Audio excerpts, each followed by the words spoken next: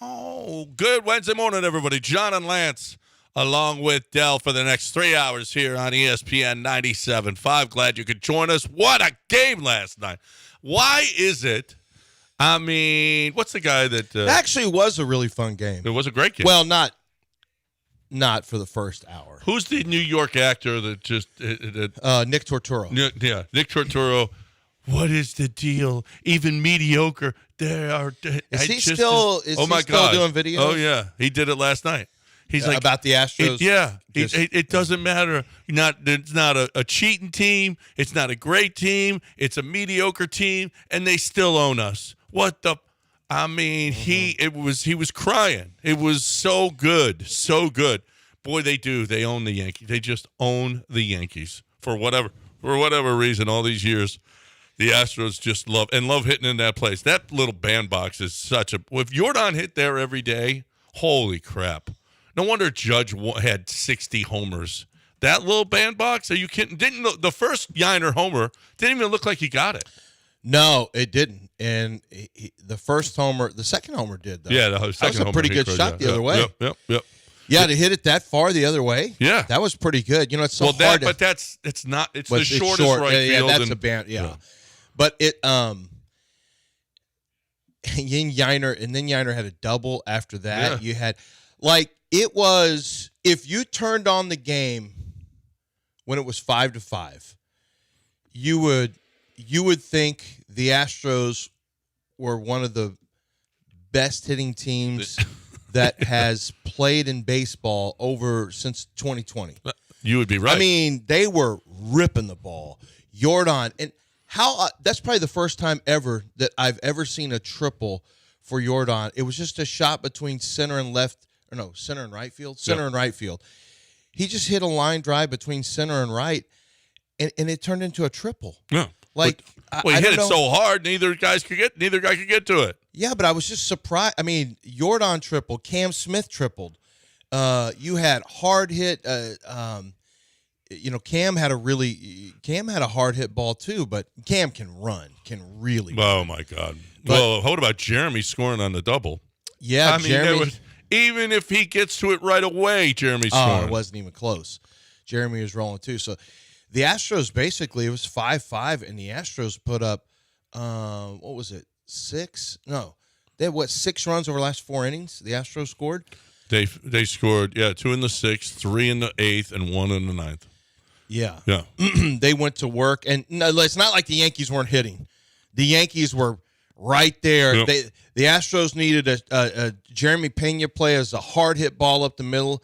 Pena scooped it up, threw the runner out at home. That was a big one. And then, the biggest moment was a double play. Brian Abreu was getting himself in major trouble, and they turned a double play there. Yep. And that wiped out another potential threat because it looked like the Yankees were just going to come right back and just whack the Astros and get the runs, get the lead back. That was fun. That was like a softball game. That was fun. It was, a lot of hitting. Yeah, Abreu he got lit up early on, and then that double play turned it around. And the Astros just kept coming up with clutch hit after clutch hit. Yiner was great. 2 homers and a double. Jordan had 3 hits. Altuve had 2 hits. He continues to kill them. Varsho had a big 2-out hit. He had a couple of hits. I think he had 2, and a big 2-out hit early on that showed that an RBI single. So it was 2 for 5 last night. It was that was fun. That was just good, and it's just so. Oh my gosh, Petco's not very good. Well, for the record. It's his second ever start at the Yankee Stadium. 4 walks, 1 strikeout. It's his second ever start. I didn't know why after the game was over. Greg Maddux got sent down. I don't know if you heard. Yeah. Okay. After the match was over on the pitch, the Space City, they actually interviewed him, and he's smiling. I'm like, why would y'all interview this guy? Didn't have a good outing. Like, why are we sticking a mic in his face? Was that what it was? His birthday, yeah. Happy birthday! So that was fun, right? I have 4 walks and a strikeout. Yeah. He didn't say that. I had the volume down. He's facing the New York Yankees in his second ever start, and he's not very good. What? No. My goodness. You're right. I agree with you. Yeah. No. Was that your statement? That was your statement. Because you just said, Dell cut that where he said, you're not very good. Oh, my God. Yeah. And Jeremy Branham had another hot take yesterday. What did he do this time? Oh my God. He did a video. They talked about it on the show, and then he did a video. And KJ 100% agrees with him. And it's just like he retweeted, and I 100% agree with this. He says that Jim Crane is Jerry Jones and Jeff Bagwell is Jack Easterby. And he goes, well, of course Jeff Bagwell has a lot more credentials and, he's done a lot more. Well, okay, he's a Hall of Famer. Yeah, he might know more baseball than you. Not sure. Jack Easterby didn't know football, shouldn't have been in that position, had no business. He was just a snake oil salesman, and he worked his way up. He got into the ear of the owner, and then he was making decisions for an organization. Jeff Bagwell, I'll tell you, one of the greatest memories that I've ever had. I'm serious. This is in covering sports. It was after a game. I was in the locker room every night. I was doing the Astros pre and post game shows, right? And I was in the locker room every night. Those were some great teams. It was 2003 or 4 or whatever. It was at Minute Maid Park, and everybody's gone, and it's just Bagwell and Brad Ausmus. And I'm in there, and Brad Ausmus goes, look at this locker room.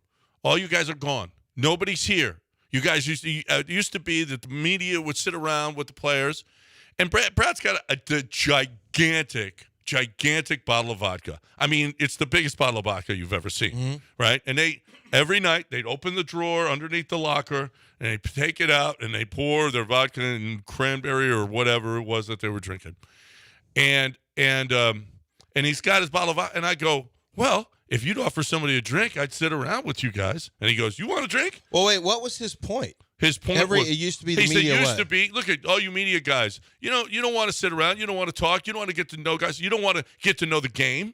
And I was like, well, I'm right here. If you offer a drink, I'll sit with you. And he goes, well, you want one? I said, yeah. So we sat and we watched the Dodger game in the dugout, me, Bagwell, and Ausmus. And I want to tell you, it's the most I ever learned watching baseball. Yep. Jeff Bagwell is watching a hitter from another team, and he goes, "Watch this. This is going to be a splitter right here. Watch this." And it was like, holy crap! I was like, he goes, now watch. He's going to waste this pitch. It's going to be a slider down on the way. But it was amazing. And I was like, holy crap! These guys know so much baseball. Well, he had to compare Jeff Bagwell to Jack Easterby is the dumbest thing I've ever heard. Well, you may not like that, but what about what Sean has taken to calling Jeff Bagwell Rasputin? Listen, Jeff Bagwell made bad moves. There's no way around it. Montero, Javier signing, Abreu signing, they were bad moves. There's no question. Jeff Bagwell likes baseball people. The Astros were built on analytics. Jeff Bagwell knows more baseball. And maybe he made every general manager makes some bad news. Okay, but to call him Jack Easterby is the dumbest crap I've ever heard. It really is. I mean, look, go ahead. I was just gonna say, Jeff Bagwell is a legend, living legend here. Whether you want to give him or Altuve best Astro of all time, however you want to do that, or Biggio. Mm-hmm. If he stayed away from baseball decisions, he could just show up, do a couple games where he's hanging out with Todd and Jeff, or excuse me, Jeff Blum. Yeah. Wave to the crowd. Jeff Bagwell's in attendance. Wave to the crowd, and you're good. But when you dip your toe in this, and the team isn't good, I'm not blaming it all on him. But when you're prominently mentioned in a press release after the general manager is gone, and people are mentioning how maybe Brad Ausmus could be here because you're good buddies, all this stuff, or maybe John Granado, since you're apparently. You could end up being on all that this thing stuff too, leads to people forgetting about all the things you did on the field. He may be in charge of the minor league system. Sure, I don't know what John's got in store for himself. I got nothing in store. When you do I'm saying this. Listen, there's plenty of guys who played baseball, and then Larry Bird coached. Kareem, all of these guys, they wanted to be part of baseball after it was done, and they put themselves on the line. You okay? Jeff Bagwell, just show up. No, Jeff Bagwell wants to put his name on the line and say, "I can. Yes, you know what? I can help you and your team be better." Look, I don't think, and it doesn't always work out. Jeff should not be part of I'm the just baseball telling you right stuff. now. I think it's past. I think that, but he's gonna, like, Jeff is hurting his legacy with Astros fans. With that and his decision making, I don't think it's right for the Astros. I don't. However, Jeff Bagwell is earnest in his intentions. Yes, Jeff Bagwell is trying. Jeff Bagwell wants to be part of it. Jeff Bagwell, I mean, to say that's just so outrageous. To say Jack Easterby was a fake and a fraud from the beginning. Jack had a fake. He had a fake resume that he had that a local media member caught early, and then Jack begged the guy not to expose him, and so there was an exchange of, okay, you have to give me intel, and then I'll keep your secret.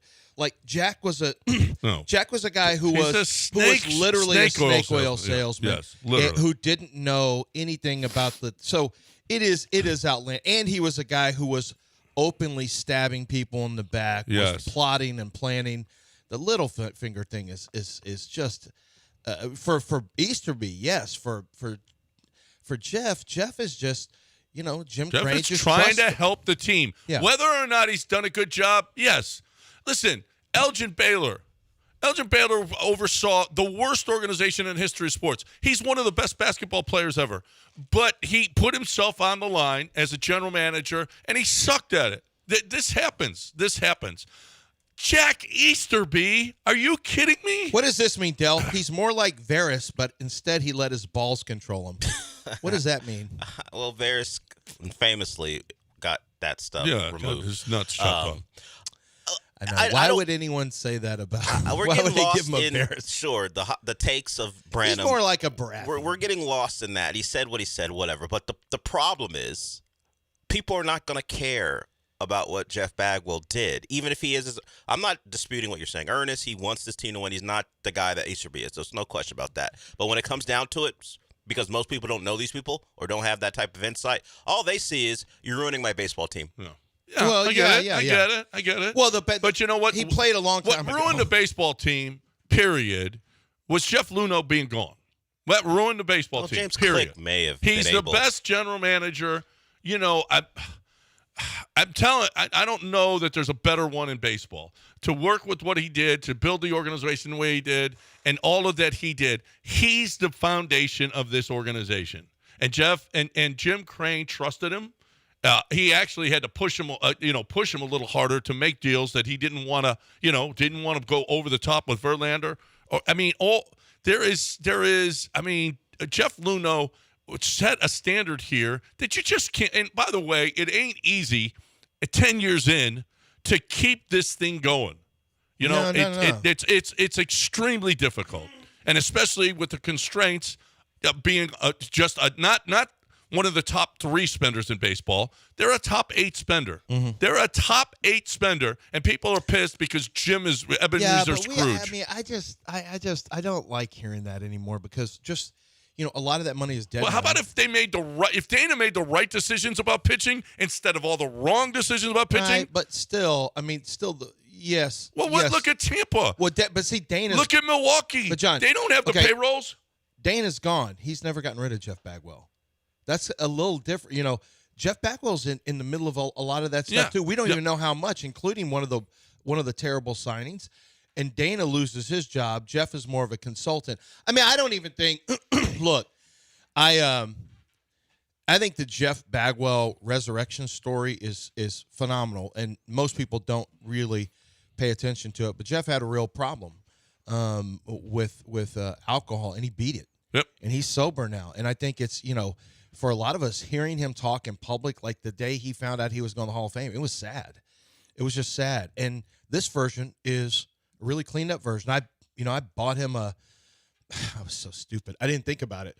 I bought him and his table. He was at Riel, and I saw him. He had made it in the Hall of Fame, and I asked to send a bottle of wine over to their table, and then he said, and I guess they came back and said, "Oh, well, Mr. Bagwell said he's not, they're not drinking wine, but they'll take a dessert, something like that. And so I sent that over, and then he came over and said thank you.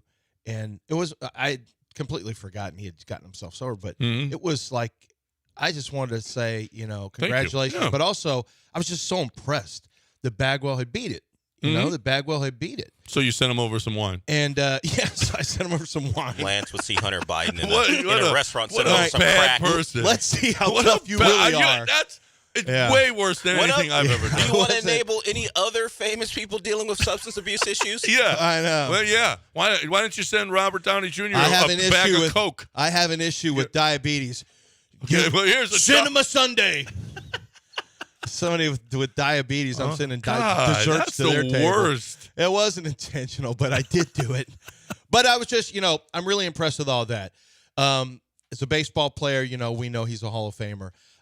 He's not. I don't think he's been very good in this role, but I do think he tries. I think he's earnest, and I would never compare him ever. I think the Astros are going about things the wrong way, but Jim Crane, the payroll thing, I get it. It's just very clear. Jim operates the Astros not like a baseball team, but like a business, and it's a very strict. Dubon would have made you a better baseball team. But instead, he's shaving. Robert Flores talked about it. I'm going to save some money to my bottom line. And when you do that, and you're losing your best players on a semi-annual basis, it's just tough to come back from that with the fans when it starts to. Inevitably, it's going to catch up with you unless you're really great in the minor league systems, or unless you can really do a good job of trading your players for talent. Who knows? Maybe Dana Brown's trade for Cam Smith will end up. We'll look at that in 3 years. God, holy crap, man! Cam Smith, 33 home runs this year. Dana definitely got that one right. And there's always flashes. Yeah. This is just Cam's second year. There's flashes. Dana's gone, but the Astros are. The Astros are right now, and you even said it yesterday. They may be in a tear it down. I don't think they have to necessarily tear it. We saw what tear it down looks like. That was terrible. Well, I don't think they have to do that, nor do I think Jeff Leno would be. Well, I don't think Jim Crane would do that anymore. He's already tasted. He's already tasted. he said I'll never lose it like that again. He said Yeah. that. So, but he does need to be willing to take a couple steps back. Yep. All right. We're just getting it started. You got any thoughts on this? You're more than welcome. 713-780. And John's in studio. You know what? You guys hear him so well, although you probably might not be able to tell the difference. But I didn't even know I you were think in that studio. mic in L.A. sounds pretty good. I think it sounds really good. Yeah, really. I don't know. I never hear it, but everyone says my mic is low all the time. Yeah, right. Well, you just speak up.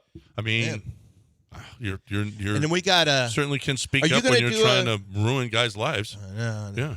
Yeah. He was Send very, him over. He was very loud with that waiter. Very loud. And hey, Send him 2 bottles. Dell, how loud do I get when I got some Coors Lights in me? People are going to find that out on Friday night. Oh, Friday, Thursday, tonight, I'm not going to find it out tomorrow tonight. night. Okay, I'll You're have gonna find it Friday. out tonight when we're at dinner with him. No, I won't. Yeah, tonight we're gonna have dinner together with a bunch of Coors Lights. We're Me, good. Sean you, will- and Sean will Lance be in my drinking place. Coors Lights. Sean's and not Lily's. taking I'll your send stead. Sean He's in not my in your place. stead. Okay, Yes. it's time. He's not your hand. It's going to be. It's going. he's the We're hand all of the having a big producer. time with Coors Lights. All right, and Dell's going to start drinking tonight. You know how? No, I'm not. Yeah. Why yeah. are you being dishonest? Right, Just right. talk about how great Coors Light is. Remember, I am telling him how great Coors Light. I think you should start. I don't know. How old are you now? 80? How old are you? Sure. I'm 80 years old, never had a drink. Yeah, never had a drink, but I think it's time. Like Ron Washington when he started, right? It's time for you to start. Lance Ron would send- Washington. Lance would send some was- coke to Ron that Washington. guy was on cocaine. Lance in would his send 50s. it over. Hey, Ron, great job. Here's some coke. He was on cocaine in his 50s He when he said got. it was his first time in his 50s. That's Dell. Do you want to start We're again? going to do this. No, Okay. we're going to drink Coors Light. Drink me and Coors you. Light, guys. That's it. That's the real message. Time to talk. I'm telling you. It's time for you to start. If you've never had a cold, clean, crisp, refreshing Coors Light, it's time. Not like Ron Washington. No. like different. Like somebody who's in moderation. Right. And absolutely. And drink responsibly. But also, if you're going to drink, okay, like that guy said, if I'm going to drink, I'm going to drink me some Coors Light, cold, clean, crisp, and refreshing. It's so hot out there. Holy crap. You know what you need? You need Coors Light. Climb on, brother. Everybody needs some Coors Light. There's going to be a bunch of them flowing at Golden Nugget this week. Coors Light.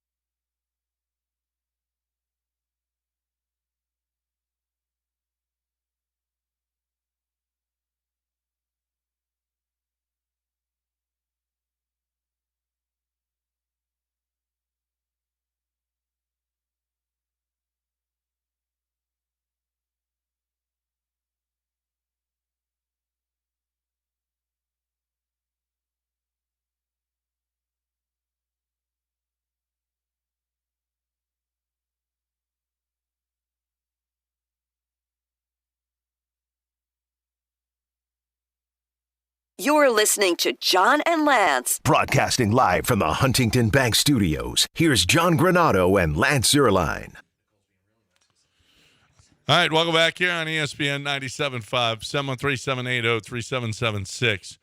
Jim Crane met the media yesterday in New York. Talked about, he said all the right things. He went and had a nice meeting with Joe Espada. He said, he talked to Joe. He said, you know what? We'll work the contract. We'll talk about the contract after the season is over, which absolutely means that Joe Espada is gone. There's no question about that. That's how. And you know what? The contract's up. The contract's up. You don't like it. You don't. That's tough. There's so many coaches and GMs that get paid long after they left because they got fired with a bunch of years on their contract. Right. It's not the way Jim Crane operates. Jim Crane, I gave you 3 years. And you had these 3 years to show what you can do, and you didn't do it, and so it's over. And you walk away, and hopefully and thank you for your service, and hopefully you the rest of your life is nice. But as far as the Astros organization is, then that's it. It's over. So that's how Jim Crane operates, and it's business. It's business. People, you may not like it. I just saw it with my friends who went to ESPN from some of my friends who went to ESPN from NFL Network once a contract. It could happen to me this year in summer. When your contract's up, your contract's up. Contract's up? That happens in sports and that's you get fired and you get paid after you get fired in sports, or your contract's up and they don't renew. That's all. That's it. We had a contract. Contract's up. That's it. But with Jim Crane, usually if you don't get a contract and you get to your last year, there's not a lot of people who get another contract. We have not seen it. Maybe some relievers that they're done and then they get another contract a year or two or whatever. But all of his major players, he did early. Altuve, Bregman, Jordan. He did all of them early, right? Right. And he,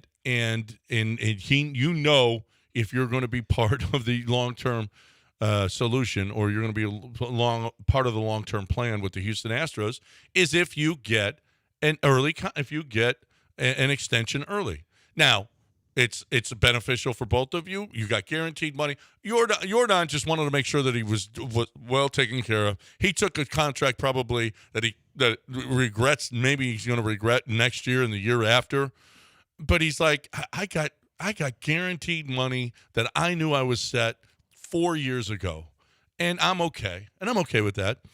Boris would never do that. Boris ain't doing. You ain't doing that with Boris. A lot of times, Latin American players, or Cuban, a lot of times there's a history where there's who come from poor situations. We'll take that guaranteed money. Christian Javier did that. Even from New Mexico, where Bregman did it. Yeah. Bregman was like about a huge part of the organization, and they won, and he was like, hey, I need to get paid. I ain't doing this you got team control crap. Right. Okay, we'll give you $100 million. Okay, I'll take it. Yeah, there's different types of, but it's not bad. It's guaranteed. You're set for life. Mm-hmm. Should be, at least. Yep. But it's just the way the Astros operate. But they won yesterday 9-7. They are up a half game.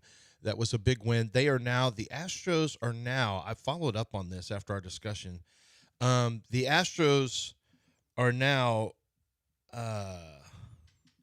no, this is not correct. What happened? I think yesterday I saw the stat that they are 32-30 headed into that game against teams 500 or better, and 33-46. But that they can't have that many more. That's not right. I'll have to check. They can't be because they're a 500 team. Yeah, I have to check up on what the actual stats are. Yeah, but they've got but they can't have that many more. Oh yeah, no, games under 500. That's what it is. 32-30 against teams 500 or better. It would now be 33. I'm sorry, 33-20. Oh, 33-20. 33-20 against teams 500 or better. Yeah. And 33 not 33-30. 33-46. Yeah, teams under. That's right. 500. So they're a 41.8 win percentage on teams under, and their win percentage is now 62. Yeah, a little over 62%. They just play better. It's just ridiculous. It's just ridiculous. Well, here's the good news is you ain't going to see no under 500 teams in the postseason. So the Astros can play well against good teams. Guess what? That's the good news because they're going to face good teams in the postseason. Who do we have? Let's talk about Spada. Eric wants to get in here. Hey, Eric. Hey, Double Rod. Hey, quick question, John. Just like, you mentioned just now about Crane and it's a business and 3-year mentality, and I wonder a guy like Aaron Boone, what's so special about him and some of the other longer tenure? He's been there 9 years. They won last World Series was in like 2009. Yeah. They haven't made playoffs 2 of his 9 years, knocked out in wild card series, division series. They have all the talent in the world, and I feel like Espada's working with, scraps here and there, no pitching staff, and he's cut and gone. And it just seems detrimental just to continually cycle guys and call it a business decision. Is it that hard to find a guy? I mean, again, Boone doesn't seem that special to me. Maybe a legend in the Yankees organization, but just expand on like what is so hard about finding a guy that you can really trust and run with, and not blame win losses and look at records and things like that. And I'll hang up and listen. Thanks, fellas. Well, I think it's the way you go up. Listen, I'll tell you, this is a great example. Like Aaron Boone and Yankee fans are like, what are we doing? Why is he still here? We haven't won it all. What's going on? Sometimes organizations really trust a guy. Chris Ballard is a great example. You know what? There's probably a lot of Colts fans that are like, wait a minute, what do we want? We haven't done anything with Chris Ballard. Yeah. You know what, though? The ownership looks at Chris Ballard and says, that is a smart dude. That dude, we believe in him. He's going to get it right. We've had a lot of issues. We've had the issues with quarterback, and once we get that right, it's going to be great. But we believe in Chris Ballard. They believe in Aaron Boone. For whatever reason, they believe in Aaron Boone. They believe that he's not easy. You're right. It's one thing. Everyone wants change all the time, but sometimes there are some situations where an organization says, we don't necessarily think we're getting better if we get rid of this guy. Like the Steelers famously think that with all their head coaches. Right. Like, are we better if we get rid of them? Sometimes they believe they have a good coach or a good general manager who has had some tough circumstances, whatever the case. With Boone, I don't get it. Yeah. Like, I just don't get it with Boone. They clearly like him a lot. He's had a long run with some really good talent. He must be a really sharp guy behind the scenes, talking baseball and telling the ownership what's going and all of that stuff. And they just come up short. Listen, the Yankees don't have all the talent in the world. I mean, that thing about them buying World Series, that's over. That's long over. They don't have the best. They haven't put together great talent. And forever they stayed with their general manager, and now they're staying with their manager as well. I mean, there's a lot of and it's different in different places too, Eric. A lot of owners will be quick to pull the trigger. Other ones, like the Steelers, they're like, nope, we're going to stay the course. We stay the course. Jim Crane ain't a stay the course guy. He just ain't. He fired a general manager after he won a World Series. Yeah. I mean, well, he didn't fire him. He just let it. His contract was up. You're done. It's the same thing. Contract rolled out. Contract was and up. Some of that was a battle with Dusty. He and Dusty didn't see eye to eye.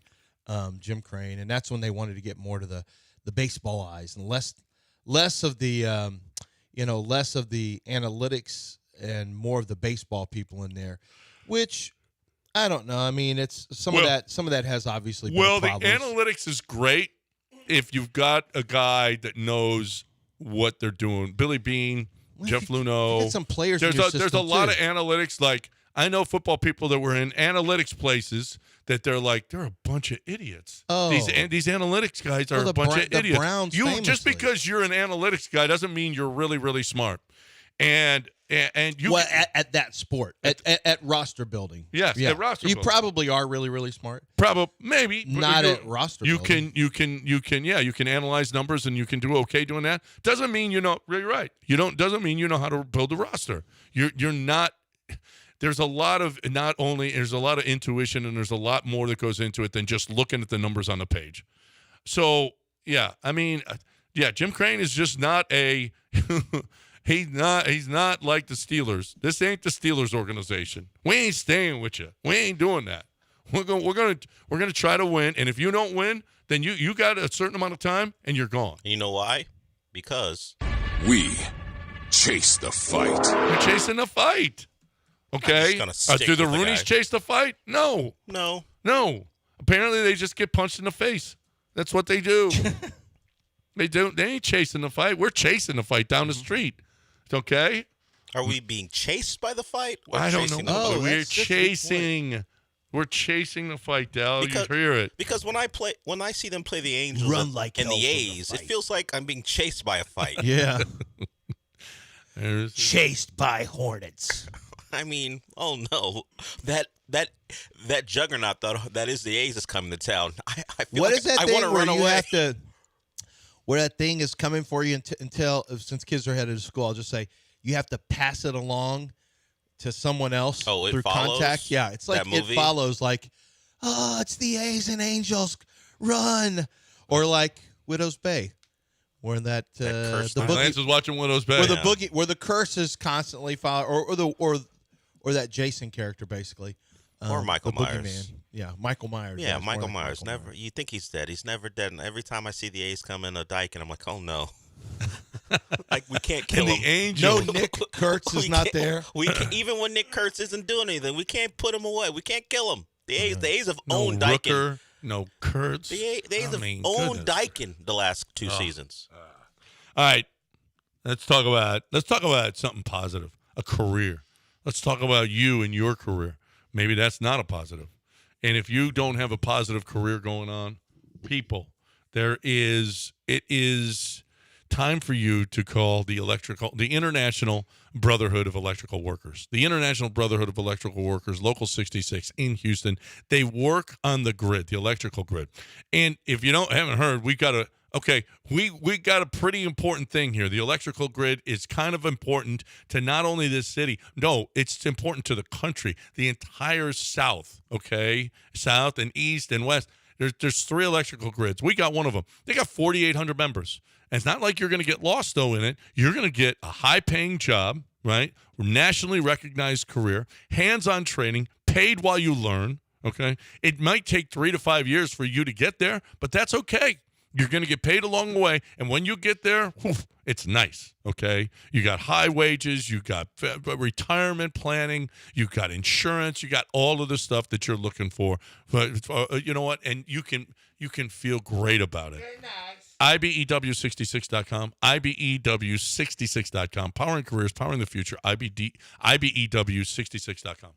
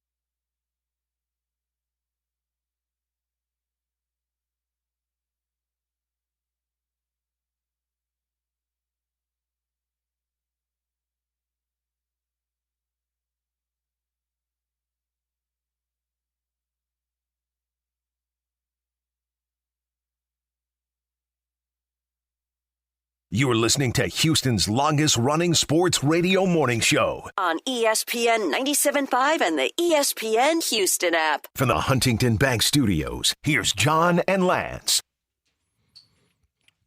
All right, welcome back here on ESPN 97.5. 713-780-3776. We got Elliot Wolf that we'll hear from about the booty trade. Okay, not booty Not stinky booty. Booty. Booty trade. Trading for booty. Keyshawn. I think I'm just going to call him Keyshawn. I know Until I the get booty thing. I confirmation. don't like. That sounds disrespectful. Yeah, I don't. Yeah. He's booty. That dude's booty. Lance says people are booty juice. Well, yeah, and it's not complimentary. So I'll wait for the man. I'm sure New England. He has told people how to say it. Once the reporters get to talk to him and he tells me it's booty, I'll do that. But for now, it's Keyshawn Boutte. Boutte. I like Boutte. I mean, let's be classy. I mean, if his name is Keyshawn Booty, I then mean, it's booty. He but- said his booty. The French are stinky and they smoke. Okay, and you know but what? but it's classier than calling yourself booty. Frankly, it is. It's probably got some Creole because of the French, and it is a French name, so it should be Boutte. But he says booty, we gotta say booty. My name's supposed to be Zierlein. Family said we'll just say Zerline, so I just say Zerline. So he says booty, we gotta say booty. You always say if Mama called him booty, you gotta call him booty. Mm-hmm. Dal, did you see this before we get to Elliott? Who does Josh Pate have winning it all? Canes. I saw that come across, and somewhere someone got to him and said, "Hey, you've been saying a lot of stupid stuff. Say something smart." And then he said something smart. I'm glad he came to his senses. His He's been saying a lot of stupid Someone stuff. told him he's been saying a lot of stupid stuff, and then he finally said something smart. So cool. He's got you beating Indiana. And a rematch, huh? Well, I don't believe in Josh Hoover to get Indiana to a spot where they're playing for a national title again. But hey, I'll take it anyway. But nobody believed in Mendoza before he got there. That's true. But I seen a lot of Josh Hoover, and I'm like, but it's Signetti, so if he Signetti don't rule him out, yeah. Yep. Yeah, you got to a national championship with Carson Beck, so. Well, he had started a lot and won a lot of games at Georgia, so he had played in big games before. Yeah, he had. Elliot wants to talk a little NFL. What do you say, Elliot? Hey, good morning, fellas. Good to hear you today. Had a quick question in regards to fantasy. I know you got your draft coming up, and I've got mine. Everybody has theirs. But one thing I noticed, I'm in a couple of leagues, and they're all PPR. One thing I noticed is most teams that win, and like 90% of them all have a top receiver. Like almost every league that I'm in, that the guy that had Puka won the league last year, or Jamar Chase's a couple years ago, or CeeDee Lamb. Mm-hmm. So there's always a theory that you got to get that top running back. But unless it's Saquon, which was 2 years ago, I think he had that 2,000-yard season or close to it. Not 2,000, but close total yards. Most of the leagues, the winners have the Pukas, the CeeDee Lambs, the Justin Jeffersons. I don't know if you guys have seen something similar to that, or do you totally disagree? Yeah. It's been heavy running back in y'all's leagues, but I won my league a couple of years ago when CeeDee Lamb had his big year. It was huge to have that kind of. I mean, I agree 100%, and I'm not sure who that's going to be. So it's interesting because ESPN's having their mock draft, their marathon mock, where they do it, and they had 10 of their first 13 picks this year are running backs. So it's made a shift based on there's not as many running backs. I was in a fantasy snake draft, didn't pay a great deal of attention to it, but there was a run on running backs. I was in it with NFL media people, and we're going to have Scott Barrett on from Fantasy Points today at 9 o'clock. Scott runs one of the biggest fantasy sites there are at Fantasy Points. And he's going to join us at 9 o'clock, and we'll talk to him about that because it used to be, double running back was – your strategy was always get running back. Your first two picks need to be running backs, and then you worry wide receiver. Then as PPR got bigger, people started realizing – and more teams started going to more committee approaches with running backs. It swung – to you got to get wide receivers. It's PPR, and then you can get one good running back, one clear starter, and then you can kind of wait because you've got committee approaches and things like that. This year, it feels like it's going to be back to. Well, I can tell you this: I experienced it. Once you get past a certain running back, it falls in a gutter. Unless like Jonathan Brooks, you're gonna have to hope that Jonathan Brooks stays healthy for Carolina. It's not Woody Marks you'll be able to get late. I think it's still safe to go get the very biggest and best wide receivers. But this year running back seems to be making a little bit of a comeback early in the drafts. Well, six of the top 10 should be wide receiver. 6 of the top 10. Jamar Chase for sure, Puka for sure, Smith and Jigba, Amon-Ra, CeeDee, and Justin Jefferson. They should be in your top 10 to 12. Yeah. It should. Yeah, Justin's just a little scary. Justin's a little scary, but I just saw yesterday, he said, that I ain't wide receiver one, I'm going to show him this year. No, he's got talent. Kyler, too, which is much better than JJ. Much better than JJ. Right, but JJ wasn't the guy all year. Well, no, that's why he fell off quite a bit. Let's see if Kyler, don't forget, Kyler sometimes has injury issues. Like, Justin's a scary one because of his quarterback a little bit. The guy that I'm really interested in is Terry McLaurin with Jaden Daniels back. Like, I'm waiting to see what Jaden Daniels does, but if he stays back. That's one that's scarier than Kyler, I think. Right, that's one. He's got also. no line. I mean, that's going to be that's something I'm. We'll talk to Scott about some of these boom bust guys. That's one of the things we'll focus on is boom bust. But like I said, fantasy points. There's a run around 10, 11, 12 that's going to be Ashton Genty. You want to talk Kenneth about risky. Walker, Chase Brown, Omarion Hampton. These are A-Chan. There's a lot of risky ones here. Like, let me ask you, why I'm on board with the Genty thing too, and I'm trying to. I'm asking myself why exactly? I don't want. I'm a very big fan of his, but I'm looking at his offensive line. I did research yesterday, for an article I have coming up, and Colton Miller, he gets his left tackle back. Colton Miller got hurt last year. He gets his right guard back, Jackson Powers Booth, who missed the last 6 games of the year, but he was there for the first 10, and it wasn't good for, he averaged under 4 yards a carry. They did get Tyler Linderbaum, big upgrade at center. Left guard is Spencer Burford, is fighting for space. He's just all right. And DJ Glaze at right tackle, just all right. There's no guarantee. It should be better, but are we really jumping in head first with Ashton Genty, even as talented I think he's the scariest first round pick. I think it's really scary boom bust still. And I liked him. I was ready to be all in, and the more I keep looking at the offensive line, I'm trying to think, man, I just don't know if the guard-to-guard play is going to be – I know who else Linderbaum's is scary is Kenneth Walker. I think he is too. He just got banged up a little bit yesterday too. Yeah, and you know who else got banged up a little bit is Jamar Chase. Jamar Chase had a hyperextended knee. We did that I was on NFL. What's that the looked new bad. show? It's called. There's a new show I'm going to be part of, once a week, and I was on. No, it's your breaking. Breaking news. I'll be part of a show with Andrew Siciliano, and I was on yesterday, and they showed a video of the hyperextended knee, and it was scary for a little bit. Yeah, but he said it'll be fine. But it was. He had an interview afterwards. He said he was fine. But that I'm high on Jamar Chase this year. But after that, I was like, oh, crap.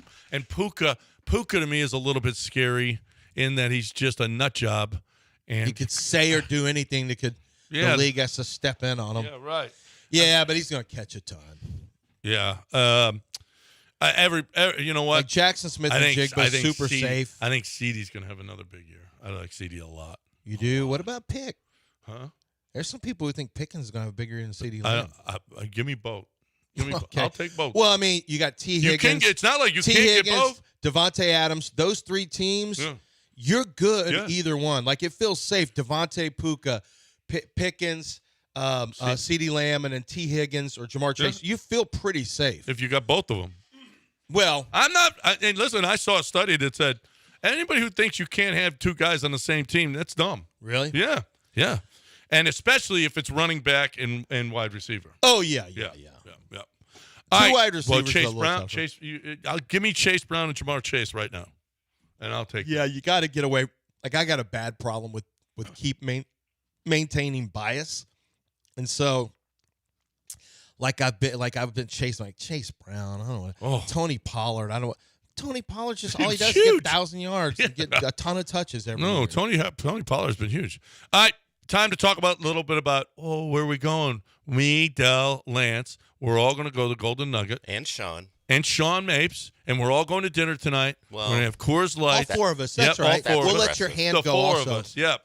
And we're all be in going to my go. stead. We're going to have a big time. We're going to be drinking Coors Lights. We're going to stay at a beautiful hotel. I'm telling you, this hotel, when you go there, it's like it's new. And it's been around for a little while. But I'm telling you, those people, they really take care of the hotel. It is like every room, it's still new. It's great. The hotel is great. 12 restaurants. You can go as expensive or as cheap as you want to go. You want to get a sandwich, a salad, whatever, or do you want to get the as good a steak as you're going to find? You got that. You got the pool, which is a party. Okay, it's hot out there. The drinks are flowing, and the bikinis are out there. It's awesome. Get you a cabana out there. You got the golf course, which is great. It's really a fun golf course. There's nothing about this place we don't love, and we're going to watch football now. So it doesn't get any better than the DraftKings Sportsbook during a football weekend. If you're looking for a great little getaway, just 2 hours and 15 minutes down the road, you don't have to spend you got all the amenities of Vegas, just 2 hours and 15 minutes down the road. GoldenNugget.com/Lake Charles. Get there, baby, this football season.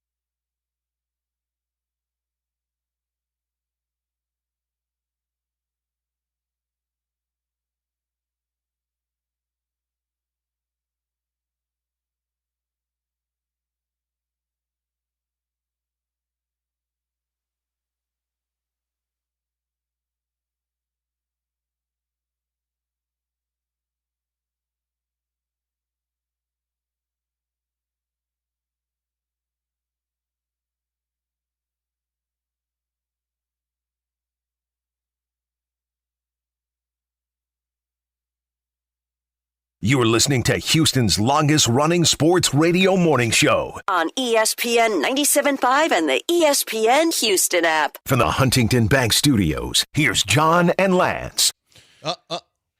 Acknowledge. What? Do you not know? Do you not know? No. Oh, she died, yeah. Yeah, Dolly Parton died. Yeah. Dolly Parton, who was, my wife got to be a huge Dolly Parton fan. I think they went to, what's her little play? I think she went to Dollyland or Dollywood or whatever it's called. I think she went there. But Dolly was, she was beloved by tons of different communities. Black community, gay and lesbian community, country music, guys who like knockers. That's not that's what John said during That's a break. community? He said that during a break, quote unquote. Did you say that during the break? What did I say? You should pay attention. You know what you say. Listen, Yakubu said that. I got this going on. No, he right didn't. now. Okay, so I can't tell what's going on with your video. Oh, somebody's house is on fire. Yeah. She's sad. yeah, Oh no. See? Nope. that's what I was just I saying. can't. You got to take your timeline off. Your timeline is a disgrace. I mean, Anyway. you have really. It is a real. Anyway, indication. anywho, it is what an did you say about indication Dolly? of you? She passed away, but there's lots of groups of people who loved her. Like she was beloved. Yeah, Dolly was absolutely beloved, and she was funny. I got a Dolly Parton, not yesterday, like a couple weeks ago. I got in a rabbit hole on, I don't even know how. I don't know if it was from social media or whatever. And gosh, she was really funny. Yeah. Like really, really funny. I went and saw, as a kid, I went and saw 9 to 5, I think 4 times in a movie theater. you did. I love 9 to 5. I don't know why. And that's back when you had to just, you got to, it must have been a PG movie, but yeah, I went and saw it 4 times in the theater. I don't even know how I got there. My mom, we lived, Strange as a young person. yeah. Dolly Dabney Parton Coleman. Dabney Coleman, Dolly Parton, Lily Tomlin, and Jane Fonda. Yeah, Yeah. That's a weird. It was, I know, I just thought it was hilarious. Yeah, I know. I want to see Raquel You were Welch. Maybe you were cheering for Dabney Coleman in that movie. I was. Yeah. Put them straight, Dabney. I bet you Dell the 70-year-old has seen that. I bet you've seen 9 to 5, Dell. I don't think so. You don't think you don't seen I it? know the names you're mentioning. I recognize those names, but I don't think I've seen. They all 95. worked in an office. They were some were Look secretaries. who's about to lie again. Some were secretaries. Are you No. talking about me or this movie? No, in the movie. Okay. They were all secretaries, and Dabney Coleman was a crappy boss, and so they They had to tie him up. well, yeah, they were gonna do Tie stuff him It on was him. they tied him up and I think they actually. I can't remember the entire thing, but yeah, I just remember the garage door opener. yeah. Jane Fonda, Lily Tomlin, Dolly Parton, and good old Dabney. Dabney Coleman. Yep, he was the villain. I've never seen anyone named Dabney since then. I've never come I've never across met that a in Dabney. draft, in college football, and draft, and basketball, and baseball. Has never been Dabney Evans, male or female. I've never seen Dabney another Prescott. Dabney. Wait, wasn't Dabney the No, it's name Dak. of? Dabney. Yeah, Dakota. Wait, even. Dabney wasn't that one of the people from Scooby Doo? Daphne. Oh, Daphne, that's right. What's wrong with Yeah, you? no Velma. Dabneys. That's Velma right. and You're Daphne. right. No. Yeah, no Dabneys. Yeah, no Dabney. If your name is Dabney, give us a call. It's no I calls. just said famous Dabneys, and besides Dabney Coleman, I guess Dabney Montgomery was a World War II veteran, but What? so that's All right, it. So that was 85 years. That's 80 yeah, plus he was years ago. he was born 9 years before Dabney Coleman, 1923 for Dabney There Montgomery. is an expensive restaurant called the Dabney in Washington.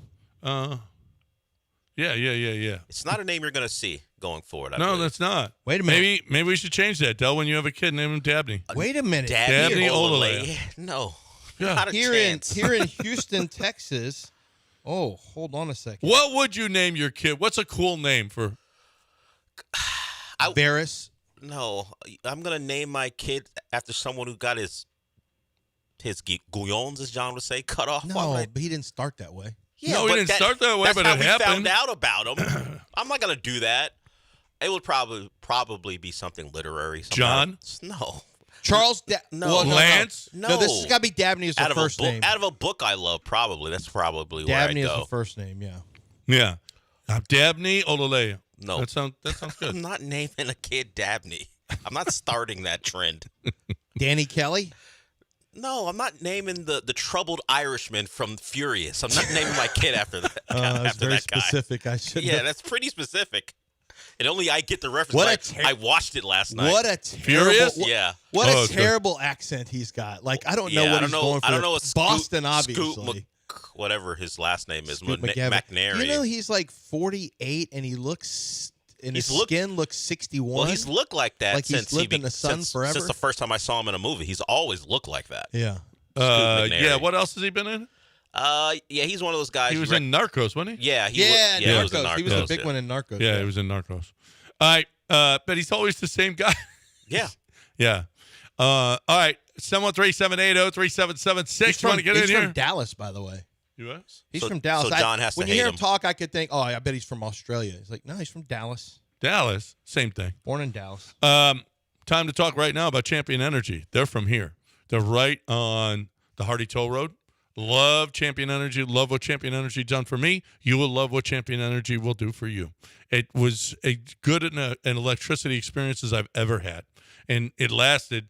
We just broke up recently because we moved out of Texas. Otherwise, I'd still be with. I would have never left. I would have never left Champion Energy, and I wish Champion Energy was in California, but it's not. Champion Energy is here. We're lucky to have them, and you are lucky to have them too. All you got to do is sign up. Okay, I don't know what your provider is. I know mine saved me thousands upon thousands of dollars when I was with them. You got to get you some Champion Energy. Champion.energy/1560. Champion.energy/1560.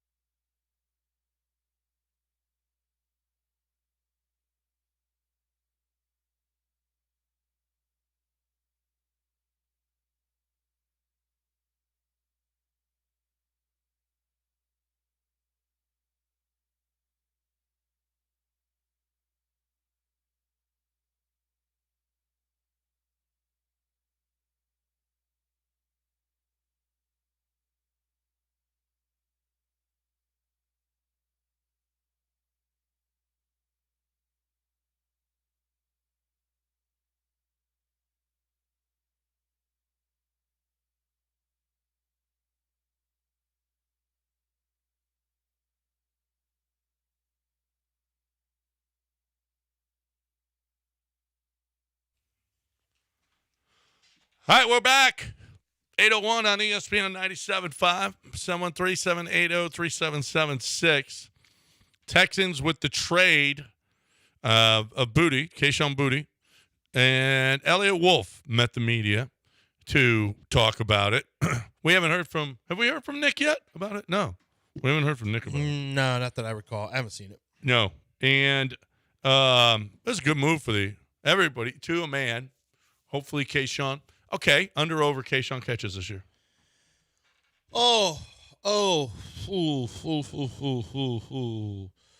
Say 33 last year I'm going higher than that. for 500 and some. I think 50. You think he'll be the number 2 receiver? Yeah. Oh, yeah. More than Schultz?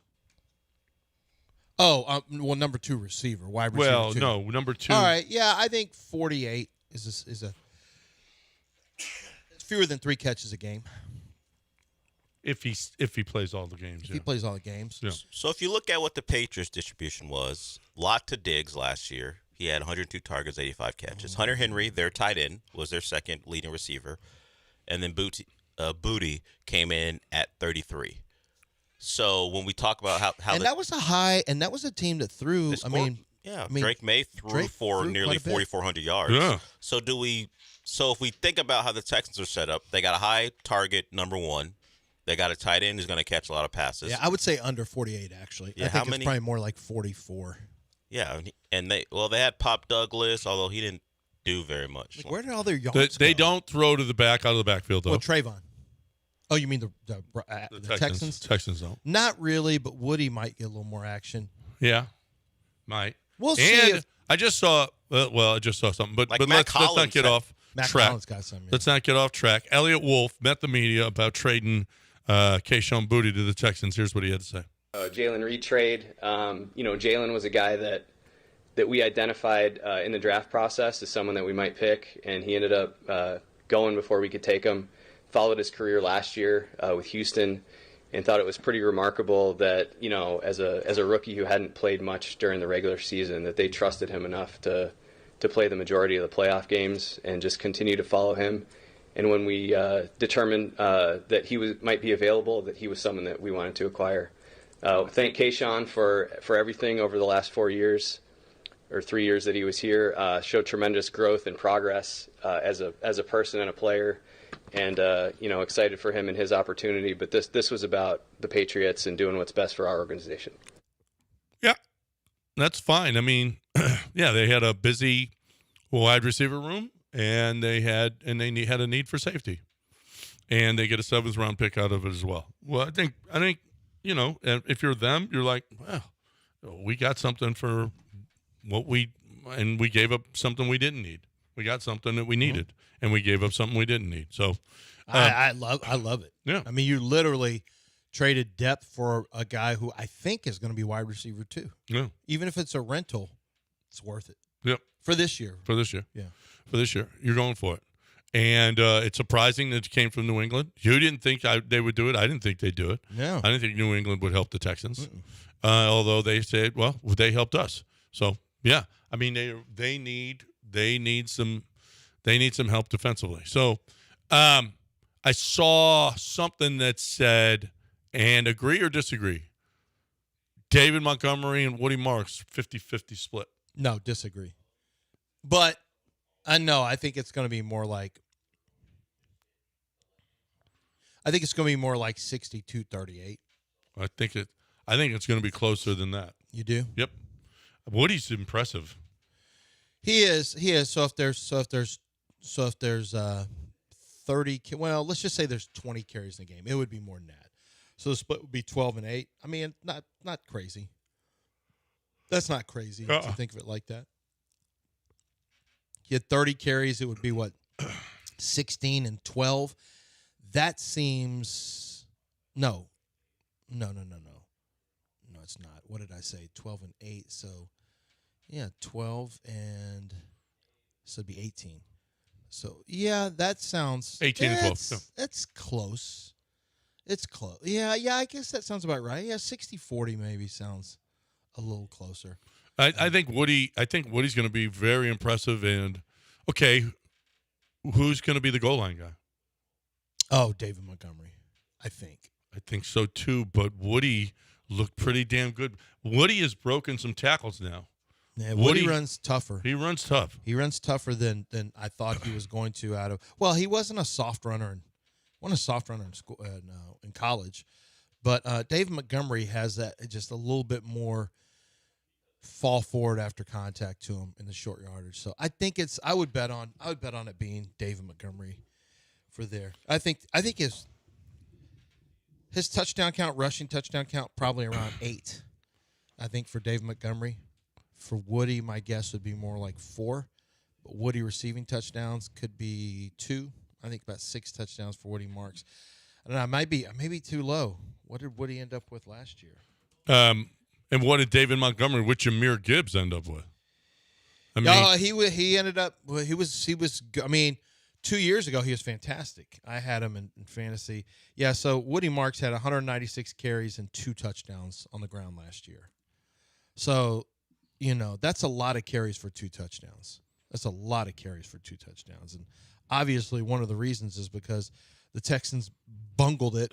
Anytime they got near the 30-yard line, they ended up kicking field goals, basically. But last 3 years, David Montgomery, 8 touchdowns last year, 12 and 24, 13 and 23, and that's with Jahmyr Gibbs on his team. Yeah, he's the hammerhead. He's a hammerhead. He's the hammerhead. They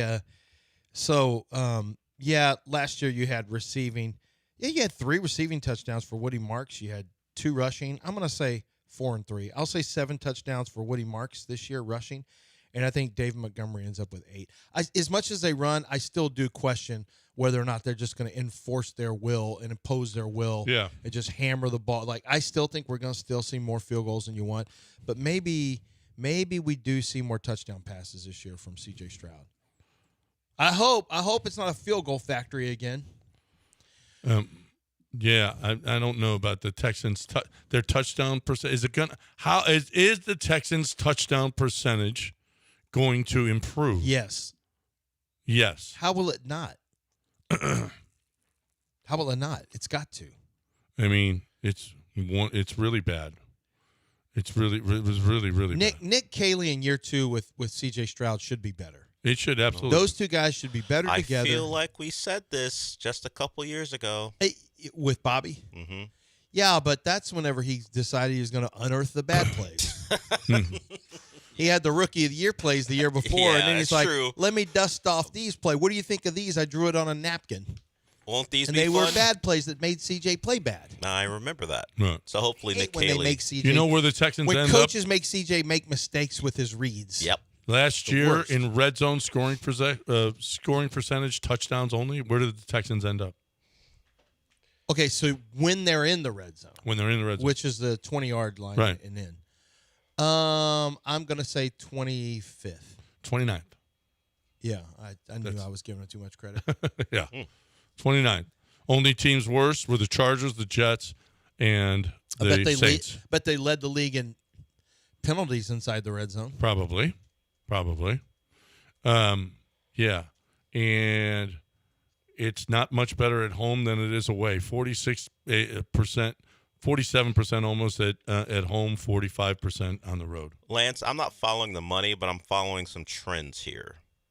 C.J. Stroud at Ohio State, first year starting, better year than his second year at Ohio State with the same coordinator. Kevin Wilson was the coordinator in 21. Kevin Wilson was the coordinator in 22. Bobby Slowick, first year, Rookie of the Year. Second year, Bobby Slowick gets fired. Nick Caley, whatever you think about last year. So the trend suggests it's going to get worse. CJ in the second year with the coordinator doesn't play as well. But I don't know if Kevin Wilson was. I was told that he didn't really even talk to Kevin Wilson. It was all run through Ryan Day. Ryan Day. But so it remains the same. Ryan Day, play caller, not play caller. CJ has been better in his first year with the play caller than he has been in his second. It's a short sample size. Only seen it happen twice, but so far there's no evidence that he gets better in the second year of a system. Matter of fact, where's Kevin Wilson now? Because he was at Ohio State just until 22. That was the last year, I guess. And then Tulsa. Oh, he just got hired by Tulsa. Did it surprise you to know that they were better in the red zone under Bobby Slowick than they were last year? No, because it was awful last year. It was awful last year. And but Bobby Slowick, but it got Bobby Slowick fired. Yeah. It wasn't good enough. It was worse last year. First year of a new system, John. Yeah. So I'm just saying, I get it. The standard belief is, quarterback second year in a new system. Now CJ was really good his second year at Ohio State. Sure, different players, all those things, but the numbers will tell you. Yeah. He wasn't as good as he was year one. But it was just so you know, I did get it confirmed. Ryan Day was the play caller for CJ because I was told that CJ didn't even really. He didn't even think, he didn't even have a lot of respect. This is what I was told. That he didn't have a lot of respect. Like, I don't even think Kevin Wilson knows ball. See, one of the things CJ's a little finicky about his coaches. He gets a little finicky about his coaches. I was told that before he came out of college. He didn't really mess with Kevin Wilson. It was all Ryan Day because he thought Ryan Day really knew ball. But which he does, obviously. And I'm not sure he was in love with With the cocoa. Bobby Slowick either. Remember that song? Love with the No, Cocoa. not with the cocoa. For sure he's not. But with Bobby Slowick, and then hopefully, I'm not sure he loved Nick Caley last year. There's CJ. Who does he love? That's what I'm saying. I think CJ is a little finicky. Can the Texans? He wants Ryan Day. Can the Texans pay Ryan Day $9 million to be their coordinator? No. Okay. Although all their head coaches that they're still paying are all falling off the list now. I'm not sure they're paying anyone anymore. When you talk about other than D'Amico. Want to talk about interesting? I'm looking at 2024 and 2025. Who do you think in 2024 was the best red zone team? As a matter of fact, it was the best red zone team of any of these. I'm going to say the Lions. No. It was the Ravens. 74% touchdowns. And nobody's even close to that. Not even with Montgomery and Gibbs But and Jared Goff having a great year with Amon-Ra St. Brown. Nobody's even close to that. Detroit was 62 and 67. 73%. Last year, though, 47%. The Ravens? The Yeah, Ravens. well, Lamar was also out for That's a it. chunk of the year. That's it. And then he wasn't as good. And, yeah, they fell off last year. They're the one that are they, we talk about fantasy boom bust. I think the Ravens are boom bust as a team. Yeah. I don't know which way to go with them. And now Harbaugh's gone. Yeah, so Harbaugh's gone, and I took the easy way out and said, Ravens win the division.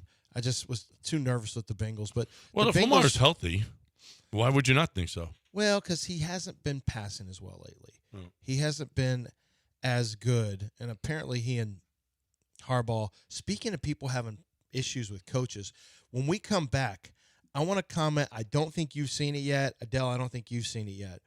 I stayed up until 11:30 watching the Vince Young documentary on Netflix. I didn't see it, I was going to watch it. Is it no worth one it? prays on my downfall as much as Jeff Fisher prayed on Vince Young's downfall. Well, yeah, it was bad, huh? It's an interesting documentary. They kind of reimagine Vince's greatness in pro football. They go through it, but I was actually reminded how much Vince struggled in pro football. Vince really struggled. After about year 3, I was reminded about all the off the field stuff. There was a lot there. It's very interesting. They kind of touch on the Houston, very briefly on the draft angle. It's really cool. I was nervous as they showed highlights from Vince in the last 2 minutes and 7 seconds trying to lead the Longhorns down the field to beat USC. I was like, I had a bit of nerves, even though I knew what would happen. And I remember being in the stadium, and you were there too. It was one of the most magical events I've ever witnessed, and that includes my dad winning a Super Bowl. It was an incredible game. And they have Matt Leinart on there. They have Lindale White on there, Bo Scaife, Mac Brown is on there talking a little bit. So, yeah, it's worth watching. It's worth watching. Jeff Fisher's on there. Jeff Fisher was pissed. Vince wrote a letter, but he misspelled Fisher's name. Well, the guy asked him. He said, "Jeff, you don't know this until right at the end." And Vince said, "I wrote a letter and apologized for my role and some stuff like that." And you think, "Oh man, I wonder what So then Jeff's going to talk about this. It'll be a conciliatory moment where, after all this stuff has been said in this documentary, Jeff will come back and say, Vince and I had a good talk, and the guy asked a question. Jeff, he said, "So Vince Young wrote you a letter?" He goes, Yeah, he wrote me a letter. He goes, "Why didn't you write him back?" And he goes, "Well, he spelled my name wrong, so I wasn't sure if that was Vince." And then I realized, that's so Vince Young, which I don't even know what that meant. And he goes, and they asked, and he's just kind of like, "Yeah, I could have wrote him back. I probably should have wrote him back." And it's just Jeff Fisher is extremely bitter to this day about Vince Young. To this day, he's bitter. All right. 713-780-3776. How do you feel about St. Arnold Brewery? I feel very good. I feel very blessed to be part of St. Arnold. Did you know that if you mention ESPN or my name, when you're setting up your party over there in one of their rooms, either the investors in either the beer hall, which holds the big parties, or the investors pub, which is 20 to 100 people, they will give you a 1 hour of their bar package absolutely free. Now you need to check with them on details about what exactly that means, but they're willing to throw that in for you when you set up your Christmas party or a big Thanksgiving. Maybe you want to do a Friendsgiving thing. And this is actually a pretty cool idea. If you like the Friendsgiving idea, which I don't think is a bad idea at all, where you get your friends together on the Wednesday or a Tuesday of that week, and you all go have food. They could cater it for you. You could have the drinks there. You get that investors pub. You get people from the neighborhood, 25, 30 people, you and the fellas from high school, whatever, however you want to do it. Get them together. That's a great place to have it. St. Arnold. It's a great place to have your corporate events because they have an AV system, so they can do microphone, they can do your PowerPoint system, or have fun pictures that you can project and have a good time at that party. But no matter what event it is, their private rooms, their 2 private rooms they have, are going to be killer for you because you got the space to yourself. It's just you and your friends, or you and your business cohorts, or whoever you get together there, and it's catered. You've got beer, you've got soft drinks, you've got ciders. You're going to have a good time, and they handle all the heavy lifting for you. You just enjoy your own party. It's StArnold.com. Click private events and get more information there. StArnold.com.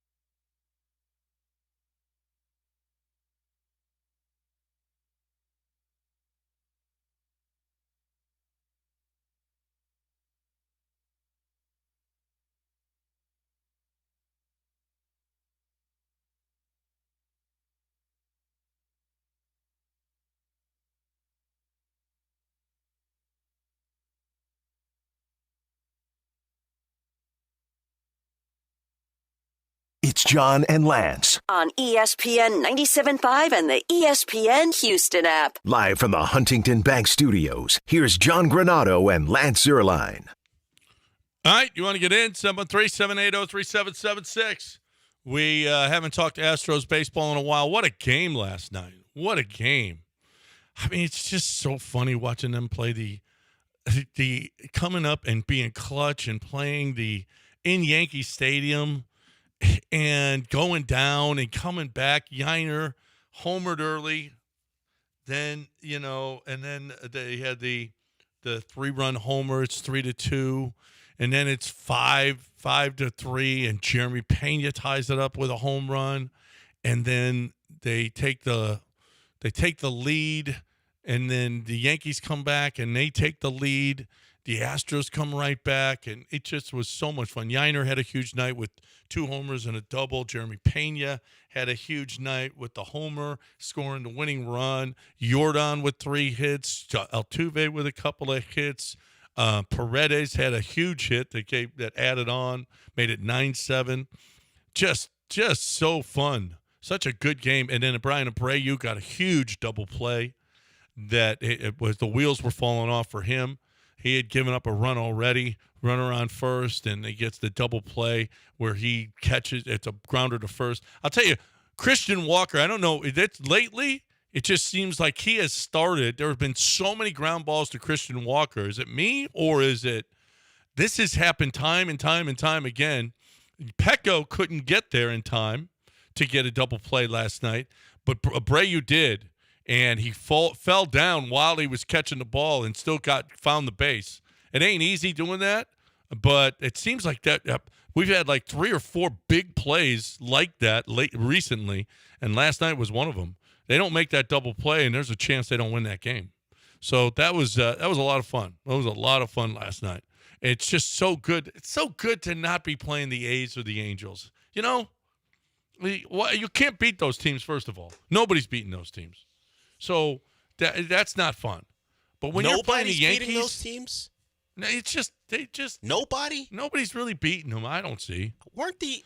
Didn't you talk? I don't watch them play ever outside Didn't of you when bring they play that the stat Astros. about one of those pitchers suffering historic losses as far as run differential? Yeah, well, that was Mariners. The Mariners. Yeah. Oh, okay. So teams beat that team, but Yeah, the Angels and the yeah. A's, no one beats them. But no, I don't see it. That's true. I'm not watching. I'm not watching when that. they're not in town or we're in their building. This chair is killing my case, Well, Sean. it's the one day. One day, then you'll be sitting in the plush arrangements that the Golden Nugget will At the Golden provide. Nugget tomorrow.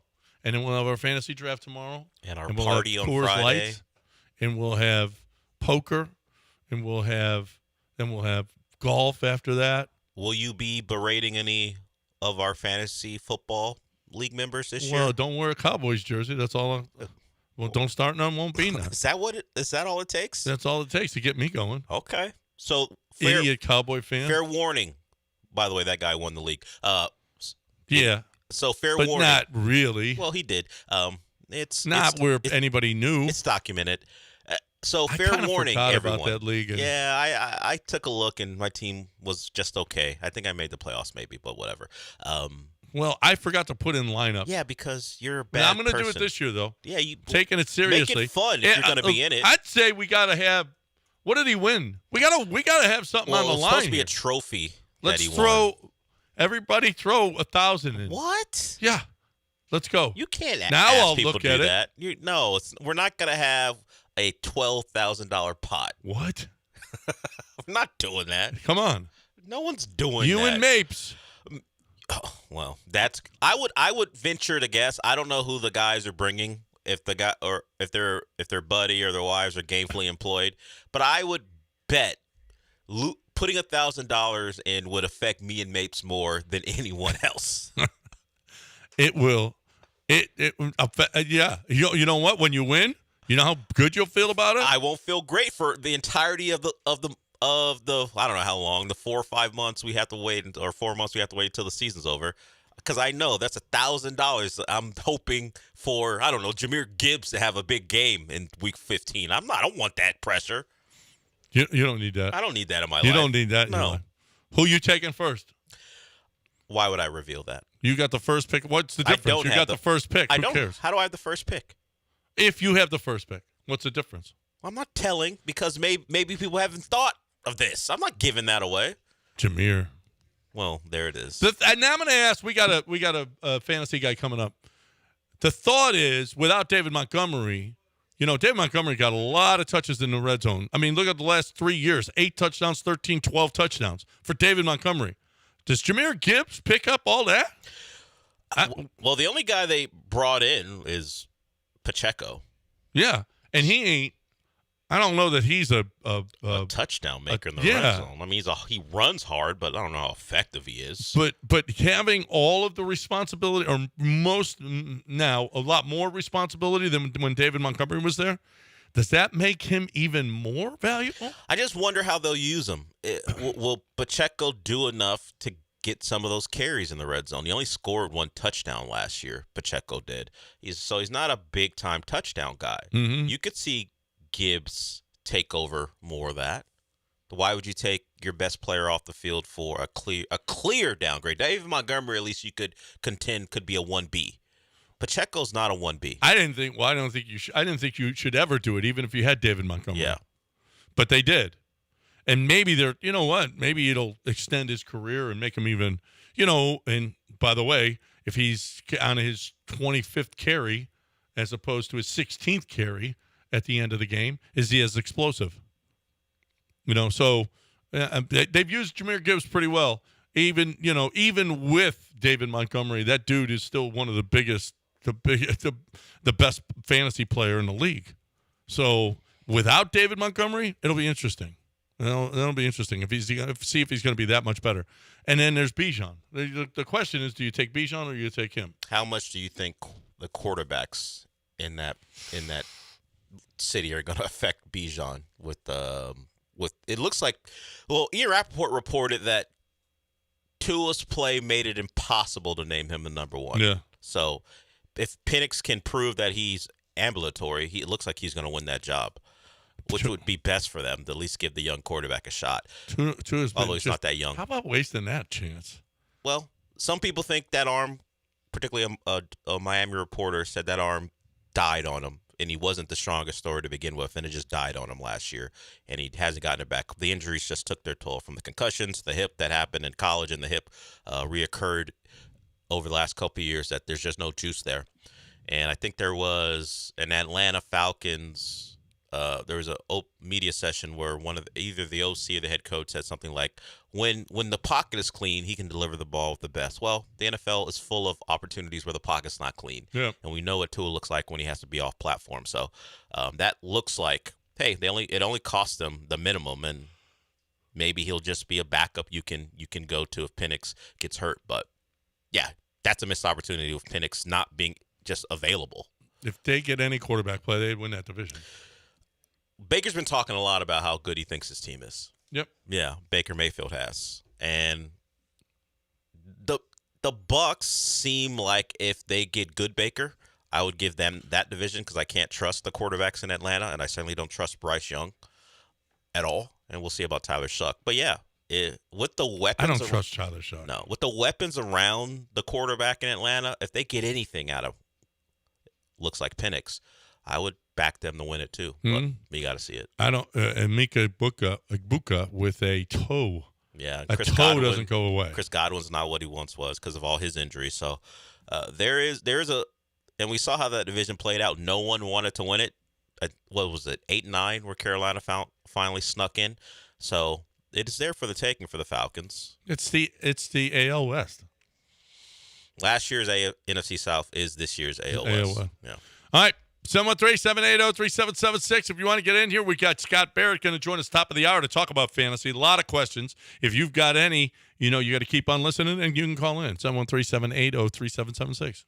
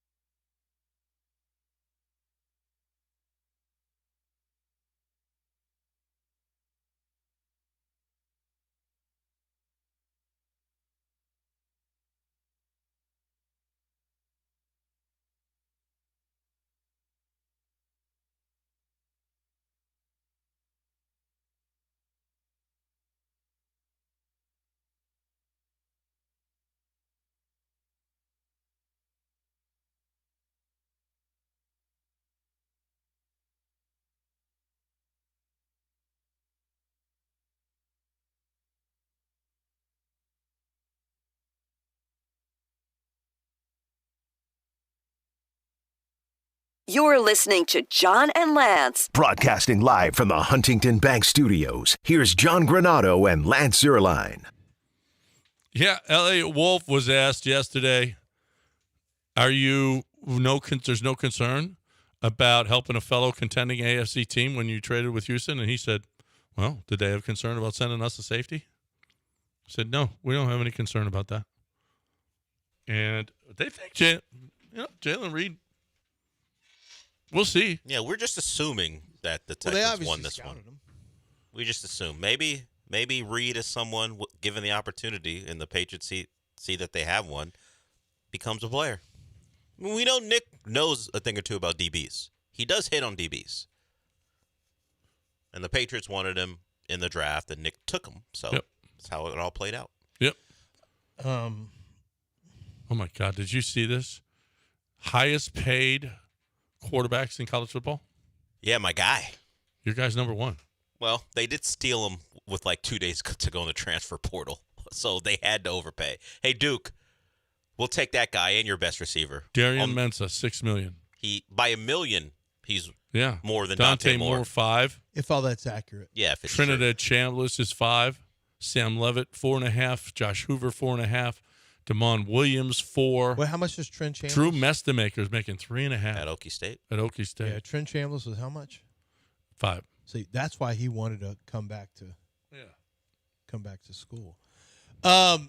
You've got I don't think we've hit on this unless y'all did this last segment I missed, but the Big Ten and SEC have both come out and said, we're not having fifth-year guys. Basically, they already operate. They're already operating outside of the auspice of they're making their own rules and saying their own stuff now. They basically shamed Texas Tech. They did everything they could. Well, they didn't say not fifth-year guys. They said any pros. You can't have been in the pros. Okay, yeah. Right.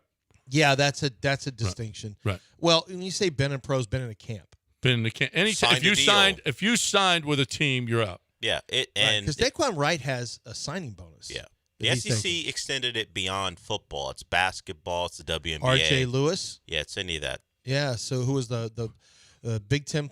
Big he was a Big Ten player of the year. And then St. John's, and he was going to go to LSU. Yeah, his transfer portal photo, like the graphic of him, was in a Celtics uniform.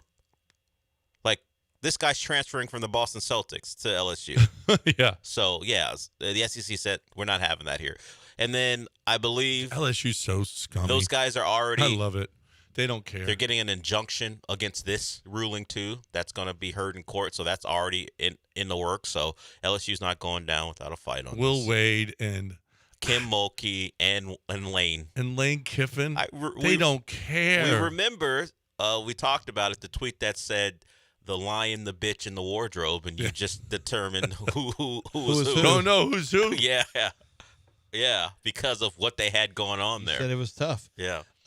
So basically this is the real fears that the SEC and the Big Ten would eventually just say, we're power conference.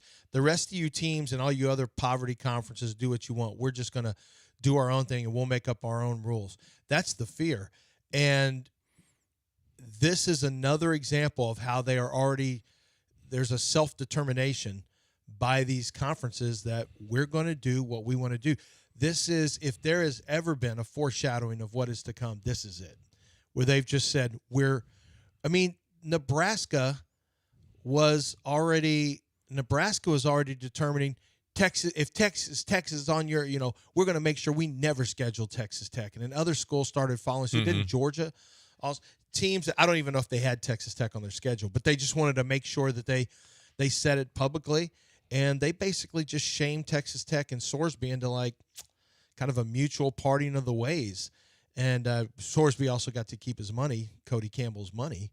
I don't think that got clawed back at all. I talked to his agent the other day. I said, what's Sorsby doing? He said, well, he's just right now going to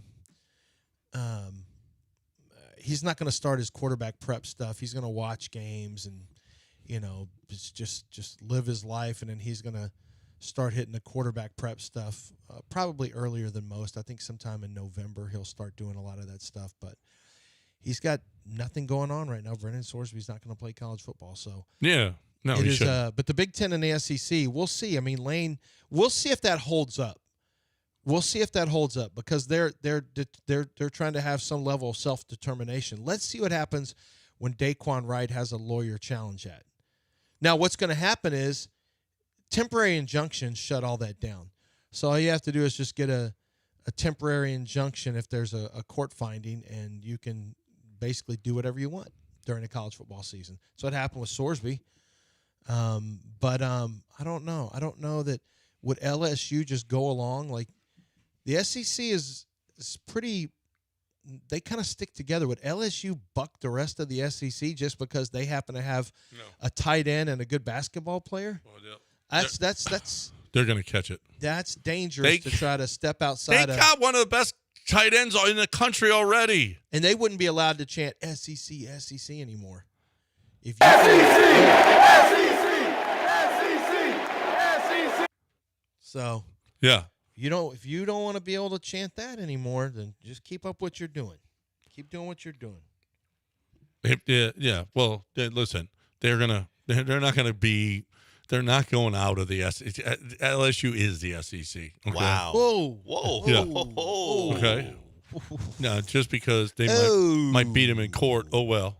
All right. Goodness. Yeah. LSU is the SEC. LSU is the SEC, said yeah, John that's Granado. right. You got that right. You got that right, brother. Wow. Man, how about this? Lance finally came through for his brother here. I know. Got me a chair. My Keyshawn is nice again. All right. That's what you're calling it? That's a relax the back chair. These are not cheap. Yep. I've had this one since I started here, and I still have it. Why do you use that one and not this one? Because that one's too high. Oh, no, it's perfect. It's really high, and I got to put this other thing on it. It's like a bar where you can rest your feet. But they're finally came through. How comfortable are these 25, 27 years. How comfortable are these chairs? They're great. I saw John sitting on a freaking thing of paper towels. Look at this. He was to literally make it softer. sitting on paper towels trying to make his. And he's got this chair standing back up, there. and his back is Why hurting. Are you operating like you're Phil Jackson? No, he's stretching, and I said, let me Phil just Jackson. give him my second. I'm the Phil Jackson of this show. I got a second Champion. chair in there that literally has lumbar support. Let me just roll it in here. Well, to him. he's criticizing you for waiting so long to About get time it. you thought of. What? Here, I'm looking at this. Okay. Is Travis Hunter playing any offense this year, or is he all defense? So they are. Jaguars are going to play him. The Jaguars are going to do what I told them to do during the draft. Play him as a cornerback and then sprinkle him in as a wide receiver. Mm-hmm. Yeah. And so he's going to get, you can't. I mean, you can't even take him as a late pick. No. Nope. You can't even take him as a late pick. Yeah. Parker Washington you can take. Parker Washington. Don't even, why are you bringing up that name? Guy's way better Keep than. him secret. Yeah, guy's way better than. Love than me I some ever Parker expected him to Washington. be. Love me some Parker Washington. I'm going to grab him in a couple of different leagues. We've got, look at Sonny. I watched it the other day, too. Let's get him in here to talk about the Bottle Rocket movie. What do you say, Sonny? Hey, good morning, guys. I wanted to call in real quick and see if John finished Bottle Rocket. What? You finished Bottle Rocket. I did finish Bottle Rocket. Ines, the love story with Ines yeah, and Dignan. It was. Yeah, great movie. I love that movie. I actually live close to the Hinckley Cold Storage. I drive by it every day, and think about Dignan and the final heist at the end. But also, that settles the debate because there is a line in that movie when Dignan asks Anthony if he wants a pump on his bike, his little moped. He did. And, I he heard says that. something Like, hey, I'll give you a pump. Come on. Yeah. So, I saw that and I went, settled. what?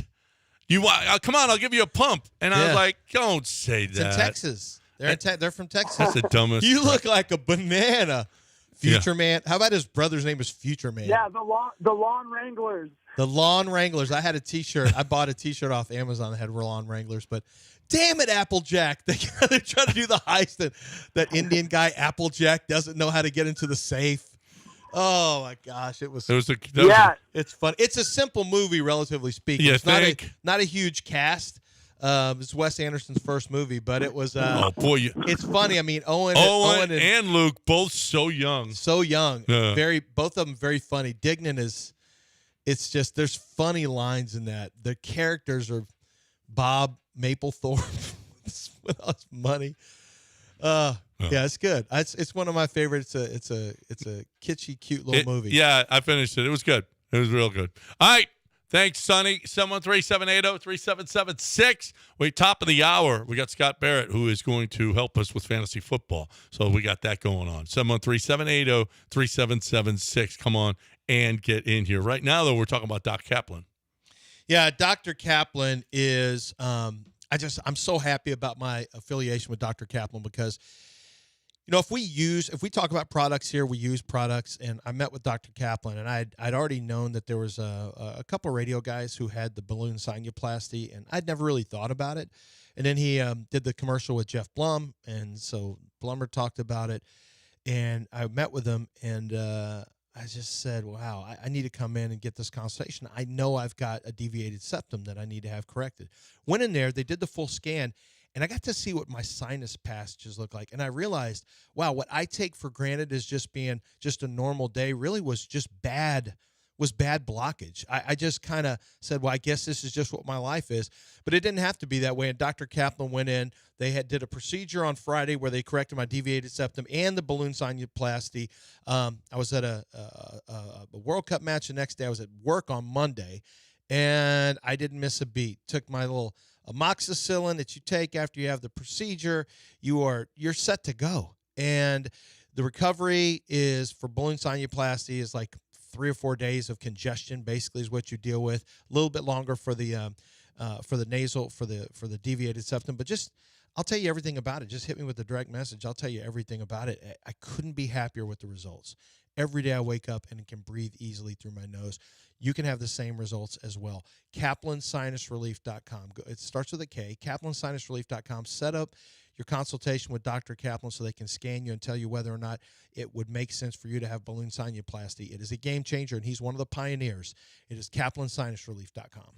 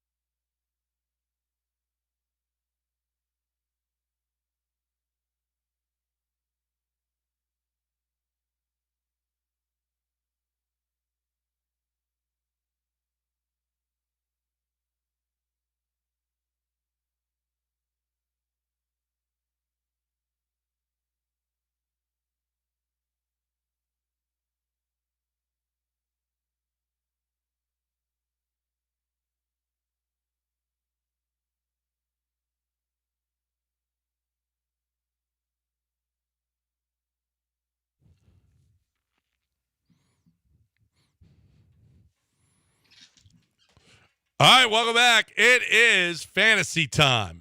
And any little edge you can get for your draft, it's kind of a big deal. It could make you a winner. And Scott Barrett is a follow because he has got some great information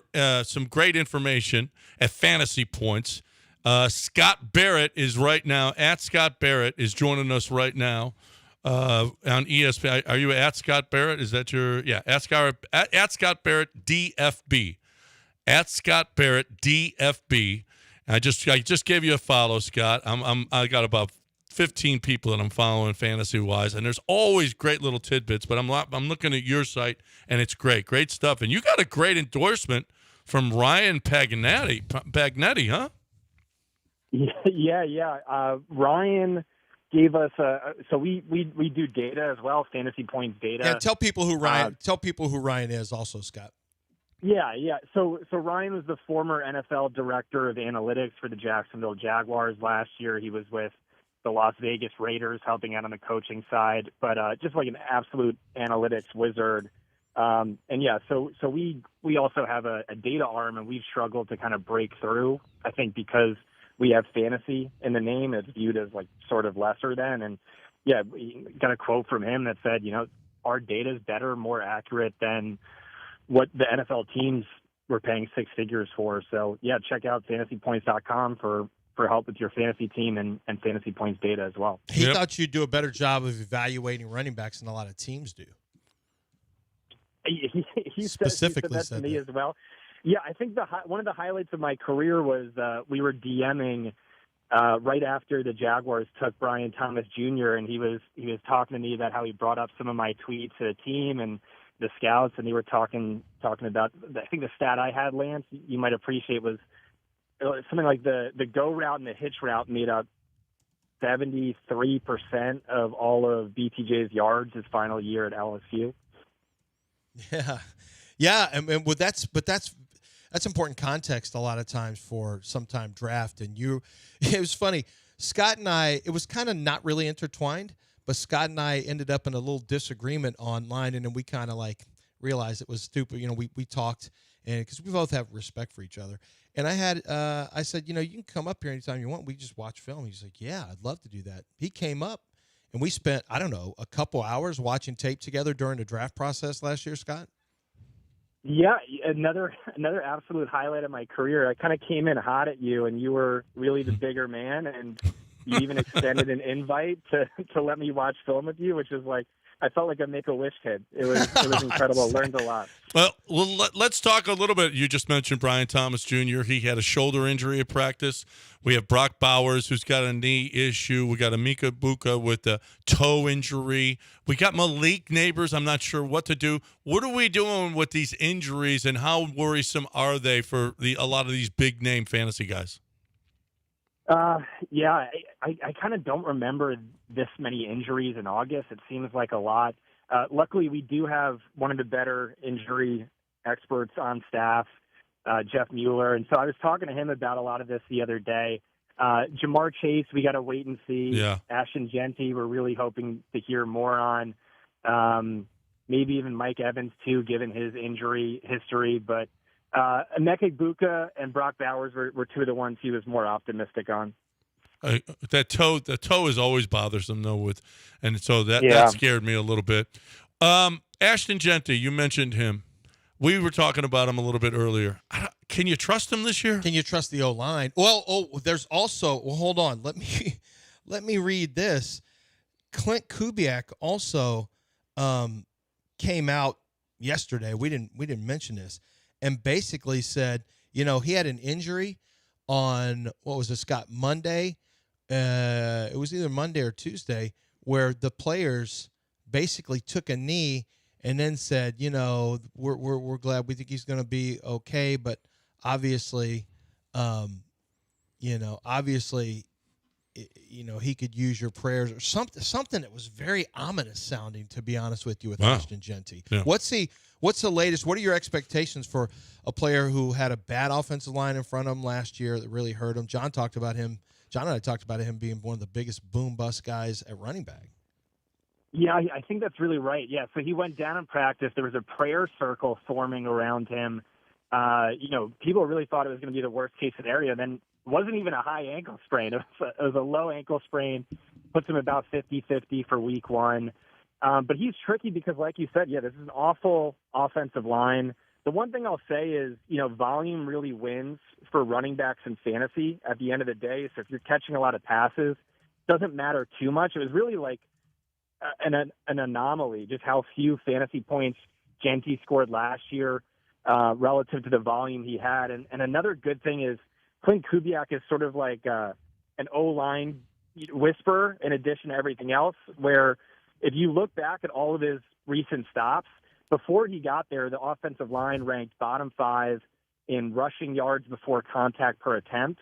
And then his first year there, they were average to slightly above average. You're the O-line expert, Lance, but do you think maybe just with better coaching, he could help elevate what's really on paper probably like a fringe bottom 7 unit? Yeah, yes.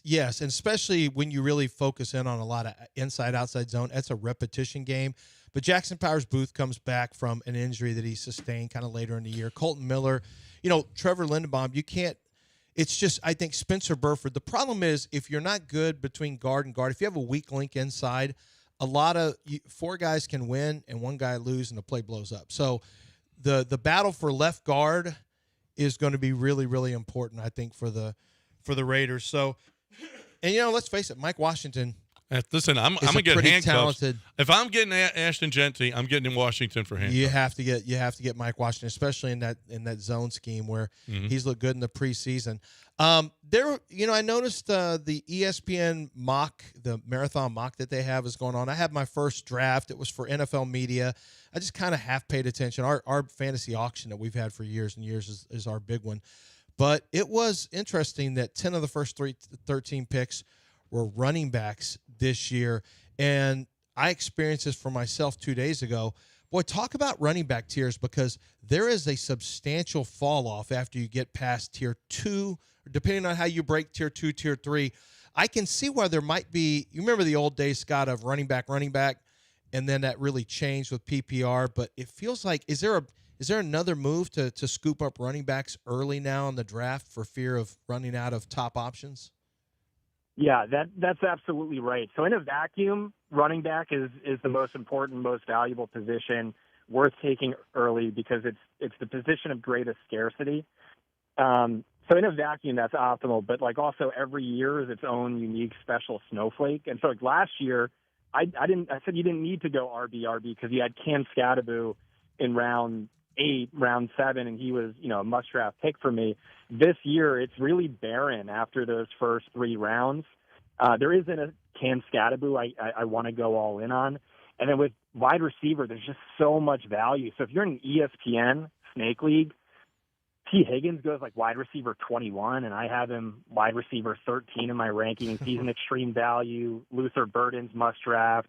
In the later rounds, Josh Downs, Chris Godwin, extreme value. So you could really get away with not drafting a wide receiver early, but you can't do that with running backs. Tell Dell. I got a feeling this will mean something to Dell. Tell him what you call your special fantasy players that you think unlock all the power. You got a special name. Yeah, so those are my Exodia picks. I get 5, and the whole thing is if you draft, and so you're in an auction. This is perfect for it. If you get all 5 of my guys, you basically automatically win your league. It's a very nerdy Yu-Gi-Oh reference where if you collect all 5 Exodia cards, you automatically win your duel. So I love that. So I was looking. So you automatically win, and we can find those on your. Don't tell them where, Scott. Yeah, I've already downloaded it. I don't want John to know. Those, Scott. Well, then do your own work, John. I got a couple of questions for you. You got the first pick, Jameer or Bijan? That's Gibbs for me with the first overall pick. He averages 28.5 fantasy points per game in games without David Montgomery. Yeah. Is he going to be more, or are we going to see Pacheco on the field and sharing with him? Was he more effective because Montgomery was there? Because we talked about this. He fewer touches. Maybe he was he was feeling even better later in the game. Or is he going to be that much bigger, that much better without David Montgomery? Well, in fantasy, especially in a half PPR or full PPR league, you really just want those more touches. It's very rare that a running back gets more touches and is worse off for it. And, just the efficiency already. He was, top 3 in fantasy points per touch, fantasy points per snap. And you have Dan Campbell talking about, hey, he's going to carry the load for us. He's going to be our bell cow. I really see Gibbs potentially having a year like LaDainian Tomlinson used to have, or prime, healthy Christian McCaffrey, where it almost feels impossible to win your league without him. How much do you trust Kyle Pitts this year? Who? I'll be honest, not at all. That's one of my big fades. He only has one 100-yard game over the last 4 seasons. There's like 28 tight ends who have as many or more. And then in games Drake London was healthy last year, he averaged only 10 fantasy points per game. Tua Tagovailoa does not look good. All reports are kind of awful. So he's actually a big fade for me. I want to follow up on that, John, because I'm gonna mention you mentioned one tight end. I'm going to mention 3 more tight ends, and you tell me where you are on these guys, because it has always been an important position, because there's been a definitive cutoff after maybe the top 2 tiers, and that's a big advantage if you go get one of those guys. Travis Kelce, George Kittle, Sam Laporta. Where do you see those 3? Travis Kelce, I'm not too bullish on. So the number one thing to know for fantasy is upside is everything. Upside is so much more valuable than downside is detrimental. And at this stage of his career, I just don't see a ton of upside for him. Sam Laporta, George Kittle, I see a ton of upside, especially at their costs. They're a little deflated due to injury concerns. So the value is phenomenal. George Kittle, over the last 2 years combined, averages the exact same fantasy points per game as Justin Jefferson. Jefferson goes in round 1. George Kittle goes in round 10. And then Sam Laporta, he's always top 3 in fantasy points for route run. And now he gets Drew Petzig, who historically, full-time tight end, rarely coming off the field. So I see a big volume boost. And even if that's wrong, just the floor is high in that offense. But yeah, George Kittle, absolutely must draft. And then on ESPN, Tucker Kraft is another really good value. Well, I had Tyler Warren in both of my. I thought he was my must-have guy last year, and he was great with Daniel Jones, and then not without him. Where are you on Tyler Warren this year? Well, that makes sense. He would not be good without Daniel Jones. He had a literal grandfather as his starting quarterback. But up until that injury, the fractured fibula, so like week 10, he was averaging more yards per route run than rookie season Brock Bowers. He was leading all tight ends in receiving yards or behind only Trey McBride. And yeah, this was like a phenomenal prospect. He set the record for most yards from scrimmage by any power conference tight end ever. And then, like I said, last year, he's breaking leagues and, just ran bad with quarterback injury luck. I don't like drafting tight ends that early just because it's running back, wide receiver are the premium positions that matter more.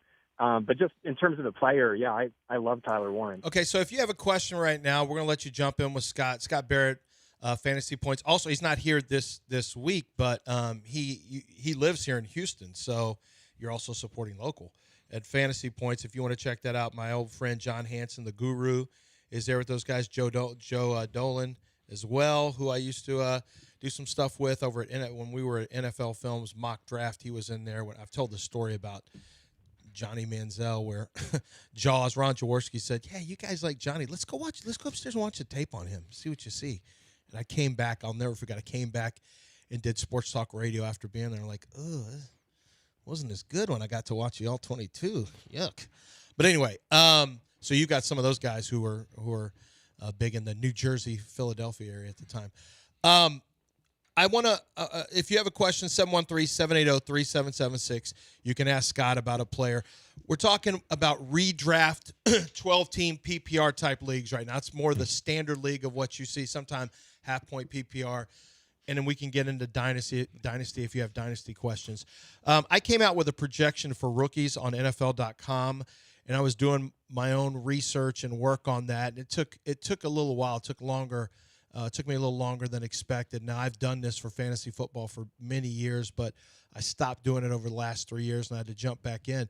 It's tricky now because it feels like things for this draft class are a little unsettled. And I'll give you a couple names that are like Dejon Stribling from San Francisco with the 49ers. Especially if Mike Evans isn't healthy. And let's also talk about Carnell Tate, who is, I guess, wide receiver 2, I guess, with Cam Ward.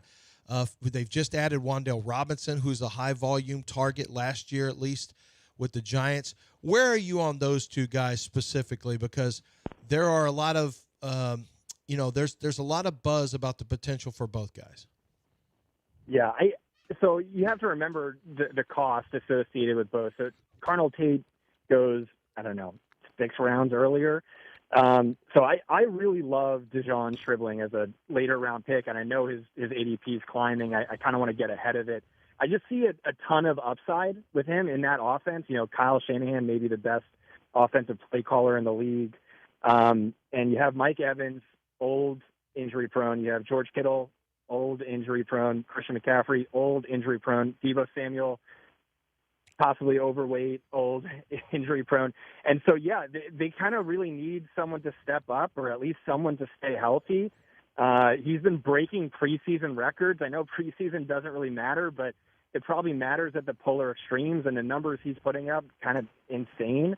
And it's just a great offense you want to stay invested in. So I'd love to know where you were at on Dejon Stribling, because my analytics model wasn't super high on him. No. People are upset. People Where think did you come in on Stribling? People think I'm too low on him, but when I look at I obviously have to look at usage. I look at where he's best and where what he. So I take my draft stuff, then I try to meld it with expectations inside the offense, and I try to meld it with depth chart type of stuff. And I'll pull it up here in a second. But everyone thinks I'm being too low on him. But when I really look through, and George Kittle, I think, is going to be a bigger part. You're obviously going to continue to get McCaffrey with a ton of targets. I just think people are running a little too wild with his target count, to be honest with you. And that's how I've got him with it's pretty low. I have 36 catches, 543 yards, 3 touchdowns. I've got a best case and a worst case scenario that I had to write. So I said, best case, Stribling proves why the Niners were enamored with him during the draft process, using his long strides and speed to create windows for Brock Purdy over the second and third levels on his way to a 6-touchdown season, 600-yard season. Worst case scenario, as Mike Evans that's another one. Listen to these mouths. These are Christian McCaffrey, Mike Evans when he's healthy, if he's healthy, George Kittle if he's healthy. They added Deebo Samuel. Brock Purdy knows. I mean, Mike is Mike. He's never thrown to Mike Evans, but these are all hogs when it comes to targets. These are all target hogs. I'm not sure where all the touches are going to come for Stribling. Right. If you're projecting everyone to stay healthy, there's really not. But it's the contingent upside he offers should one or multiple of those names go down. And, how it's been, the 49ers is typically, those guys are – one of the stats I had was when George Kittle, Christian McCaffrey, and the left tackle were all on the field together, the 49ers EPA per play was twice as good as any other team. It's just that combination of players have been on the field together only 13% of their total snaps over the last 2 years, where, conspiracy theories about the electrical substation or what, but they're really just, one of the top 3 most injury prone teams 6 years in a row, where if they just had average injury luck, Kyle might have more Super Bowls than Patrick Mahomes. But back to fantasy. Yeah, it's just I do think there's a really good chance he's available on waivers, and you didn't need to draft him in week 4. That's kind of the risk I'm seeing. But I think he has really good odds of being a championship winner, a league winner in the second half of the year. But he may need to a good run out with injuries. We've got Scott Barrett at Scott Barrett DFB with us here this morning on ESPN 97.5. Malik Neighbors, where you got him ranked? I see everybody's got him low. Where you got him? Yeah, I'm pretty bullish on him. Wide receiver 12. And again, this goes back to upside wins championships in fantasy. Upside's everything in fantasy.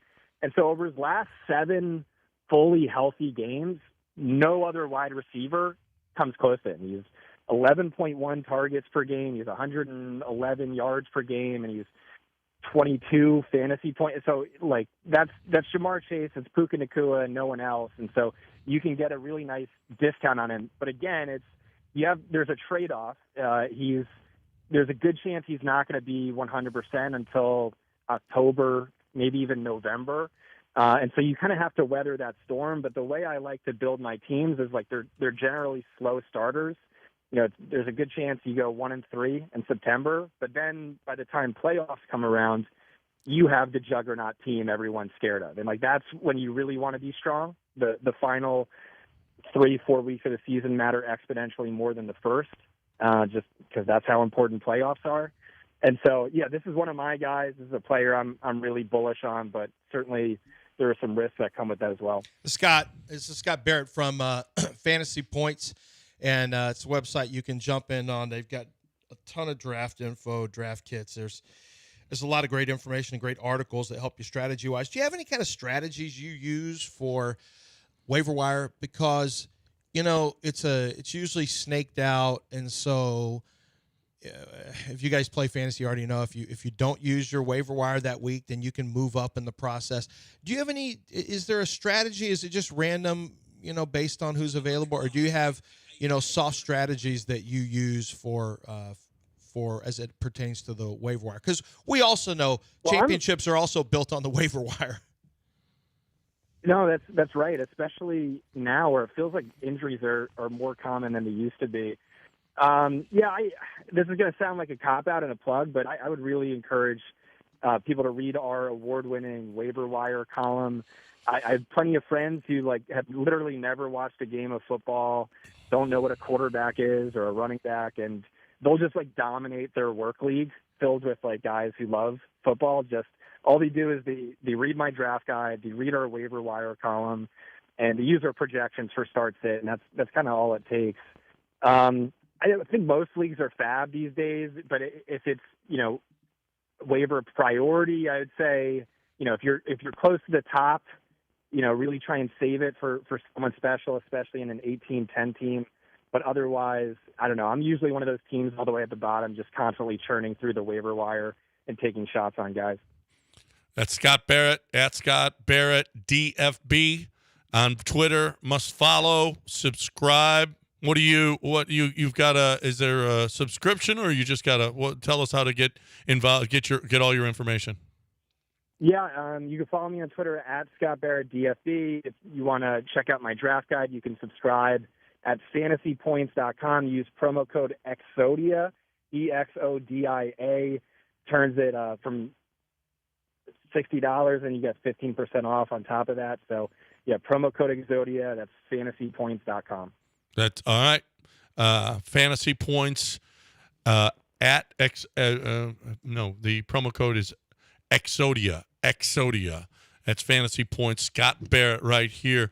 We got to have next back week. on. Yeah, Scott will be back on next week. Because we're still a lot of drafts. The following week is that's both of our drafts. Yeah, the following week, Labor Day, and then the following day. I hate early drafts, Scott. I mean, well, we got to break it now, but we'll talk about that next time. Yeah. These early drafts piss me off. Well, we're not doing any early drafts. I know we don't, but I see other people doing. Like, you guys really think no one's getting injured? Yeah, right. In camp? Right. Scott Barrett, Fantasy Points. Thanks, Scott. We'll talk to you again next week. Thank you. All right. Time to talk a little HRP. HRP.net. HRP is where I just saw. Matter of fact, Laura Beavers just came. She was walking in when I was walking in this morning.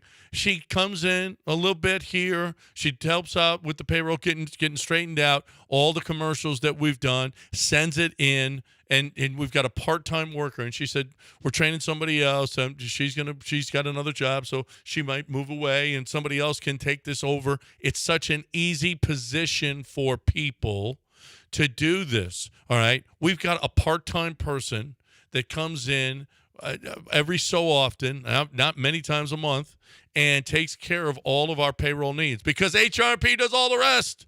HRP does everything. All right.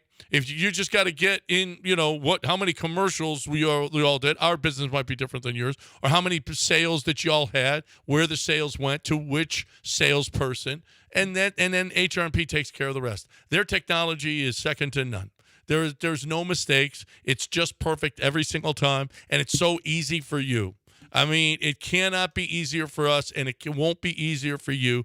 All you need to do is go to hrp.net, start the process, let them come and tell you how they can make your business better, make it so much easier, the bottom line where you're winning. hrp.net, 281-880-6525 or hrp.net.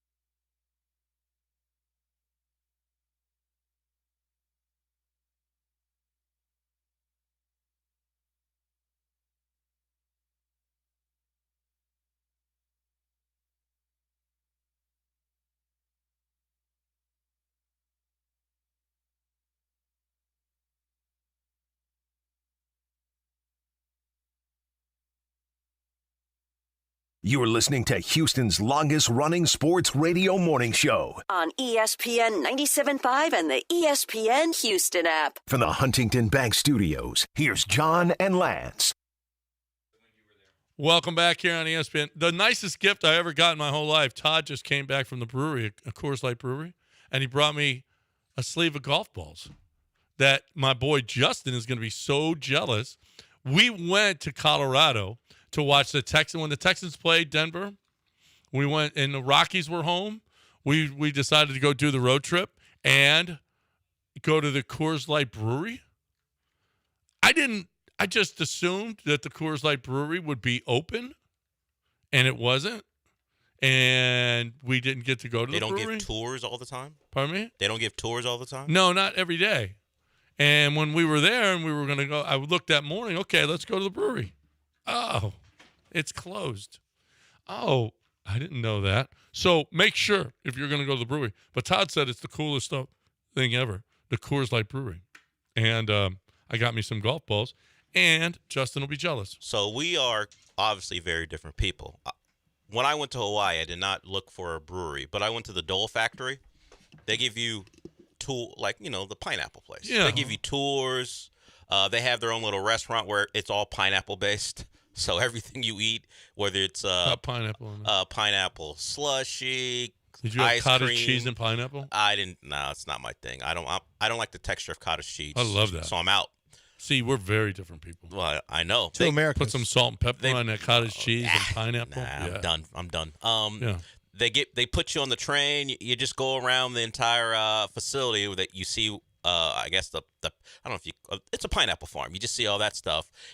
It's fun, but at the end of the day, it's just a factory, and it's just pineapples. I mean, that's why I would feel like but you are so passionate about beer. It's like it would be different for you. I enjoyed it. I got one of their famous pineapple. I forgot what they officially call it, but it's kind of like a pineapple smoothie, but they have a different name for it. It's great, but at the end of the day, it's just a factory. I went to a cigar rolling factory in Cuba. That was different. You're in Cuba, and there's these guys there. So we find out that every guy who rolls the cigars get 5 cigars every day when they roll, and they can have this to for themselves or maybe to sell outside the factory. Yeah. Right. And but we didn't find it out until we're in there, and these guys are making eye contact with us, and they're making their 40 cents a day working in communist Cuba, and they were making eye contact with us, and then you if you look for too long, they'd go, "Hey." They're basically trying to say, "You want these cigars? I'll sell you these cigars outside." And we're like, "I'm in literally Cuba. I don't want any problems at all. No. I want no problems. Counterfeit. No. No problems at all. They're going to sell me cigar. I don't want any problem. I'll buy them from the gift shop if I want them, or from the shop. I don't want any problems of trying to, illegally. I don't know if I don't want to mess with the Cubans at all." And on that trip is when Trump literally toward the end said, Americans can no longer go to Cuba. And we're there. Like, hey, we can come back though, right? Because this is the hottest place I've ever been on the planet. Cuba in the summer was hotter than New Orleans or Houston. I've been in 2 terrible places when it comes to heat and humidity, and Cuba was beating the brakes off of both of them. And that was very nerve-wracking to have people trying to sell me stuff, like very quietly, like get my attention. Hey, I got to hook up for these cigars. Like, I don't want any problems. No. I want to do things exactly by the book.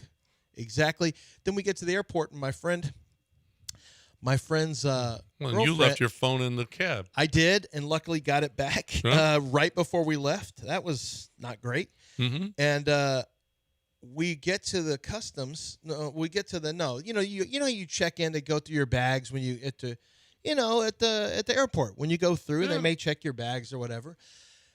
And they told my friend's girlfriend, they said, "You've got they told me you got a wire hanger in here. You can't bring this on." I'm like, "Yes, sir." I took my stuff out. Like, I'll just throw this in the bag. I'm good. Anything, whatever you say. Just trying to get out of here. They told her you can't have fingernail clippers on.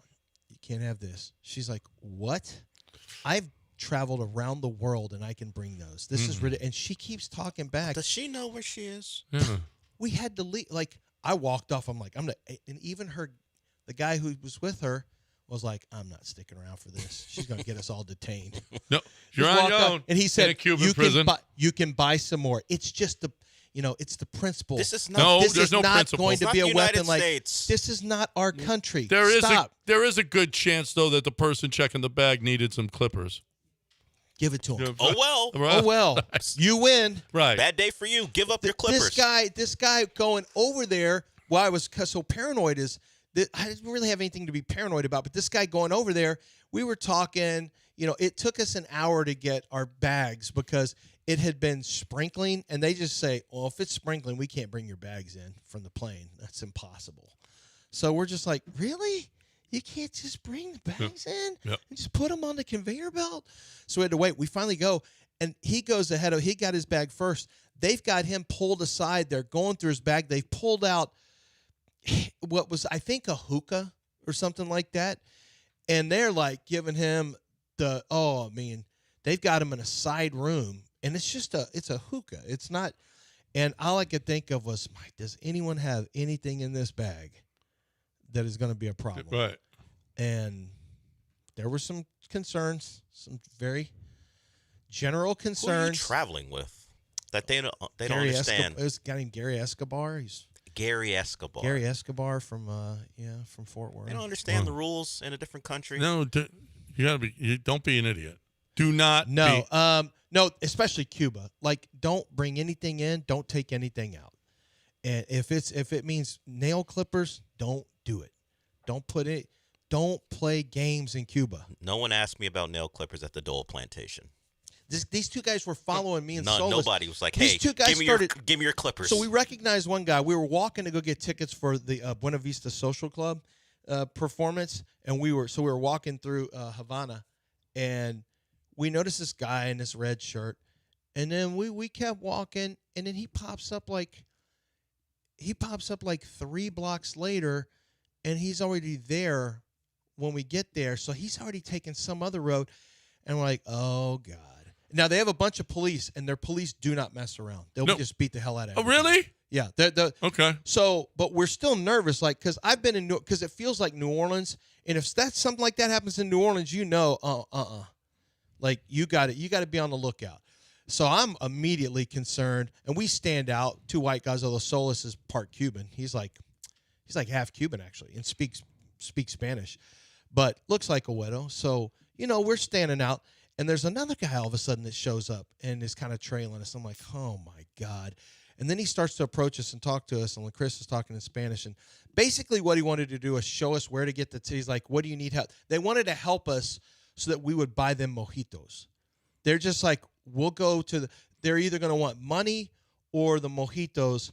And I'm like, yeah, let's just, we knew where we were going. Yeah, show us where to go. And we'll buy you a mojito. That's good. Absolutely. I don't want any problems in Cuba. John, you met a friendly guy and his buddy when you were a young man in Europe, right? At a train station? He's very friendly. He's very friendly. Very friendly. Where was it? In Yugoslavia? No, it was in Nice. Yeah, at the train France. station. That's right. All right. For those who didn't hear that story, too long. We got a break. Let's just say there. In a different world, John Granado's not doing this job. No. If things had doing this job, John Granado doesn't I didn't make want it to get past so dark. 21 years old. I didn't want to get too dark, but that was in play as well. There was a good chance that there was no John Granado 22-year-old. He'd been sold into sex slavery. Yep. Would have been it's a living. Not the one you're looking for. Who do you think I'm are the not clients? sure where would I have made more money. Where would I have made more money? I guess you haven't seen enough longevity, movies. Clear here. This was the spot. Absolutely. You would have ended up on. I'm doing this a lot longer than I would have done that. Something like Saw. Yep. All right, we're done. Hey, taking a break. Don't go anywhere. ESPN 97.5.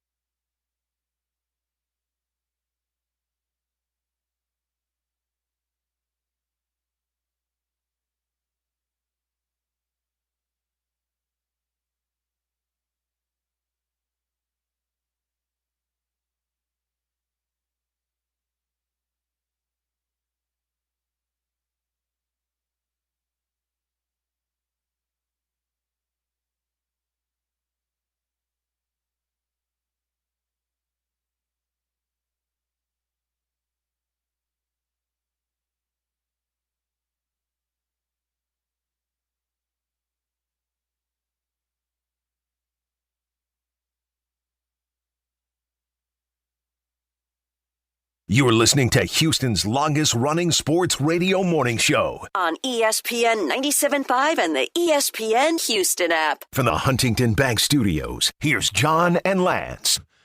I mean, LSU just don't care who they sign. Did you see this story, Kim Mulkey's story?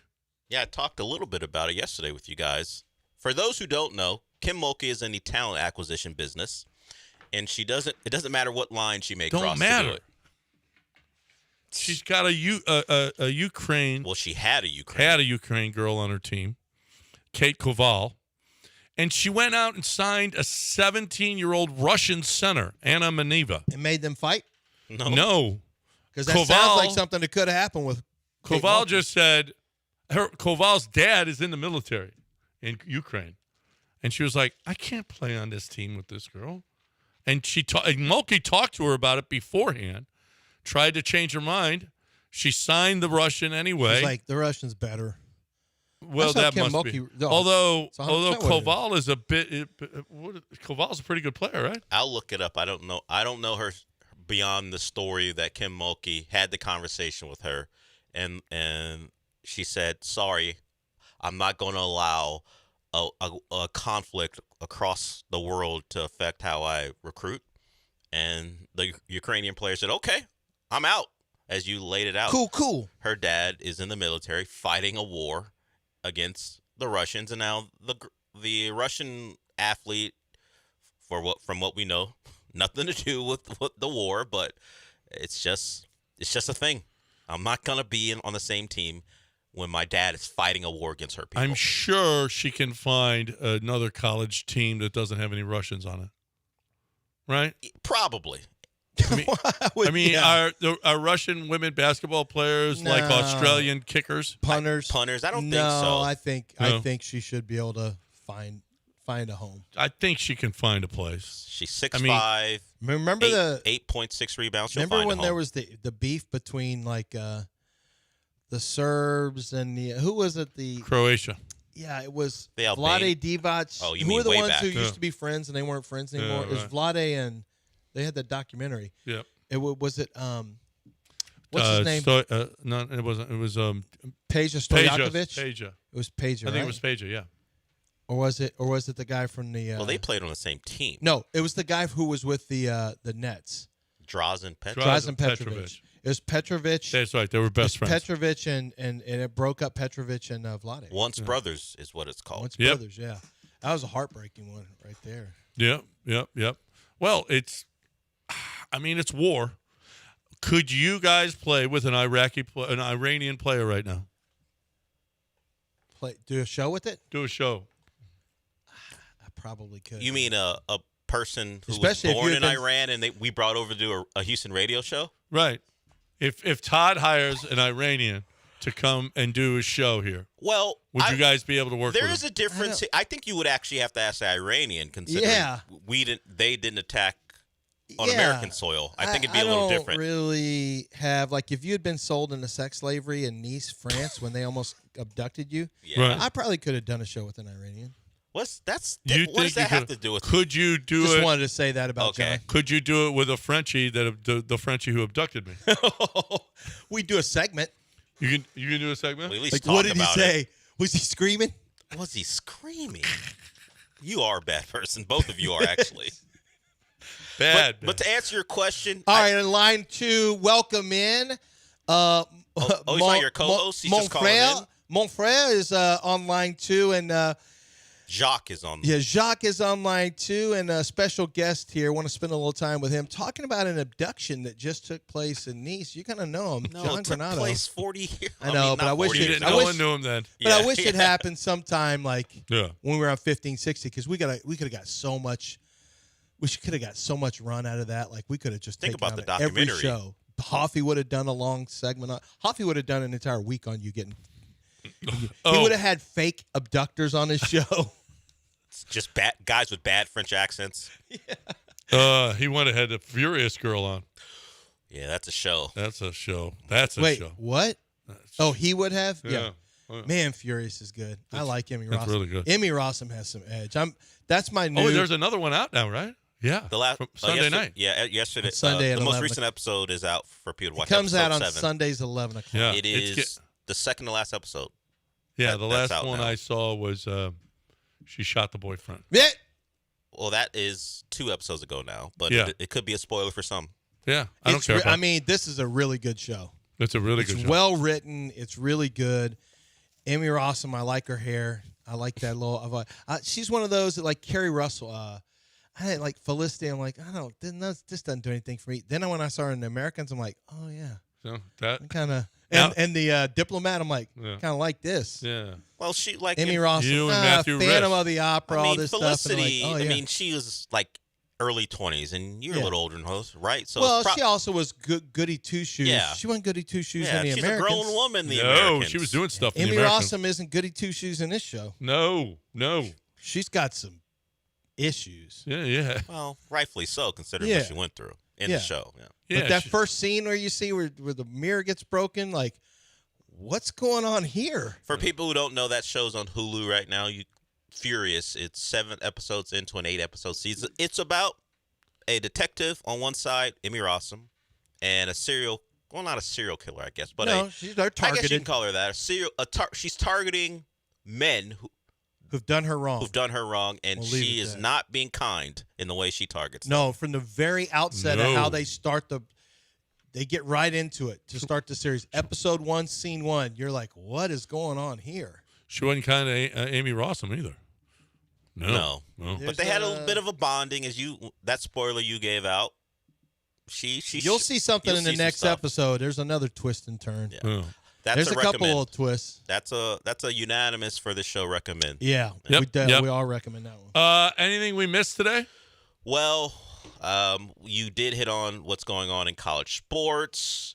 That all the conferences are bonding together to say no more pros. The Vince Young documentary is out Yeah. on Netflix. Yeah. Anything else? Well, y'all don't care. Calvin Austin's out for the year. He tore an ACL. The Giants. What is he? A slot receiver for them? Oh, Ruben Bain also has an AC sprain. He's expected to be ready to go for He is week my 1. pick for Defensive Rookie of the Year. I've won that 3 consecutive years. What did you win? Last year. Do you make bets? I was able to make other people money. Got it. My picks Well, whenever I wrote the articles. You picked him 3 years, not one. Yeah, well, I picked. Yeah, Right. I had Will Anderson, not the hardest.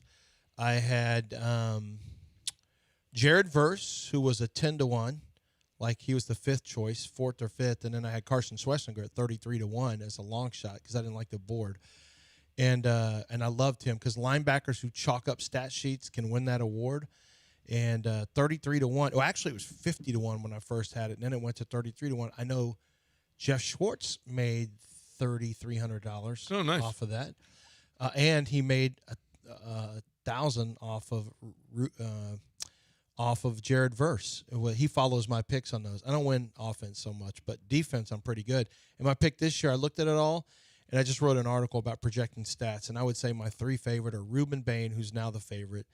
But what about the injury? I'm not too worried about It's that. minor. That's what they're saying. Caleb Downs, I think, is going to. Do you know? I don't remember this. Go look at Jalen Petre's rookie year.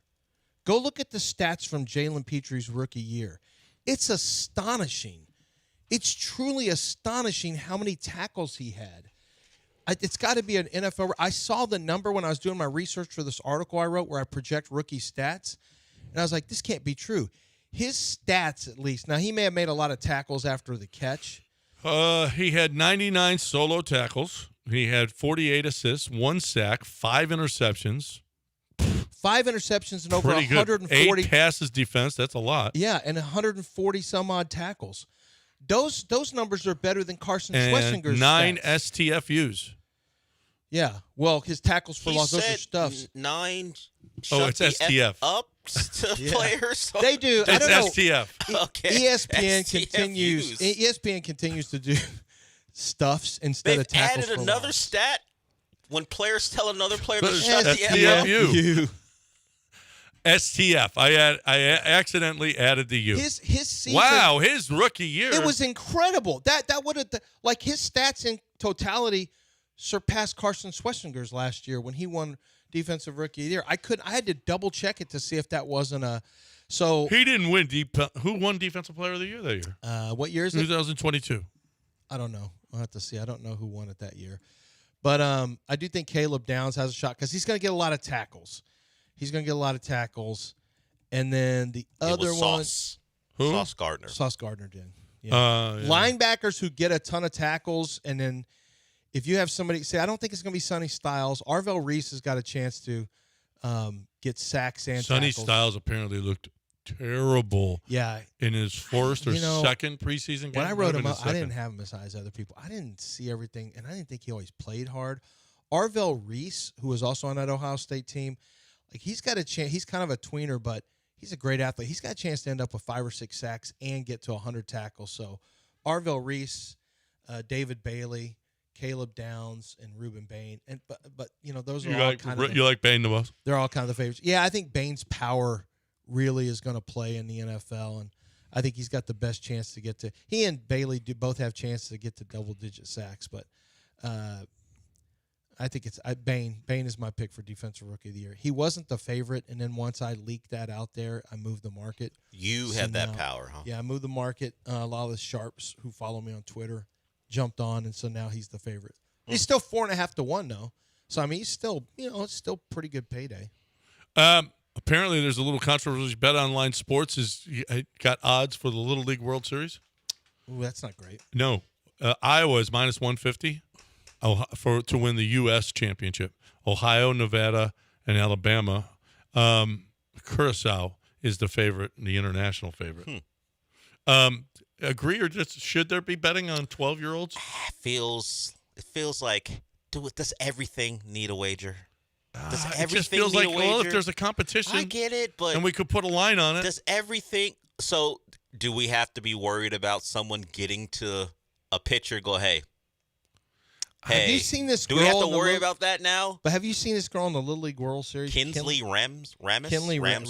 Rasmus, excuse me. It's Colby Rasmus's daughter, probably. That's not true. And one day after she tied the Little League World Series record for strikeouts by a girl, I guess they keep it by a girl, a 12-year-old shortstop and pitcher for Phoenix City, Alabama, broke the record for most total hits by a girl Tuesday with her 5th of the tournament. She is one of 2 girls competing in this year's tournament. Yeah. There's another girl doing it. And who did she pitch for? Kinley? Or the Alabama? Yeah, Phoenix City, Alabama. Yeah. Is that Kobe's daughter? No, Lance just says stuff. He just made that up. Lance just made that up.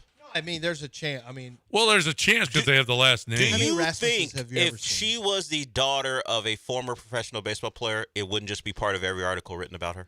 Is Kinley Rasmus No, it related says father. to Colby Rasmus? Uncle Kobe?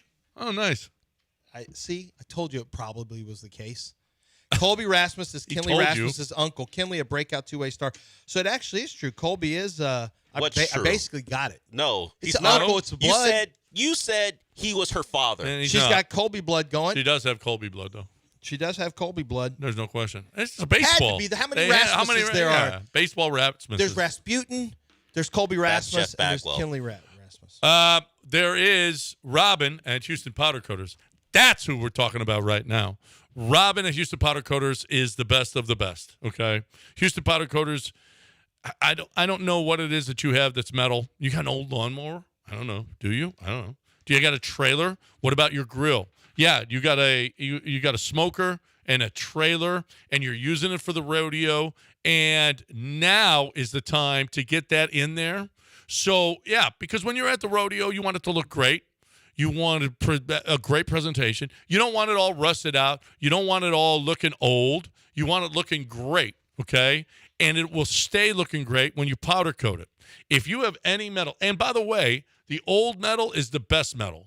Older metal is much better than newer metal. So keep that. If you can save it as opposed to buying something new, you win.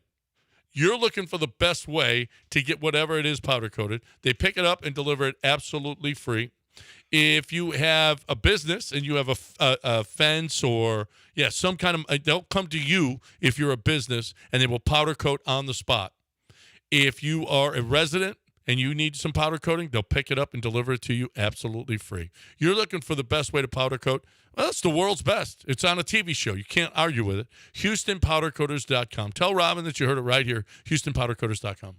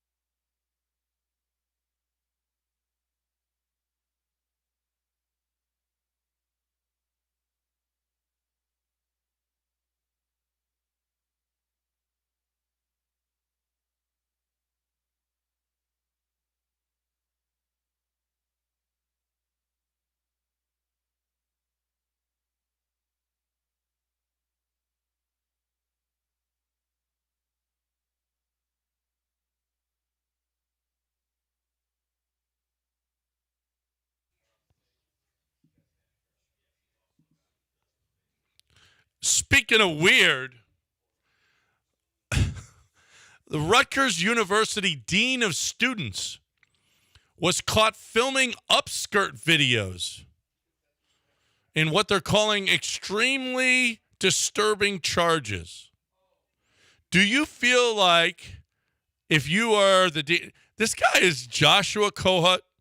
He's a good-looking guy. He's 51 years old, good-looking guy. And he's filming upskirt videos of students at Rutgers. Do you feel like if you're the dean of students that you should have some leeway here? Oh, I thought you might have asked, do you feel like if you're the dean of students, you should be in the business of protecting your students as opposed to exploiting them? But you went the other way. I thought, well, I'm just saying, should you get a little What leeway does he get? Well, I mean, he is the dean of students. Shouldn't he be He's a boss of them. Shouldn't he? He's the boss of them, okay. Shouldn't he actually be in a position where they come down harder on him, considering, you're the dean of students, not some random guy? You're not a rando? You're actually a guy put in place to protect them? Help these students through their college career. How about that? Yeah. Upskirt videos. Guys are still out there doing Upskirt video. Just seems a little creepy for the dean. A little? Forget about the dean. Who is it not creepy for? This is another Jed York situation. A man on probation drove to his probation office in a stolen car. Here's the thing. You got to get there. Like they will punish you for missing your appointment. You go back to prison. And so you got to get there. When you got to get there, you got to get there. How is he supposed to know they're going to check the tags and check the car when he just thinks he's pulling up to the parking lot? And he was on probation. What do you think he was on probation for? Stealing cars. Stealing cars. Yeah, so. Multiple thefts. I just feel like he's enthusiastic about it. You know what? Hey, everybody's good at something different. Do you know if he was trying to prove a point that prison doesn't rehabilitate anyone? Look, I went to prison for this. Look what I'm doing. I'm on probation now, and I'm still doing it. Prison's not the place you go to get rehabilitated. By the way, you guys are doing a really crappy job. Yeah. Right? And you're going to send me back to this place? You see what happens when I go to prison. I don't learn a thing. You know what I'm going to do next? Steal more cars. Yeah, in fact, I just learned how to be a better criminal. You just taught me. Except not a better criminal because you got caught again. All right, I got to go. It's how about you're going to get to your show on time today? Look at that. All it takes is you having a tea time. That's not it. I got a car waiting downstairs. Oh. Yeah. Uber Black? No, I got somebody picking me up. Oh, is Michael picking you up? No, Michael's not picking me up. It's time to talk about Aqueduct Plumbing Company. You know who's picked me up a few times? Billy Brown over at Aqueduct Plumbing Company. We're big fans. We love what Billy does. If you have any problem whatsoever, if you have any issues whatsoever, Aqueduct Plumbing Company is the way to go. We love what Billy has done for us. I had emergency. I had just regular problems. It doesn't matter. And Billy, how about this? Tommy Stark this week said, Billy, you're coming to my house, and do I get the free water heater? He goes, Billy's like, absolutely. We're going to give you a free water heater with the work we do. That's crazy. That is crazy. But that's what Billy does. Billy has been doing this, and there's a reason that he is so good at what he does is because he is conscientious about making sure that every job is done great. And he's not going to charge you just for showing up. That's BS. You're looking for a plumber. You got to have a plumber. 281-488-6238, 281-488-6238, or aqueductplumbingcompany.com. Tell them you heard it right here.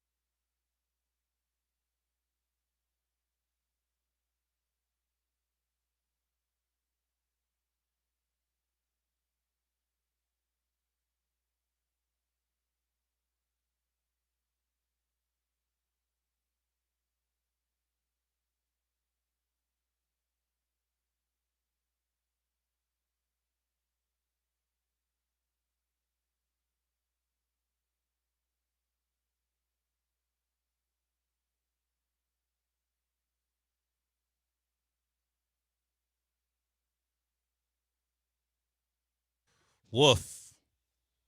I normally don't start the show with the sound of a dog, but not an actual dog. I mean, the dogs don't, when they bark, they don't sound like woof. But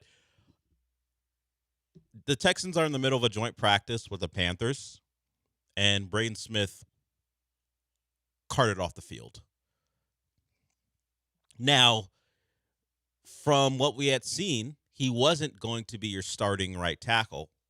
It appeared Trent Brown had won that job, but Braden Smith, a guy who was brought in to stabilize your offensive line and be your right tackle, in the Texans' final major practice of training camp, carted off the field. He was down on the ground, practice stopped, and he got carted off. So that's all we know at the moment. But that's tough. Whether he was going to be relegated to a depth piece at right tackle or he was still in a spot where he could win that job, now that's all up in the air, pending an MRI and what the final evaluation of his leg is. It is a lower leg injury, and that's what we know so far. Happened about 30 minutes ago in practice. And apparently Ali Gay is another Texan who was carted off the field as well. He is a backup linebacker. The Texans have had issues with backup linebacker. Guys getting hurt throughout this offseason and going into training camp. And there's another guy who can't get off the field under his own power. Looks like they were hurt at the same time. Because with joint practices, by the way, it's against the Panthers. So the narratives would have been about, hey, look, it's Bryce and CJ out there again. Who is who and where are they as far as their careers are concerned? Who's better? But as far as real serious conversations, the Texans lose two guys at the same time. And with joint practices, the offense versus defense for one team is on one field, and then the offense and defense of those teams are on the other field. So they get the reps that they need in these practices. So maybe within seconds of each other, two Texans go down, carted off. Maybe two guys who weren't going to start, certainly in Ali Gay's case, but two leg injuries for those guys. We'll see where they are. Neither one could put weight on their legs. That sounds bad. And it's the things we've talked about where you just want to make it through practice. You just want to assume practice is where you can't get hurt because it's practice and you're not having full contact stuff, and you just want to make it through the week knowing, hey, when this game ended on Sunday or Saturday or Monday, whenever the game was played, that guy walked off the field. I want to see him walk on the field the next time the team puts on the uniform, because how could he ever really get hurt in a practice? But training camp is the real serious threat, and the Texans have certainly suffered from it. Jaden Higgins last week, Braden Smith maybe this week. That's tough. We'll see what the final outcome is, but it doesn't look good for Braden Smith, who has a history recently of dealing with injuries. And all those conversations about what the Texans did to solidify their offensive line, they've changed pretty drastically over the last couple weeks. From Teller and Smith and Rutledge to Trent Brown's winning that job. Rutledge is still on the field, but he won't play center. And Evan Brown, a guy we didn't talk about, is now your starting center. Hey, but at least we got some depth at right tackle. Maybe not. Maybe not. The pivot to at least these guys, take out the price. Yeah. It's like these guys are just good depth pieces at the very least. It's like, the thing about that depth piece is now you don't have it. So, yeah, it is not what you want, like you said, like especially in like joint practice, training camp stuff.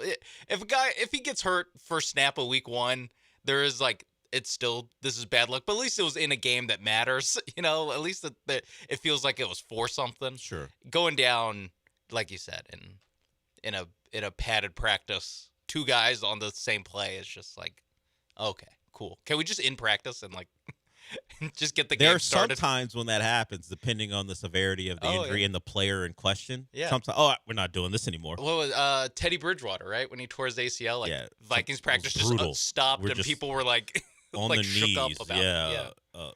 retching and crying. And this one, it appears practice continued, but ouch. Sorry, Braden Smith and Allie Gay. They don't love you like Teddy Bridgewater. No. Like the Vikings love Bridgewater. You're not the starting quarterback. You're not someone all the hopes of the franchise are being placed on. But either way, it's not what you want to hear or see. The Texans are suffering from some injuries, and while it has affected the backup linebacker core, the only thing that you could foresee stopping the Texans defense from being elite would be injuries, particularly because they didn't suffer very many last year. Guys were out there and played in games. The bulk of their impact players on defense just played. Very few missed games, and you would hope for that to continue. And so far, so good as far as your top line guys, but you are suffering some depth problems. And they signed a Houston Cougar yesterday to try to help on the defensive line at the end spot because they're trying to find some answers there. Because did we even mention that they did lose another backup defensive tackle, or excuse me, defensive end to a season-ending injury? I don't think we mentioned Dylan Horton going down. He tore his Achilles. I guess maybe we didn't mention it. It happened within the last 24 hours or so. Dylan Horton tore his Achilles, so he's out for the year too. So the Texans, their depth is getting tested, and they have to find ways to supplement guys who have been knocked out for the year. It's football, and these things happen. The Texans were able to avoid it last year. It appears that won't be the case this year, and now we're just hoping for no major injuries before Week 1 against the Bills with Josh Allen in town. I have a friend who was dating a big Bills fan, and she was considering coming because she spent time in Houston, coming to Houston for that game. I'm sure the significant other would have potentially come along. I was like, "You sure you want to watch Josh Allen get tortured in Houston?" Now she might be coming here just to see some of her friends. He would have come here just to watch Josh Allen have his worst game of the season, because that's all he does when he comes here. I was like, you sure about that? They decided, not for that reason, they decided that week wouldn't be the week they came. I was like, I don't know how he reacts when his favorite team loses, but that would have been a bad weekend for him because Josh doesn't have a good time here. And we're getting ever closer to Texans Bills Week 1. The Texans just have to survive. Can we just survive until Week 1?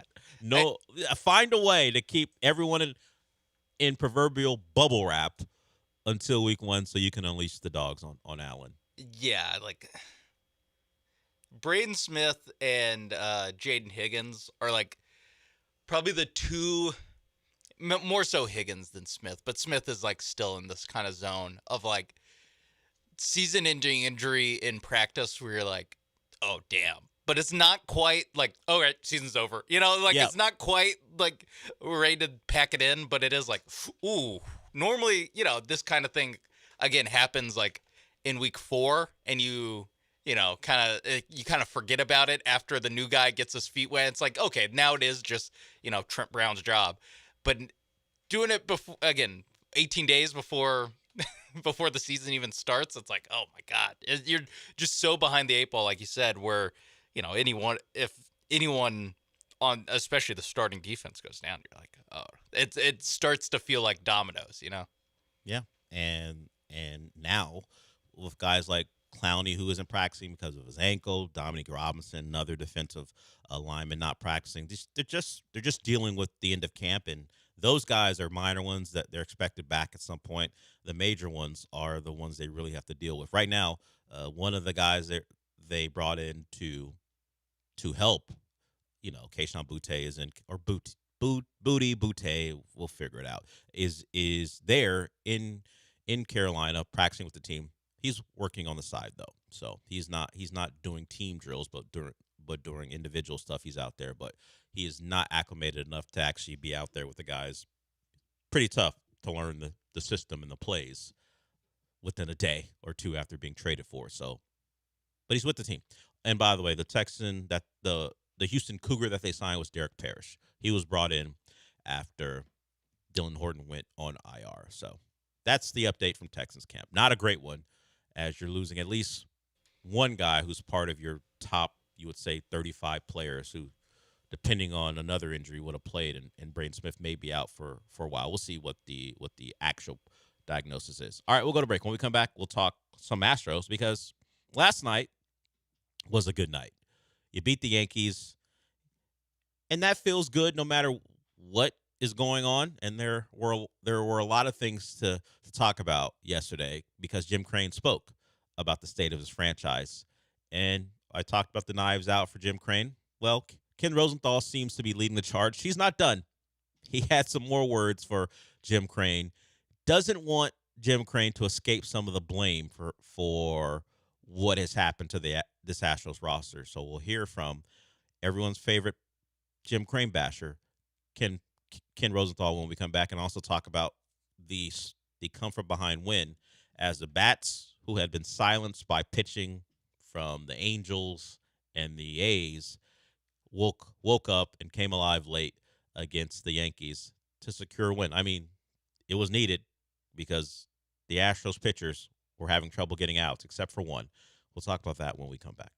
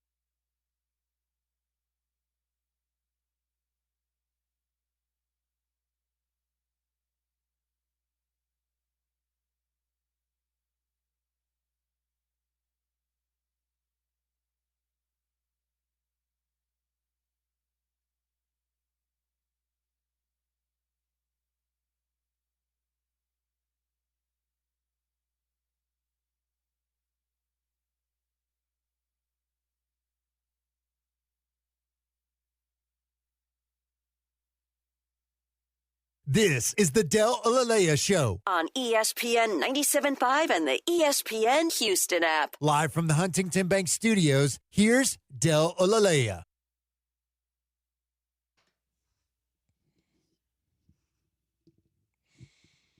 The Astros get out of town. They had that day off where all the drama happened, but they were back to baseball last night, and they beat the Yankees late thanks to Jordan, of course, with the triple, which is the big story. Not Jordan coming through, but a triple, getting a third. Shout out to Jordan, and the fear of a kneecap exploding always runs through my mind. I was like, hey, you don't need to push it. One base at a time, buddy. One base. And he slid, and I was like, that was unnecessary. He didn't have to slide. He slid in the third. He's like, that was hey, let's not tempt fate, okay? You want a slow trot into third? I'm not even a real big fan of that. But let's not slide. And he didn't even come around the score on the play. So actually, he did. Apologies. Yeah, he did. He tripled, and then Paredes singled him in that eighth inning. A big eighth inning for the Astros because that was a back and forth game, really from the jump. They got out to a lead. Yiner had a big day, a couple home runs, then even an insurance run driven in, or at least he singled to left, and they scored. Cam Smith scored on an error. But overall, beating the Yankees 9-7 with the bats coming alive is pretty cool. The Astros record is 66-66, and they're back in first place because earlier in the day, Texas lost to, or maybe right around the same time, I forgot when that Texas game, when first pitch was. They lost to the White Sox in the second game of that series. So you're back in first place, half a game up. You're pitching, not great. Pecco in his second start, bad. But he is the epitome of, we don't really have anyone else. Just go out there. Might as well be you. Yeah, and if anyone's gonna get sacrificed, why not you? You're just happy to be here. Go out there. In theory, you can learn from this and get better. Sure. The other guys, yeah, who it's knows? A little too late on who them. knows about the guys who could have been in that spot, considering it's only his second career start. He's only 24 years old. But at this point, the results aren't. The results aren't good, and if we have to let you out there to get beat up on for a couple extra batters because we just need you to eat up innings, that's what's going to have to be the case. And he went 4 1/3. He gave up 5 runs. And Okert wasn't good. Abreu wasn't good. Was helped by a double play. But Hader did what Hader do. An inning and a third, shut down the Yankees to secure the win. And Abreu, despite giving up the run, does get the win. The Astros, good start to that series in New York. Love to see the bats coming alive, and they'll do it again today. Same start time, 6:05 here against the New York Yankees. It'll be Peter Lambert, who has, let's say, there's been a downturn in performance, and it could be just the wall of never having to pitch this many innings. Is it a guy who's just reverting back to what he had been over the course of his career up until the 3 or 4 months of his first tenure with the Astros, his first season with the Astros? I don't know. I mean, Peter Lambert was kind of certainly a desperation thing to bring him back. And he wasn't really looked at as a guy who was going to contribute majorly this season, and he surprised everyone. But if you want to call it this, the regression to, hey, I remember you for the better part of your. No one remembers him, honestly, but unless you're a Colorado fan, this is who he had been. Yeah, back of the baseball card. This is who up this last month or so is who he had been before his early couple months with the Astros. It definitely feels like he's hitting the France Blanco. It gets them Jason all. Alexander wall. It gets them all. Yeah, and it is, at a certain point it is like, well, you needed him to be your second best pitcher until August. That's a problem. Some of that is not completely on you. Like in 2019, Wade Miley hit a similar wall in August. But in 2019, you also had Garrett Cole, Justin Verlander, Zach Greinke. So it mattered a lot less. For this team, it's like, oh, if Peter Lambert can't get it back on track, like, oh no, cancel Christmas. It's not where you want to be. And, obviously he can come out tonight and, Do I expect a better effort than the 3 2/3 9 earned runs given up against the Angels? I do. Better than that. I isn't do. Hard. Yeah, true. And and the 3 starts in August before that blow up, 5 innings, 5 2/3, 5 innings. 2 runs, 2 runs. So he wasn't getting crushed, but we weren't getting the level, particularly going deeper in the games. He's not a guy who was going to generally go 6 2/3, whatever. But we were getting better performances for the most part. Just looking at just his game log, there a lot of 6 innings, 5 innings, 2 runs, 2 runs. So you look at it, and at least the first 3 starts of August were in line with that. But there were times where Peter Lambert would be able to get you into that 6th inning. That has kind of stopped in the month of August. You hope it comes back tonight against the Yankees. You know what? I'm not even going to ask for 6. Give me 5 and less than 9 runs. Yes, perhaps less than 4. If you give me what you gave, or give the team, give the city, give me what you gave us the first 3 starts of August, that's a nice bounce back from what was a disaster. That was part of an 18-3 loss to the Angels back on last Thursday. More innings pitched than earned runs given up. That's a good standard. That's just like, whether it's 4 1/3 and the pitch count is high, so they take you out, but you only give up 3 runs. It's not a great outing, but we'll take it, and hopefully the bats are what they were last night. You can't guarantee that. It's pretty much once a week or once every 5 days the bats come alive now. Yeah. So maybe this is not going to continue. The bats what they did last night. 3-1 loss coming up. Yeah, right? well, we can hope. Yeah, it's that thing where, hey, guys, save some of the runs. They couldn't have done that last night. No. They needed every bit of it. But over the last 2 to 3 weeks, there's one game every 5 days where they score a lot of runs, and then the rest of the time it's in that 4 runs or less realm, and the pitching has not been able to match that because just of what has been an inconsistent staff all year long.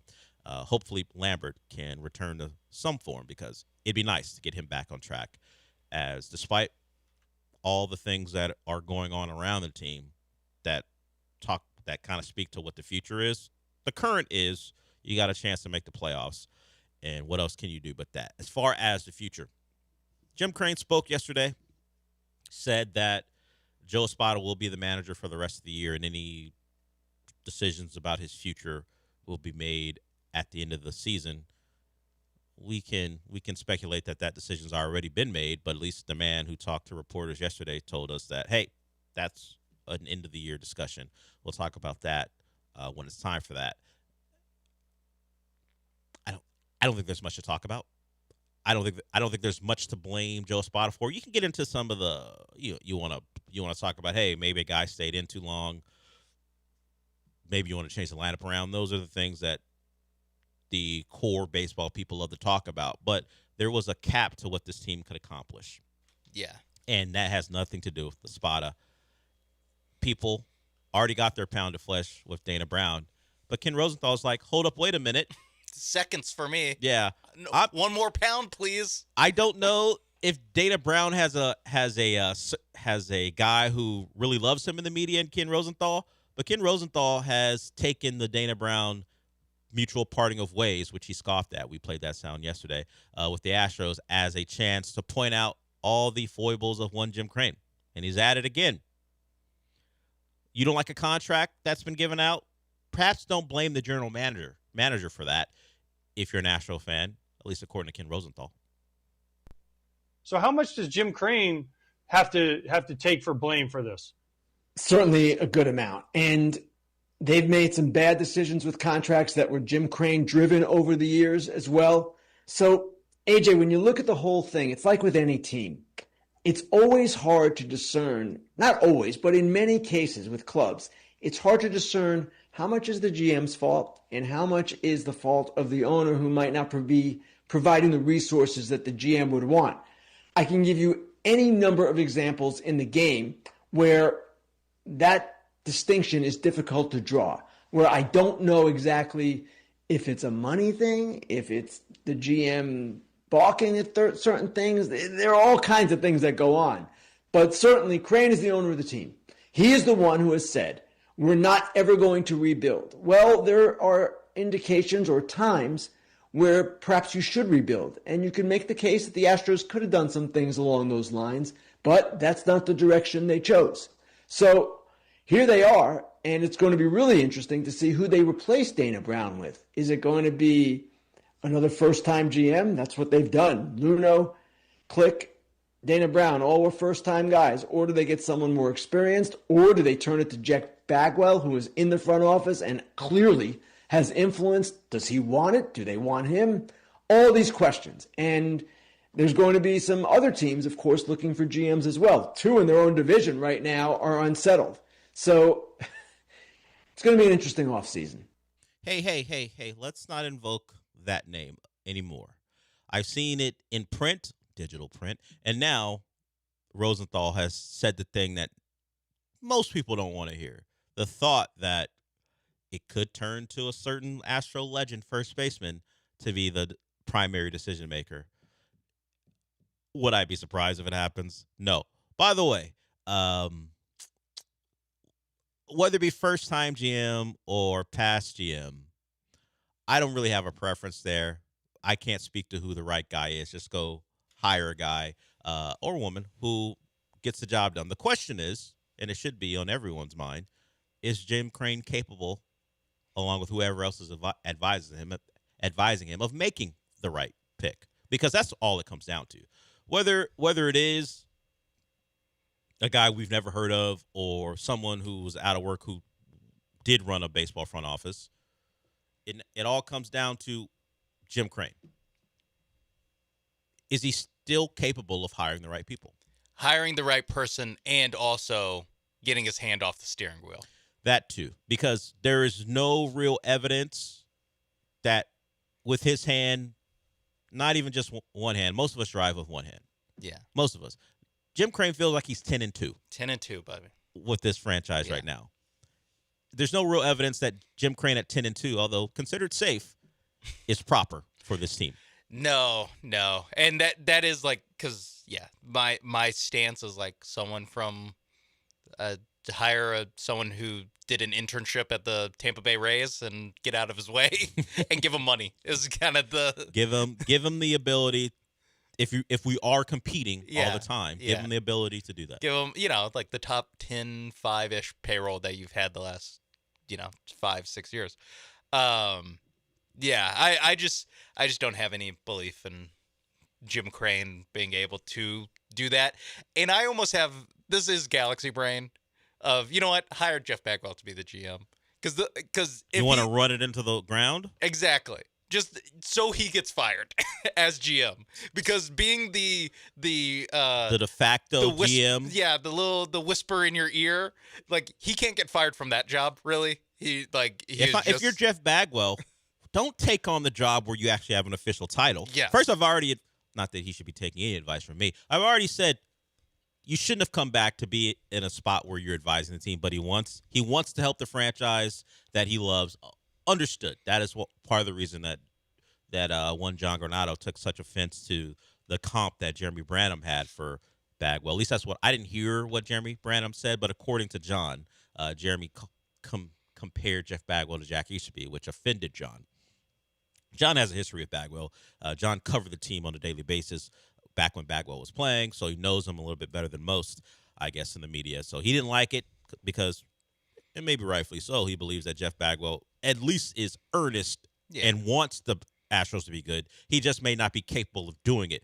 But if Jeff Bagwell wants to have his hand on the wheel, don't make it clear that it's 10-2.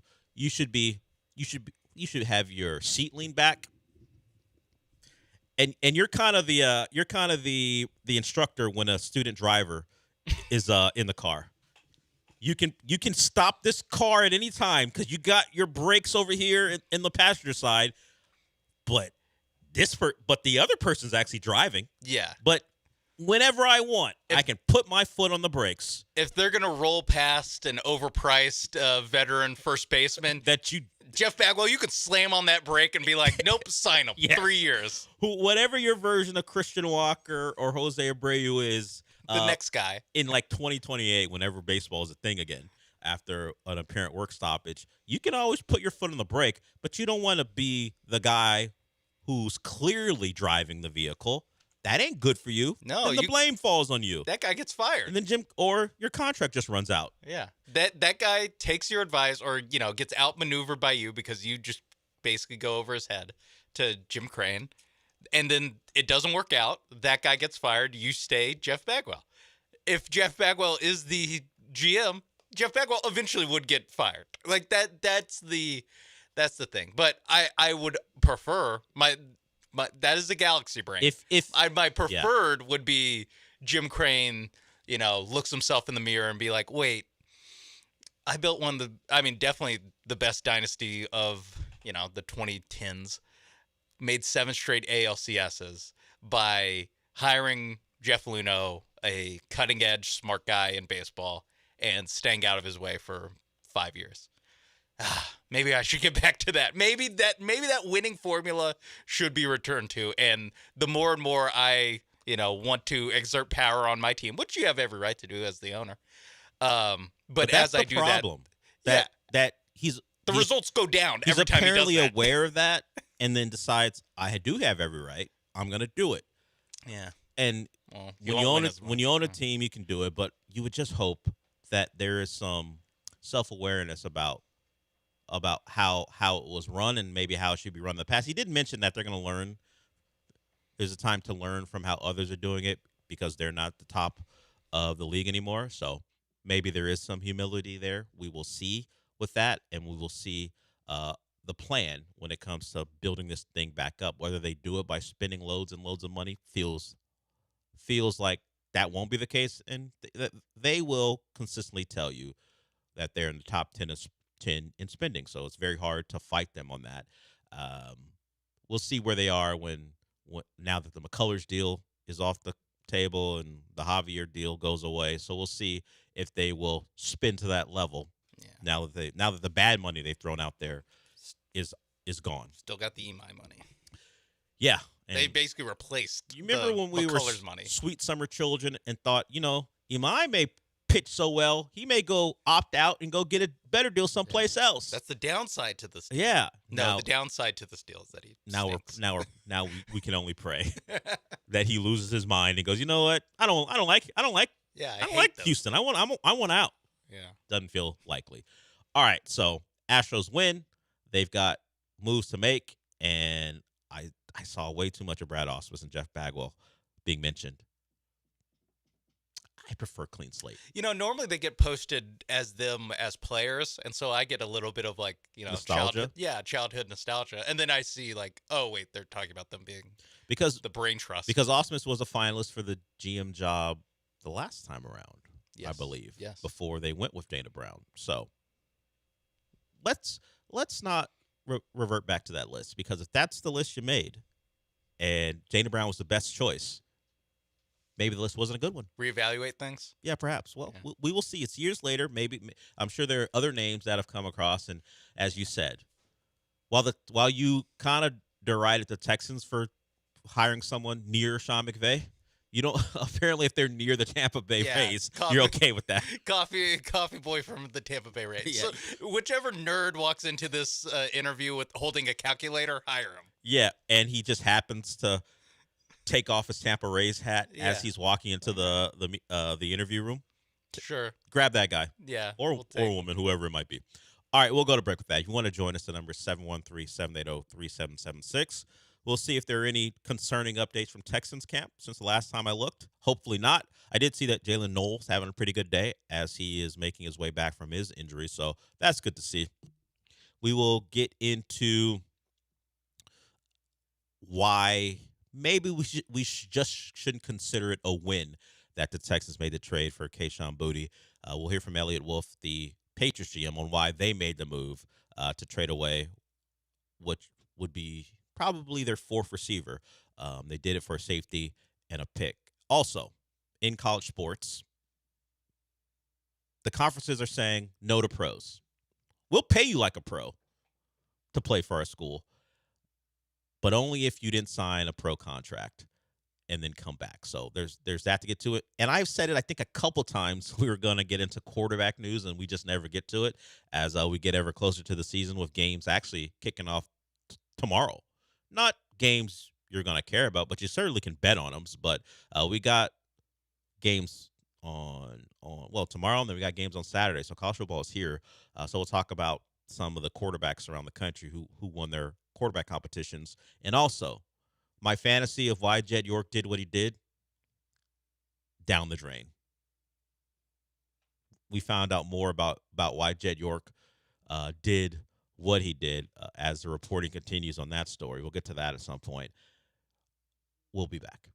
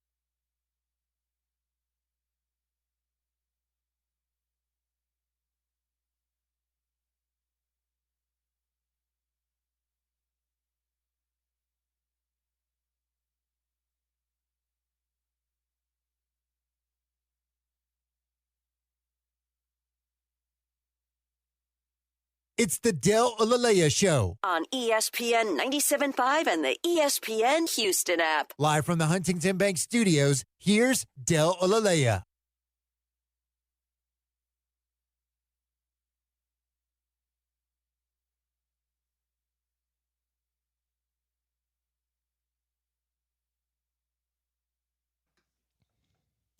Welcome back.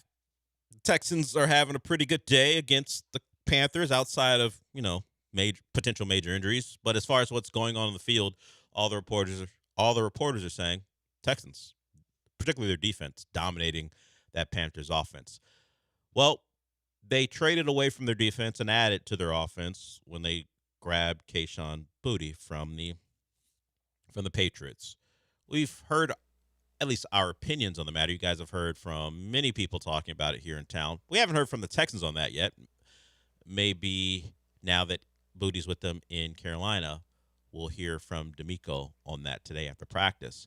Nick Caserio hadn't spoken about it yet, but the Patriots GM, Elliott Wolf, did.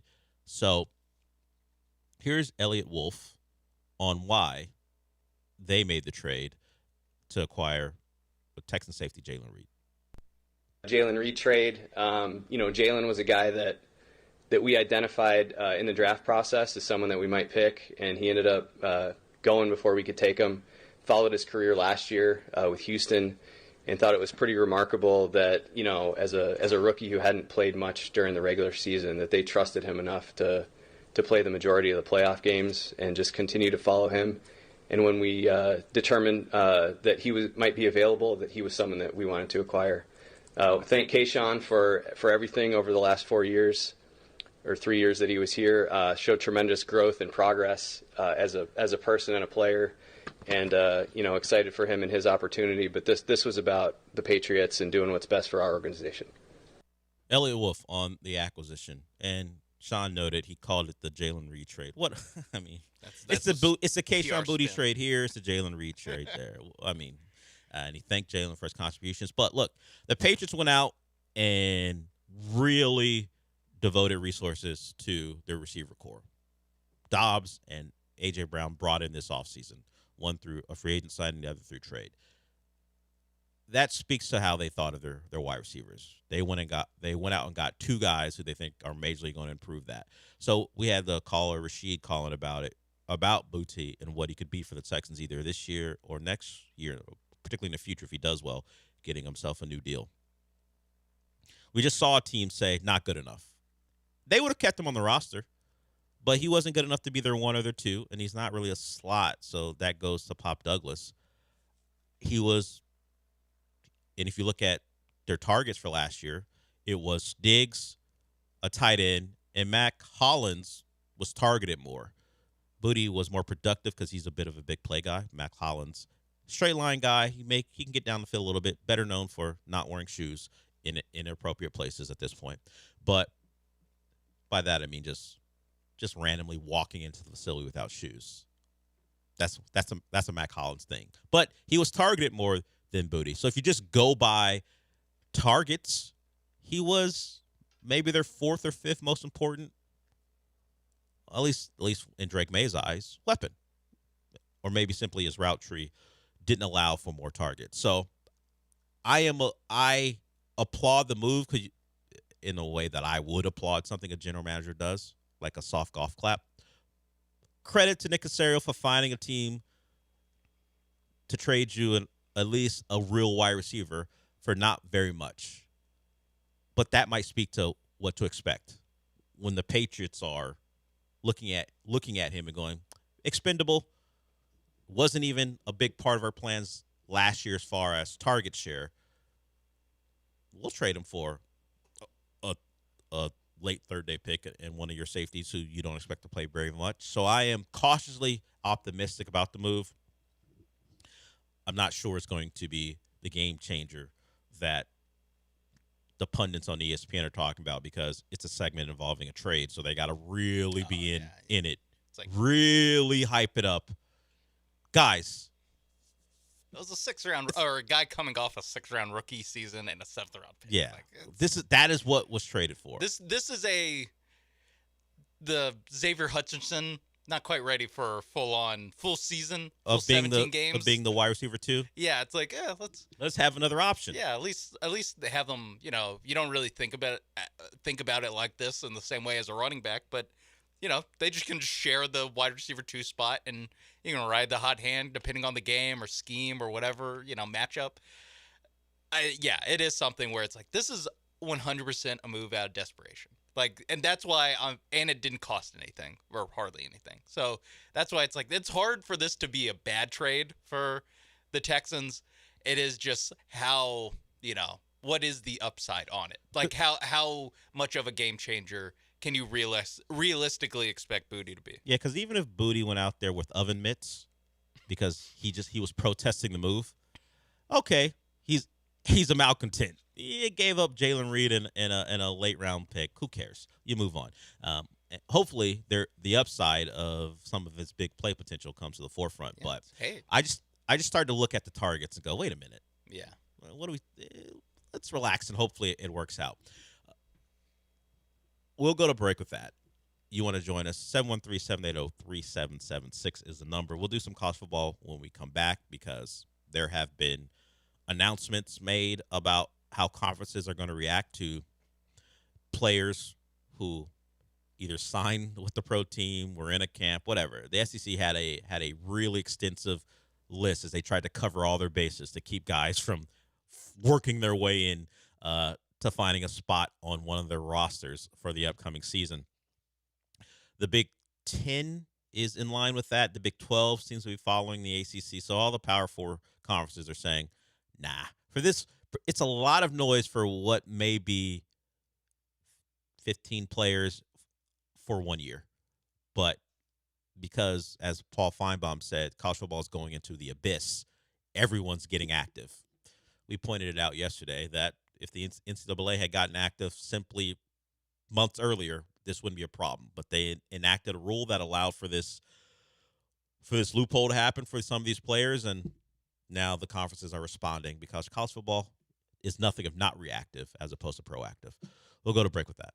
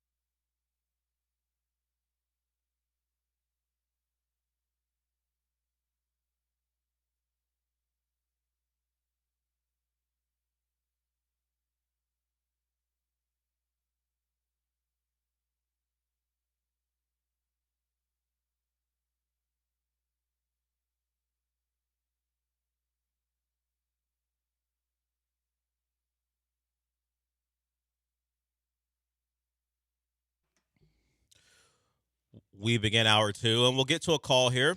Someone's got a couple questions for us. We'll see where this goes.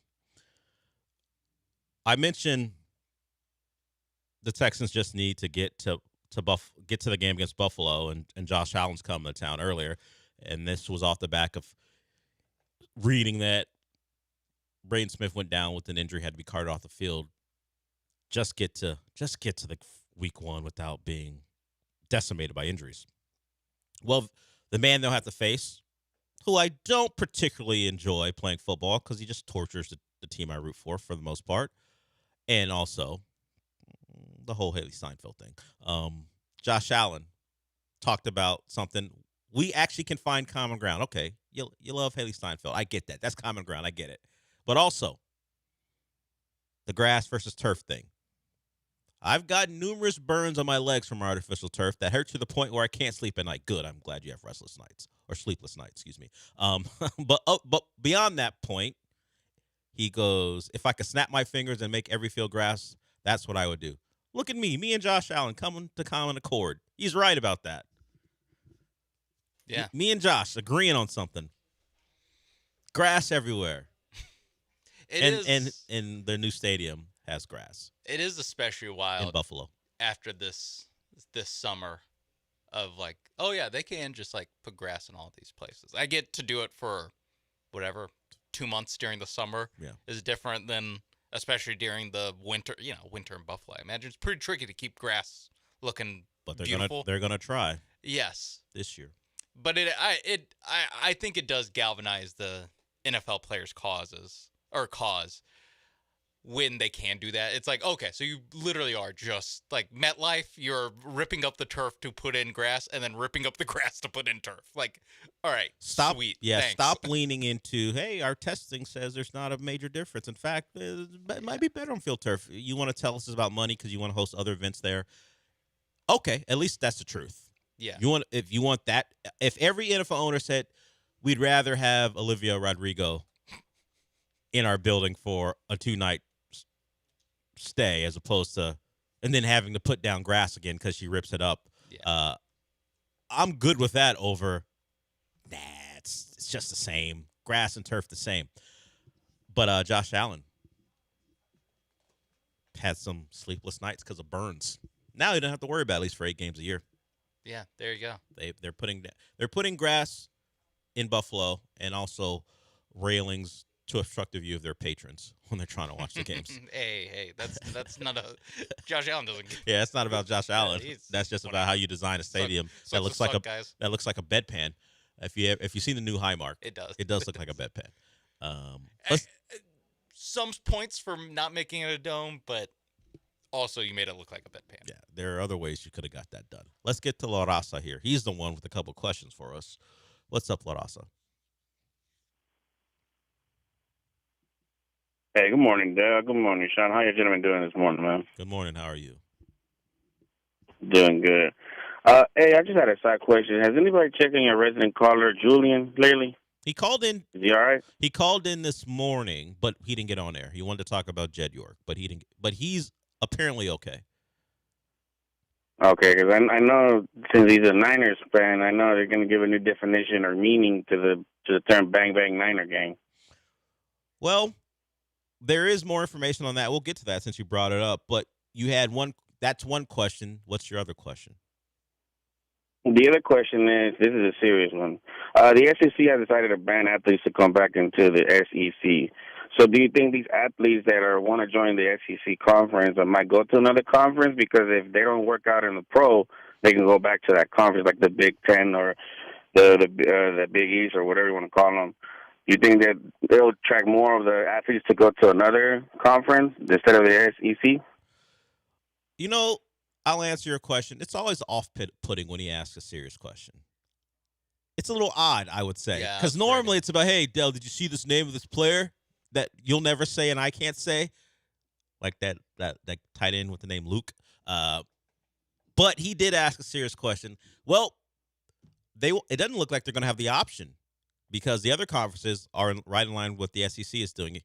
If you missed it, and I mentioned it before we ended hour one, that the SEC is putting in provisions to keep players who either previously declared for the NFL, signed a contract with an NFL or other professional football league team, or been listed on an NFL roster from rejoining or just joining the conference and playing football.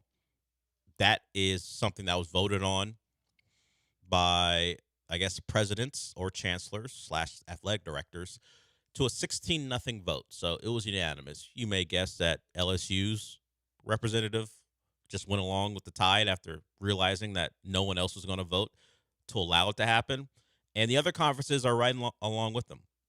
Somehow, some way, the Power Four conferences who can't agree on anything, like deciding how the national championship will go, have decided this is something, because it has full public support, it's pretty easy to go, you know what? If you were in Brown's camp, you can't play for us. That's an easy win when it comes to the public's opinion of watching a guy catch passes and warm-ups before a preseason game and then showing up on LSU's campus and playing for them in week 1 against Clemson. That's an easy win. So they got that one out of the way. As it stands now, there will be a fight from those players in question. Looks like they're trying to get the injunction. We know how Lane Kiffin feels about it. If it ain't us, it would be someone else. So he said he was simply going by the rules of the land, and if it's allowable, we're going to try to take advantage of it. We will see if those players get a favorable court ruling, which has kind of been the way for players, unless your name is Joey Aguilar when it comes to stuff like this. So as it stands now, those players can't play, and they can't go play any place else. We'll see if the courts agree with how major conferences are handling it. If I was like the Mountain West or the Pac-12, I'd be like, come on. We get if you. But do they have the money to pay these guys? Like if you are do you want to not get paid and not play football, or do you want to get paid a little bit? Yeah.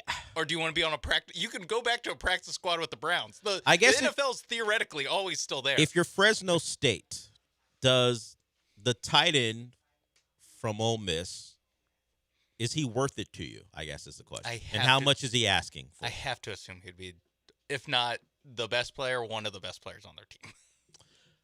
I'm not even pushing back on it.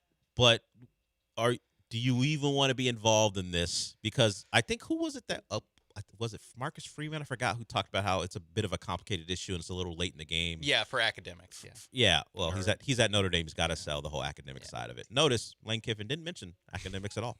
No one's other than Marcus Freeman. Hey, Marcus, cut it out. We get it. You coach at Notre Dame. We get it. All right, stop. Yeah, I know it's important to you. Stop it. Syllabuses have already been handed out. How are these guys going to catch up? I mean, all the reading, the summer reading. How are they gonna be in line with all their classmates? Same way all the other Notre Dame football players are in line with all their classmates. They're getting a lot of help. Yeah, I just think, especially for like one of these group of conferences, the non-power, even Power 4, like Fresno State signs.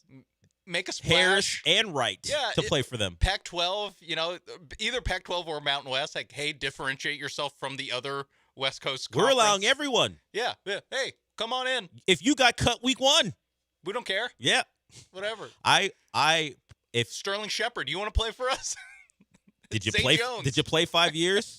Now there are some rules. You have to be part of a certain class. So 2022. Yeah, I saw Kellen Mond go. I still got a year left. No one won. Sit down. All right. No one's looking for you. We saw you in college. You were okay. Let's go to Mike Zimmer for comment, huh? Yeah, what is Mike Zimmer?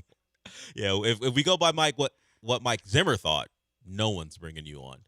But as it stands now, it doesn't look like those guys are going to be able to play for anyone unless, as Sean mentioned, a couple of the lesser conferences, as far as their status, go rogue and go, you know what? Get your name out there. Welcome. Again, these guys. Where's Diego Pavia doing? Does Colorado State need a quarterback? Yeah, I mean these guys are looking for a spot to play. Eventually, I mean, the way Quinn Ewers is playing, he may want to test the water someplace. High school class of 2020. All right. Too old. No, yeah, 2020. Yeah. Although Quinn did his part in all this, where he goes, you know what? I'm gonna leave early. I'm gonna leave high school early and go play at Ohio State. Collect a check, and then actually play for the school I wanted to play for. But because at the time it wasn't allowable for him to go earn money in high school yet. He went to go play college football early at Ohio State. Right? That's how it went down? Yeah. He left school, reclassified to go get paid at Ohio State. Yeah, because you can't sign NIL deals in high school, or at least at the time. I don't know what the rule is now, but Texas. high school players can't sign NIL deals. So Quinn made his money. He's one of the guys you look to and go, how do I make this work for me?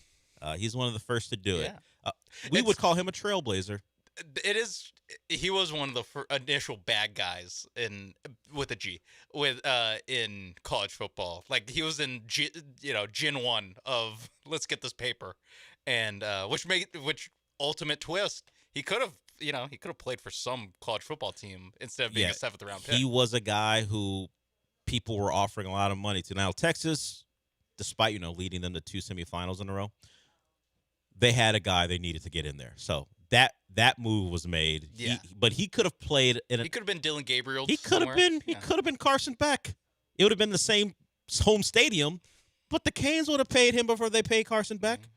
But instead he wanted to go play in the pros and didn't want to ruin his legacy as a Longhorn.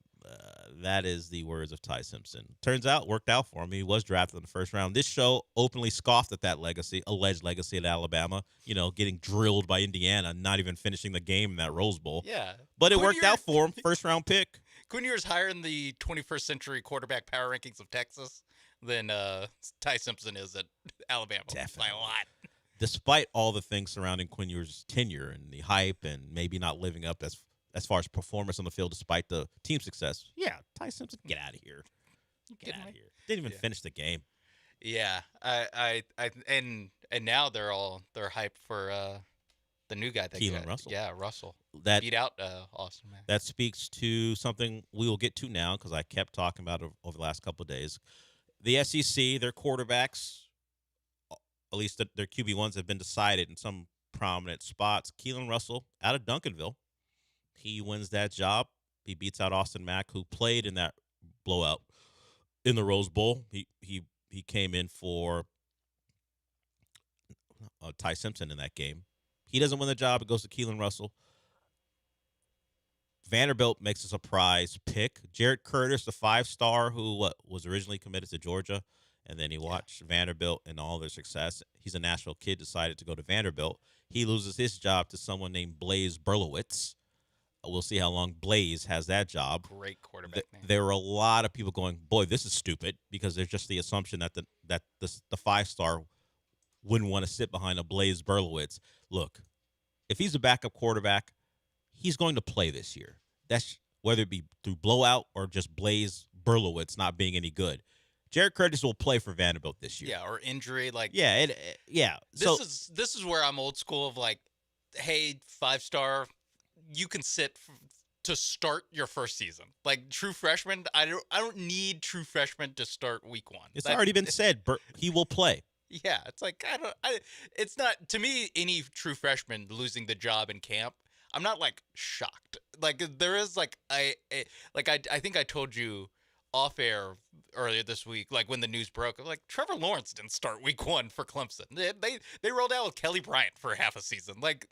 This is just it I don't know. It's never shocking to me when the 5-star quarterback doesn't win the job out of camp, because as the coach, you can always kind of keep that in the back pocket of hey, if we need a boost in one of these games, throw him out there. Yeah, and Vanderbilt starts with Austin Peay, so there's a real shot that we're going to see Jared Curtis early for whatever reason. Maybe Berlowitz stinks, or they're blowing them out, and Curtis will get on the field. So I at the time, as I watched people react to it, thought it was overblown, considering how these things generally go, particularly if the 5-star is as good as people think he will be. And he's a Nashville kid, so that certainly will help in any fear that he might dip out. And Vanderbilt's going to play him. And there's no reason not to. Especially, at the very least by Halloween, no matter how their season goes, they're probably going to have to roll them out there. Unless they're 7-0, they're going to roll them out there. And their in-state rival made a decision. They actually will start a true freshman. Yeah. Faison Brandon will win that job over George McIntyre. This is the Tennessee team that had Joey Aguilar last year. Joey Aguilar fought to get another year. an actual judge that went to Tennessee said, "Nah, not happening." We're good, fam.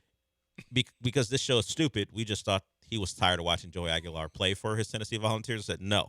He donated to the Faison Brandon Yeah, he NIL goes, fund. look, I got a guy who I actually want to see play every Saturday, and it ain't Joey Aguilar. So you go find another thing to do as opposed to being able to play for Tennessee. So that decision has been made. And you mentioned the fund for Faison Brandon. He does not make the list of the highest paid quarterbacks in college football. I don't know how much he's getting paid, but according to On3, and these are all speculated on, you don't really know the official numbers because I guess those don't have to be revealed. There's particularly not a spot track. Yeah, particularly if it's a private school, you don't have to reveal that. Maybe Pete Nakos got Darian Mensah's tax returns. Who knows? But Darian Mensah, $6 million plus. Not even just six flat. He is saying $6 million plus for Darian Mensah, the new Miami quarterback, who on the last day of the transfer portal said, "I want to play at Miami." There was a bit of a fight. Duke tried to fight it because they said they had an agreement with Darian Mensah. Went to court. It was not Miami versus Duke. It was Duke versus Mensah. They came to some agreement. I don't know the totality of that, but they came to an agreement that Duke said, "Okay, we're not going to fight this anymore. You can go." Miami said, "We'll take your best wide receiver too while we're at it." So those one two, more thing. yeah, those two teams will play each other, but not at Duke. So Mensah doesn't have to worry about a LeBron-like reception when he goes back to Wallace Wade as an ACC champion. What if it was back at Duke? What they should have done is wait to reveal the ACC title banner when Mensah and Barkett come back to school. Big contributors to it. Hey, honor them. Honor those two guys with Duke ACC title rings and reveal the banner. Get everyone excited about their return. But instead, the gods of college football don't allow it. It's in Miami. You know what? Jim Phillips of the ACC, step in. Like Greg Sankey has carte blanche to keep a guy ineligible. Flip the schedule. You want must-see TV? Send those guys back. But it is a Duke football game. It ain't actually basketball, so who knows how the crowd would react. It probably will depend on how good that Manny Diaz team is. But, yeah, Mensah number one at $6 million plus. Dante Moore at $5 million. He's tied with Trinidad Chambliss at Ole Miss. Sam Levitt, former Arizona State quarterback now with Lane Kiffin at LSU is 4.5. Then you got Josh Hoover taking over for Fernando Mendoza at Indiana at 4.5. Then Damon Williams, who would have been the LSU quarterback until Washington said, "Oh, you think you're leaving? This contract's airtight." Yeah. He stayed at Washington for $4 million. And Drew Messamaker, the former UNT quarterback, North Texas, now at Oklahoma State, is making 3.5. So those are your top ranked top paid quarterbacks in college football this year. We will see if those numbers are used against them, depending on how well or bad they play. First interception, Josh Hoover throws. Mensah, if I see a Mensah pick to some random Stanford cornerback early in that game, guess what I'm going to do?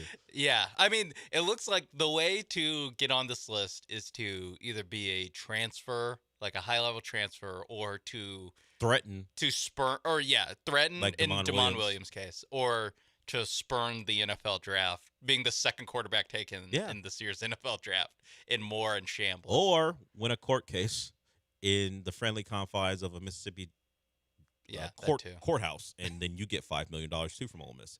There are a lot of ways to do it, but quarterbacks, as we know in the NFL level, if you got one, you want to keep one and pay them a lot of money. It is the same way in college football, except there's no rules where you can keep them. They can leave at any point. And if you look at it, all of them are, except for Damon Williams, transfers. Yeah. Like Chambliss came from like Delta State, so it's a little different. But the other guys, they all did transfer. Except for Damon Williams, all guys who came from power. Well, Messamaker came from not a Power 4 school, but most of the list from Power 4 schools left. Some of them were successful. Others, like Dante Moore, didn't have a great freshman year at UCLA. Sat, and he has been rewarded for that. But guys don't generally start at one school, remain there, and then leave, and then get paid that type of money. It's a lot of, hey, I'm leaving to get this cash someplace else. Yeah, because I mean, all the guys, or not all the guys, but the next names that you're like, really, this guy's not on this list? It's like all guys that like just stayed the entire time. Like it's Manning, Reed, Underwood, Maeva, although Maeva might be, and CJ Carr might be private school. Some of it you may not know, shroudness, but Bryce Underwood, Julian Sayin, like all these guys are incumbents. Seems like they're still working on whatever they were given coming out of high school, as opposed to re-upping, or maybe that's just being kept private. We may never know. J-Dog, hold to the break. We'll get to you when we come back, and anyone else, you can join us 713-780-3776.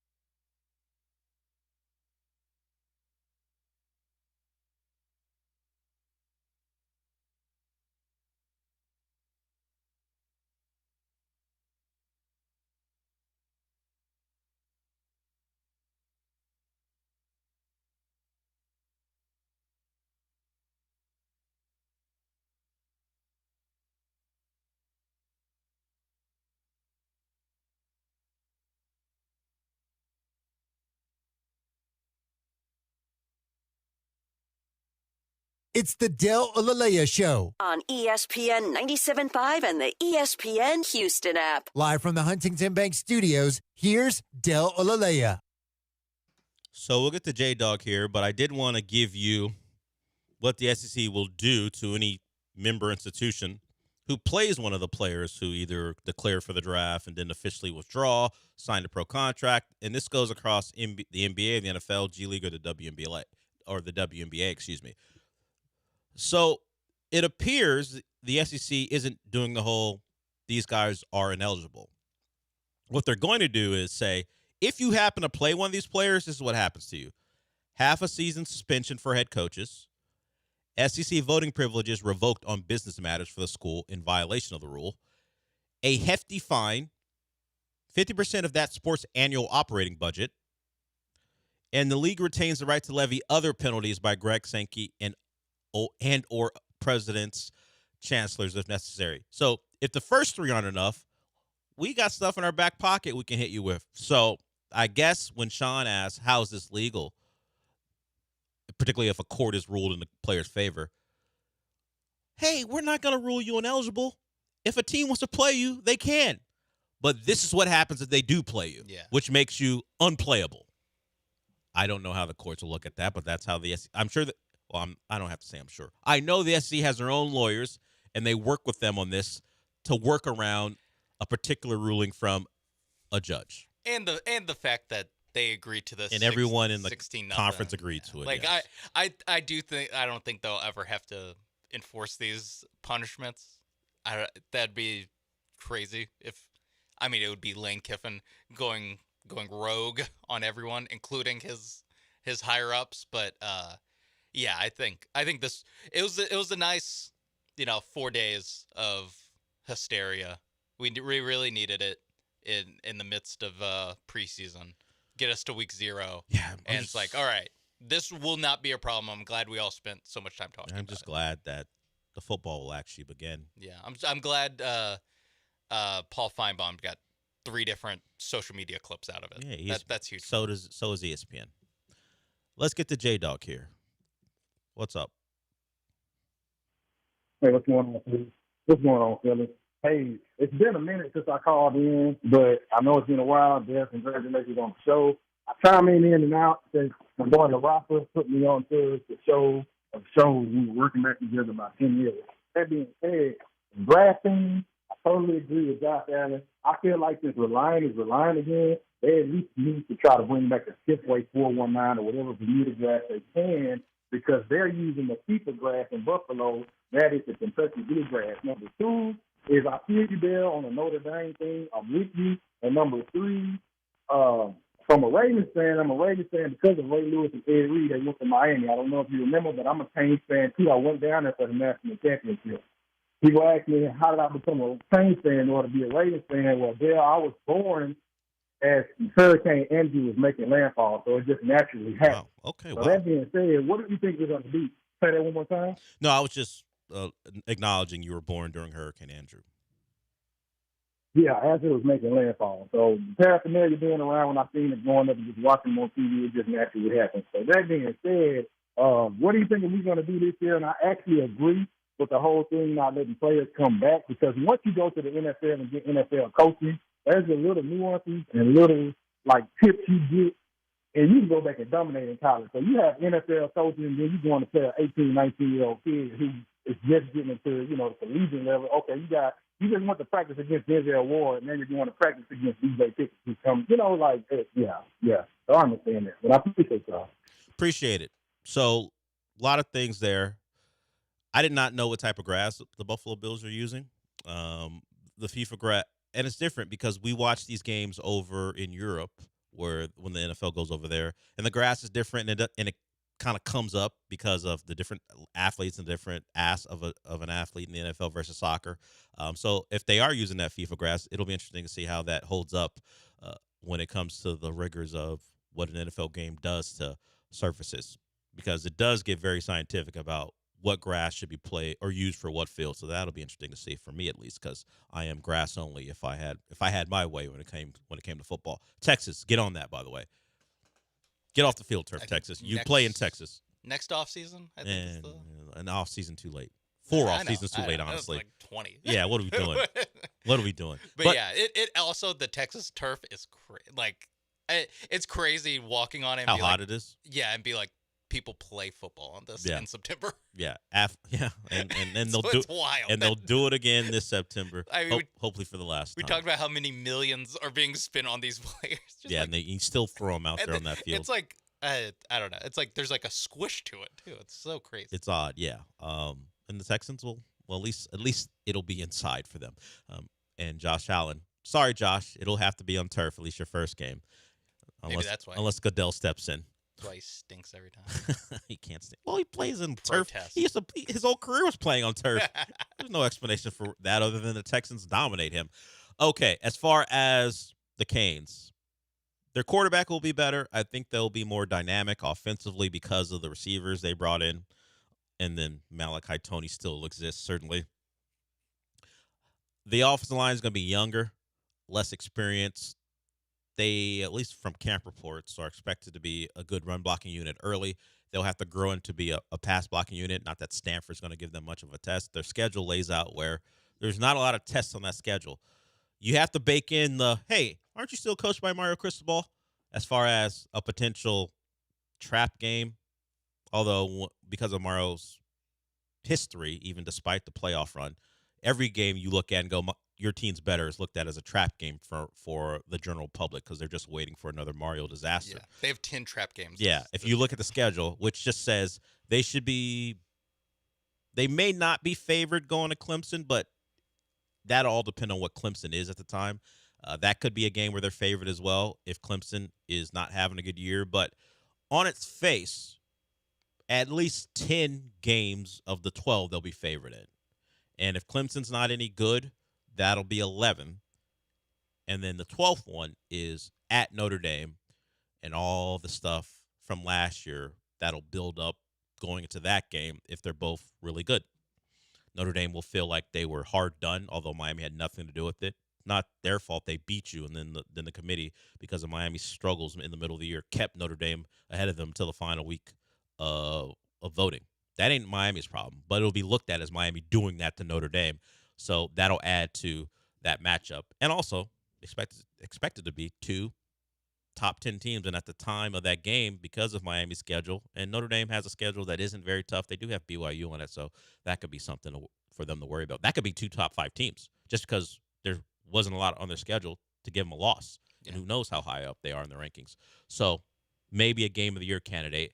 And beyond what happened last year, there's the history of that game. So I think they'll be pretty good. Josh Pate thinks they're winning a national title. So certainly the pundits think Miami can be good. Print the T-shirts. No. John and Lance may bow at the altar of Josh Pate. You still got to prove it on the field. Yeah. If he's right, I won't bow to him. I'll just go, hey, look, finally, you said something correct. Hearty handshake. Yeah, hey, nice job acknowledging how great my team is. Yeah. But that has to be played out. Pate's got to have a tough handshake too.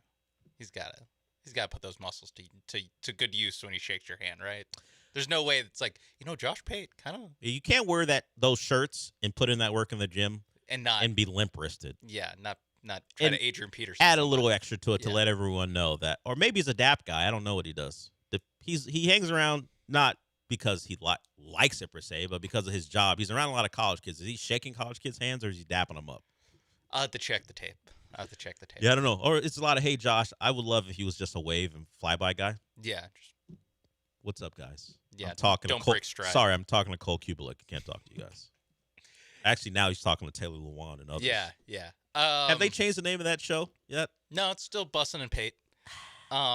What's that? They're still Bussin' and Pate. Jeez. That's what they are. I know the name. Why? Why would you come up with that name and stick with it? I do think Miami, it's a little simplistic to do this, but I think it's going to be a little bit of a pendulum swing from last year's team closer to the Cam Ward season type of year, where it's like how they're going to win games is by pitching it all over the yard. Probably, maybe not as dynamic as that team, although.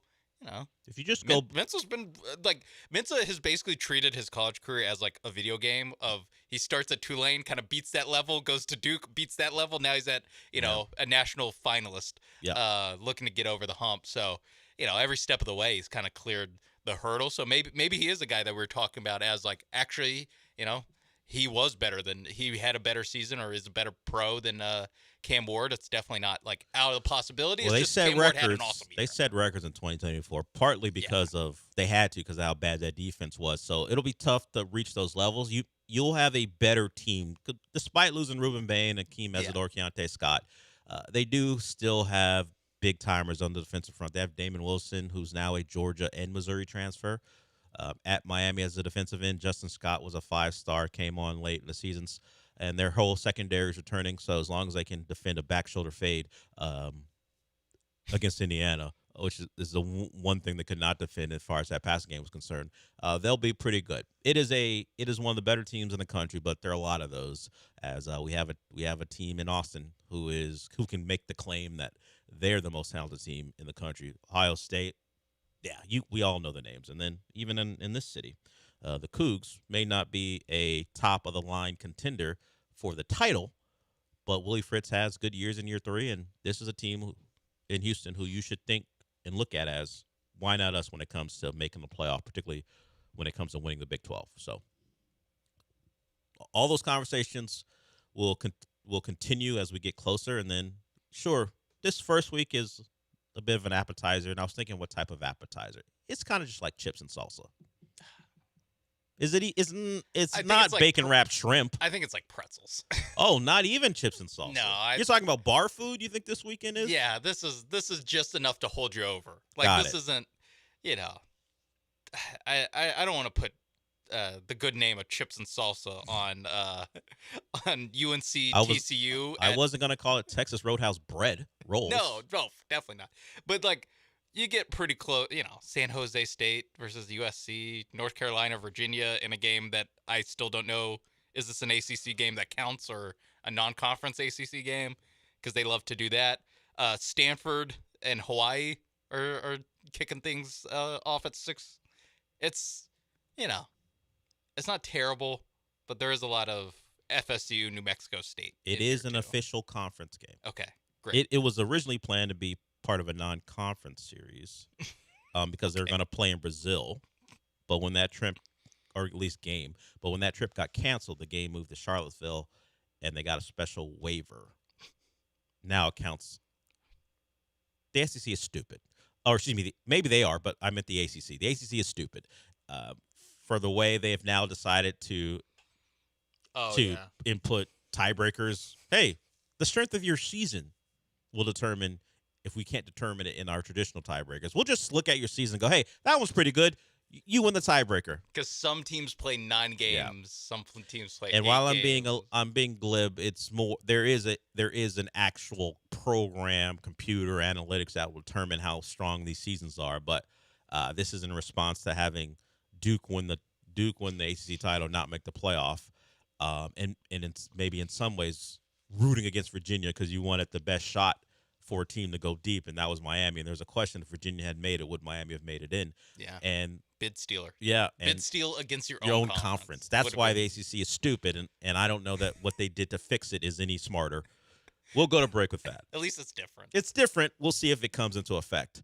If you're Miami, it's a bad year if they have to depend on a dumb tiebreaker considering what their schedule looks like. Anyone else want to get in? You can call about your favorite team. 713-780-3776 is the number to do that. We got about 20 minutes to go before we're done for the day. We will be back. But before we go to break, I want to talk about Aqueduct Plumbing Company. You know, it's not dumb getting a plumbing problem fixed, and the people to do that are the good people over at Aqueduct Plumbing Company. That company is owned by Billy Brown. He's made appearances at our parties before. I don't know if he's going to come to the listener appreciation party, but he's more than welcome to, because not just because he's a good friend to John and Lance, it's because he's a good friend to the people of Houston when it comes to anyone with a plumbing problem. You can call his company at 281-488-6238. That's 281-488-6238 to get in touch with the people at Aqueduct Plumbing Company. Get yourself a free quote, whether you need something to do with your water filters fixed or drain cleaning, or maybe you got some gas piping issues. They take care of all of that, and they'll give you an assessment for free. And then of course, it's down to business of fixing your problem. If it's a major job like a repipe, you can trust that you're dealing with Houston's premier repiping company. It says it right at the top of the website. It tells you they're the neighborhood favorite when it comes to that, according to Nextdoor. Just go to aqueductplumbingcompany.com to check out all they have to provide. That's aqueductplumbingcompany.com.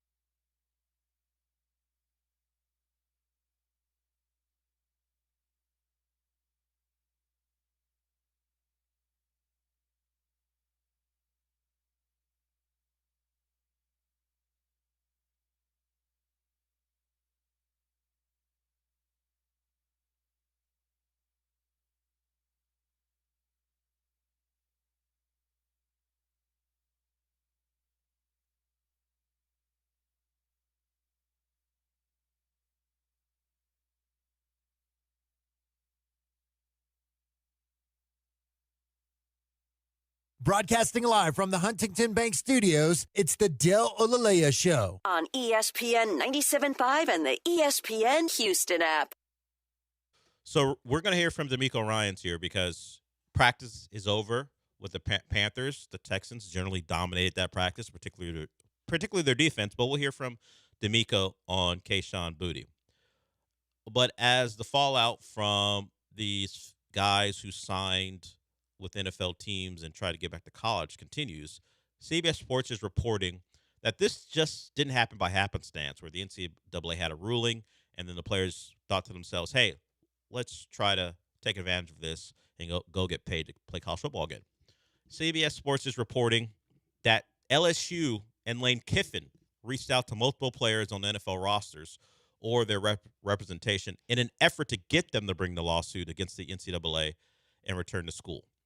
CBS Sports also notes that LSU has had conversations with others who remain in NFL camps ahead of the league's cut day on August 30th. So they're actively tampering with NFL rosters. You thought the level of dirtiness and cheating only was a college to college thing. LSU has decided to call and tamper with NFL rosters. If you're an NFL team, you have to worry. You about have to worry about Lane LSU. Kiffin and LSU. If you think if you picked up a guy in the 7th round, you're like, hey, maybe we got a gym here. You have to worry about LSU noticing that he was only drafted in the 7th round and going, you know what, we got more to offer. Now, once again, this is like for only this year only, considering the rule that was put into place. But if you are an LSU fan, you got to be like, all right, do we just appreciate the will to win and the willingness to do everything you can to win? Or in some ways, can you think to yourself, can we just be normal? Yeah. Can we just be normal? Then why do we have to be at the center of this? We were already at the center of when Lane Kiffin left Ole Miss and we had to deal with the barbs that came our way. And we were like, you know what? That's what it takes to get him. We'll deal with that. Now you're going against the NFL? How is this worth it? Just how For how a backup tight end how is this worth it? and the tackle who was on his backside when Carson Beck of all people is running into the end zone. Biggest play of Ole Miss's The last 40 years of Ole Miss football? I mean, maybe longer than that. I always say since integration, but it is basically since integration. Yeah, the biggest play since Archie Manning was playing for them, maybe. Yeah, I mean, again, how much money LSU spent on this entire project, on getting Lane Kiffin here, getting him the team, getting him the coaches, like all of this. Like you said, the backlash, the being the villains. And it's like, we're going to add to the villainy for a guy that was going to get cut by the Cleveland Browns and is, again, going to be the backup because not only do they have a better tight end, I saw today, they have a better tight end who's wearing number 7. Yeah, I was going to get to that. They gave him the coveted number 7. That's how highly thought of this tight end is. Like, okay, sure, guy. Like, I was telling you, if this was like a Texas coach's first offseason, I'd be like, oh my God, we're doing all this for a 5th-year backup tight end? Like, this cannot be this cannot be the plan that you have. I get it. Like, try to get talent by any means necessary. This cannot be an efficient way to use whatever funds and time that is being used. Like, I would rather have this money cannon fired at a recruit in 2027. Like, I just would rather that is a long-term plan I would believe in more than 2 guys from LSU or from Ole Miss, one of which trashed you on the way out.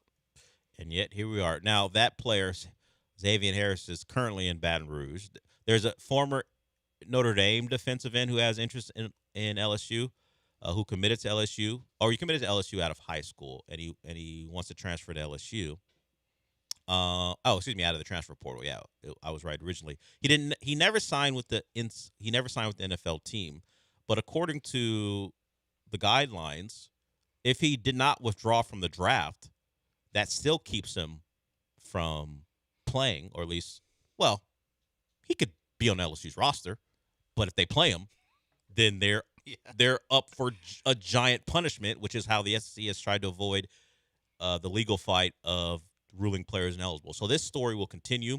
But as it stands now, the SEC has come out strong against all the machinations of LSU to try to get guys who could be pros or at least could be at the bottom of a practice squad roster.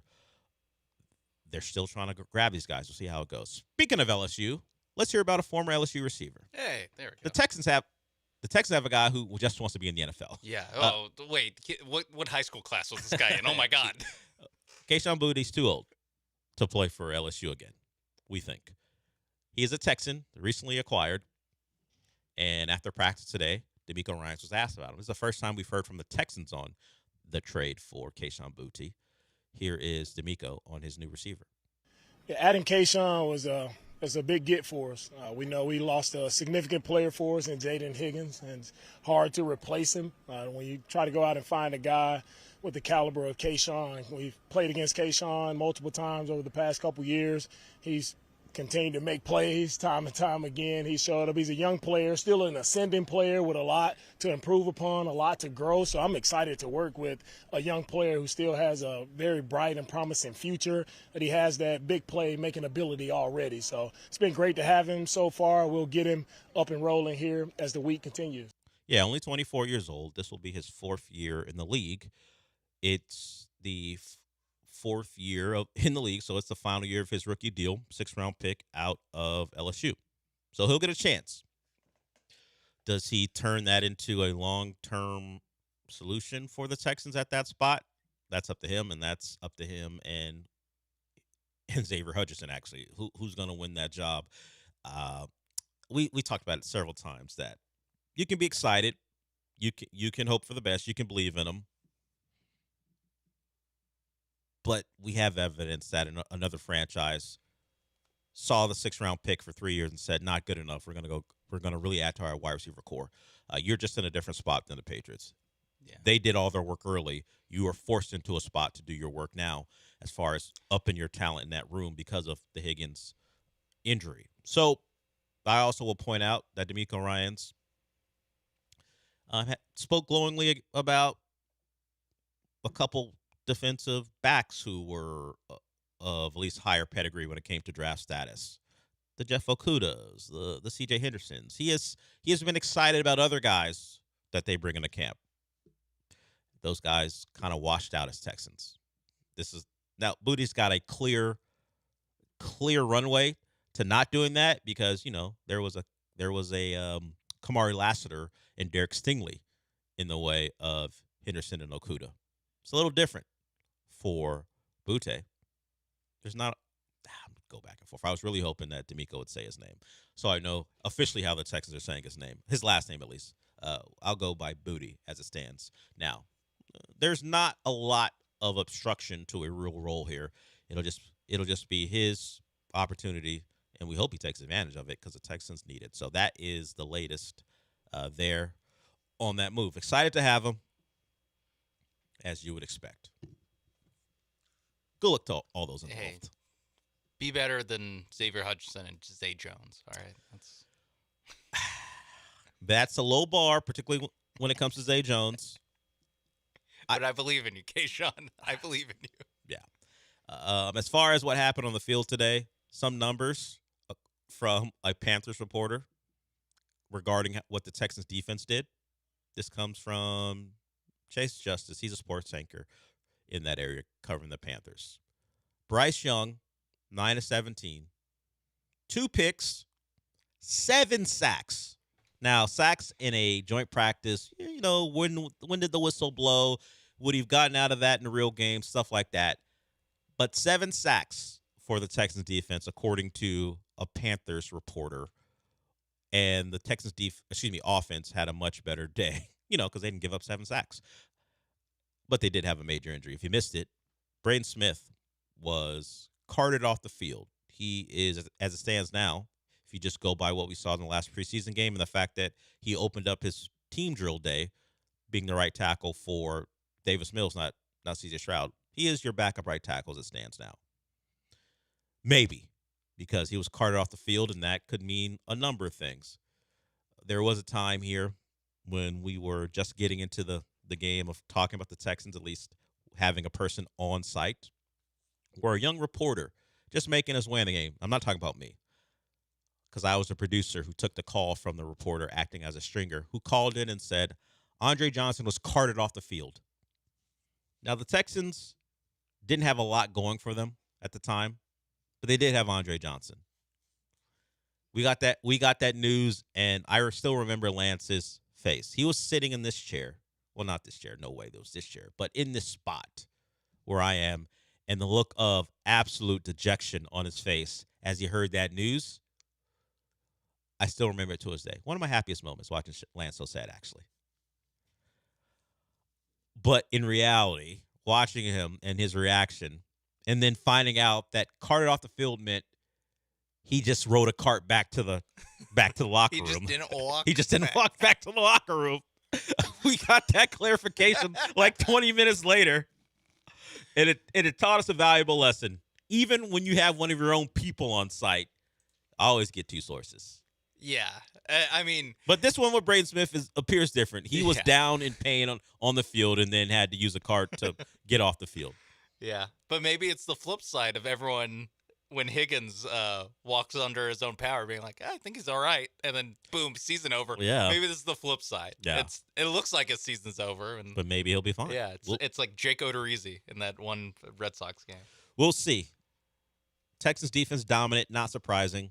Texans offense played much better than the Panthers offense, not surprising. The surprising and unfortunate news is Braden Smith had to leave the field and not under his own power. We'll see the results as we move forward throughout the day. We're going to the Golden Nugget. That's the next time you'll hear us. At least that's where you'll hear us from. Sean and I are going out there for the listener, or at least the ESPN 97.5 Fantasy Draft. We'll be out there for the next couple days. And next time we're in the city, we'll be at that party, the listener appreciation party at St. Arnold. It'll be a busy Friday for us. If you haven't gotten tickets to that party yet, I have not gotten confirmation that there will be more tickets available. For the people who have asked me about, hey, is there a way I can get in since I can't win? I'll get an answer from Joe, and then for you guys, maybe you'll get a little surprise. For everyone else, I got nothing for you. Just how it is. So quit asking. Yeah. What did Nick Saban say? Maybe that's. I'm not going to. So quit asking. Yeah, if you're asking me, stop asking.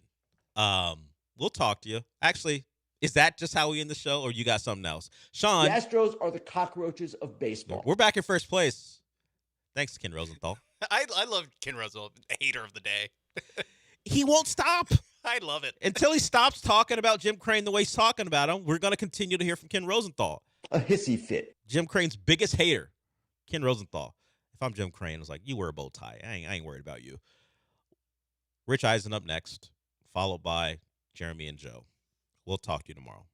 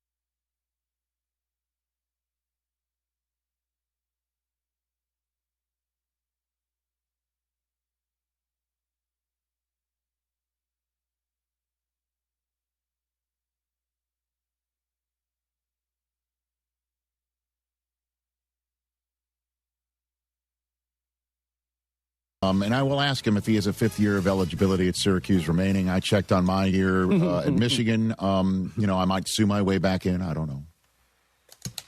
College sports is off the hook.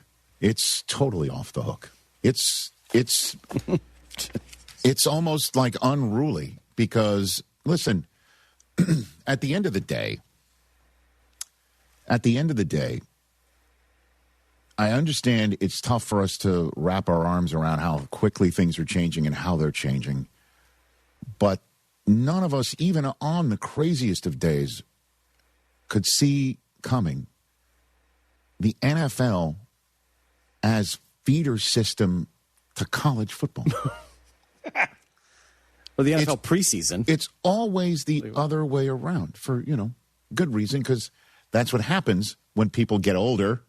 They move from college into professional ranks. Now, I understand that college is run like professional football with general managers now and contracts, but no unions. And some rules, but not really. Portals, they open, they close. Really. Portals open and close. That's what portals do.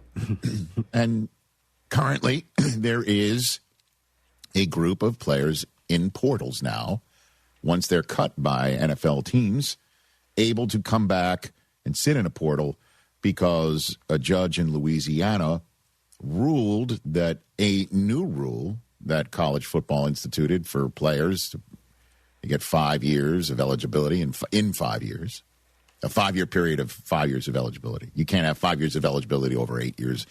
I believe this is what it is. I haven't read the fine print, but then a judge in Louisiana then comes in and says, well, for players in the 22-23 season that are not eligible to now get this new rule to benefit them, it now benefits them. And now those players were allowed to enter a portal after they've turned pro to take advantage of this, and LSU is with Lane Kiffin, one of the schools. They're not the only ones. I mean, Texas took one. There's other schools that are out trying to take players that are now entering a portal back after a brief dalliance with the National Football League. Ever so brief. And so I was saying yesterday that the people I felt for the most in all of this were the players currently at the schools who have been promised playing time, have earned playing time, have been told about playing time, now having their falls potentially up in the air because some players from the NFL are coming back to college. And kudos to Kirby Smart, who said this yesterday before the SEC made any actions, which we'll talk about in a second, about whether he was asked if Georgia was going to start diving into the portal to take a look at some players coming back to college from the NFL. No, we're not currently evaluating anybody that's on NFL rosters. And, my thought is just to each his own is my thought. I'm worried about our team, our organization, how we do things.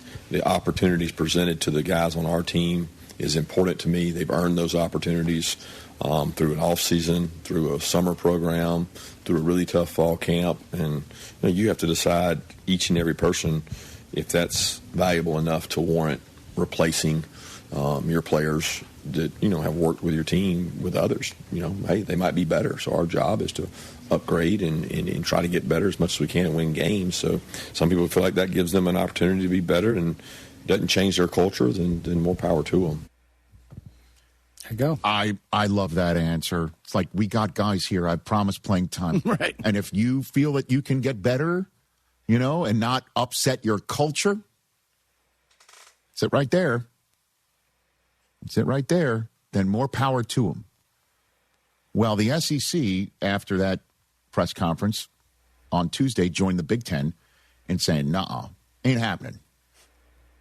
As a matter of fact, the SEC came out and said, according to Greg Sankey, they're going to pass new conference rules that gives Commissioner Greg Sankey full authority to enforce it with penalties. Unanimous opposition, the SEC had 16-0 League presidents, chancellors, and athletic directors in the SEC all got together and voted to give Sankey full enforcing with penalties. And we have on the screen here, according to Pat Forty of Sports Illustrated, what the penalties are. Half-season suspension for a head coach, a fine commensurate with 50% of the budget of the sport that takes a player. The SEC voting privilege is revoked on business matters, and the commissioner has latitude to slap more on them. And that's if you take a player that has been made free to return from the NFL, the NBA, or the WNBA, which means we are going to take the highest revenue sports, football and men's and women's college basketball, and institute this. Now, what does that mean for the kids that are in the portal who are supposed to be joining Lane Kiffin? Well, LSU is one of the 16-0, right? LSU voted for this. Yep. So is what's happening with the football and basketball programs not in concert with school president or athletic director or chancellor or whatever? I find that hard to believe, because they hired Lane Kiffin to suddenly go ahead and do what he's doing with LSU. And what he's doing is truly nothing, I guess, illegal. And you're wondering how LSU might take it. The only way you can is to listen to how Lane Kiffin described why his program is taking this path. Give a listen to this and then get ready for a CBS Sports report about LSU's involvement with these lawsuits. We have, made a decision to recruit some kids around the country. And, through these multiple injunctions around the country, which this is not a first time, they've been in college sports for a while, a group of players were granted a 5th year of eligibility around the country in multiple sports. And through them winning their injunction and entry into the portal, they're available to recruit. And so ourselves, like many places around the country, are recruiting them. And at the end of the day, because of these rulings, they're either going to play for you or they're going to play somewhere else around the country. So we've made a decision to recruit them, like probably most people are. In my opinion, knowing the information, I think it's really wrong to be critical of these kids. They were granted a 5th year by a judge saying that they were wronged by the NCAA and that they should have had the 5th year all along, like all the kids moving forward will have a 5th year. So I think there's a lot of misinformation that people don't understand why these are getting them. It's not because of some other reasons that people may think. It's simply that a judge decided that they should have had the 5th year like everyone moving forward will have. Makes sense, right? Wouldn't you say? It does. Would you feel differently if this CBS Sports report I'm about to read from is true? Okay. Double byline, John Talty and Chris Hummer writing for CBS Sports. I quote, Kiffin and the Tigers reached out to multiple players on NFL rosters or their representation in an effort to get them to bring a lawsuit against the NCAA and return to school. This includes some of the players who ended up in the Louisiana lawsuit, which sources have pointed out wasn't tried in Baton Rouge by accident. So LSU sees, according to this report, that this new 5-and-5 rule happens. But what about the kids in this bucket that had this ruling come out too late for them to make an informed decision about whether to return to school or go into the NCAA draft? Let's reach out to those players. Let's reach out to their representation to let them know, hey, we see a legal loophole that if you're willing to drive through it, we're willing to take your kid to play. Am I picking up what I'm reading here? That's how I'm taking it. And now my question is LSU paying their legal bills also? I have no idea, but all I know is now there is a transfer portal way of getting from school to school. There's now a transfer portal way for you to enter it with the legal portal. And if you find the right judges and you have the smart legal people on your staff to realize this, and you're like, okay, I don't care about messing with my culture by telling kids who have been working hard that you no longer have snaps because we recognize this legal loophole, and we started calling people to say, if you want to file a lawsuit, just let us know you're doing it. Am I reading this right? Am I reading this right? Thank you, Tyreek.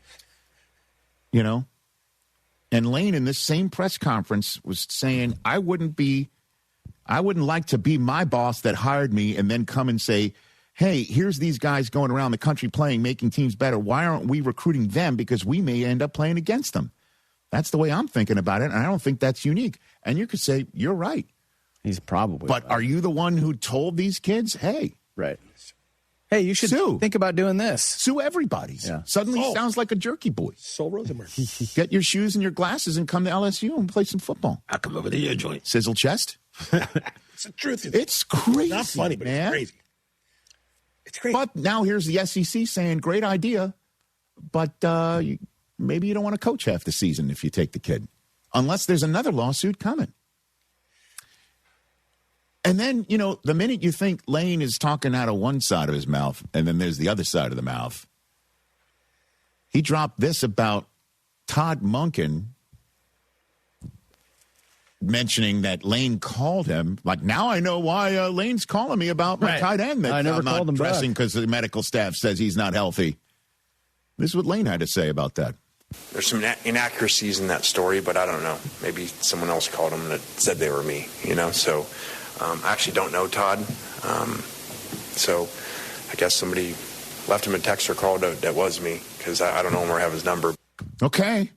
Oh, so they went running to Todd Monken in Cleveland, and Monken's like, my bad.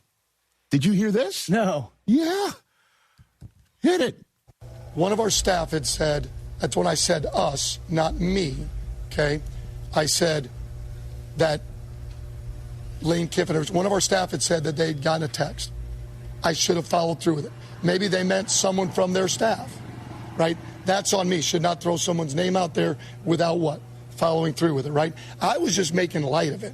I was really not trying to make a big thing of it. It was just like, man, what this world we've come to. And I shouldn't have thrown that out there, right? Like, to me, hey, I can't control this, right? It was almost silliness and goofiness, like, really? This is what we've come to, where guys can be here and go back to college. It's really not a big deal, other than I probably shouldn't have without knowing for sure, you know. So it is what it is. When did you know that Daquan might? We haven't seen it yet. I knew it when it got on social media. How the hell would I know? I mean, I've never had to deal with it. Like, who's had to deal with, like, oh, and that happens. It happens in college with everybody. Like, they catch word of something, right? You have players on your own team. You're like, catching word from so-and-so that he might be entering the portal. It's just word of mouth. They're not going to come to you. It's not like you're going to stop there, hey, you know what, I'm thinking about going back to college. No. So it was a weird situation. He got hurt. He's going back to college. It is what it is. Good luck to him. He's a good kid. And they're going to do a great job at LSU. That's what they should do. Their job is to get the best players they can to win games. I'm not mad at anybody. I was actually, like I said, shouldn't have, taken what I'd heard and ran with it. Wow. It's just nuts. I think Sean McVay summed it all up when he was asked about it. Do you hear that soundbite, that quote? He was asked about NFL players going back to college. Quote, I feel like I took a freaking gummy. Gummy, yeah, I saw that. End quote. I saw that.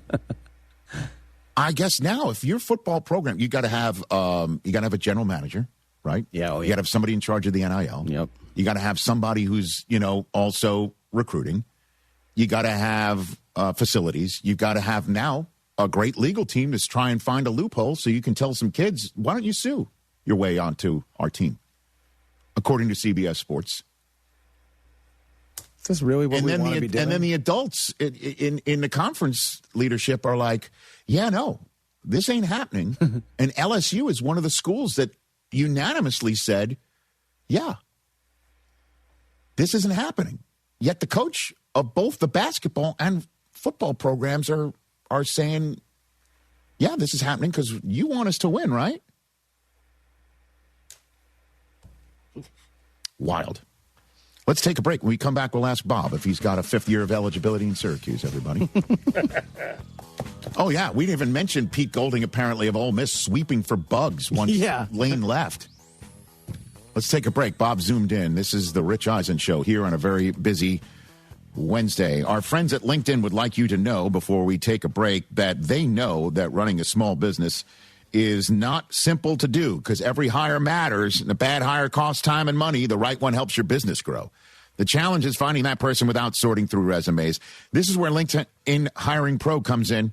It screens candidates so you can focus on conversations with qualified talent. With Hiring Pro, you can hire with confidence and build the team you need. Join the 2.7 million small businesses using LinkedIn to hire. Get started by posting your job for free at linkedin.com/Eisen. Terms and conditions apply. Bob Costas when we come back here on this Rich Eisen Show Wednesday.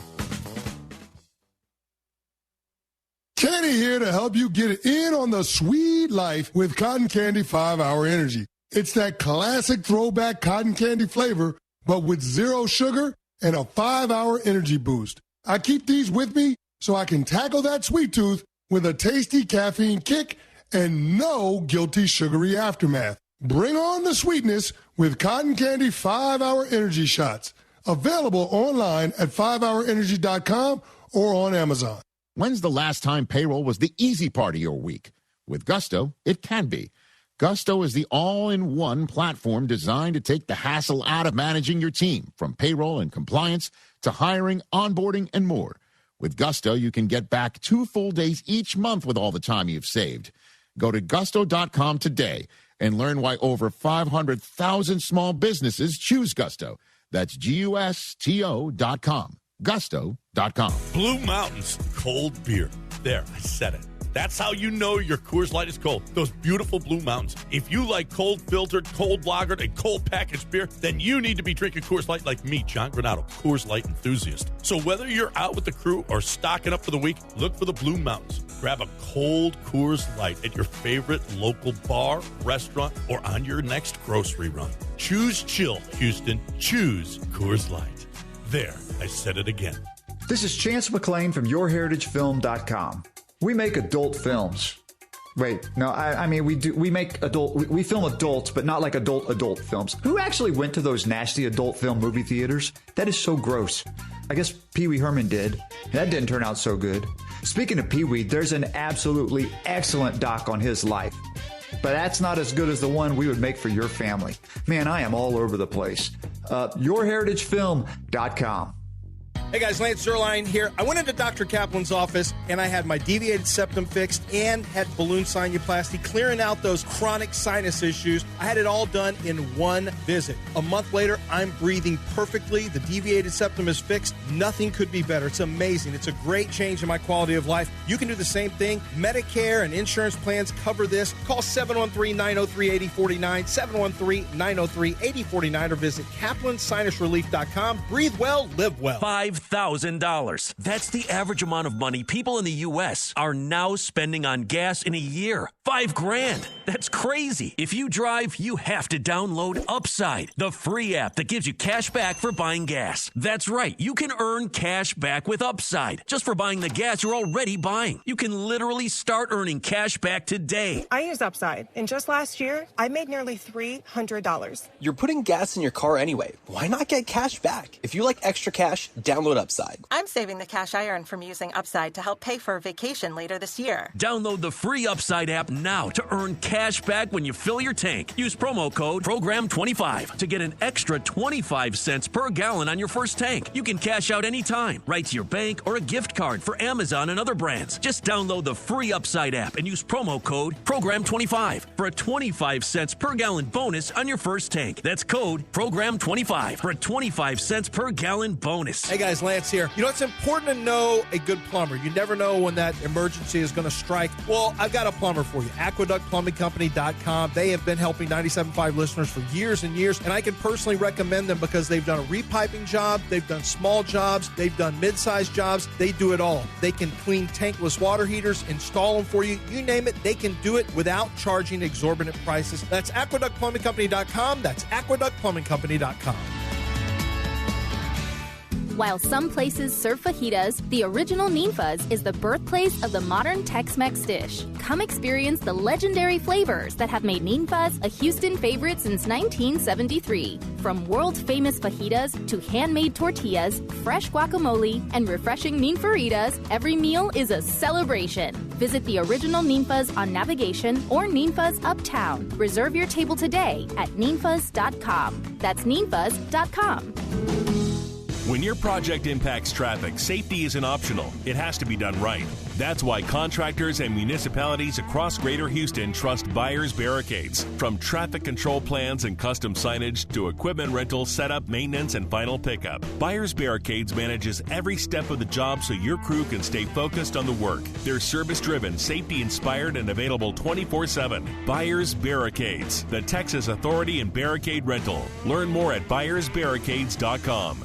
Spring is calling at Two Creeks Crossing Resort, just 90 minutes north of Houston. Spend the day relaxing by the water, then stick around for live music, great food, and can't-miss events happening all season long. From cook-offs and holiday celebrations to outdoor adventures and family-friendly fun. Whether you're rolling in with the RV, booking a waterfront cabin, or planning a glamping getaway, there's a perfect spot waiting for you. See everything coming up and reserve your stay now at twocreekscrossingresort.com. Hey guys, Joe George here. The biggest trap in today's car market, 84-month financing just to afford the payment. At D&M Leasing, there's a smarter solution. With their best-in-class Easy Lease, you drive a newer vehicle with the latest technology for a much lower monthly payment. No long financing, just a smarter choice. Call D&M Leasing at 713-290-1000 or visit dmautoleasing.com and tell them that Joe George sent you by. We make leasing easy at D&M.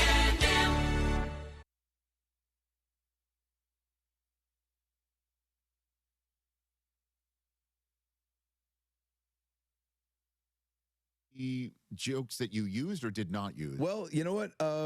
They're all jokes that I used. Okay, but I will roasting the Seahawks, roasting the Super Bowl champion Seattle Seahawks, and okay, here we go. Let's see. Sam Darnold is here. Sam Darnold, it'd always be funny to me that we won a Super Bowl with a quarterback that looks like Special Ed Sheeran. Sam Darnold is the hardest working, most palest guy I've ever seen. He'll be the first quarterback in NFL history to go on the IR with a sunburn. Let's see here. JSN, boy, he's scared. Did you call him Special Ed Sheeran? Yeah. He loved it. I've known Sam for 8 years. He said, "Bring it." And there's quite a few I gave to Sammy D that only.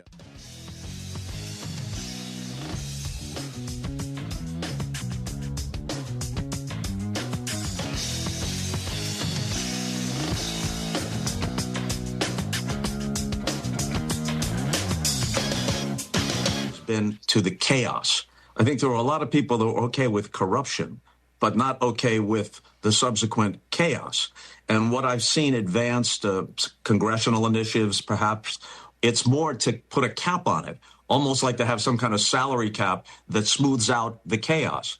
But no one that I can think of, maybe somebody out there, is saying this. It is fundamentally perverse to pay a kid beyond the cost of education to come to your university. Fundamentally perverse. And another thing that always bothered me was during the conversations for a decade or more about this, a standard trope was everybody's getting rich off this except for the athletes who are being exploited. That says implicitly that the education is worth nothing. So if this athlete attends class, and you got to believe under these circumstances, many of them aren't even attending class. And if you play at 4 or 5 different universities, do the credits transfer if you have any credits at all? But in theory, that kid could be sitting next to another student. He's a student athlete, theoretically. Another student whose parents worked multiple jobs to put him and perhaps his siblings through college. saving hundreds of thousands of dollars if he gets a scholarship. And we all know there are studies that say if you have a college degree, you're likely to make much more over the course of your life than if you don't. So the idea that nothing matters here, the education doesn't matter, that's fundamentally perverse. And all of this is an affront to not just common sense, but any principle that should prevail at a university. For the radio audience that just joined, that's the voice, as you know, of the 29-time Emmy Award winner, Bob Costas, here on The Rich Eisen Show. Let's jump into the subject matter of the last time we spoke, Tarek Skubal destroying baseball and the Dodgers doing the same thing. And, you know, I guess this is baseball, Bob. At the end of the day, in the interim, the guy has just one win. That's it for the Dodgers. And I know that's not the only telling statistic, but it hasn't tilted the playing field just yet. Well, maybe it happens in October at the end of the day anyway, but I give it his last outing against the Pirates, he got nicked for a few runs in the first inning, and then he settled in and had like 6 strong innings after that. And he's coming off minor elbow surgery in the middle of this season. He wasn't having a season with the Tigers equal to his Cy Young back-to-backs in the 2 previous seasons. But something else about that trade before we get into the larger issue of baseball's economic structure. You said to yourself, when we heard before Skubal wound up being dealt to the Dodgers, that a number of other teams were in the mix. Let's say you're Milwaukee, which has a strong farm system. And I understand, and I've spoken with people, they made what they thought was a very strong offer to the Tigers. But why wouldn't you, if you were the Brewers, go a step farther? Why wouldn't you say to yourself that it's very likely that we meet the Dodgers at some point in October, in a division series or in an LCS? In a division series, in 4 of the 5 games, because they build in extra off days for television, we could, in theory, throw Mizorowski and Skubal at the Dodgers, no matter how much better they might be over 162. And in truth, the Brewers have a better record than the Dodgers right now. But we know what happened last October, when they had a better record that wound up being swept by the Dodgers in the LCS. Why wouldn't you look at a scenario where Mizorowski and Skubal could pitch potentially 4 or at least 3 of a best of 5, pitch at least 4, maybe 5 if they combined in a game 7 in a best of 7 LCS? Why wouldn't you push all the available chips into the middle of the table to do that? Now, I know that teams have a general model, and that model for the Rays or the Guardians or the Brewers is different than the Yankees or the Dodgers. But aren't there circumstances in which you say, wait a minute, we're going outside that model right now. We've been a consistent contender. We make great use of our limited resources, but we haven't been to the World Series since 1982, and we've never won the World Series. What would it mean to our brand and to our fan base if we could get to the World Series? And so I guess at the end of the day, why not? Indeed. Yeah. Right? I mean, and the Rays, too, at this point in time. And, another thought is the Dodgers, and last time I was on with you, people misinterpreted, I guess, or some people did, when we were talking about how smart the Dodgers are as an organization, how they have overwhelming resources, yes, and we'll find out. I don't know all the particulars. None of us do yet. We'll find out if the financial circumstances of the Dodgers change as everything's being looked into in Mark Walters' empire. Yeah, right. But we can't deny that they have made very intelligent and effective use of their overwhelming resources. And part of what they might have been thinking about is not so much acquiring Skubal, who's a definite plus, but keeping him away from a team like the Brewers. The Dodgers are playing a long game. Last year, they slow walked to 93 wins, which was the 3rd best division winner. And it could happen to them again. They could have to play in the wild card round again. But all their planning is pushing toward October, getting that deep pitching staff completely healthy and all ready for October. They're going to have a half dozen guys, any one of whom would have been either the ace or no worse than the number 2 pitcher on any other team. And so if Edwin Diaz craps out, as so far he has, okay, one of these starters is going to be our closer. Wroblewski was an all-star. Maybe he's our left-handed piece coming out of the bullpen in combination with somebody else. It's overwhelming the advantages they have. But by adding Skubal and keeping him away from the Brewers, That's another good chess move. Well, I mean, that's exactly what the Dodgers do every year, right? Is that certainly folks around here in Los Angeles wringing their hands over the pen stinks. It's terrible. Oh, let's just throw Sasaki out there, and let's get him in a role out of the blue. Kershaw at one point, as you all know, came in out of the pen first time in his life, and then it all works out because Roberts pushes the right buttons knowing when. But, you do take a look at the Central with the Cubs and the Brewers. Would you say that that's where the biggest challenge might be? I know the Padres have come on a little bit. There's the Braves in the mix as well. The Phillies, with the Diamondback. I mean, you got them up on the screen right here. This is basically your playoff picture in the NL. Or we're penciling the Dodgers in for October again right now. Yeah. Look, I know that some people don't want to hear this, and it doesn't justify the inequities in baseball's present economic system, but almost any team could win any given short series in October. The Dodgers, now granted it was pre-Yamamoto and Ohtani, but the Dodgers lost back-to-back to the Padres in 22 and to the Diamondbacks from their own division in 23 in the division series. And as an aside, I think baseball ought to put in a rule that says in the first round, in the wild card round, you can't meet a team from your own division. Right now, when you looked at those standings, the Padres would be playing the Dodgers, assuming that the Padres finish ahead of the Diamondbacks and the Dodgers wind up. Well, that's not true. The Braves have a lesser record than the Dodgers. But let's say the Dodgers wound up with a third best division record. Sure. You'd wind up playing a team that you just sprinted past for 162 games. You wind up playing them in a best 2 out of 3 roll of the dice. That doesn't make much sense. I think you should keep divisional foes away from each other as long as possible when you get to the postseason. Yeah, I mean, the Braves and the Phillies, that might be a more feasible scenario as we're currently seeing it play out right now. Where do you stand on the PCA versus Ohtani conversation for the MVP in the NL right now, Bob? Obviously, Ohtani is the greater player, no disrespect to PCA. But I think even though some of the way people view this has changed over time, the idea of most valuable in the minds of most voters, at least historically, was somewhat different than player of the year. Player of the year, somewhat different than most valuable.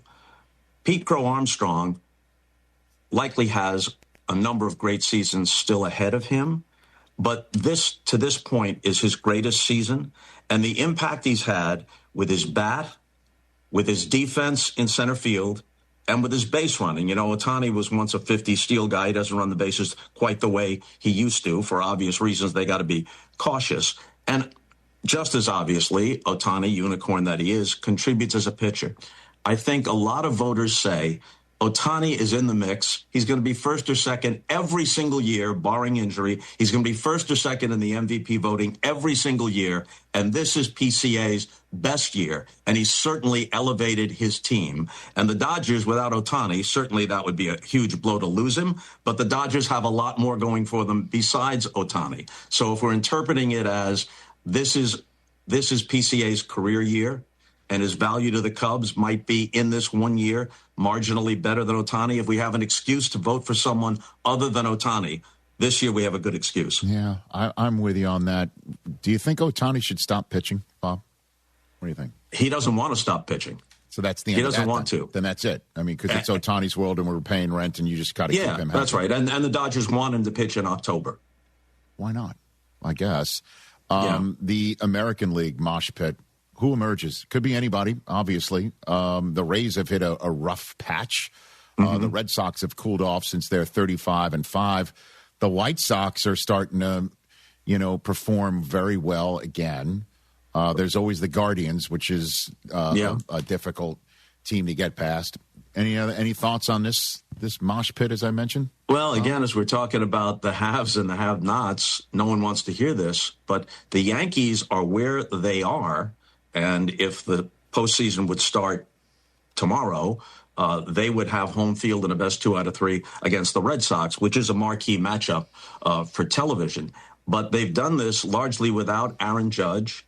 Max Fried is only now coming back. Carlos Rodon is only now coming back. They were without Bellinger for a while. He came back and homered either last night or the night before. So when they get to full strain. And Stanton, I think, has run out of calves to strain.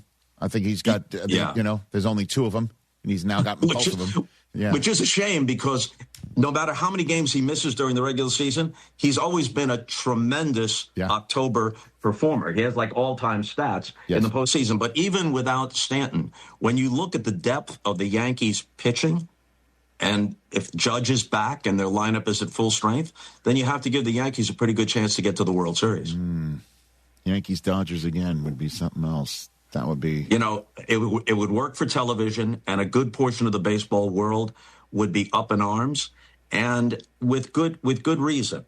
With good reason. There has not been a team in the bottom half of MLB payrolls to win the World Series since 2015, and that was Kansas City.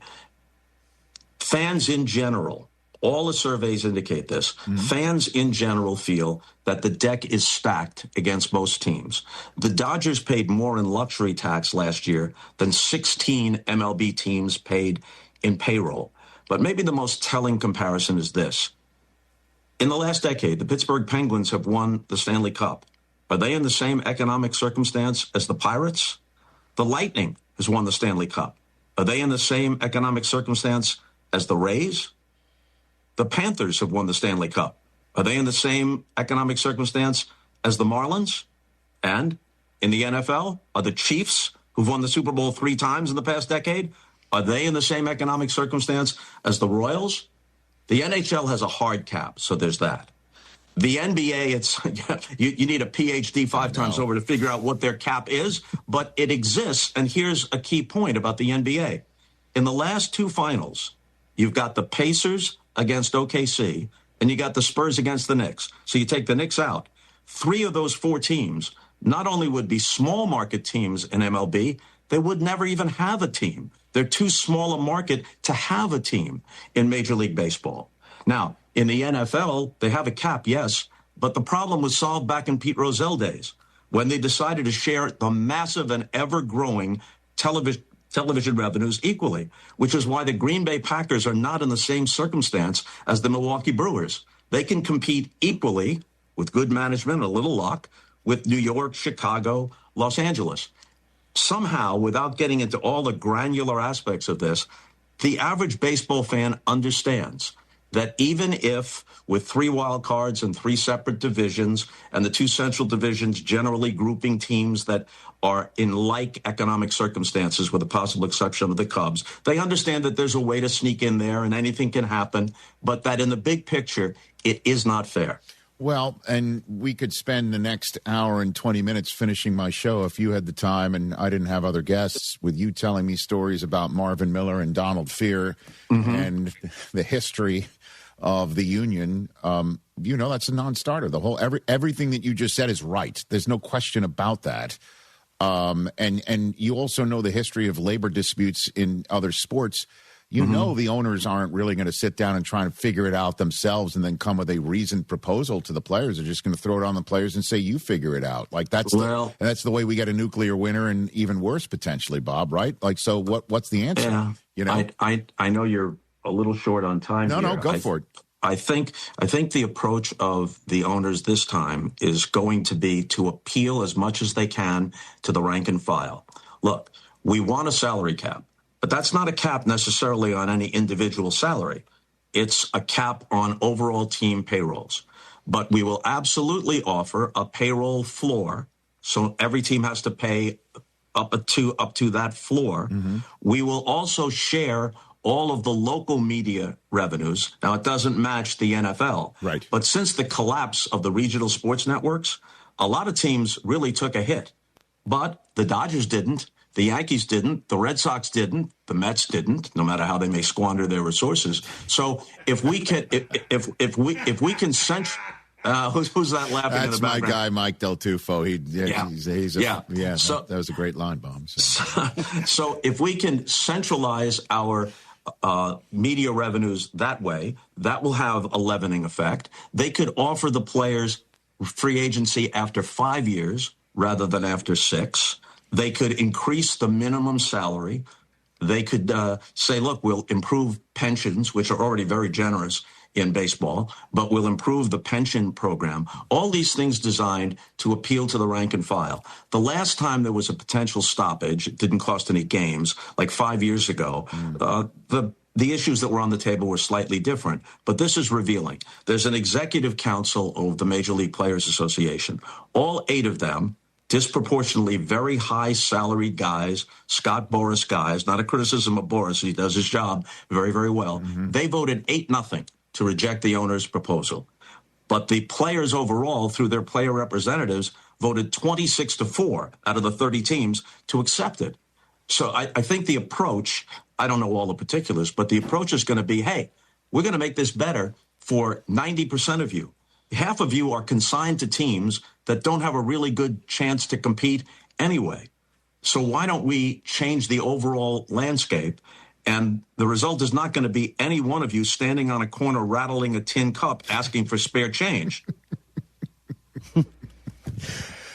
As succinct as you could possibly make it, man. We're going to clip and save that and hopefully keep replaying it if the two sides don't listen to each other when it all comes down to it. Last thing, less than a minute. Sure. This gets lost on people. Look, the players were right in every way, right on principle, going back to Marvin Miller and all the rest. And the owners didn't help by being duplicitous, and they were caught colluding in the 1980s, all that stuff. But the idea that this always has to be a holy war and that a salary cap is just a principle that we cannot even talk about doesn't take into account this simple fact. A league is a business in which the competitors must simultaneously be partners. The Dodgers can't play an intra-squad game and get the same television ratings. Half the league is responsible for every competition. That should be obvious. You can run a diner down the street under different business principles than a 5-star restaurant on the other side of the street, and they can both be successful on their own terms. But that doesn't work in a league. Why does no one get upset back in the day with whatever Mike Tyson's purse was, or whatever someone won in a golf tournament or tennis? Because those are individual things. For either prize money or what Tyson got or any other boxer got is what the business calculation said their worth was when they stepped into the ring. In baseball and any other sport that has a league, yes, players should be handsomely compensated, and they are. But the league itself has to function. And recognizing stepping back and recognizing what should be obvious, the definition of what a league is, as opposed to almost any other business, then there have to be devices in place so that the league runs in not just a more efficient way, but in a way that better serves its customers, who are the fans. Love it. Well said, Bob, as always, and I'm with you. I totally hear you and agree with you, although I would pay good, hard-earned American dollars to watch the Mets play the Savannah Bananas once. Like, that would be great. And then when they lost to the Bananas. I know. Can you imagine the back page of the New York Post? Oh, my God. Yes. That's bananas! Exclamation point. That's better than what I was going to say. Slipping on a banana peel. Ladies and gentlemen, Bob Costas right here on the program. Great to see you, Bob. See you, Rich. We'll chat again Okay. soon. The one and only Bob Costas. And then Soto would get on stilts, right? And then you don't see the Savannah Bananas? You haven't That'll seen help him catch. Bob's We would crush the right there. DJ. Hey, listen, I hope what he said, man. I hope what he said is just like let's get the rank and file. The rank and file tell the gajillionaires, let's figure this thing out. Right. Let's figure this thing out. But when you tell the kids you can be a gajillionaire under the system, it'll be tough. Yeah. Awesome stuff with Bob. We're back with more in a moment. So I've got this right. Flat repairs or replacement if needed. Rotations and rebalancing every 5,000 miles, all included with the tire purchase. With paid installation and tax? That's the... Don't make me say it. I was going to say it. You don't say it. You back it up. That's the limited lifetime tire guarantee. Free with every tire purchase. So they're the...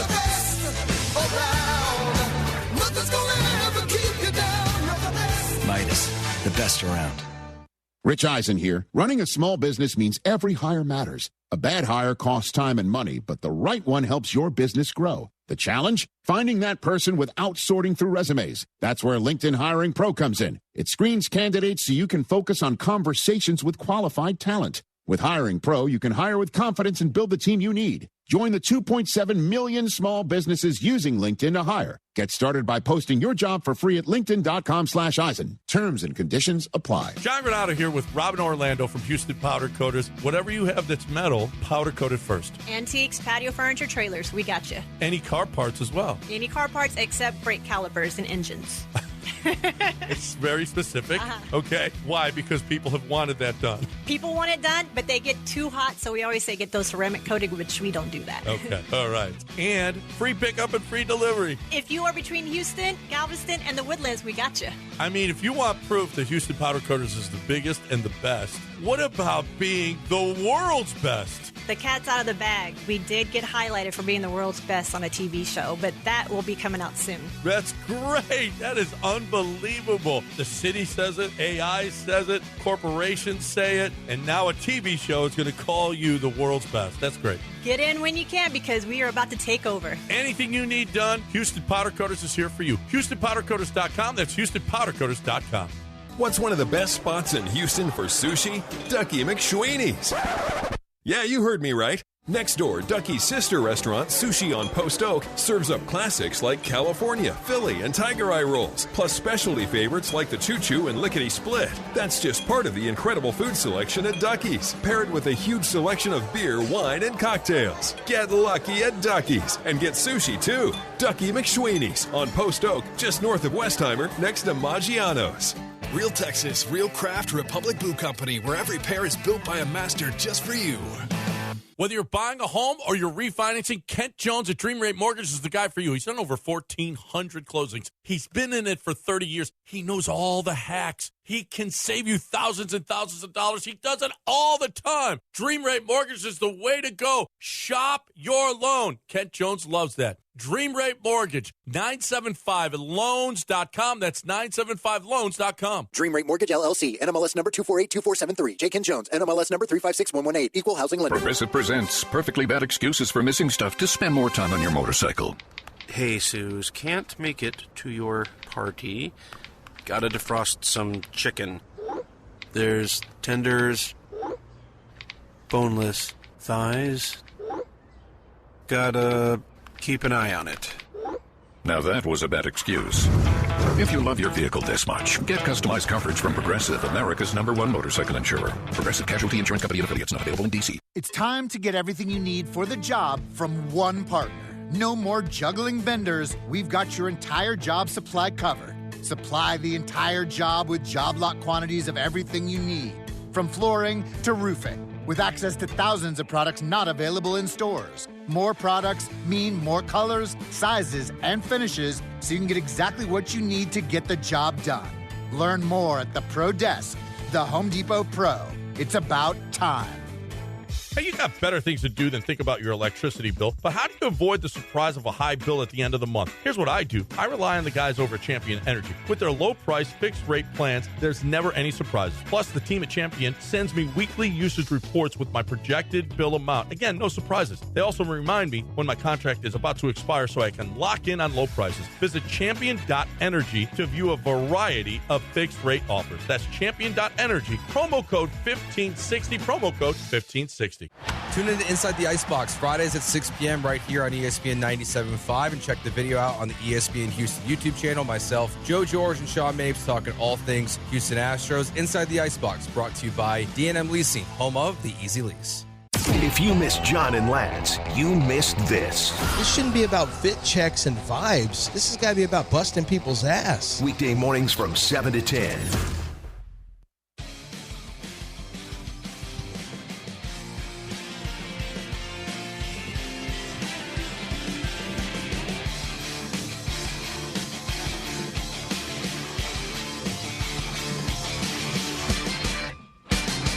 Two. 844-204-RICH, number to dial here on the program. A SoFi personal loan is here to help you achieve something once thought impossible, and that's overcoming high-interest credit card debt. Walk the tightrope of your finances with one low, fixed-rate monthly payment, no fees required, and as soon as the same-day funding. That's right. Pull off your own debt-defying stunt with a SoFi personal loan. Visit SoFi.com/trick to learn more. Loans originated by SoFi Bank, N.A. member FDIC. Terms and conditions apply. NMLS 696891. All right. It's 4 downs time with the Los Angeles Rams. This one's easy. This one was like the simplest one. I have to do much research. Get it. 4 downs with Rich. Here we go. Season preview of the Los Angeles Rams 4 down style. This one was easy. This one was real simple. You know what first down is? First down. Is he back yet? Is he back yet? Where is A-Ron right now? Is he back yet? No. He's not. I get it. I get it. I think it's inevitable still, but the fact that it's still now, we're in the last Wednesday of August, you're thinking maybe not, but who cares? They'll take him whenever the hell he wants to be taken. And if he doesn't, well, they've got a pretty hell of a great of a roster to fall back on. So, but he comes back. Oh, boy. Is he back yet? His first down. Second down. Here Second down for the Rams. It's and this again just goes to show you how good they are and how few questions there are that I'm asking as a legitimate second down question. Who's the backup quarterback? That's a legit question. I know that because everything else is ready to roll. And again, Matthew Stafford last year, 1 year ago at this time, is like, is he going to be able to stand upright, let alone take a snap? And then he has an MVP season. So let's knock on this, that this is not even going to be an issue. But would they be able to win the Super Bowl if they have to go a significant amount of time with either Stetson Bennett or Ty Simpson? Or Jimmy Garoppolo? I don't know. He's not. I mean, I really believe the Rams are, and I go in high register here, would go into the season with either one of these kids. Maybe I'm wrong. Third down. Third down. You could say this about any team, but again, I'm grasping at straws here. How healthy can they stay? You're just basically saying if they stay healthy and they keep playing football at full strength, they're going to win the Super Bowl, or they're going to go to the Super Bowl, or they're going to win their division, and then who knows any given Sunday, blah blah blah. You could say this about any. This could be a down for any of the 32 teams in the NFL, but this one is truly. What am I going to sit here and wonder about their running back room, their receiver room, their line? Come on. Fourth down. Fourth down. No, really, is he back yet? I mean is he back yet? Where is A-Ron right now? no, really. I mean, where are you? All right, I'll give you. Okay, I thought that was really fourth down. It could have been, though. All right, I'll give you another fourth down. How off the hook can Myles Garrett be? Yeah.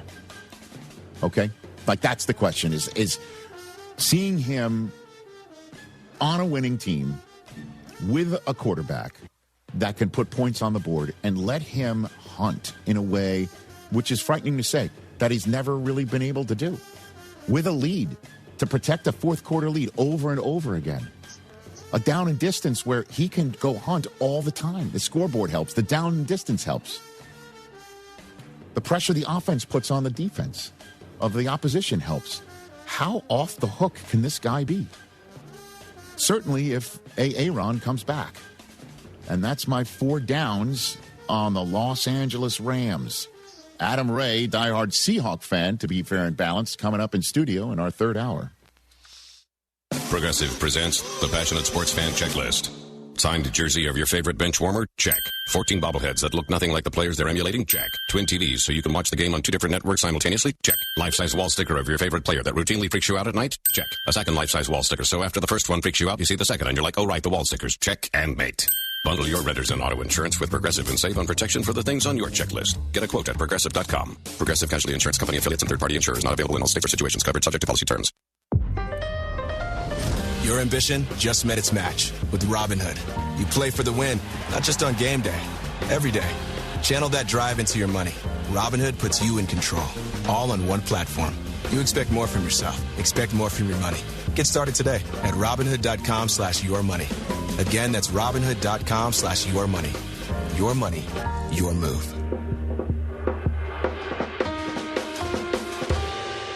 When your project impacts traffic, safety isn't optional. It has to be done right. That's why contractors and municipalities across Greater Houston trust Buyers Barricades. From traffic control plans and custom signage to equipment rental, setup, maintenance, and final pickup, Buyers Barricades manages every step of the job so your crew can stay focused on the work. They're service-driven, safety-inspired, and available 24/7. Buyers Barricades, the Texas authority in barricade rental. Learn more at buyersbarricades.com. Do you want to pay a plumbing company just to come out and see what the problem is? Heck no! Billy Brown and Aqueduct Plumbing Company has been serving 97.5 listeners for years now. They don't charge exorbitant prices, even for routine leaks and stoppages. Not Aqueduct Plumbing Company. They give free estimates for a repipe and water heaters and are the ones to call if you have a propane gas grill. Aqueduct can run a gas line so you'll never run out. That's aqueductplumbingcompany.com, aqueductplumbingcompany.com. Blue Mountains cold beer. There, I said it. That's how you know your Coors Light is cold. Those beautiful Blue Mountains. If you like cold filtered, cold lagered, and cold packaged beer, then you need to be drinking Coors Light like me, John Granato, Coors Light enthusiast. So whether you're out with the crew or stocking up for the week, look for the Blue Mountains. Grab a cold Coors Light at your favorite local bar, restaurant, or on your next grocery run. Choose chill, Houston. Choose Coors Light. There, I said it again. School's back, but where are your kids after school? Branham here. Get them a Pro Dunk basketball goal and they'll be in your driveway shooting hoops. Pro Dunk makes pro-quality basketball goals built to last. And with their patent-pending Lightning Adjust system, you can raise or lower the hoop from 5 to 10 feet in under 10 seconds. Perfect for the whole family, and right now, get Lightning Adjust free at $249 value. Just mention ESPN when you call them at 281-351-9822 or visit ProDunk.com. I'm not one to say I told you so, but I switched to Pure Talk over a year ago, and ever since, I've been telling people there's no better wireless company out there.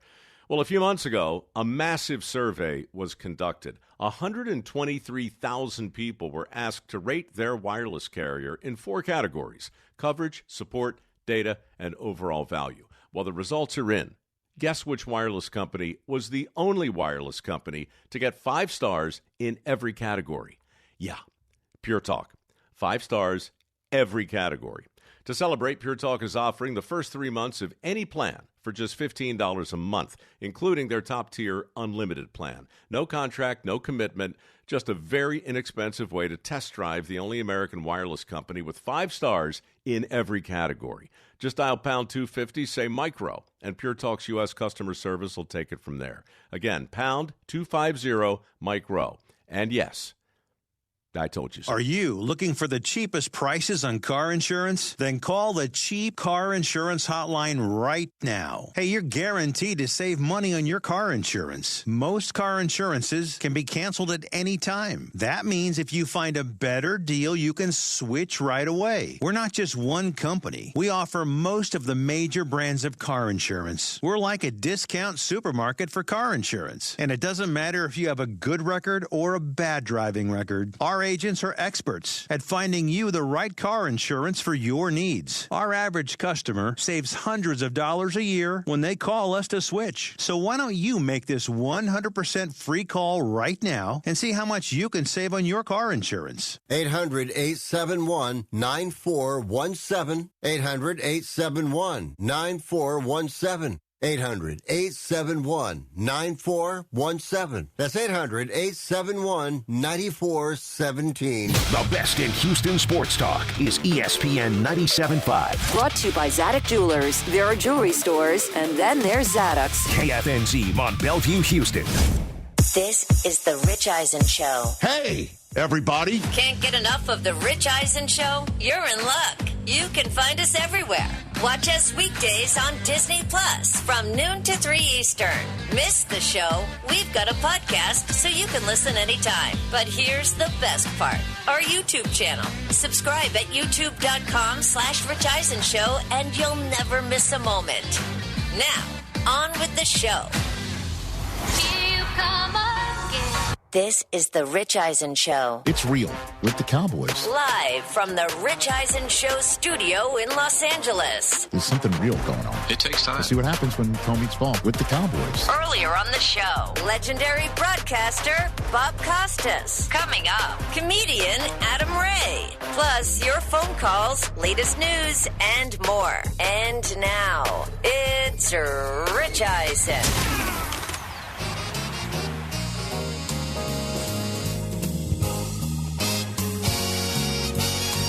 Hour number 3 of the Rich Eisen Show is on the air. Disney Plus, ESPN app, ESPN Radio, Sirius XM Channel 80. Call us, 844-204-RICH. Adam Ray's about to stop by in studio to have a chat with us. And always a funny time with him. We'll take some phone calls in just a couple of seconds just to let everybody know. There's our YouTube channel. If you care to hang out with us, be careful. There's an algorithm that can get you. YouTube.com/Rich Eisen Show for that. We're closing in on 1.2 million. I said 1.2 followers on that, or subscribers, whatever they want to call it. There's our Instagram, TikTok, Facebook. All of the socials are available for us. RichEisenShop.com. Somebody called in earlier today and said, hey, I got a Mendoza Mania T-shirt, hats, mugs, various other T-shirts that rep the show and other things that we say into this microphone that might be kind of silly. And it's all there, RichEisenShop.com, for all those out there. We greatly appreciate anybody who connects with us that way. And let's take some phone calls here on the program. Michael in Louisiana here on the Rich Eisen Show. Michael, are you the judge that's letting everybody come back from the Michael? I am not the judge. Okay. I am just a lifelong LSU fan. Okay. I've been on your show with you twice and Susie twice. Ah, great. I'm the one that Brockman didn't like the fact that I let my Yorkie sleep in the bed with me, which we're not even getting on that. But good for you, Michael. You do that, man. You do that. This Lane Kiffin deal, you hit the nail on the head when you said, yeah, we expected a fair amount. I don't know if we expected this, but, he hadn't broken any rules yet. No. We're kind of liberal with our morals down here, so...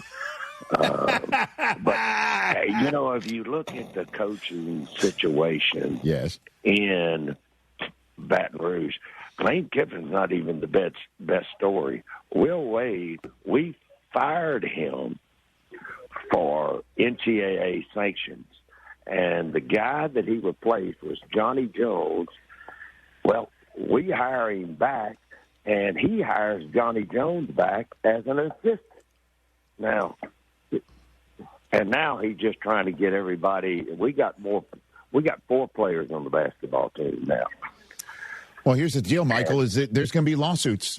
Certainly, if the SEC is coming down and saying the kids that Lane has in the portal all teed up to join his team now can't. I'm reading that there are some exceptions potentially where they can, and if they can't, then there's going to be lawsuits filed and all of that business. And again, it just speaks to what Bob Costas also said moments ago. And I did listen. Where he basically said that this is,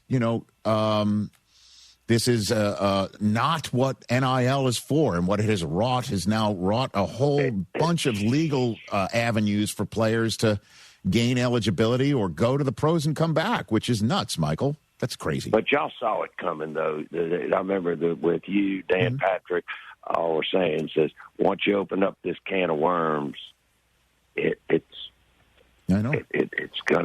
That's where, unfortunately, that we're headed. I don't understand how a district judge, can do it, which is a smaller judge here in Louisiana, or even with Chambliss at Ole Miss. I don't know, but thanks for the call, Michael. Ole Miss graduate. I appreciate the call. Call back and enjoy your Yorkie sleep time.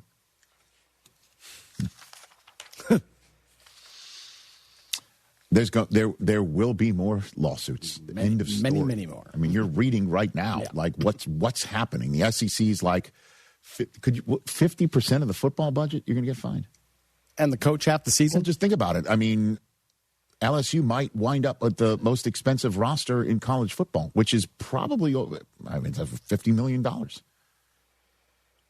Crazy, man. This world is nuts. All right, so. Coming up with a top 5 for everybody here. I crowdsource I speak to you guys, right? Yep. All the time. I try to. Part of a crowd. No bad ideas from anywhere. Well, I mean, sometimes. I just might not agree, right? So I mentioned to Coop the other day, I got to do a top 5. Mm-hmm. And he goes, how about you come up with a top 5 most surprising players of the upcoming NFL season? You try and predict it. So I sat with him, and we chose one from every team. Okay. Ooh. Who would be the most surprising? And then I started weeding this out and winnowing down the list. A number of times I'm like, should I do this? And he would look at me and goes, it's your list. Oh, it's your list. I'm like, would it be different with your list? He goes, this is your list, Ed. I'm like, okay. This is your list. And so interestingly enough, I've come up with my list. The top five who I believe will be the most surprising players of the 2026 NFL season, brought to you by Hyundai. High five. 1, 2, 3, 4, 5. Rich's top 5. All right. I chose Coop approved, unless he's just like, no, it's your list, Dad. Here we go. I had to put a quarterback here. Okay. I thought about Malik Willis, but I just don't know. I thought about Geno, and then I just couldn't. So I'm going to go with number 5 most surprising players of 2026. I'm going to go Jacoby Brissett. Oh, wow. I'm going to say he's going to wing it. Year 11, okay? 10 years in, he's got Marvin Harrison Jr. there, Michael Wilson there, Trey McBride there, Jeremiah Love here, Tyler Algier there, James Conner coming back there.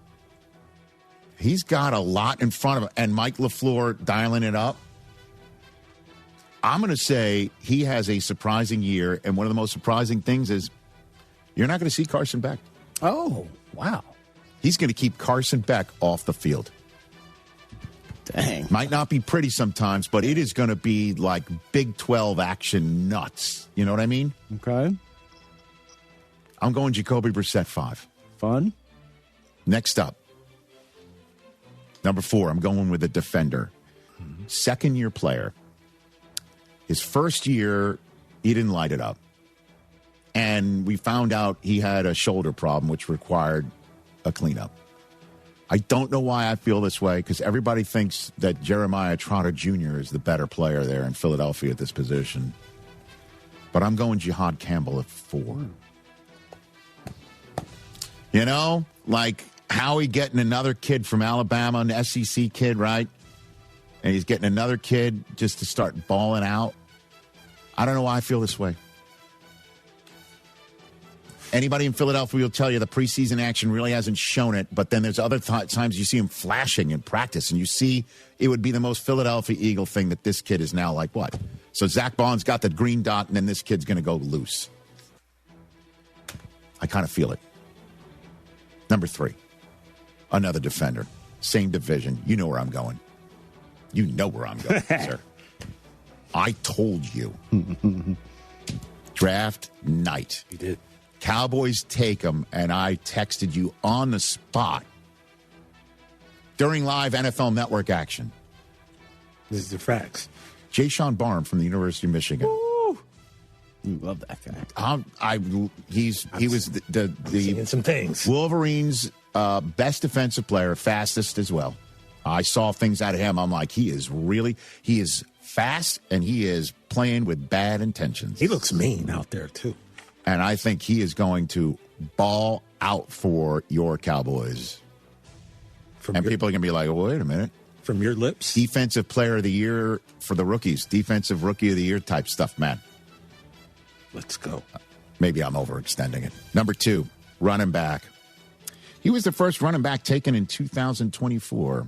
Had 3 games, blew out his knee, and we've hardly seen him since. I don't know why I'm thinking Jonathan Brooks for the Carolina Panthers. I like that one. Is going to just show people what's up.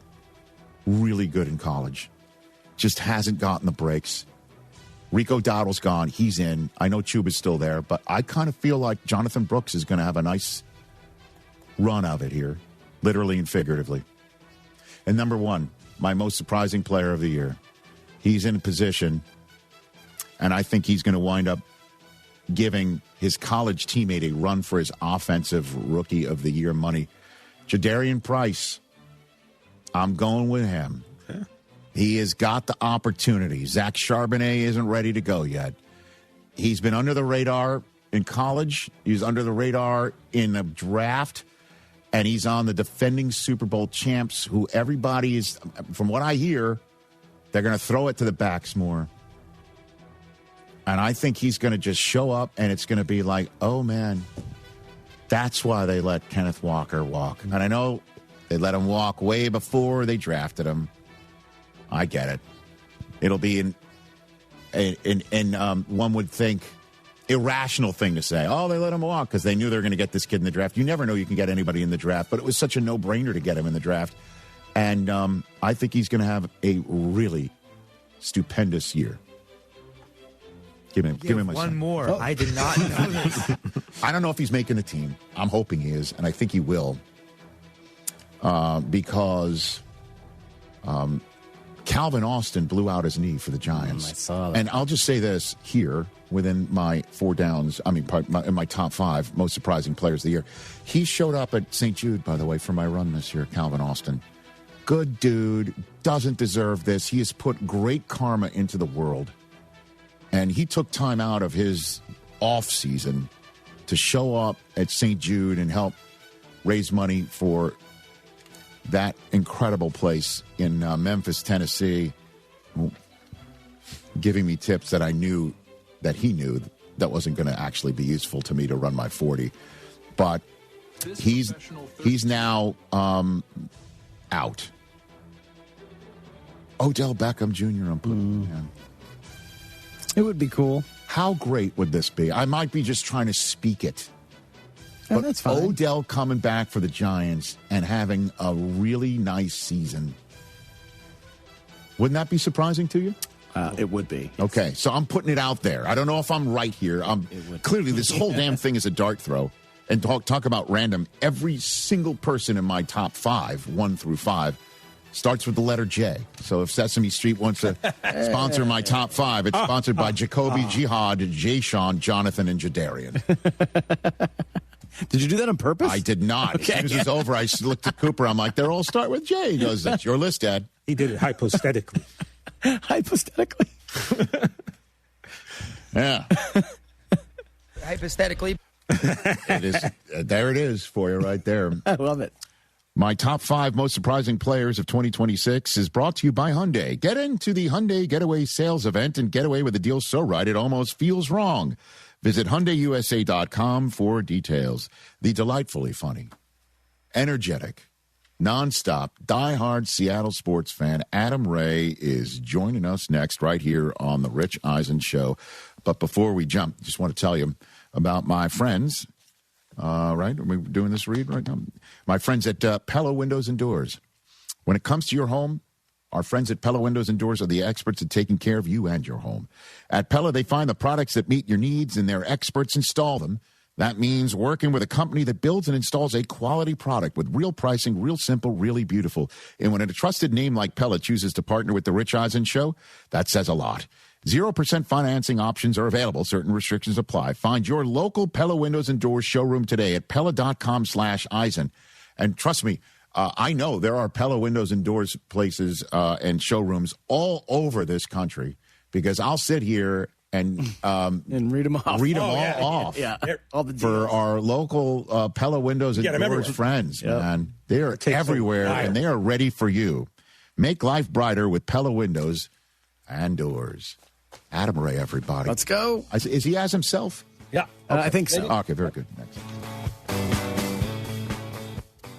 Rich Eisen here with some advice. If high-interest credit card debt is grinding you down, it might be time to call an audible with a SoFi personal loan. It consolidates your debt into one low monthly payment with no fees required. And with as soon as the same-day funding, you can make the right play fast. Call an audible on your debt today at SoFi.com/debtplay. Loans originated by SoFi Bank N.A., member FDIC. Terms and conditions apply. NMLS 696891. Fast funds terms apply at SoFi.com/debtplay.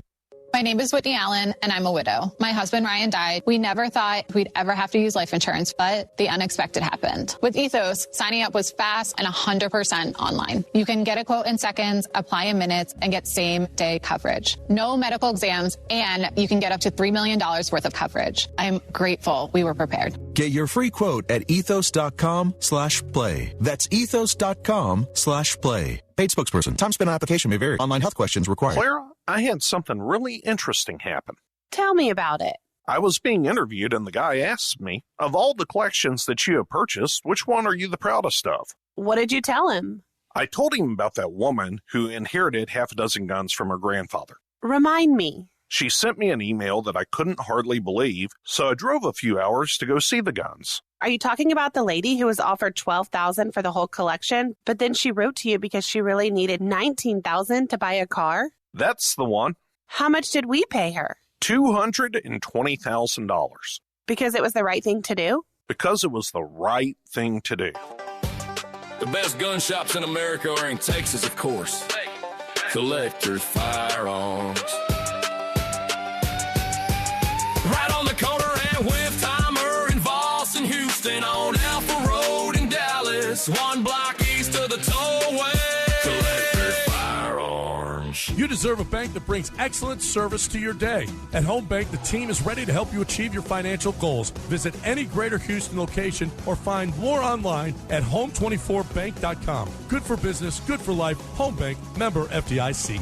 Houston, your day just got sweeter. Warm, fresh-baked cookies delivered straight to your door? Yes, please. Tips Treats is baking all day, every day. Chocolate chip, snickerdoodle, cookie pies, and more. Delivered warm. And Houston, we've got something sweet just for you. Use promo code ESPNHOU and get your next pickup, gift, or delivery for $14 a dozen. Code valid through September 7th, 2026. Limit 1 per customer. Treat yourself or someone else. Something big is coming. On September 2nd, DraftKings Game Day arrives with massive deals, exclusive deals, and an all-day celebration built for sports fans. The DraftKings Sports app is now live in all 50 states. Yep, that means you, Texas. One app, every sport, all 50 states. DraftKings Game Day is yours. Remember the date, September 2nd. DraftKings Game Day is the kickoff of a new season, a new era, and the biggest day in sports history. New DraftKings customers, sign up with code Houston975.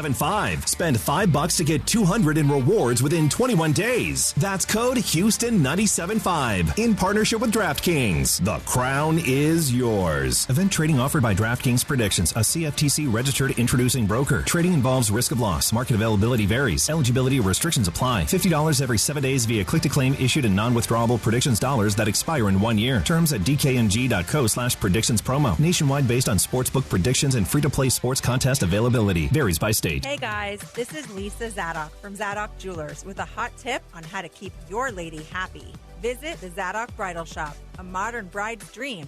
We work with our global network to source GIA certified ethical diamonds for you at a fair price. Not only do we carry a selection of the finest diamond settings, we also have a full custom design team ready to turn any ring dream into a ring reality. Zadok Jewelers, where Houston gets engaged.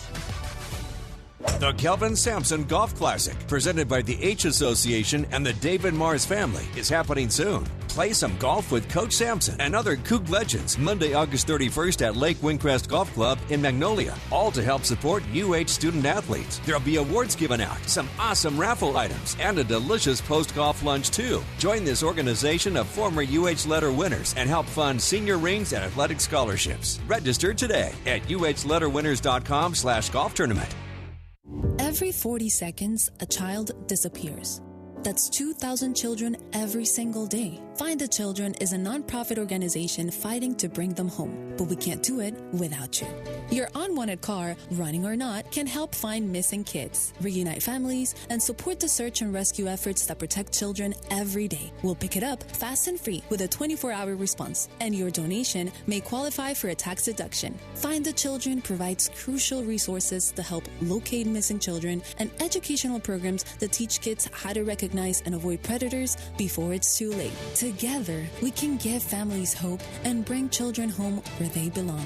Donate your car today and help bring a child home. Find the children, because every child deserves to come home. 800-757-1340. 800-757-1340. That's 800-757-1340. This advertisement was paid for in partnership with Cars R Us and Find the Children. Hey, soccer fans, Glenn Davis here. Thank you for supporting Soccer Matters on ESPN 97.5, brought to you by presenting sponsor, the Daspit Law Firm. Don't forget, join me for the best in soccer talk and football talk weekly on ESPN 97.5.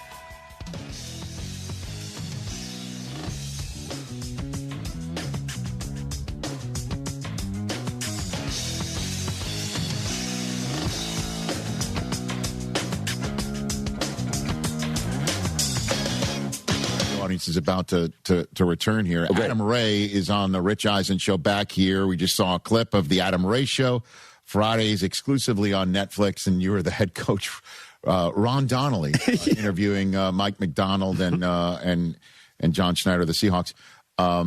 You roasted the team. Is that going to appear on Hard Knocks next week? TBD, TMI, HPV. We don't know. They were up there, and they, I think, captured it all. Okay.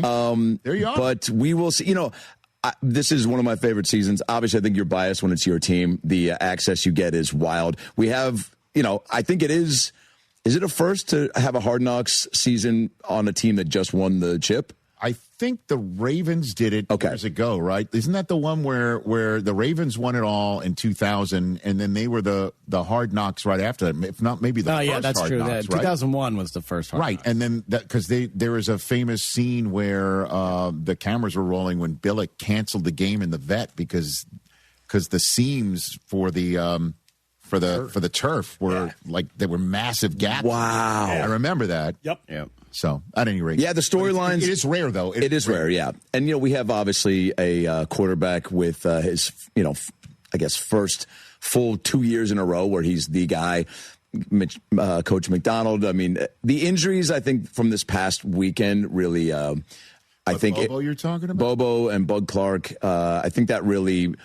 put a damper on the chance of I think because the episode was pretty heavy. They featured the Rookie Talent Show, but that's so internal that maybe having somebody like me on the outside. But I do have quite a few of the roast jokes if you'd like to hear some of. Yes. And I'll make sure to sift through to just keep them somewhat safe for work. Yeah. On the Rich Eisen Show. Don't mind flipping me that water bottle that you have there because they paid for it. How about that? Yeah, and you know what? There we go. Adam Ray, everybody. So these are the jokes that you used or did not use? Well, you know what? They're all jokes that I used. Okay, but I will roasting the Seahawks, roasting the Super Bowl champion Seattle Seahawks, and okay, here we go. Let's see. Sam Darnold is here. Sam Darnold, it'll always be funny to me that we won a Super Bowl with a quarterback that looks like Special Ed Sheeran. Sam Darnold is the hardest working, most palest guy I've ever seen. He'll be the first quarterback in NFL history to go on the IR with a sunburn. Let's see here. JSN, boy, he's scared. Did you call him Special Ed Sheeran? Yeah. He loved it. I don't see him for 8 years. He said, bring it. And there's quite a few I gave to Sammy D that only Hard Knocks will hopefully air. All right. JSN is scary, man. The only people he scares more than cornerbacks are white announcers who aren't totally sure how to pronounce his last name. Let's see. He is adorable, though. Look at that face. JSN looks like every 25-year-old playing a high school student on the Disney Channel. What else we got? Rashid Shaheed is here looking like every power forward in the WNBA. All right. Let's see. Cooper Kupp is here. Cooper Kupp looks like every guy who's offered to clean my windshield at a red light. Cooper is a devout Christian. Yeah, I'd believe in miracles, too, if I was a white wide receiver in the NFL. Devin Witherspoon is here. Devin looks like a drug dealer with a Twitch stream. He's had more impact on Seattle. I haven't seen a Spoon have an impact on Seattle like this since the heroin epidemic. Wow. Spoon loves trash talking, which you don't know is just regular talking, but with a Florida accent. Spoon, I'm not saying Spoon is a little off, but he's the only guy to enter concussion protocol after a pregame interview. Leonard Williams is here. Good to see you. Loved you in Moana. What's that? Loved you in Moana. He's hanging on for dear life. Okay, good. Over there. Julian Love is here. Julian went to Notre Dame, where he majored in helping white girls disappoint their parents. Let's see here. What else we got? DJ's done over there. Abe Lucas, Drake Tamatayakata, Nicky Mawari, George Halani. Let's see. These are all... Derek Hall is here looking like P. Diddy after 20 years of lifting weights in prison. Okay. All right. Sounded better in the car on the way over. Let's see. That's better. Yeah, let's see. Derek is an early star of Hard Knocks. It's the first time we've seen him on HBO since he got killed on the wire. Let's see. Look. They're all roast jokes, everybody. Then I had a couple on Mike. What do you got? Did you roast the coach? I got McDonald. I said, I go, Mike McDonald over here looking like every ring bearer at a woman's second wedding. I go, doesn't Mike look like a little boy who made a wish to be big and it just kind of worked? Yeah, but Mike was a great sport. I mean, Schneider was, I walked in. That's the thing, too, is I think there's so much footage. I mean, they mic'd me up. I went the day before. Okay. Because this as Ron Donnelly? Yes, as Ron Donnelly. But I went the day before to just get in a day early and go over to the facility and kind of scout out where we're going to do it. And Mike was like, "Come to the end of practice. I can kind of say Adam's going to be here tomorrow to roast you guys, and then we can set it up that like Adam had to cancel." Go back to handle some pregnancy stuff. My wife is 6 months pregnant. Yeah, right. Buddy. Yep, it works. And so thank you, bud. And so then he basically said Adam had to cancel, but I found a replacement, Coach Ron Donnelly. And I was like, what a brilliant way to kind of set up give it a little bit more of a storyline. So I was at practice, they mic'd me up, and I was, chumming up with a lot of the coaches that I know. And then Mike, from my vantage point, he was like, come break down practice. That's not what he said, but that's how I interpreted it. So practice ends and everyone huddles to the middle, which, by the way, if you haven't been on the outside of that, it's terrifying. Yeah. I mean, they are massive. Yeah. And they're all coming together around the middle. And Mike just goes, hey, we got a front of the team, Adam Ray's going to come in and kind of talk to you guys tomorrow. And then he just kind of gives a 2-second pause. And I'm like, I think that's me. So I go, AJ, excuse me, bud. I go through. I go, guys, keep it going for Coach McDonald. I go, who's just about to have his second child, blah, blah, blah. I go, which is wild because he still has the face of a guy who thinks girls have cooties. And then I start roasting Sam and a few other guys. And I talk about how he was, verbally abusing the team. And I was here to kind of lighten the mood, after he had that clip where he was like, turns out it's my effing practice, And then I kind of go. By the way, that was an awesome, amazing moment, right? Like just a very. That was with Derek Hall, right? Yes, yes. He kicked him off because I hadn't yet seen that type of emotion from him. He's a very chill, mild-mannered dude, and he's so, the same way Pete was. Like they're so sweet on the outside that you're like, are you even capable of raising your voice? Yeah. But man, oh yeah. You're a football coach in the NFL. It's a prerequisite, right? No doubt. So then I just go, all right, guys, let's break it down. You guys are scary as hell and whatever. And I go 1, 2, 3 Hawks, and they all came in. We broke it down, and I was like, all right, well, that whole chunk is a good 45 seconds that I feel like Knox could throw in if they wanted to. You but want to alas, be on Hard Knocks so bad, dude. It's one of my. I love the show. You've been there and done that, and plus on top of it, man, like you have to be pinching yourself that the Super Bowl champion Seattle Seahawks have opened their doors. The fact that they even welcomed the opportunity. You're addressing the team. Yeah. You're entertaining the team. Yeah, it was cool. You're interviewing the general manager and the head coach for your show on Netflix. Totally. Bro, you're right. It shouldn't be great. This is a mic drop. Whether they use it or not, you're right. And you have to do things, and you guys can attest to this. It's like, once you get going in this business, there are so many things out of your control. Yeah. So you have to truly do it for the experience. And the fun factor of it was so great. And like, there's this little bar called Dino's across from the VMAC that John and the Hawks kind of, it's their watering hole. Yeah. And it's across from the facility. Yeah. And it's like, it's where they do deals. It's where they hang. It's an amazing sports bar that feels like it's almost out of a Cheers type show. Mm-hmm. And so we went there after in full makeup and hung out after and had some cocktails. And like that part was fun, but the whole lead up to it and the preparing doing. And shout out to my boy Pat Barker, who's an amazing comedian and roast joke writer, helped me get set for this. And so working with him to do that was great. And then the rep of doing it.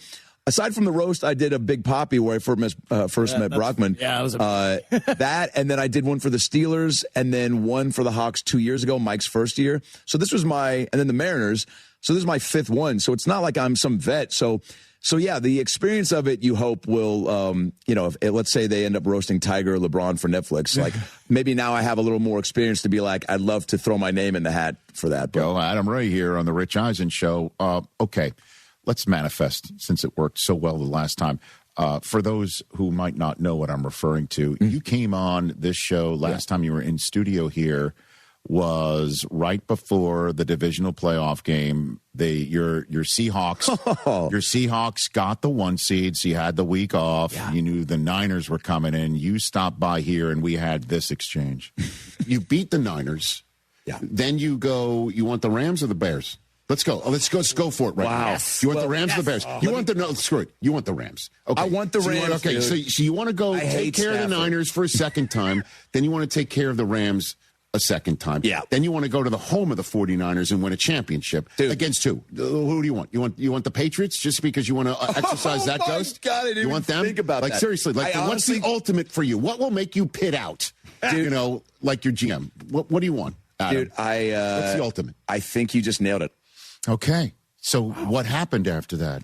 You beat the crap out of the Niners. You got the Rams. You beat them. You go to the home of the Niners. You win it against the Patriots. It actually happened. We manifested it. So now it's the follow-up season. Now you're the defending Super Bowl champs. Yeah. Let's manifest this now. We were the hunters. Now we're the hunted. Well, what happens? Like what? Clearly, you win the division, right? I believe so. Okay. I don't think the Cardinals are much of a threat. I know what I do love about this season, our schedule is not ideal. Like, I think we have a lot of, some big TV games, which is awesome. That's what happens when you're the defending Super Bowl champion. Totally. And I think we're an exciting team now, and there's a lot of storylines, and we have the best receiver in football. Nice. And I think our defense is, up there with the best, if not the. Yeah, but, right. I mean, you included, I think, right, are picking. Most people are just not even giving us the credit of last season and saying that the Rams have just that it was that the Rams. I hear this more often than not, that the Rams lost it. We didn't win it. And however you want to look at it, there's no wrong way to eat a Reese's, but that feels like a wild take. Right. I feel like we play better when we are kind of not being talked about, a little bit of the underdog situation. I remember when I was up there last year, and we were maybe 2 games away from that Rams Thursday night game, and Sam, I was like, dude, I feel like people are still not even talking about what's happening, and he was like, we love it. He's like, please, like once you start getting all those expectations like we now have, that's when things can get tricky. But so now I'm feeling good. Champs. So you win the division. Yeah. Okay. Oh, so we're now predicting. We're manifesting. We're making it. It like, worked right. the last time. Yeah. Yeah. I mean, we literally sat here and gave you the roadmap that you weren't even thinking about. So let's try this again. And then from the bowl, didn't we make a prediction? And I think I was saying like 44-6 or something. Yeah. And I was like, no, we're going to keep it close. We're going to, yeah. No, you got in Drake May's head that did not right go from well. Right from jump. He might not have been hurt. But yeah. So because we all know where this winds. You guys earned it. For you to go back to back, it's crazy. Okay, to be the first back to back, since obviously the Chiefs did it, and then have an opportunity to just go back to back and go back to back by winning the titles in the homes of the Niners and the Rams. Again, I didn't put that together. Okay, so the question get on the internet. How do we get to this, and who would you want to beat in Super Bowl 61 in the home of the Rams? You have to, first of all, you have to beat the Rams to get there, right? Yeah. We're reverse engineering. Unfortunately, yes. That is just par for the course. You have to admit that. Is this an NFC championship game? I believe so. Do you want it to also be in SoFi, so you play in SoFi 2 games in a row? Oof. No, because that feels almost... All right. So we want to host the I believe Rams so. Here. I believe we haven't hosted it since 2014 against the Pack, and I think we did it last year. What are you talking about? Oh, that's right. Where are we right now? by the way. It's just, can you tell that I'm already prepping for your fatherhood? Football DeLorean. Okay, so you want to take on the Rams in Seattle again and do it again? So Yes. so the same thing. Yes. Do you want to take? Is there somebody else in the NFC you want to take down in the divisional round just to switch it up? The Cowboys and yes, I just was with my buddy Sam Alford, who's a big fan of the show, and he is also a big Cowboys fan. He's been off the wagon for a bit, and has saved himself a lot of emotional wear and tear, but he just told me last night he's back on because he thinks that this year they're going to the Super Bowl. Well, TJ's not ever hopped off the Cowboys bandwagon. Well, this is why you have a seat on this program. He also feels the same way. You do. That we're going to the Super Bowl? I am not. Yeah, come on, not quite TJ. there. TJ, They want me to say it, Adam Ray, but I'm not going to say it. What did you say at the coffee machine during the first hour commercial break to me? What we say off air it's between us, Rich. All right, between us and the Nespresso. I'll say it. He says to me while we're waiting, I'm waiting for a coffee. He's putting his mug in the microwave because he's a tea drinker. He's not a coffee drinker. Good for you. And he says to me, "We're winning the Super Bowl." Under his breath. That's just banter, Adam. Yeah. Just like, and he knows he doesn't. He knows he feels it. He doesn't want to say it with conviction. Sure. He feels there's a football god listening, overhearing him, just going to slap him down. Get it out. That was just pre-show convo. Okay, so basically, it was your team that Romo botched the snap against. So it's not like you have anything against. There's them, plenty of clips for them to pull up. Who do you want? Like, this is what I'm trying to say. What would be best for you? If you want to take out the Niners again, you can run it back. Fine. I think, yeah. I mean, anybody else in the conference that you've got an axe to grind against that you want to? I'm trying to figure that out. I think that if you run it back against Niners and Rams, I don't know how you make it more special than last year. Understood. Well, but here's what you do is how you make it more special. Because the last time you guys tried to get 2 in a row, we all know what happened, and that was a ghost you exercised last year in the home of the Niners. Right. Who else would there? The Steelers. Let's go. Let's hit them all. Now we got the muscle, right? Yep. The Super Bowl 40. Wow. Right. That's right. Okay. That actually, wow. You want to talk about, because look, people have talked. Hasselbeck is the one that brings the trophy. Wow. Yep. Wow. And it's Rodgers' last chance. Yes. You're kind of like, maybe everybody like shoots up with a vaccine, like, together or something. I don't know. But, hey, come on. It works. Okay. Yeah, try it. I plead the fifth. But, yeah. So listen, we're all jokes. What do we got now? This feels very, I like this because that Super Bowl, I'll never forget. I was with my college girlfriend at the time with her family, and that game was that was the first, I think it's the first time I can remember losing it and having, when you're just like, you have blinders on, that you don't even know who you're around, right? You've got like new potential in-laws and family members, and you're like, there is a game going on, Nana. Sit down and shut up. And like this, I mean, the calls, the game, it was like, I couldn't even believe I hadn't experienced this type of winning in any Seattle sports yet. I guess Ben scores and he doesn't really even crease. His helmet creases the goal line. The ball doesn't go over. Yeah, right? the penalties, the holding calls, and all that stuff. Let's get this. This is something Rich, clearly. This is why you're the best in the biz. This is it, dude. This is how we do it. Because look, I don't want to say it erased the 2014 Super Bowl, Brock, last year. Sure, it definitely chipped away at it. It's one of those we'll never get over that. But, I mean, it did. You win another, you go back to back, and now you got 3. Like, fans at some point have to go, like, all right, you can't just go, should be 4. Like, 3's wild, and back to back is wild. And the fact that John Schneider, GM of the Year, Hall of Famer, no doubt, and we talked about this at Dino's, I go, 2 chips with 2 different teams. And all and everything. He's the only one ever doing. And completely different squads. All of them. That's wild. It is. John, you're the man. So, okay, so we landed on I think it's the Steelers-Seahawks. Brilliant, dude. How many teams could go back-to-back by winning the Super Bowl in the homes of their hated rivals in division? Against the teams that they lost to prior. Correct. Wow. This to erase all bad history, like the end of The Godfather. Yep. All family business settled. Yep. Right? Wow, dude.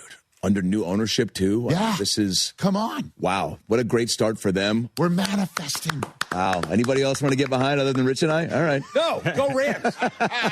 No, go Rams. I get it. Yeah. Now, Well, just for your, silly, stupid, idiotic, if I may say, theories, if you're a Steeler fan, would you sign up for that?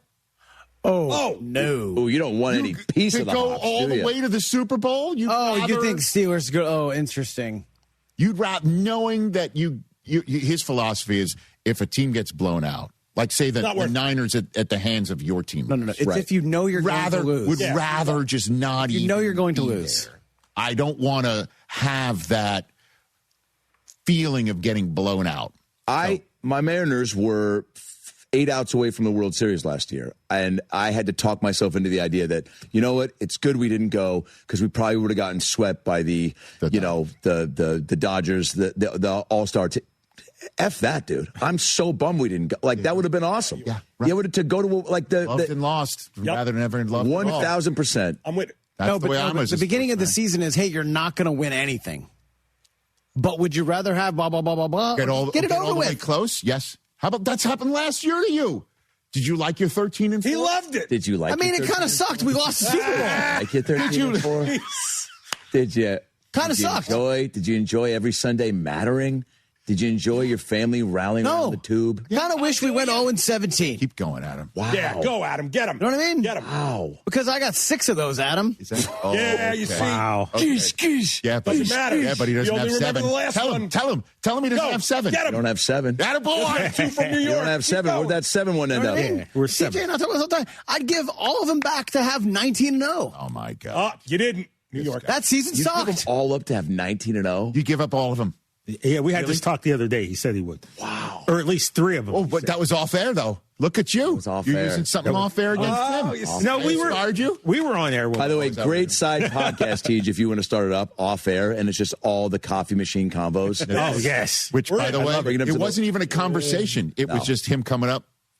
Unprovoked. Oh, it was awkward. We were both standing there. We had to talk about something. We can air that show. And I was sitting here thinking, like, here we are in the commercial break, and literally half of the people on the show floor are back there having a cup of Joe. Oh, he just says to me, gosh. "We're winning it all." Yeah, I've been there, dude. I've been there where you just feel like, off air. But I'm with that. like he was on the record. He had to say it underneath his. I don't know. Can we get away? Because some of the stuff we say to off not air have the is Red wild. Sox come back in 2004, I would give up championships. Well, you got 20. Or No, I'd give them all up. You'd rather You're not even a Yankee fan, make the Mike. playoffs that in 2004? Or would you rather have lost No, we with the never 3-0 lost to comeback? Boston, though. Like, come on. Of course, I wanted it. You've got to be in it. You wanna to be win in it, it. man. It's like Lotto. Loved and lost, and rather than loved it all. Oh, sorry, you'd rather All be the time. face of the biggest choke job ever. Okay. Great. What do I care? I don't care. I still put my head on the pillow. I'm still Gotta wear it. who I am. I don't Gotta care. wear it. I don't care. Saying. what are the odds for the Seahawks? Are we even being... Third best, 11-1. Great. And the best are the Rams? Yeah, Rams are 5-1. Second? Wow. Bills 10-1. Bills. Always Bills. You You can't get mad want if the they Bills in win. the Super Bowl. I don't think I want that. As much as I love Josh Allen, I take care of Super Bowl 40. Yeah, I'm sorry. We have no... Josh, you're a great guy. There's no bad blood there. There's no beef. Yeah. You know, beef. It's what's for dinner, and it's also a part of my past. You know what I'm saying? There's and Aaron Rodgers. It'd be cool to see it. I mean, it would also be cool to see somebody that is truly at the end of the road. At the end of the road, Last you know, game. he's the fourth Boys to Men member, as far as I'm concerned, and he is, wait until the water runs dry, and he'll make love to something at the end. I think that's it. Yes, and he'll be thinking about. But guess what? After the game, he'll be thinking about yesterday when he didn't lose the Super Bowl. About Last Night podcast, and of course the Adam Ray Show every Friday exclusively on Netflix. And the tour, my big theater tour, continues until I shoot my special this fall. AdamRayComedy.com.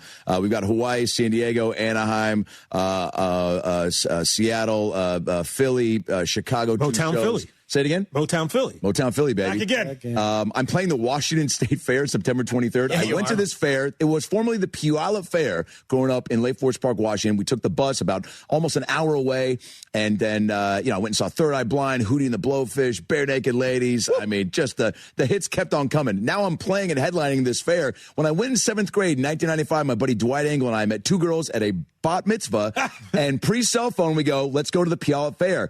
This is the first time we're meeting girls out at a thing like this that aren't in our school. Do you remember what that was like? The nerves that come with, these are away game gals. These are girls that you don't even know if they are going to kill you. Like, you don't know what's going on. But you're like, let's meet you at the fair. At least it's a public area. If you do something shady and poison us in a funnel cake. So we go, let's meet at noon. 2 hours go by, and Dwight and I are just, I don't know if you want to say pathetic, lonely, horny, whatever you want to say. We are young adolescent males, and we wait for Rich upwards of 2 hours for these gals. And finally, Dwight's like, let's have ourselves a day. And I go, let's do that. And we start roaming around, and I kid you not, I'd say about 45 into walking around, who do we see with 2 other guys at the clown game? And she goes, and I quote, when did you guys get here?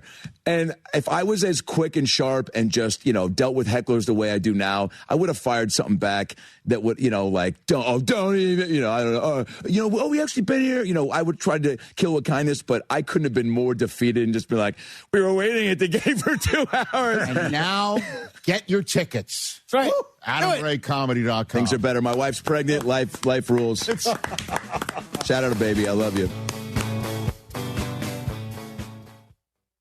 Rich Eisen here. Running a small business means every hire matters. A bad hire costs time and money, but the right one helps your business grow. The challenge? Finding that person without sorting through resumes. That's where LinkedIn Hiring Pro comes in. It screens candidates so you can focus on conversations with qualified talent. With Hiring Pro, you can hire with confidence and build the team you need. Join the 2.7 million small businesses using LinkedIn to hire. Get started by posting your job for free at linkedin.com/Eisen. Terms and conditions apply. Your ambition just met its match with Robinhood. You push yourself in everything you do, scanning headlines for insights, keeping an eye on the market. Robinhood puts you in control of your money, all on one platform. You expect more from yourself. Expect more from your money.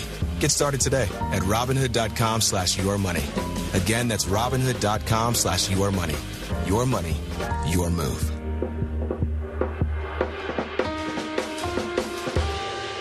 What's one of the best spots in Houston for sushi? Ducky McSweeney's. Yeah, you heard me right. Next door, Ducky's sister restaurant, Sushi on Post Oak, serves up classics like California, Philly, and Tiger Eye rolls, plus specialty favorites like the Choo Choo and Lickety Split. That's just part of the incredible food selection at Ducky's, paired with a huge selection of beer, wine, and cocktails. Get lucky at Ducky's and get sushi too. Ducky McSweeney's on Post Oak, just north of Westheimer, next to Maggiano's.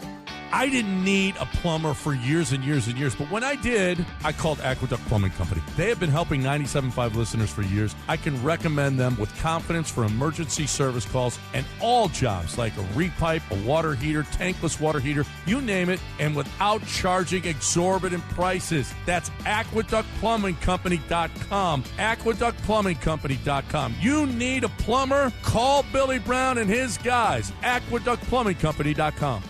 St. Arnold, they have a beer for everyone. They also have a space for everyone. Lance Zerline here. If you're planning a wedding, company party, or birthday bash, St. Arnold has a space for you. For events with 20 to 300 people, choose the Cozy Investors Pub or the spacious beer hall. Enjoy fresh St. Arnold beer, plus wine, cider, root beer. Their in-house chef creates everything from appetizers to full feasts. Book your holiday party now for prime dates. Visit StArnold.com, click private events. Make sure you go to StArnold.com, click private events. Hey guys, it's Joe George. 50 years ago, D&M Leasing created a simpler way, one expert handling everything to find you the lowest monthly payment. At D&M Leasing, you work with one person from start to finish. They shop hundreds of vehicles and deliver to your home or office. Their best-in-class Easy Lease makes it easy. Call 713-290-1000 or visit dmautoleasing.com and tell them that Joe George sent you by. We make leasing easy at D&M.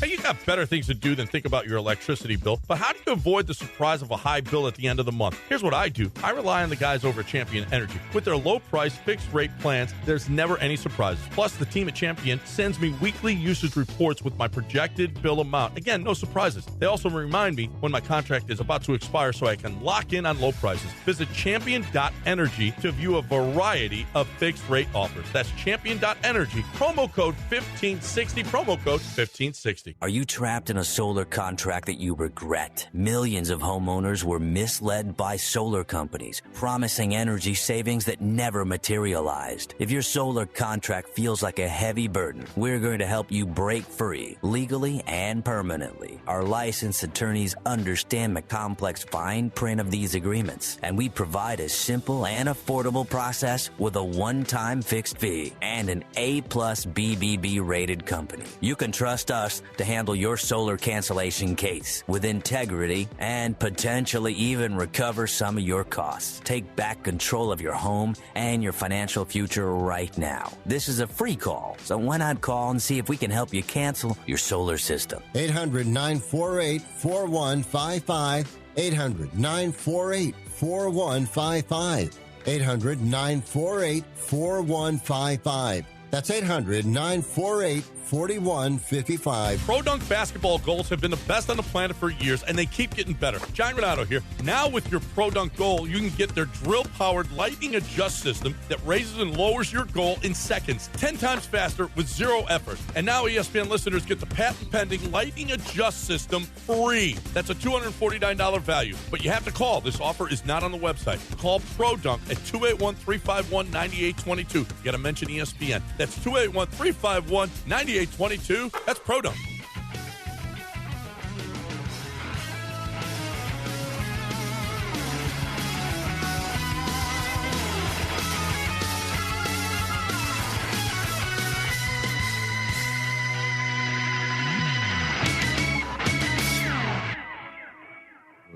You're the man, Mike. One of our favorites. I can't do that. That was some fun stuff with Adam. Get into the Hyundai Getaway Sales Event and get away with the deals so right it almost feels wrong. Right now, you can get great deals on our most popular models, including our adventure-ready SUVs in the Hyundai Santa Fe or the Santa Fe Hybrid and the Tucson or the Tucson Hybrid. Plus, there's our bold and stylish Elantra, loaded with the latest tech, or go all-electric with the Ioniq 5 or Ioniq 9. So get down right now to your local Hyundai dealer and get away with a deal you'll love during the Hyundai Getaway Sales Event. Visit HyundaiUSA.com for details. All right, that wraps up this show. I appreciate those who are on hold for wanting to chat with us. Unfortunately, we're out of time on this program. Adam Ray was just... He's a talker. Delightful. So good. He's a talker. Delightful. Bobby Bones is going to be in this chair over the next 2 days. I will be tapping out to spend time with family. Because Taylor has her big day coming up this week. Congrats, man. So awesome, dude. Congratulations. Thank you. Appreciate you that. You keep mentioning a suit, but there's also going to be a lot of tears I think you're going to lose. Oh, I already know. Yeah. Just thinking about it. We watched, there's always that montage that you put together of photographs and videos. Susie's been honchoing that. She showed it to me, and it's just like... You got DJ Quick DJing? Say it again? Is DJ Quick going to DJ? DJ who? An Entourage episode already had DJ Quick. Oh, that's right. No. There's no DJ Quick. DJ Clue? There's none of that. Funkmaster Flex? But as soon as I'm done here, I'm picking up the alcohol for everything. Oh, buddy. Nice. Let's go. Oh, you're going Drinks? to Seattle. I know. Well, Sarah and Cage will be there. Drinks are on the house. Okay. I don't think they'll be drinking alcohol. Sarah will. Drinks are Well, listen.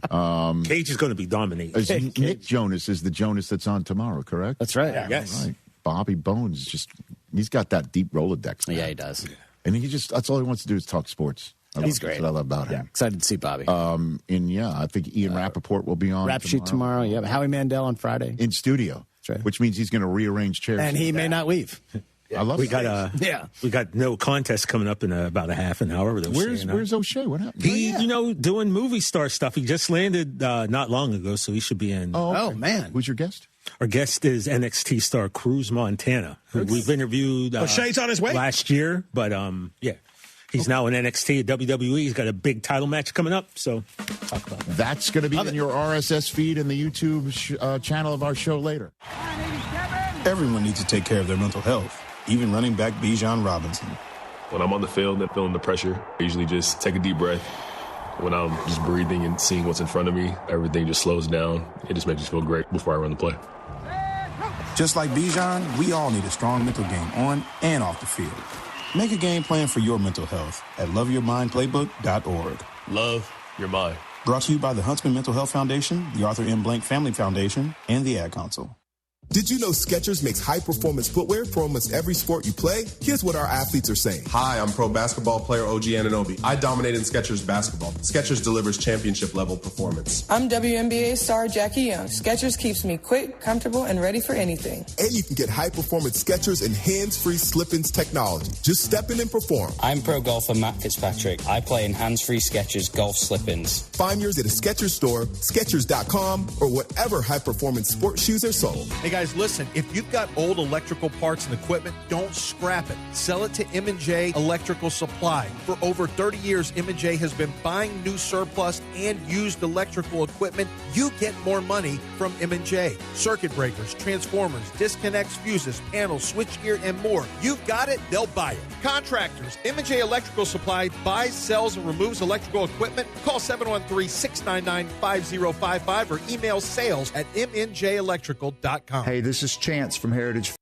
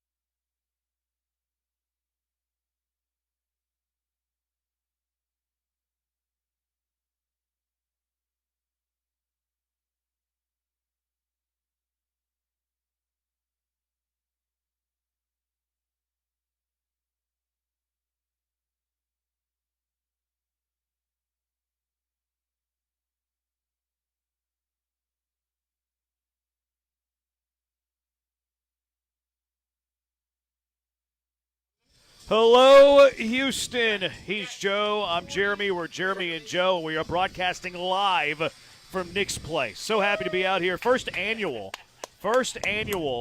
dozens and dozens of Junkies Fantasy Football League. That's going to be kicking off at 6:30 tonight. Yeah. Hope you'll make it. If not, well, shame on you. But you can still draft remotely on the Sleeper app. But it's a really nice number of dozens. There's half a dozen dozens. Yeah, well, it's really a really nice number of people in the league with us. What do you mean they're nice? Well, besides the three of us, there's 69 people in the league. I would have never done that. You're just showing off your math is what it is. Yeah, I'm on a math streak.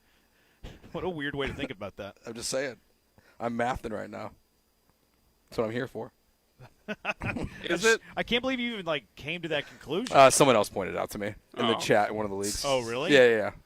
What is wrong with these people? We should have known Joe wasn't going to do that math. No. I hope that guy does not come. I'm just kidding. I hope that you are here. Joe's going to buy the first bucket. I'll buy the second bucket. It's going to be a good old time out here at Nick's Place. Get on out here, have some fun with us. The 27-13 Rocky Ridge. The leagues are full. The leagues are full. 12-team leagues. We have 6. Top 2. They'll advance to the Premier League next year, and then we'll just trickle it down from there. But it's going to be a lot of fun. It's going to be a lot of fun. Bragging rights. We'll see how they do today. These best balls are week to week. You know that? You have head-to-head matchups.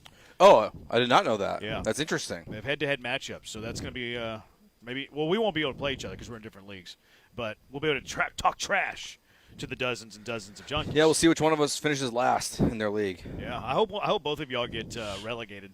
Should we have a bet for I think we lowest should. of the 3? Yeah. Buy something for the other 2? No, I got another idea.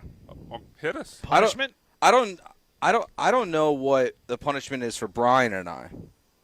But you will not participate in the Chick-fil-A Nugget Challenge. That's true. So I didn't say I wouldn't participate. I said I wouldn't try that hard. I think you should. I think you said you'd eat 20 of the 200. Yeah, so I think your punishment, if you finish the lowest amongst the 3 of us, is you have to try hard in the Chick-fil-A challenge. And then I'll try hard. And then you should. I'll do that. You got to be on the up and up here a little bit. 23. I'm gonna try hard. 20. But you can find an equal punishment for us that will make you try hard in the Chick-fil-A challenge. So 50 chicken nuggets. We have to eat 50. I mean, sounds about right. I think Joe and I can cover the rest. Kugley says a loser leaves town match. That would be kind of fun. He just wants Brian to lose. Probably. You got to have a bad guy, though. But lots to get to over the – we're still going to have a regular show, though, although we'll probably be very distracted throughout the entire broadcast. But that's okay. Astros played a baseball game. We'll get to some – Texans apparently whooped the Panthers' butt. Apparently the Panthers, I actually listened to Dave Canales on the way to Nick's Place today. Yeah. I listened to Bryce Young on the way to Nick's Place, and they're like, yeah, we got our butts kicked. They sounded sad. Yeah. So, this wasn't just reporters hey, they looked like they were better. This was Dave Canales, head coach of the Carolina Panthers. This was Bryce Young, quarterback of the Carolina Panthers. It's like, yeah, they whooped our butts. So that was that's pretty refreshing, I guess. And the starters aren't going to play either. On, was it Friday, Thursday? I think it's tomorrow, actually. It's Friday, yeah. It's Friday? It's Friday. They're going to spend the whole day out there with nothing to do? Yeah, I would think it's Thursday. I think it is Friday the night he said that. It's weird that they had why would they have the day today. off? Yeah, I don't know. It's kind of weird. But, so the preseason's over for the Texans. Which is good. I mean, when you whip a team that bad in a practice, why would you put your starters out there? That's probably why there's the day off. Was it in case it didn't go well? And then they wanted to have them play in the game? That's not according to Dave Canales. Dave Canales said that he and D'Amico met last night and that they got together and like, okay, we're going to give 75% of the reps to our first-team guys, get them tons of work, and they came to an agreement that they weren't going to play their starters in the preseason game. That makes sense. So maybe that would have changed based on today's practice, but that was definitely the plan going into today's practice. Okay. I mean, and they kicked their butts. Kicked their butts. So you got a $70 million quarterback and a $7 million quarterback on the other side. The Texans posted 2 12-second highlight videos. Uh-huh. It looks at $70 million worth. Okay, all right. $70 million. He threw a tight window pass with a little bit of he led Nico Collins. Yeah. Anticipatory throws that we saw in his rookie year. C.J. Stroud's looking every bit of a $70 million quarterback, boys. And you know what? I'm really rooting for it on 2 fronts. One, if he gets $70 million, the Texans had a really, really good season. 2, I'm going to dunk so hard on people. Dude, I honestly can't wait for that. So I'm rooting for this more. I might be a bigger C.J. Stroud fan than ever before because of a week ago. And honestly, I think I'm right there with you. It would be so much fun. I want to see your reaction to all those people. I mean, the amount of replies that you're going to do to that tweet are going to be incredible. Like, you're going to reply to every single person. No, I won't. I would. I would just who's update. Your first reply? Is it Jonathan Alexander? Yes. No, I won't. I won't go at anybody. I'll just quote tweet it. I will. I'll just quote what I'd probably do. This is way too far in advance. We're talking 10 months down the road at minimum. What I'll probably do is just quote tweet like Ric Flair doing a strut. I'll just do a sup and just at Jonathan Alexander. Now they'll move the goalpost though. They'll be like, "Well, that was a year ago." That's what they'll do. Yeah. That's what will happen. But if he hadn't had a contract, what does that tell you? It tells you that they were pretty divided in terms of the APR of the contract, right? Yes.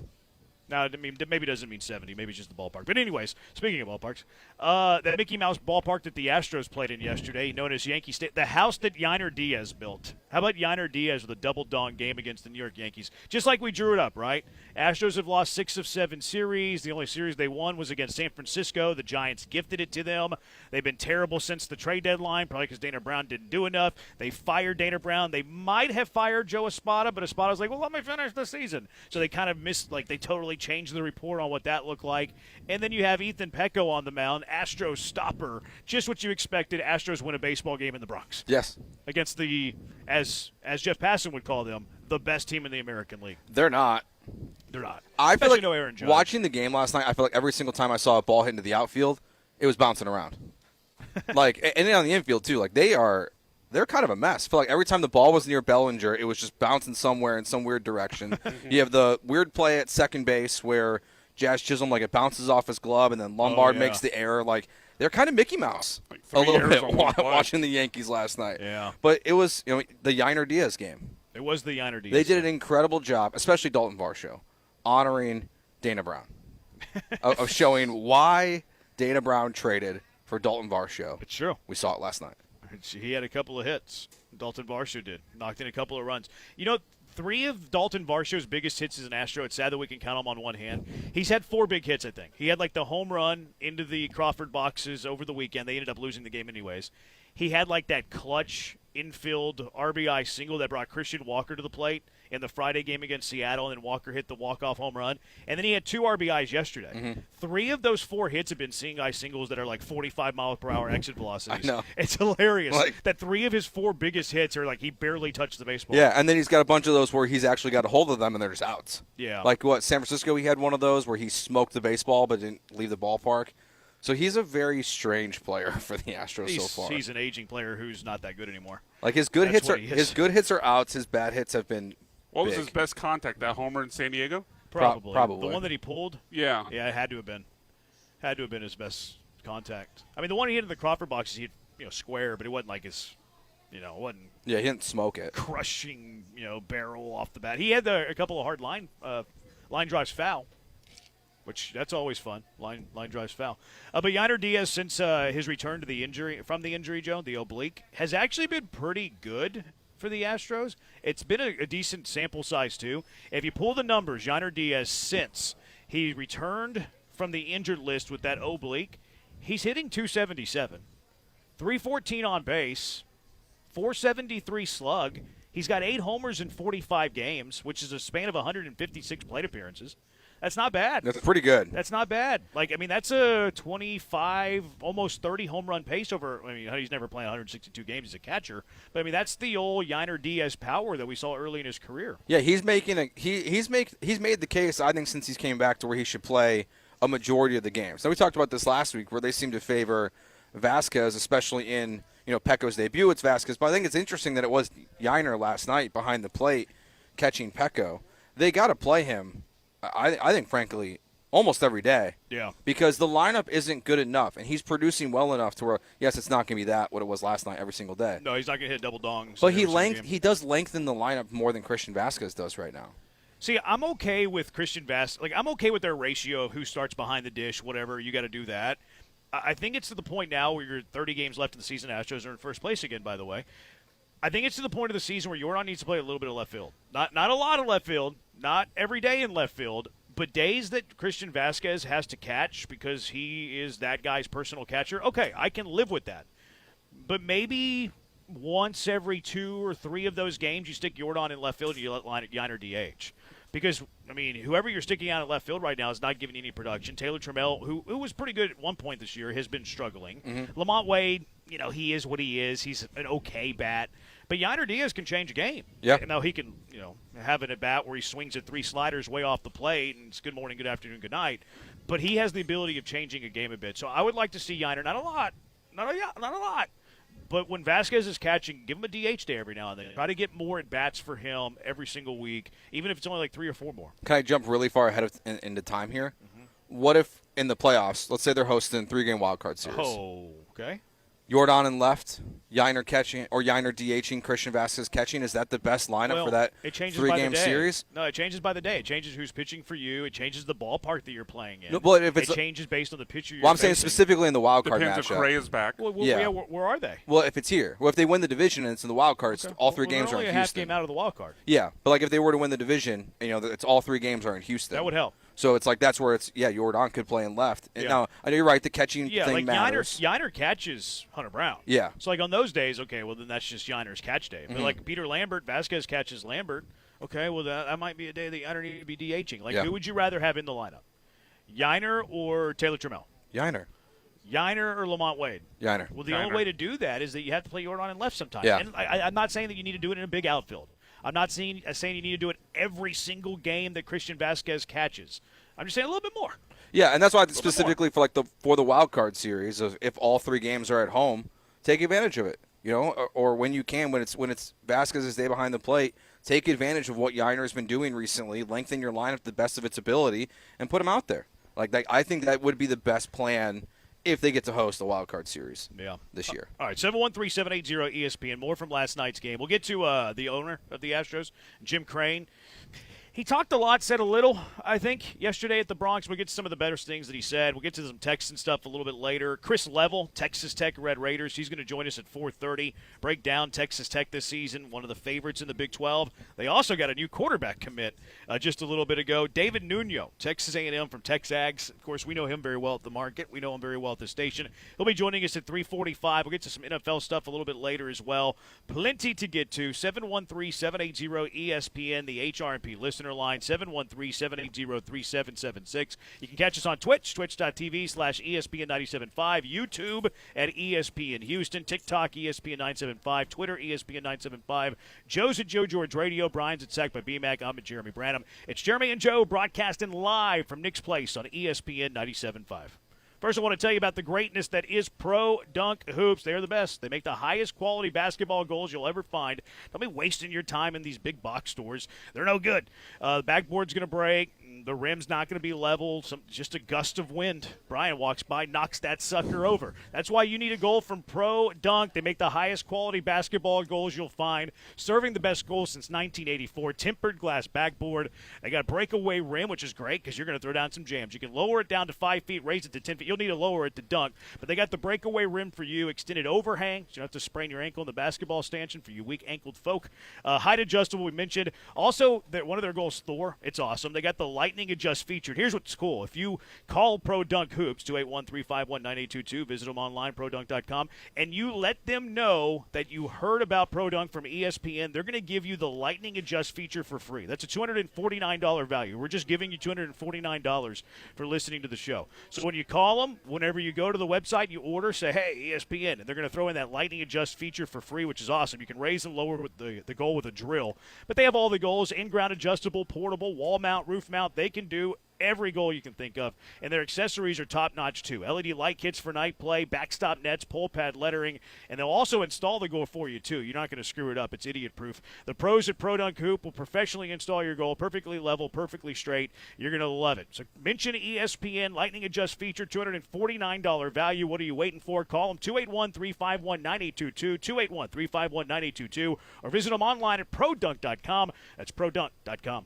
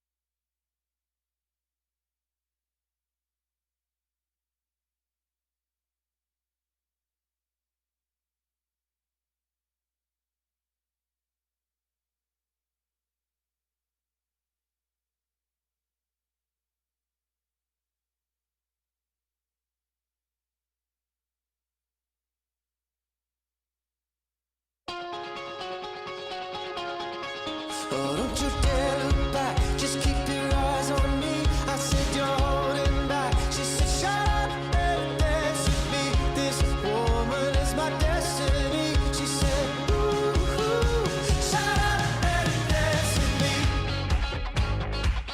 You're listening to Jeremy and Joe on ESPN 97.5 and the ESPN Houston app. Broadcasting live from the mobile Huntington Bank Studios, located at Nick's Place. Here's Jeremy Branham and Joe George.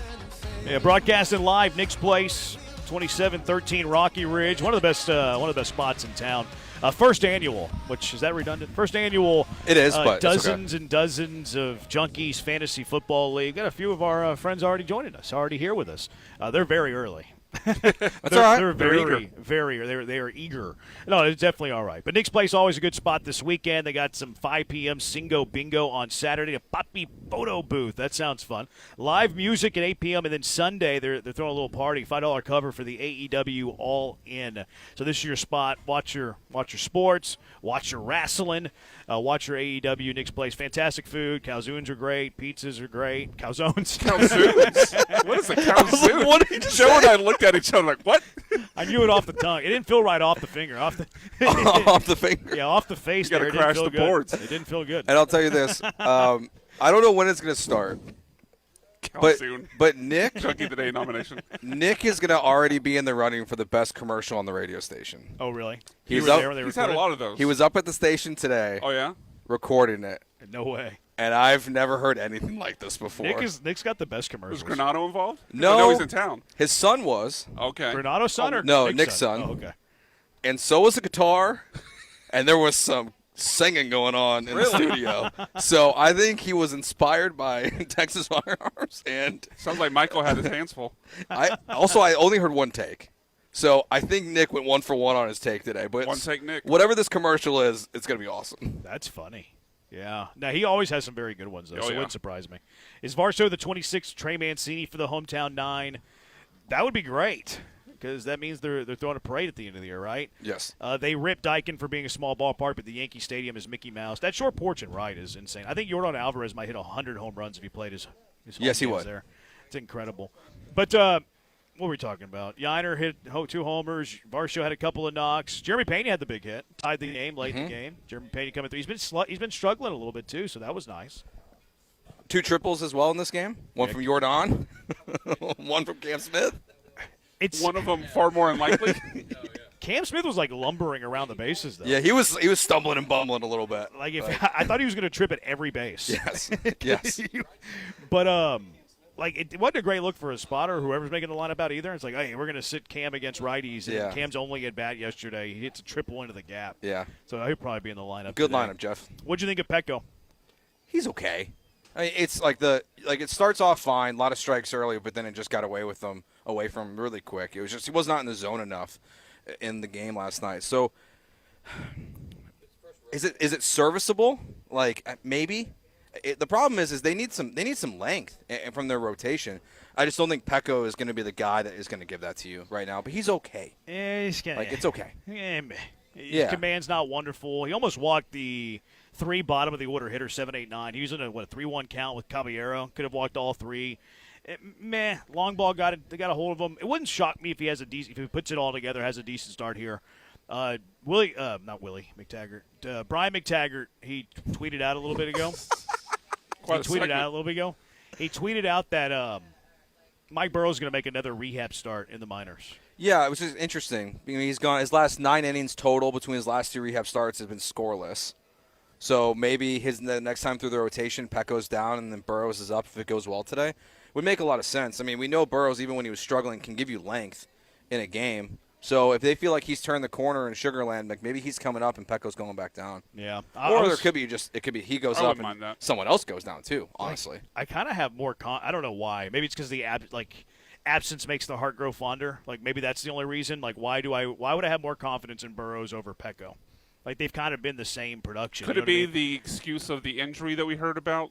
Probably. Was it the elbow, I think? Yeah, it was like nerve in the elbow. Like that was maybe that that's caused it. Like I'd rather see Burrow. And again, maybe his absence makes the heart grow fonder. I'd rather see him make a start than Petco and Christian Javier.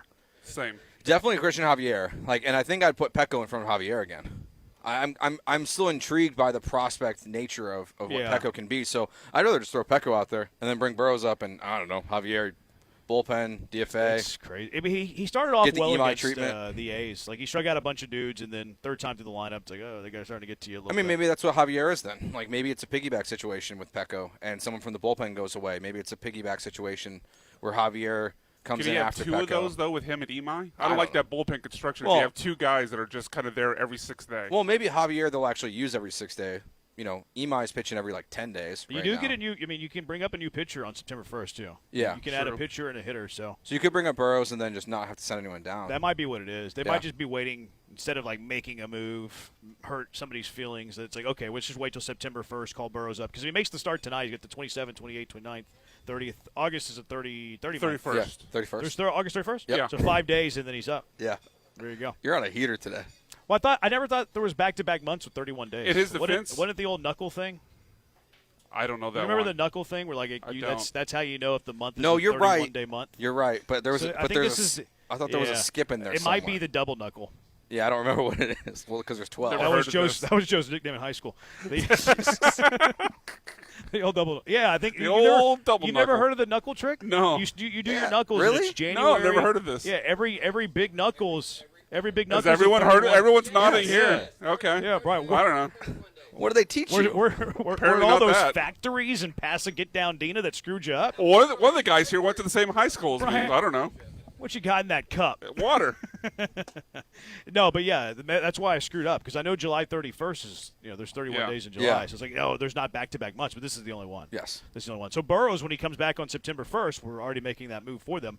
He'll be rested. He'll be ready to go. Yeah, and I think that's the move they'll make. I think they're off on Monday again too, so they'll be coming off an off day, and then maybe he'll just start on Tuesday next week. There you go. This is the first time we've seen Hader finish the 8th and then pitch the 9th. Mm-hmm. We've seen him go multi-innings, but it was the 9th and an extra inning.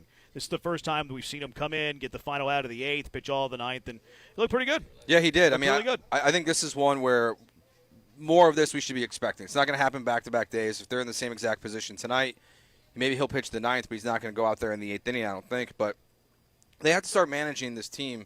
Joe Espada does. Like every game's a playoff game. Like we're in the final stretch here. They're now back to a half game up in the division. Treat everything like a playoff game. So if Hader's willing to do it, which now it's very clear that he is, when it's available to you, you got to do it. You got to put him out there in the 8th. So I'm glad we games. saw that. Yeah, I don't think you're doing it like on a back-to-back. Like No. I think he'd be available today. But not to do the I don't 8th think. and Yeah, then I don't think he'll do an up-down. yeah. I don't think he'll do an up-down. But that was good to see. Okert kind of meh. I watched the condensed game today, and Susan Waldman was like, "Look at the teammates talking to each other about what Okert's throwing." Arr! And it made me wonder if he was tipping because one of the Yankees came over to the and they all do this. They all talk like, "Hey, look, his two-seamers running, pretty good today. Got some pretty good arm side run." So they all talk, They all chat. But the way that Susan Waldman was chatting, and does she know ball? I don't know. She's no Jenny Kavnar. Who is? She's no Jenny Kavnar. So I don't know. I don't know if she was picking up on something or if she was just throwing something against the wall. But she was like, "Yeah, they're on Okert." I was like, okay. And Okert wasn't great. They were spitting on some stuff. Yeah. Abreu came in, did his job, and it was kind of shaky in the 8th. Had to leave the game. So the bullpen was kind of meh until Hader. Suzu, I guess, was good too. You have to give him some love. About time. Yeah, I know. He's had a rough go of it. Yeah, inning and 2/3 on 8 pitches. That'll play a little bit to get through that. But he has not been good, so that's a positive to see them in the bullpen. I don't know. They gotta just try to piece this thing together, man. I watching the game. I was like, I don't feel confident really in anyone except for Abreu. And again, like you said, it was a little shaky last night. Are you confident in Abreu? I stand for Abreu, and I've defended him. Are you confident in him though? I feel like I'm confident in him, just because I'm not confident in anyone else. I'm going to him. It's almost like by default. Same. He's getting the 2 chair. But is that a band joke? That is a band joke. I recognize that as a former band nerd. So I can't believe I just did that. I'm Did you with play you. in band? No. Enough band talk. I'm with you about him being the second leverage arm. No Yeah. doubt. There's no doubt. You're right. You're writing down your leverage arms that day. Abreu's your clear cut number 2, but he makes Coffee nervous. Yeah. He comes into the game. This is a little bit nerve wracking. I'm with you that you're not promoting anybody over him, but he can be stressful at times. All right, let's get to what Jim Crane had to say yesterday before the game. Some interesting things, I think. 713-780-ESPN HRP listener line. Jeremy and Joe broadcasting from Nick's Place on ESPN 97.5.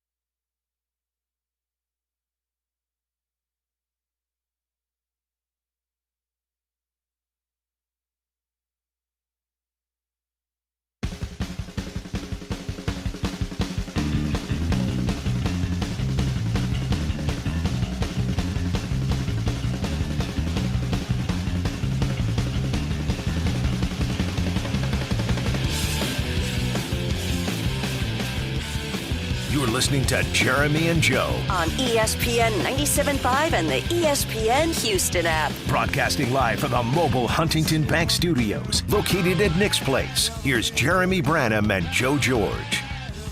Nick's Place, the home of the first annual dozens and dozens of Junkies fantasy football drafts. We had another Junkie said it's called inaugural.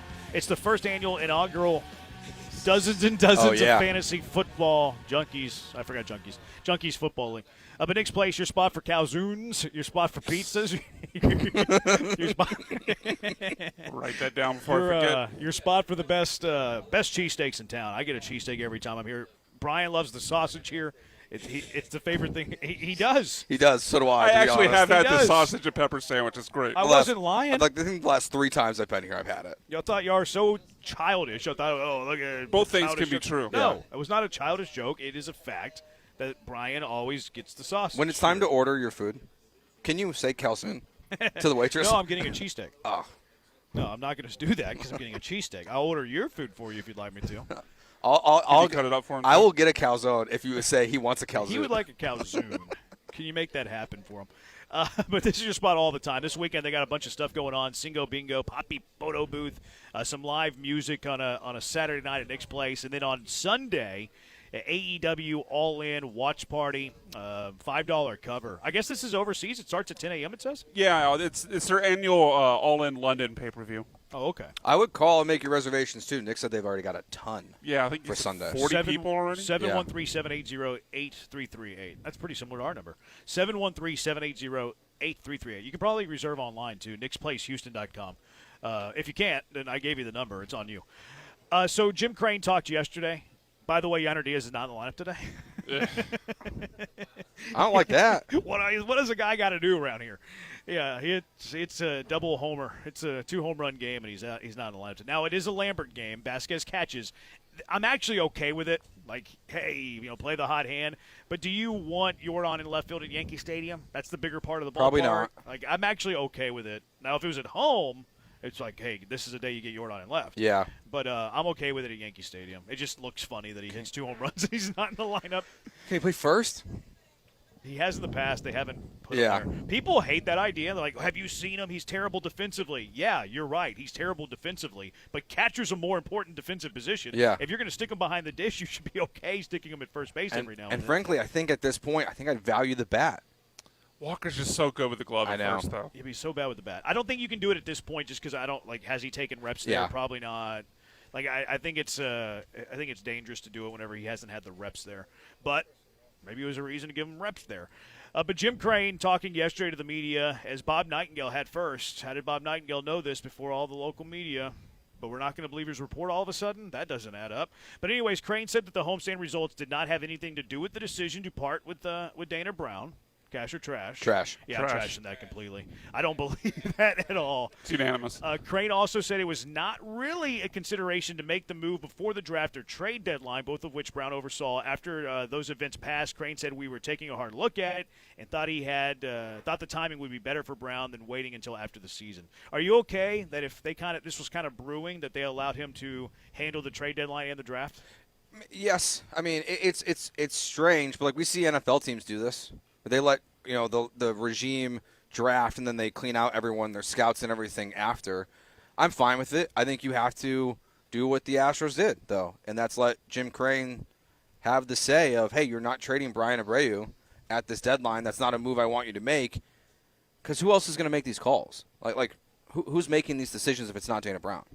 Part of it is I don't know enough about those guys to say, I feel confident in them making the deadline decisions for this team. Yeah, I don't think it probably wouldn't have been that much different, if Dana Brown or his assistant general managers or a meddling Bagwell and Crane were overlooking Brown's shoulders anyway. So I don't really have an issue with it. Reggie Jackson no longer with the organization. He's gone. He's no longer there.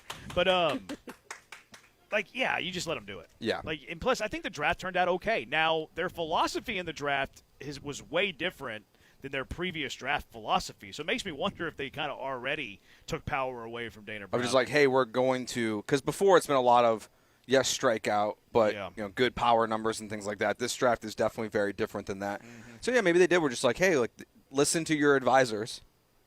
We're leaning in this direction now. Yeah. These are the guys we want to profile in the draft. I said that on the air right after the draft. I was like, this draft's a lot different than how Dana normally drafts because he values athleticism and raw power and tools. And this year, you look at Logan Hughes, he's not much of an athlete. He doesn't run fast, doesn't jump high, he doesn't lift, but he's just a baseball player that hits. And that's not really what Dana Brown drafts in the past. You look at a Bryce Matthews, a Zach Cole, Jacob Melton, stuff like those are the type of guys he usually values and covets. Another one from Crane about his involvement. I've always been involved in one way or another, but I let the guys do their job. If they need help, I'm there to help. I sit in the meeting so I can understand what they're doing sometimes. We got 3 assistant GMs that know what they're doing, and we have Jeff there, which we all know who that Jeff is, Bagwell, and I've learned a lot from him over the years, so I just try to help when I can.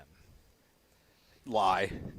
I think, yes, some of it for sure. I mean, he's definitely way more involved than he the lets part that where he come says off. he doesn't weigh in unless asked. Yeah, that's a lie. That's a lie. Also, I don't know if you listen to Chandler's podcast. I didn't know this. No. Okay, I know. He blocked you again. Yeah, he's blocked again. Yeah.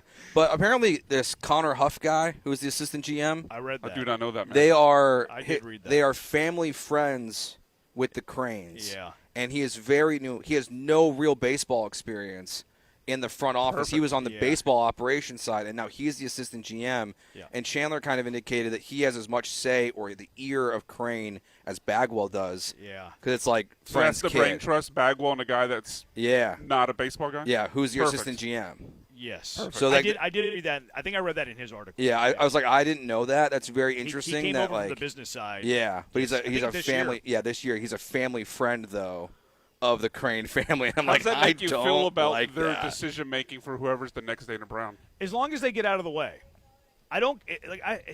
If they just get out of the way, things can be fine. What is the likelihood they do that? I think it's kind of low. Yeah. I think it's kind of low. I mean, even like bring it the way he brought his son into the organization was kind of strange. Like elevating him to a position that he wasn't really qualified for. So, I don't feel great about the search, frankly, with the pieces that are in place. The shoe that has to drop is they have to get out of the way. Yeah, and so that's why in this I quote think when we he's all saying agree with that, it's just a matter if they do it or not, and that's probably where people would, pardon the pun, balk. Yeah, and that's where like in this quote when he's talking about I just kind of let the guys do their job and I help if I'm asked. I don't really think that's the case. Yeah, I think he's lying throughout this entire media scrum. Yeah. without any doubt. And frankly, I would rather him just be honest. Like we know, but we know Jerry's involved. Like we see all the videos. We know like that Jerry Jones. Change anything, though. Yeah, I hate it when people say that. Honestly, no offense. No, it's fine. But like, I want him to be fully transparent. Well, they're not gonna. No, but they're just not gonna. And what is the gain for them? Yeah, because he's already disliked in terms of that because everyone already views it this way. So I guess it's just You think just Jim the Crane's front. disliked? Yes. Kind of feels it. Like it feels like everyone like looks at these bad signings that have happened back to Jose Abreu through Tatsu Imai I think Jim as a Crane Crane is- problem. I think he's disliked. Yeah. I think it is The average completely okay. flipped. And there's still, I think people would probably answer with a caveat. Like, we appreciate what he did for the city and bringing us titles, but currently, no. Like, if it was a presidential approval rating, I think it'd be like 65% unhappy with it's Crane's low. ownership. Yeah. Yeah. Like, I think people will approve of Cal more than they approve of Crane right now, which shows you how quickly things change in sports. I mean, Crane was winning World Series titles 4 years ago, and people were telling Cal to sell the team. Now it's flipped. The approval rating for Cal would be higher than Crane, which is nuts. It sounds nuts. Thank you, Hannah's right. Yeah. It does. It's the approval rating for Hannah. Yeah, it absolutely is. Another one talking about the expectations. The expectation that I have is that we're in the playoffs every year. It's hard to win every year, but you've got to get to the playoffs. There's nothing wrong with that. Nope. I think people are going to misconstrue that quote and be like, well, that means that he always wants to trade prospects and go after better. Not necessarily. I don't think that's what he means at all if you put two and two together. But people look at quotes and like, oh, yeah, he said that the window's always open. That means he's always going to go out there and sign free agents and trade for veterans. I don't think that's what that means exactly. Crane said he plans to study the operations of some pretty good teams that don't have big payrolls. So you start to think Cleveland, Milwaukee, Tampa had a general manager from Tampa that won a World Series here. But that to me sounds like he's a businessman that wants to get a good ROI on his dollar. Yep. Which I don't have any issue with. People are going to take that quote and be like, oh, he's cheap. I'm pretty realistic with like their spending. I don't expect them to go into the luxury tax every single season. I don't need him to go to the luxury tax ever. If he just wants to be at or near the luxury tax every single year, that's cool with me. You can win with that amount of spending. You just have to get a good return on the dollar, and they haven't gotten a good return on the dollar over the last few years. No, and I think Jim Crane will operate differently than those organizations operate. Like Cleveland always operates at a low-level payroll.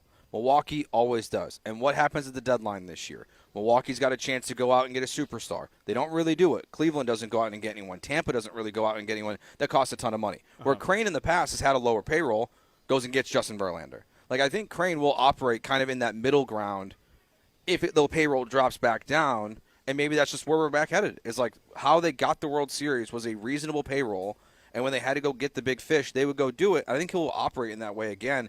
It's just how do you get there? Like I think it's totally fine to operate that way. People call him cheap. He's not cheap. He's not cheap. He spends more than 3/4 of baseball. Yes. He's not cheap. Like people say he's cheap because they wanted him to sign Springer and Correa and Bregman and Cole, and that's not going to happen. It's not going to happen in Houston. That's not going to happen anywhere. Yankees just let Juan Soto walk. Like, it's not happening anywhere, especially in Houston. So I don't have any issue with it. We're going to spend at the competitive balance tax, and then, hey, if we're in it, maybe we'll go into the luxury tax to add a player that can push us over the top. I see that part to me is totally fair. Timetable of replacing Dana, we'll take our time. We've got a little more time. It'll probably stretch into who knows.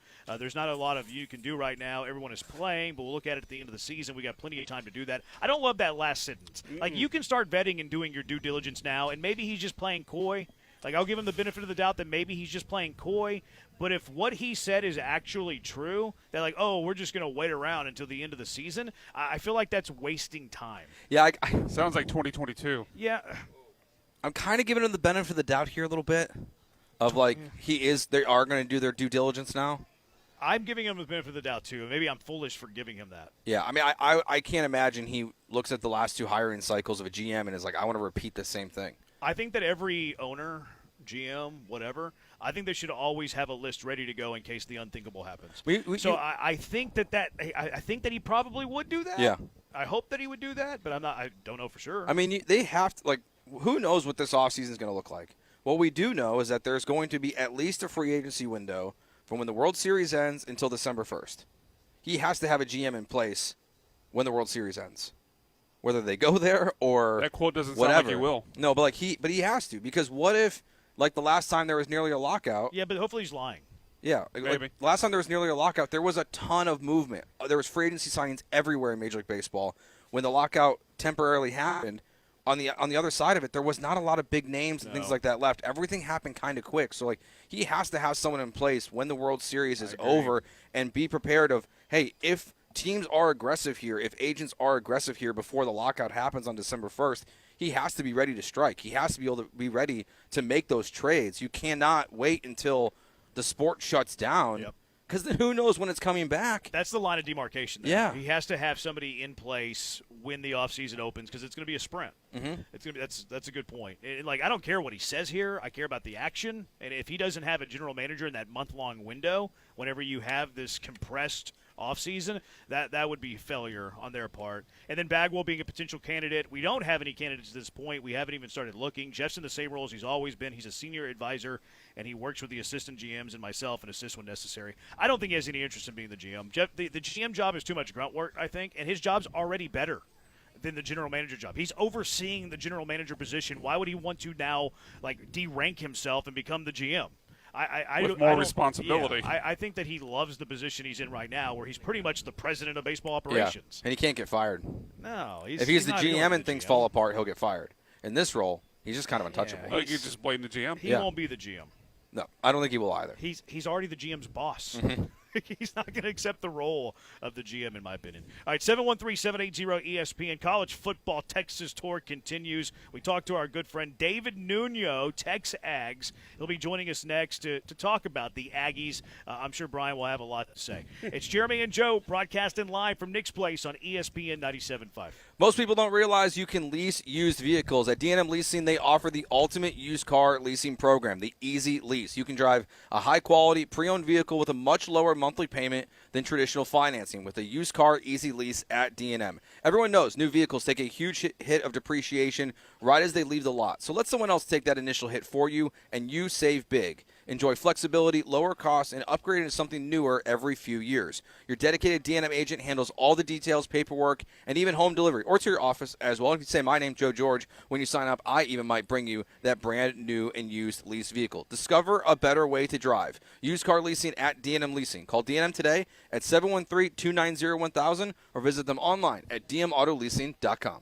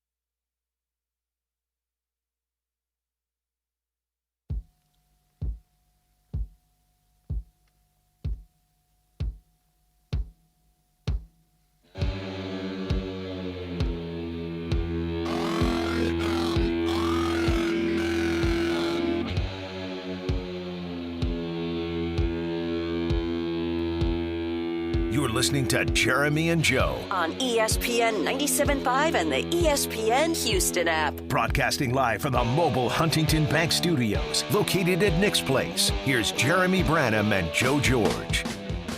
Let's go straight out to the HRP guest line, being joined by the great David Nuno. Talk a little Texas A&M football as we continue our tour of college football through the Lone Star State. David, thank you for taking some time. Always appreciate it. I certainly love getting your point of view about some Aggie football. Last year, of course, the Aggies getting to the college football playoff. What has to happen again this season for the Aggies to get back there again?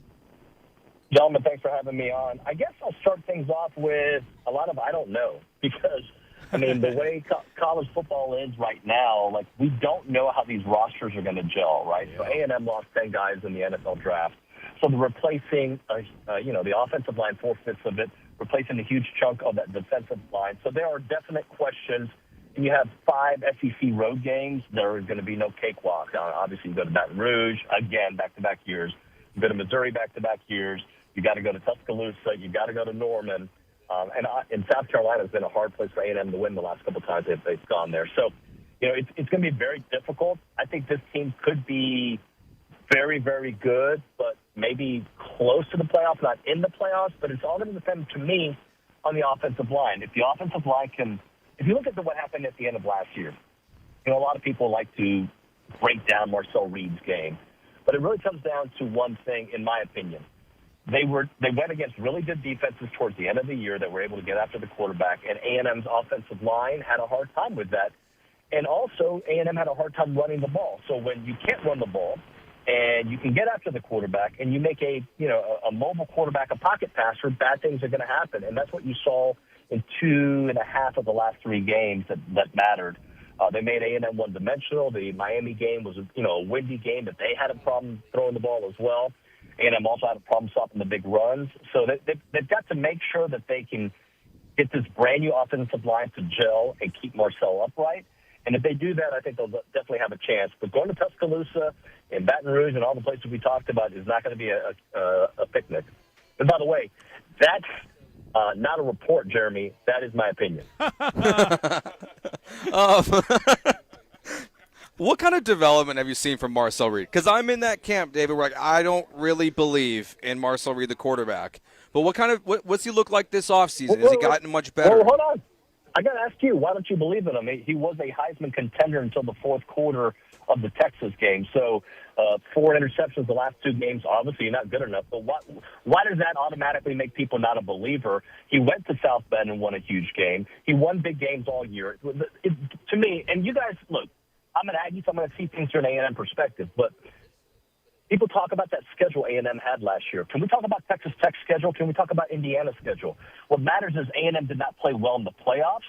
But Marcel Reed, for 90% of the season, was an excellent quarterback. Is he top 5? Absolutely not. But he's a mobile guy that can make big throws. And, has he taken a step in the right direction? I think so, because I know he worked on it all offseason. But a lot of these things, Joe, you don't know until you see it on the field against another opponent. I think Marcel Reed catches way too many strays for the kind of year that he had. And by the way, when I say he was a Heisman contender until the fourth quarter of the Texas game, that's not David Nuno's opinion. Go look on ESPN.com. Go look at Yahoo. Everybody was saying after the South Carolina game. They were saying it after the Notre Dame game. They were saying it after the LSU game. And one other point about that schedule. When A&M played LSU, when A&M played these teams, those teams were not the teams that they became later. I think ranking matters when you play a team based on the story up to that point. Yes, we can look back and be like, well, LSU wasn't that good.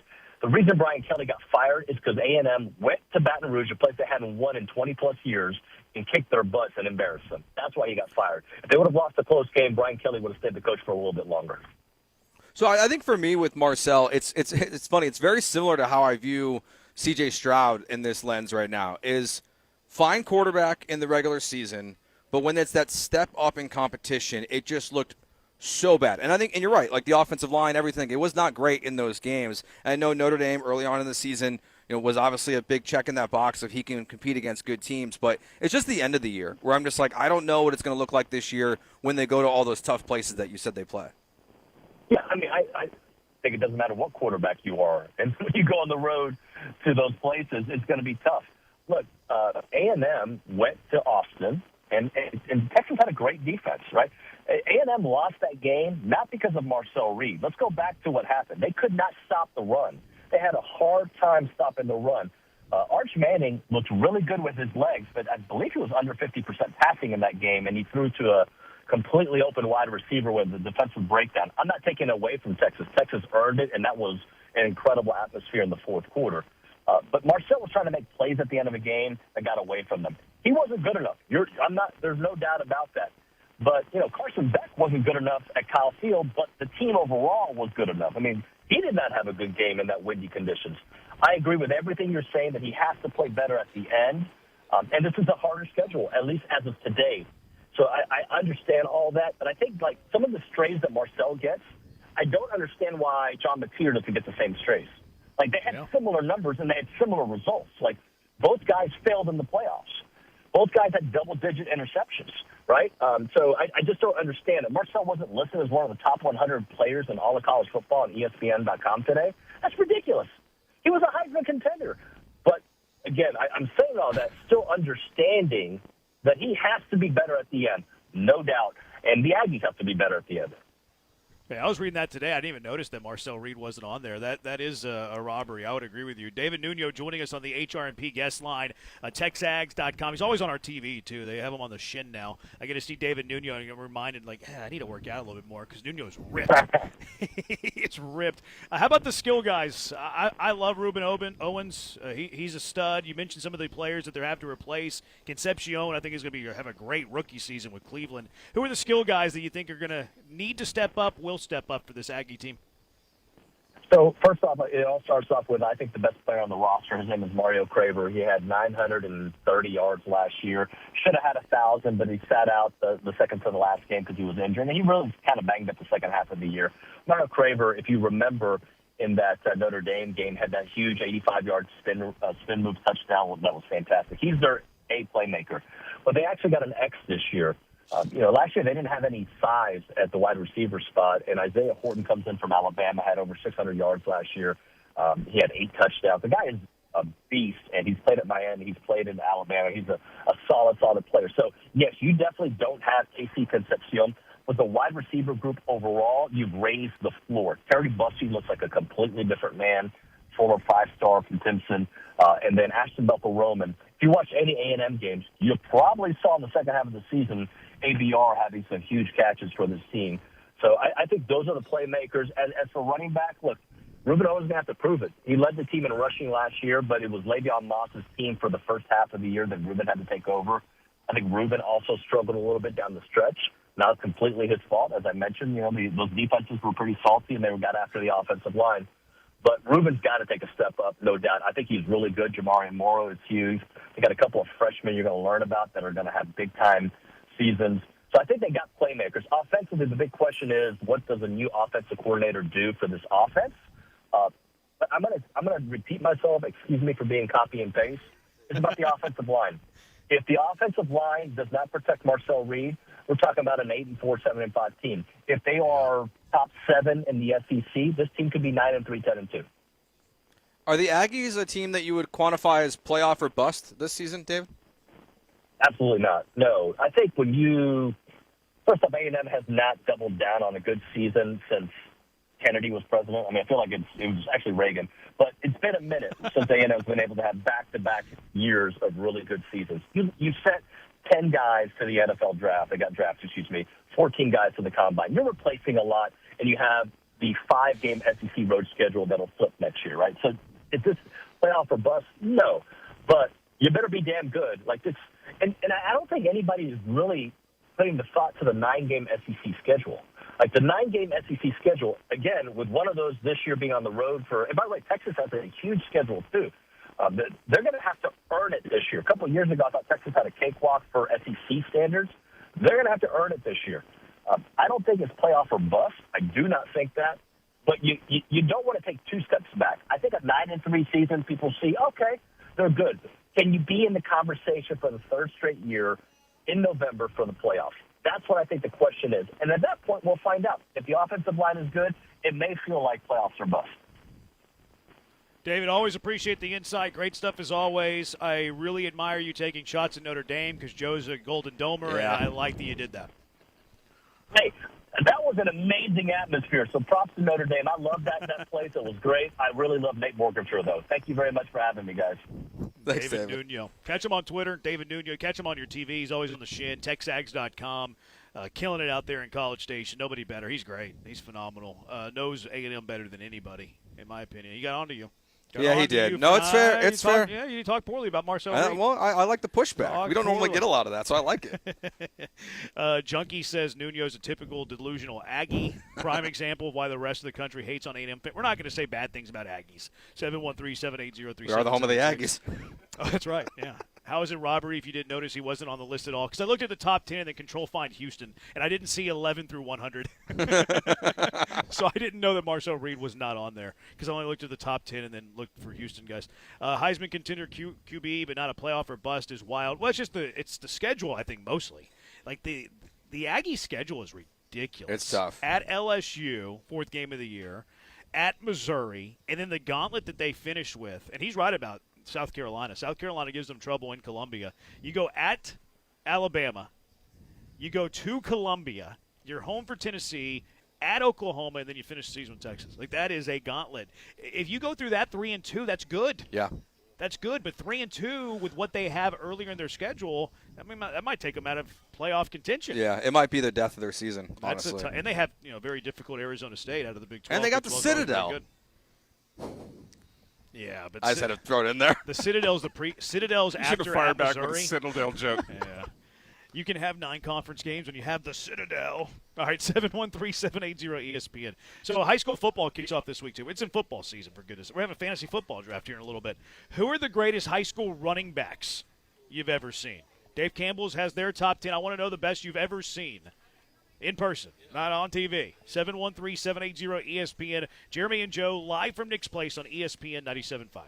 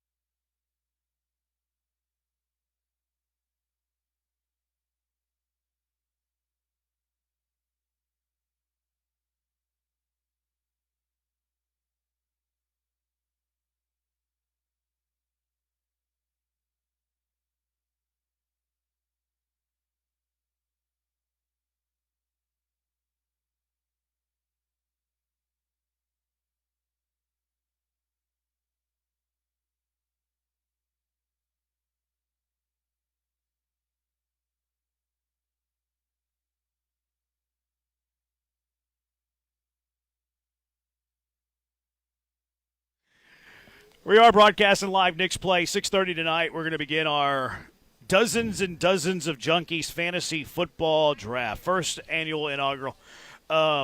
We have 6 leagues. This is going to position you going forward. See how everybody does. We're all in different leagues. But come on out here if you're in it. You don't even have to be in it. You just come out here and heckle us. Yep. We'll be here at 6:30. We'll be here for a few hours. We'll watch the game. That guy's about to get thrown out of the game. Looks like he just got thrown out of the game. Is that PCA? Yeah, PCA. He probably told the umpire Babe Ruth didn't exist. Not my MVP. Oh, sweats of the day, by the way. I haven't told you about those. We're on 2 games. We're on Cleveland minus a 1.5, which is not looking great. That's actually good news for the Astros. And then we are on Cincinnati, San Francisco over 8. They are tied at 2 in the 5th. So we'll see how that goes. Nick's Place, so much going on here all the time. Great food, calzones, the pizzas, the cheesesteaks, the wings, the cold beers. The drinks are always flowing. And they got a lot of stuff going on this weekend, too. AEW All-In, $5 cover, $10 AM kick for AEW All-In. You can reserve 713-780-8338. Kickoff? I like to do that. I like to use cross-sports references for the start of games that make no sense. Yeah. What would it even be for wrestling? The opening grapple? The opening bell. Opening. Right? Oh, it'd be opening bell. Yeah. Yeah, but they're going to tee it off at 10 a.m. You got to be here at Nick's Place to watch AEW All In. 2713 Rocky Ridge. Come hang out with us. Heckle us. Brian's got a terrible draft plan, so you can make fun of it. I think I'm going through with it. All right, 713-780-ESPN. So this is the start of high school football week. We love all kinds of football. We love Texans football. We love NFL football. I was learned yesterday that we are your NFL home. Yep. We love college football. David Nuno just moments ago ripping on Notre Dame. Chris Level of Texas Tech's going to join us here in a little bit at the bottom of the hour. And in high school football. We'll pay love to high school football at the start of the year, and then probably in the playoffs. We'll give them a little mention. Probably a hat tip. Yep, definitely some hat tips. Very natural, easy thing to do. So yesterday we did quarterbacks. Dave Campbell, Texas football, who is the mecca of high school football coverage, college football coverage, any Lone Star State coverage in the state of Texas. They have their top 10, much like they did with quarterbacks yesterday, which was still a crime that they didn't have Vince Young. I did get about halfway through that Vince Young documentary yesterday. I fell asleep. That's not saying the documentary is bad. I'm old and tired. I fall asleep very easily. Very good. I forgot some of I knew that Jeff Fisher and Vince Young hated each other, but I forgot how deep those cuts went. Yeah, I've seen the clips. I'm gonna watch it tonight. I think. Same. It's pretty dirty actually. They were both at fault. I think Vince Young gets off a little bit easy because Jeff Fisher's such a jerk. It's easy to point fingers at him. But Vince Young, I think probably had some growing up to do that he didn't quite do yet. He probably needed to be more of a pro. Wasn't a pro. So, but it's well worth the watch. What was the company that puts it, Unrivaled or whatever? Untold. Untold. They're usually not good. No, like the one on the slanted. Florida Gators football with Urban Meyer was really disappointing. They're usually not good. This one's good. This one is pretty good. So, top high school running backs you've ever seen. Joe's from Illinois, so it's like he almost doesn't get a voice in this conversation. Yeah, we're a basketball state. Jimmy Garoppolo, does he make this list too? No. Michael Turner, I watched him play one game when I was really young. Oh, he went to Northern Illinois, right? Played for the Falcons? Yes. That guy was good. I was very young when I saw that one. I think he graduated 03 or something like that. He was pretty good. I think he broke records. Sounds like a young man. I think he broke records there. Yeah, I think he did. Justin Jackson was right around my time. He played at Northwestern for a while. He had a cup of coffee in the NFL, not much. It was the Chargers, I think. Okay, I don't remember. So they brought him in, and then it was a short time because he didn't play a lot of high school football. He was mostly a soccer player. But Jared Payton was sick. He was good, like Walter Sun. He was a very good high school running back. He played. He won Orange Bowl MVP. Did he go to at Miami? Miami. I was about to say. I had zero recollection of that. Yeah, I think he was in the backfield with Clinton Portis. Really? And Willis McGahee. He was the third string running back in Miami. I thought it was later at Miami. Maybe it was. Yeah, but he was very good. St. Viator High School. He was nasty. He was. So you've seen some running backs. Yeah, better than Andrews quarterbacks. did hockey. That's a long time ago. Yeah, it's a long. Yeah. This is you could just tell by the look of the. That's early 2000s, probably. Yeah. This is the Friends. And also, they put up the score bug. You could tell here in a second. All right, so those are pretty good ones. Yeah, those are my 3. Far better than I thought you would pick. Yeah, together. quarterback's not great from what I saw. Running back is good. Wide receiver won't be good.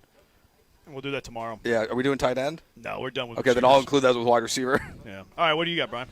The best. There are 3 that I saw that immediately came to mind for this. Fozzie Whitaker at Pearland went on to play at Texas. He was really special. Was kind of just a guy at Texas. He was all right, but at Pearland he was great. Jaquiz Rogers, who went on to play at Oregon State. Had a cup of coffee with the Falcons in the NFL. But Lamar Consolidated? It was out in the Rosenberg area. I can't remember the exact high school, but it was Lamar Consolidated. I was filming games for can't remember what station it was on back then, but the high school sports show. Cube. But it was literally every play was toss left, toss right. Jaquiz just go make it happen. But Did he have a twin brother? Yeah. Oh my gosh, I forget his. Yeah, he was a wide receiver. Also went to Oregon State. I forget his twin brother's name though.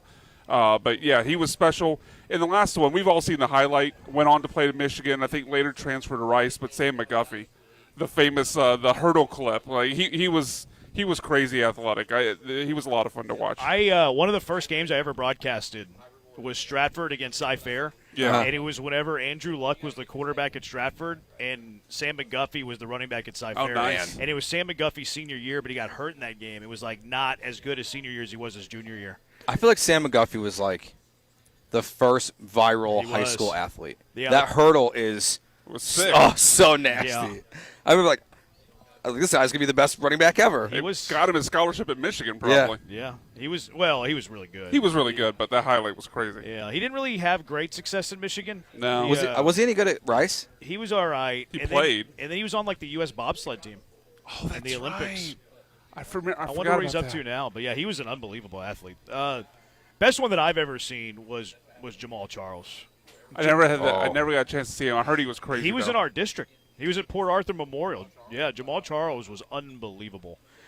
He was the best running back. He ran for like 400. I actually broadcasted one of those games too. They played. I want to say they played Midland Lee, and he ran for like 400 yards. He was so good. I can't even. I mean, he was so. Yeah.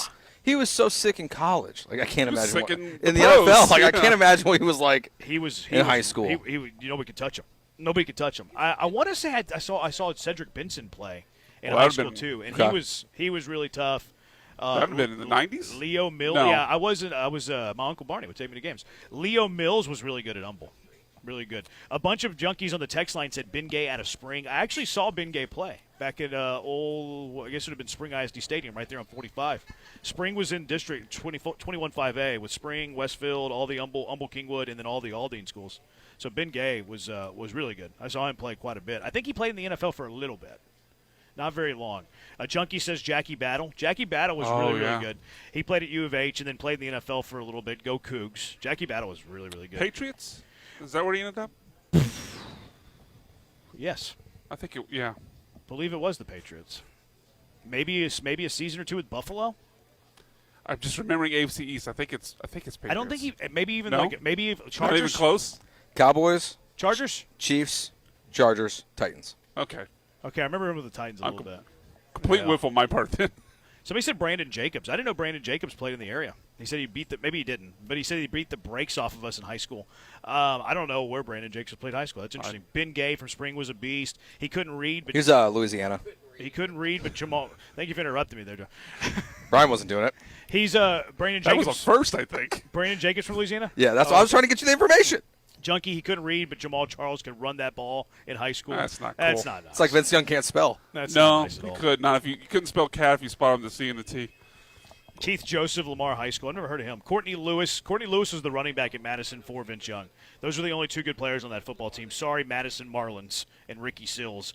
Ben Gay out of Spring High School. 2,200 rushing yards, 21 touchdowns his senior year, 1997 All-American. Roger Vick. He played for Conroe. I don't remember Roger Vick. I don't either. That's one that maybe that one predates me a little bit. Jaquez Rogers is another one from you. Graduated with Heath Sherman. Ooh, El Campo. He said riverbed, but I think he meant to say El Campo Ricebird. El Campo is the Ricebirds. Yeah. Not the riverbeds. Is anyone the riverbeds? That'd be a weird school name. It would be. Especially in the plains of Texas. Sean Simon, currently a junior at LaPorte High School. He's going to be a stud, YouTube Keith. That's Sean Simon's YouTube Keith's nephew. What do you mean? I hope he is. We're talking about the best running backs ever. Jamal Charles, it was like an adult running over kids. Well, he was really good. I've never seen anybody run over players like Cedric Benson ran over people in high school. He was really, really good. Tremaine Hill, I don't remember. You graduated with Jackie Battle. I'm not going to say it. I didn't graduate with Jackie Battle. Jackie Battle was a year older than me. But, yes, we went to the same high school. He stuffed me in a locker. In the mid-1970s, Polk High School had a running back by the name of Bundy, greatest of all time. He had a 4-touchdown game. He did. Bundy did. Sam McGuffey, B.J. Catalon, West High School. Okay. Okay. I remember B.J. Catalon, I remember the name. I don't remember seeing him play. Ben Gay had a cup of coffee with the Browns. I knew he played a little bit. I didn't know where. Clint Sterner was not a running back, 8074. Throw AJ, throw this junkie out of here. Throw Clint Sterner out of here. You're not the Baytown baddie. The Baytown baddie was not a running back. He is a quarterback. We're talking about the greatest running backs of all time. You're out of here, 8074. Listen with your ears, not the other orifices or whatever that guy said. Fozzie Whitaker from Pearland. That's the one that Brian said. Adrian Peterson. He played at Palestine, I want to say. Yeah, yes. I've heard he was sick, but it was out of the area, so I never saw him. Yeah, I mean, it's not too far. No, but it just wasn't a 2 hours. district. That's where they have the railroad, the Express, Christmas Express or whatever it's called. Oh, okay. What's it called? The Railroad Express, Christmas Express?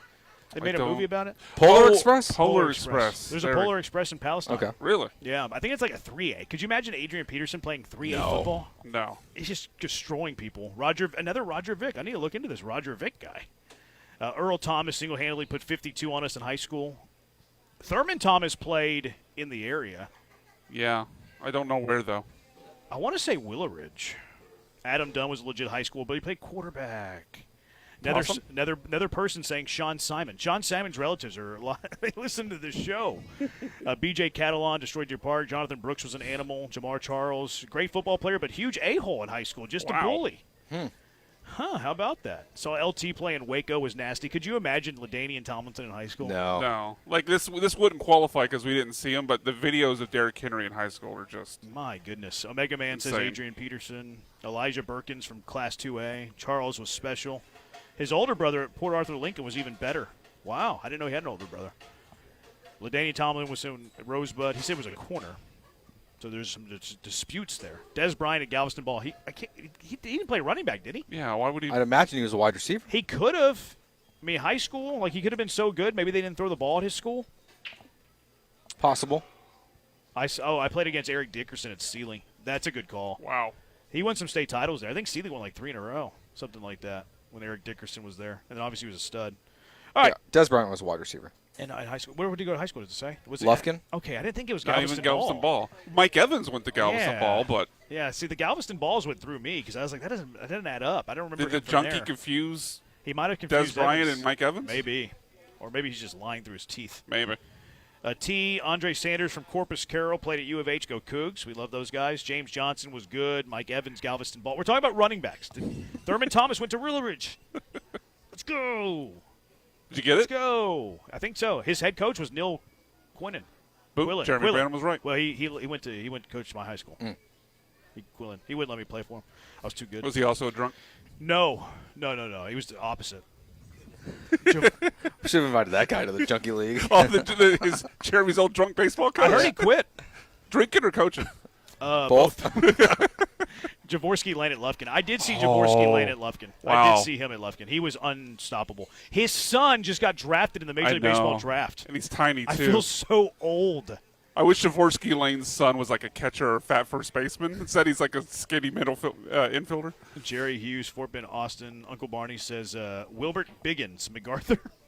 Who? Is that a real person? He wouldn't lie. He said William Shoulders Eisenhower. He loved some Aldine ISD football. So that is that. 713-780-ESPN HRP listener line. Are messed up on the text line. All right, let's go to break. Whenever we come back, let's talk about Texans training camp today.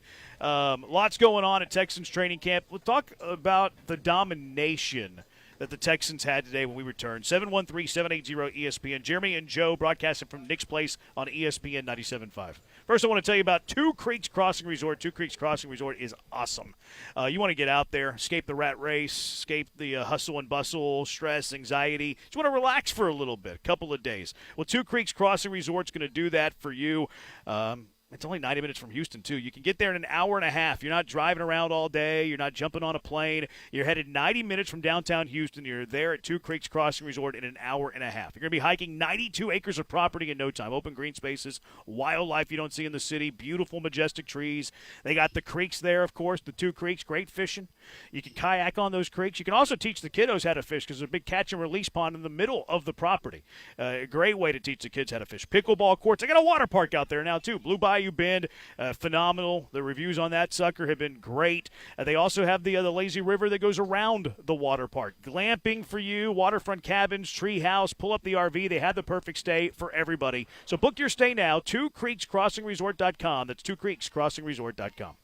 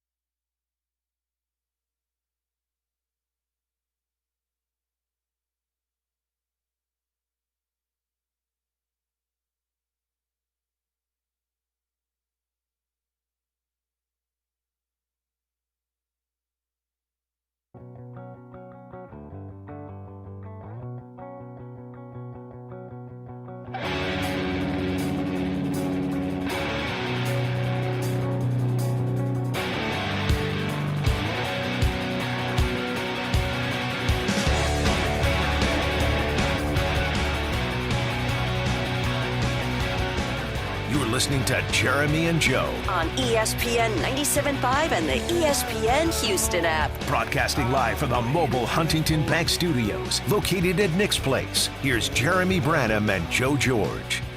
So Texans dominated today. Jeremy and Joe broadcasting from Nick's Place, 2713 Rocky Ridge. They owned the Panthers, according to everybody that was there. According to Canales, according to Bryce Young. D'Amico's asked me, hey, he undersold it. We'll get to the domination a little bit later. We got Chris Level coming up in about 5 minutes from Texas Tech. But there was an injury today. There was an injury, so we'll hit the injury and we'll talk about the domination later. Braden Smith was carted off. Yeah. No update on the severity of the injury. You know, you hear cart off, you're like, oh, this is no good. People were saying an ankle after, like, a little bit of time went by. Ankle might be good news. Right? Like it's not Achilles, maybe? Well, sometimes the Achilles can turn into the sometimes the ankle can turn into the Achilles. Yeah. Hopefully it's an ankle and it's not an Achilles or a knee. I've seen foot, too. Foot can be okay if it's like a sprained ankle, sprained foot. But then if you get like a broken bone in there for a big man, he's probably done for 2 months. Yeah, I mean, it's tough for your – it didn't feel like he was going to be the starting right tackle. So I guess that's kind of a positive that Trent Brown seemed like he had won the right tackle job. But now your depth is just, yikes. Big drop-off from Braden Smith to who's behind him. Yeah. I tweeted that, Brian, and people were coming to Blake Fisher's defense. Really? Yeah, because that's – Still? Yeah, because I tweet – whenever the injury happened, I was like, uh-oh. I was like, this stinks. I like Trent Brown more, but the drop-off from tackle 3 to tackle 4 is pretty vast. Yeah. And there was a lot of commenters in my comments that were like, Blake Fisher's having a great camp, which he is. I've read that too. And then actually D'Amico talked about it afterwards. He's like, if I could give an award to the most improved player, I'd give that to Blake Fisher for training camp. So I do put stock in D'Amico saying that. I do have a general rule of thumb, though, when it comes to preseason football and training camp football. I don't put a whole lot of stock in it. Yeah, I want to see it in game action to actually believe that. I mean, maybe that's something to watch actually on Friday now. Yeah. Because I'm assuming he's going to get a majority of the reps at right tackle at this point. But, I mean, he just hasn't really shown anything for me to feel like excited about him in any way. He was your 6th offensive lineman last year, which with what they added to the tight end room, he's not going to be that either this year. Like, he's just purely a backup. And maybe he was really improved, but he was improved to the point where he was still clearly the 3rd right tackle. So, like, I don't know. Well, 3rd right tackle. Yeah. What is that even worth? I mean, he could be improved and still not be good. Yeah, he would have made the team. Right. But and then the fact that Trent Brown is like injury concerns I have of him, like he hasn't played a full season in a really long time. Yeah. Like that makes the loss pretty more, I think even more significant. Now, look, maybe I'm just wrong on Blake Fisher, and Blake Fisher has made the strides to be a legit backup tackle in the NFL, and that would be great. But frustrating that Braden Smith got hurt today. The good news is no more preseason games for the Texans. They said their starters are not going to play. So this pretty much wraps up like camp. They're going to go into like preparation mode here pretty soon. So hopefully you can dodge more injuries. It's already been. I mean, every team has the injuries. We get it. But Higgins out for the year, and we'll figure out how long Braden Smith, probably your 3rd tackle, is going to be out. Yeah, I mean, because it's like if anything, best case scenario here might be like a short-term IR stint, to where Blake Fisher is really your backup for a couple weeks, and then Braden Fisher's coming back. Just because you hear the cart and you just assume the worst. But it's just. Hopefully this is the last one. Maybe he's just a big man that had a sprained foot that needed help. He didn't want to put 290 pounds on that sprained foot. Just being precautious. Honestly, with offensive linemen, card him every time. Honestly, yes. Maybe any defensive lineman too. Any lower body injury at camp probably should be carted off. Yeah. Like everyone's got to panic, but I'd rather be safe in that moment. Yeah, that's a good point. It's a long walk for those big guys. It's really far. All right, 713-780-ESPN. We'll get to the domination, some players that stood out today. We'll talk about what's next for the Texans at that offensive line position as well. We'll do that a little bit later. Chris Level, Texas Tech. He's on their radio teams, both sports, football and basketball. We're going to talk to him about the Red Raiders as we continue our college football through Texas tour. It's Jeremy and Joe broadcasting from Nick's Place on ESPN 97.5.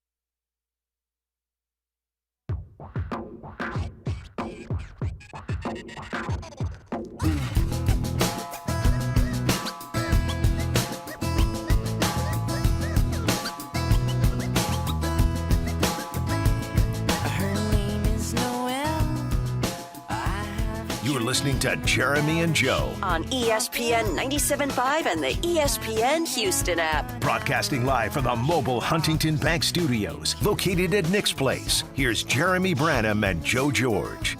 We go straight out to the HR&P guest list, being joined by Chris Level. Covers Texas Tech football, basketball, does it all. Hosts the Joey McGuire Show. You want to talk Red Raider football, Red Raider athletics, Chris Level is that guy. Chris, thank you so much for taking a few minutes to talk some Texas Tech football. I guess we'll start off with the news of the day. Castellanos, huh? A Red Raider. Yeah, Tommy coming to town. That's right. Yeah, this has been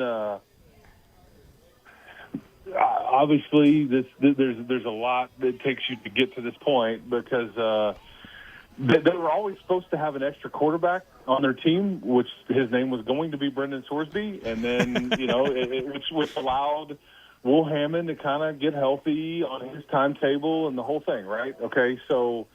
Because I've seen people suggesting, so he's just going to come in and start, and Will must be hurt. I mean, all this is a break glass in case of emergency, in worst case scenario, and in best case scenario, he's somebody that you could put in the game in different situations and do some different things, and incorporate during the game plan, which I don't think they'll do, but maybe he's best case he's backup quarterback, but he walks in here as the most experienced quarterback, but that's ultimately what it is he's a Brendan Sorsby replacement from a standpoint of the piece. And they had three quarterbacks get hurt last year. Brandon Morton got hurt in the very first game of the year. Then Will Hammond gets hurt, and then Mitch Griffiths, who was the start of the season as the third string guy, he hurts his knee in the regular season finale. Wasn't able to play in the Big 12 title game. And then was kind of compromised in the Orange Bowl. Had he been needed. So they just don't want to leave anything to chance. And so here's this guy sitting out here that's got a ton of experience. And he's a runner. So how quickly he picks things up, I mean, all that's to be determined. But it's an insurance policy is the best way I would describe that. Yeah, why not? Why not have a backup quarterback with that sort of experience? Everybody would love to have that, and you're seeing a lot of the power programs start to do that anyways, where you get a quarterback with experience. That backup quarterback's so important. But it does lead to the conversation about Will Hammond, not from an injury standpoint, but just where do you think he needs to improve the game? Going into his second season, very talented. We saw that on display last year when he was pressed into action. What does he need to do to take that next step in his game? Well, and the thing about Will is we saw he came in relief in Salt Lake City last year when they were playing Utah, and he looked unbelievable. And they ended up blowing out Utah on their home field. And that's when I think everybody realized this team that Texas Tech had a year ago was for real. Well, then he also has to start a game because Baron Morton was injured and the leg just wouldn't cooperate.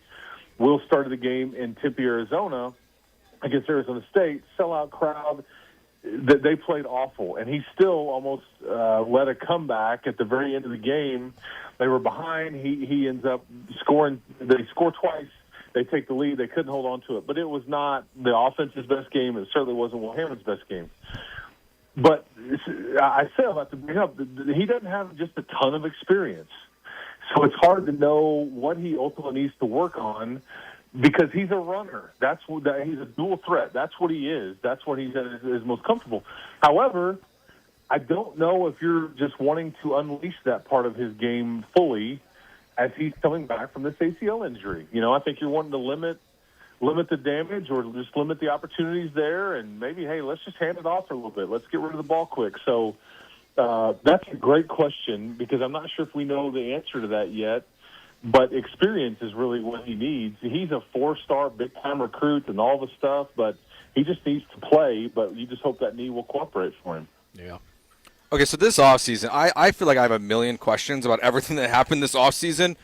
You have, the calling out Texas, Brendan Sorsby. Like, what's the most overblown storyline around Texas Tech right now? Because was so much chaos this offseason.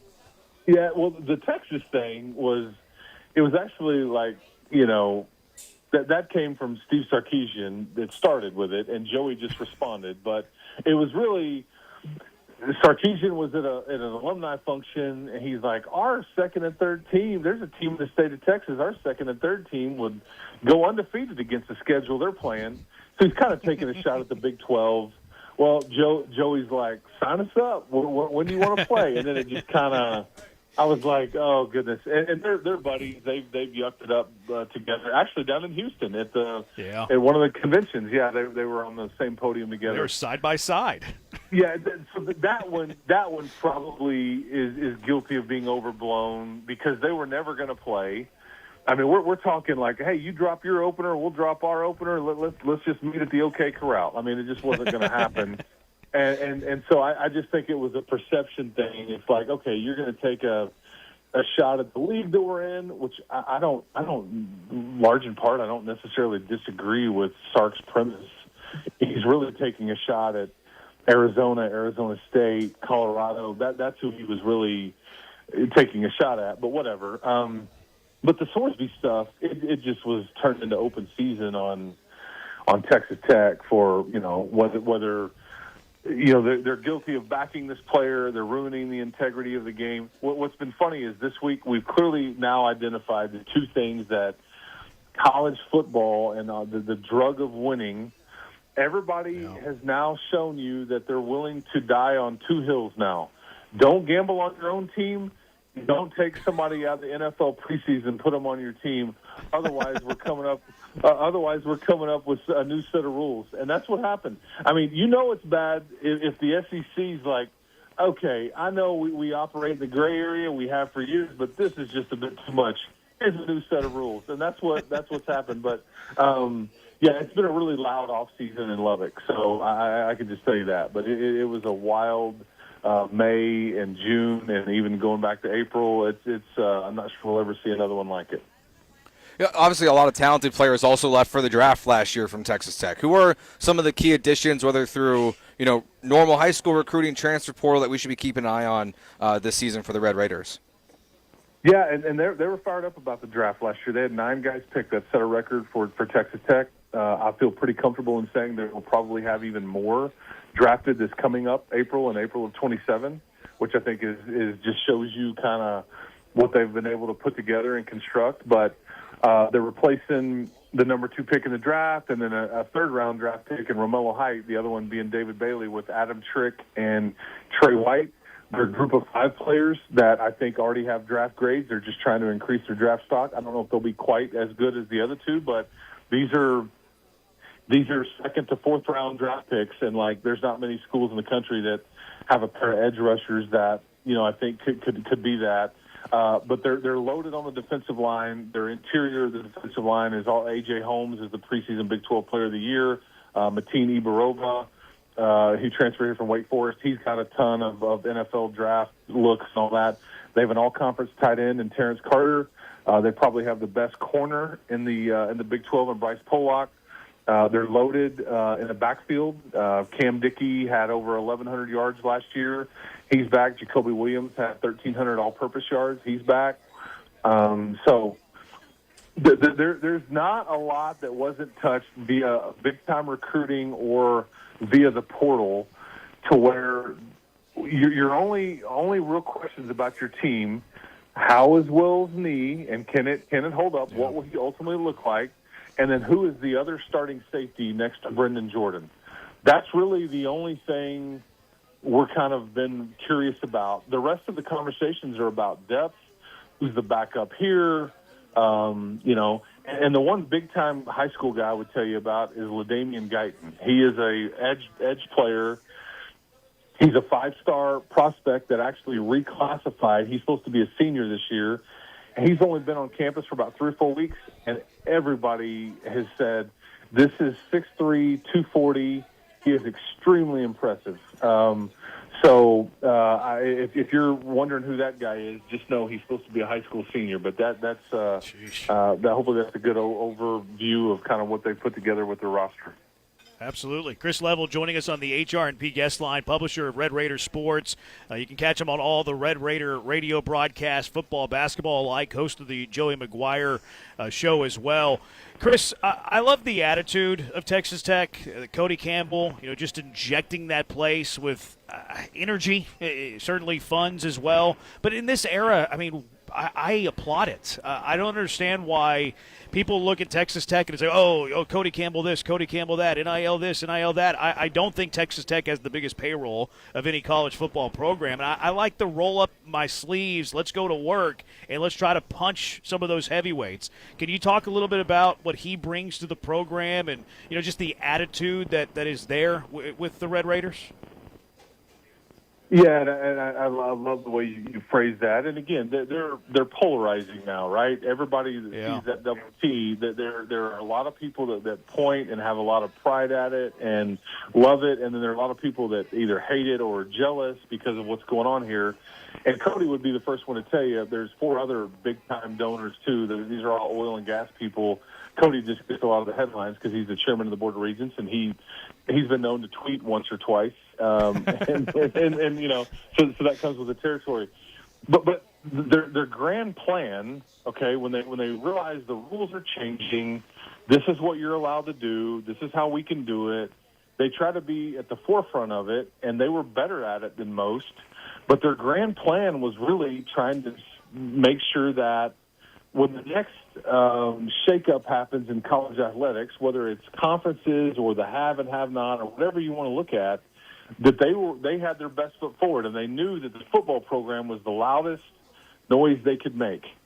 And they knew that the university, the city of Lubbock, all that was at stake. Well, you look up earlier this week, and they announced, I think, over 45,000 students in undergrad. Okay, this is up from 43 the year before. There's not enough parking or anything for these people here, but they're trying to catch up. But that's what they've built. They're having to turn people away because it's become the fun place to be. And they've invested in the football, the basketball, and the softball programs, and they've all been nationally relevant. And it's become fun. And I feel like they've skipped some steps because if you've been a sports fan, you just know you got to, it just takes a while to get to where you want to go. Well, now I look at their football team this year, and if they don't win at least 10 games, it's been a miserable failure. That's just the reality of it, of what they've put together. And you're right, they're probably not in the top 10 payrolls in the country, but where they are is they're clearly the top payroll in the Big 12 Conference. And that's what's been fascinating is they've kind of started to recruit and really compensate, And I think Houston's done a really good job. I think BYU's got a big brand. But you saw, the craziness going on in Utah, having to get private equity to try to keep up. Connie Satake's been like, hey, man, I could have taken the Penn State job. Y'all made me some promises, and we need to see those come to fruition. Yeah. Kenny Dillingham. I'm not going to entertain the conversations at Michigan or at Auburn or whatever, but I need more help here. So the commissioner in the league asked a couple of brands to step up when Oklahoma and Texas exited, and I think Texas Tech has absolutely answered that. And people will love them for it or people will hate them for it, but you're paying attention one way or the other, and that was kind of the point. You mentioned there that, if they don't get 10 wins this season, it'll be miserable. I'm curious, when you look at the future of the Texas Tech program, are the expectations always going to be this high now with Cody Campbell and Joey McGuire? Like, is this now expectation is to be a playoff team every single year under this new regime at Texas Tech? I think Joey is the head coach, and he's got the one that his job is at stake. Cody's going to be fine either way. Joey would tell you, if I haven't gotten us to Arlington, Texas, and we haven't won the Big 12 championship game, we have not had a good year. He understands the investment being put into it, and he's okay with it. He's more than okay with those expectations. Now, if they don't go there, is he going to get fired? Probably not, right? I think that he's beloved here. I think he's got a vision. He's the one that kind of started the whole general manager thing 5 years ago whenever he got here with James Blanchard, and that thing has just worked flawlessly. But that's the reality. that's the way that they're spending. That's their goal. That's what they want to, I mean, heck, they would actually tell you their goal is to try to contend for a national championship, and they understand how hard that is. But if Indiana can do it, Texas Tech can certainly do it. Absolutely. Chris, thank you so much for joining us, giving us the breakdown on some Texas Tech Red Raider football, and we'll be seeing you very soon. Hey, thank you guys so mumuch. Appreciate you guys having me on. Enjoy football season, and we'll talk next time. It's here. That's Chris Level, publisher, Red Raider Sports. No one does it better. RedRaidersports.com. If you want to check out, if you're a Red Raider in Houston, you're not familiar with his website, there is no better place if you are a Red Raider. Red Raider Sports, Chris Level, the publisher of Red Raider Sports, also does some radio with their football, with their basketball, host of the Joey McGuire show as well. He is the go-to guy when it comes to Texas Tech. I love their attitude. Why not? I mean, if everybody's spending money on their rosters now, why shouldn't you? Yeah, no, I agree. I cannot – I don't know when it's going to release, but whenever this Paramount documentary, Hard Knocks, that they started filming in January comes out at Texas Tech. Oh, did they really? Yeah, they did. I didn't know that. So Paramount was there during all the Sorsby stuff. Interesting. So, I think that's going to be fascinating to watch. Probably how it gets cut, because I'm sure Texas Tech has a say in it, but, how much they show of, what the chaos around the program was, all the lawsuits and everything. I imagine it's going to be – probably the first 2 episodes, I would guess at least, before they try to focus on other things. But that feels like a must watch. That is going to be a must watch. Yeah, just to see how what was it really like there when all that was going on. I was disappointed they didn't have this year was that SEC documentary that they had last year. Any Given Saturday? Yeah. I enjoyed it last year. I did too. I thought that they were doing it again, and I was like, okay, well, it's not out now. It's not coming out. No, I doubt it would be at this point. But yeah. It'd be nice if we got that back. I mean, certainly they only focus on maybe 4 teams, I think, last year. There's a lot of other teams you could focus on. Yeah, South Carolina. Vanderbilt. LSU, I think, too, right, with Brian Kelly? I think Brian Kelly was on there. Yeah, Brian Kelly, Vanderbilt, South Carolina. Maybe Florida. It was definitely Florida. Yeah, Florida, because I remember Graham Mertz being part of it, yeah. They talked about his leadership and all that. Mississippi State. Mississippi State was part of it. Maybe none of the good teams want to do it. That's the problem. So I saw this the other day from Barstool Big 12. They had their roster NIL valuations, and they had their guess. This is our guess, right? This I don't know how accurate this is, but Texas Tech leads the way, $32 million roster. Which there's several programs in college football that are north of 40. Indiana's probably north of 40. Ohio State's probably north of 40. Mm-hmm. Texas, I'm sure, is north of 40. A&M probably is. Notre Dame probably is. Probably. Miami. Probably. Yeah. I mean, they gave Mensa $20 million. Yeah, and his wide receiver. Yeah. Yeah, so they're probably north of 40. But they have Tech's at 32, which leads the Big 12, as Chris said. Second on this list was Houston. Yeah, I was surprised when I saw that. $26 million. Yeah. And so, because some of these make sense, even Oklahoma State at $23 million. It's well, they got a new coach. They brought in a ton of transfer portal guys. Look, the Cougs weren't super. You didn't hear the big names, I guess. You didn't hear the Cam Colemans and things like that. But, well, they got some offensive lineman transfers. Yeah, that but are dudes. But you also bring in. They got their running back from Oregon, Malachi Hughes. Yeah. Yeah, I mean, we also got the number 1 quarterback in the country at a high school.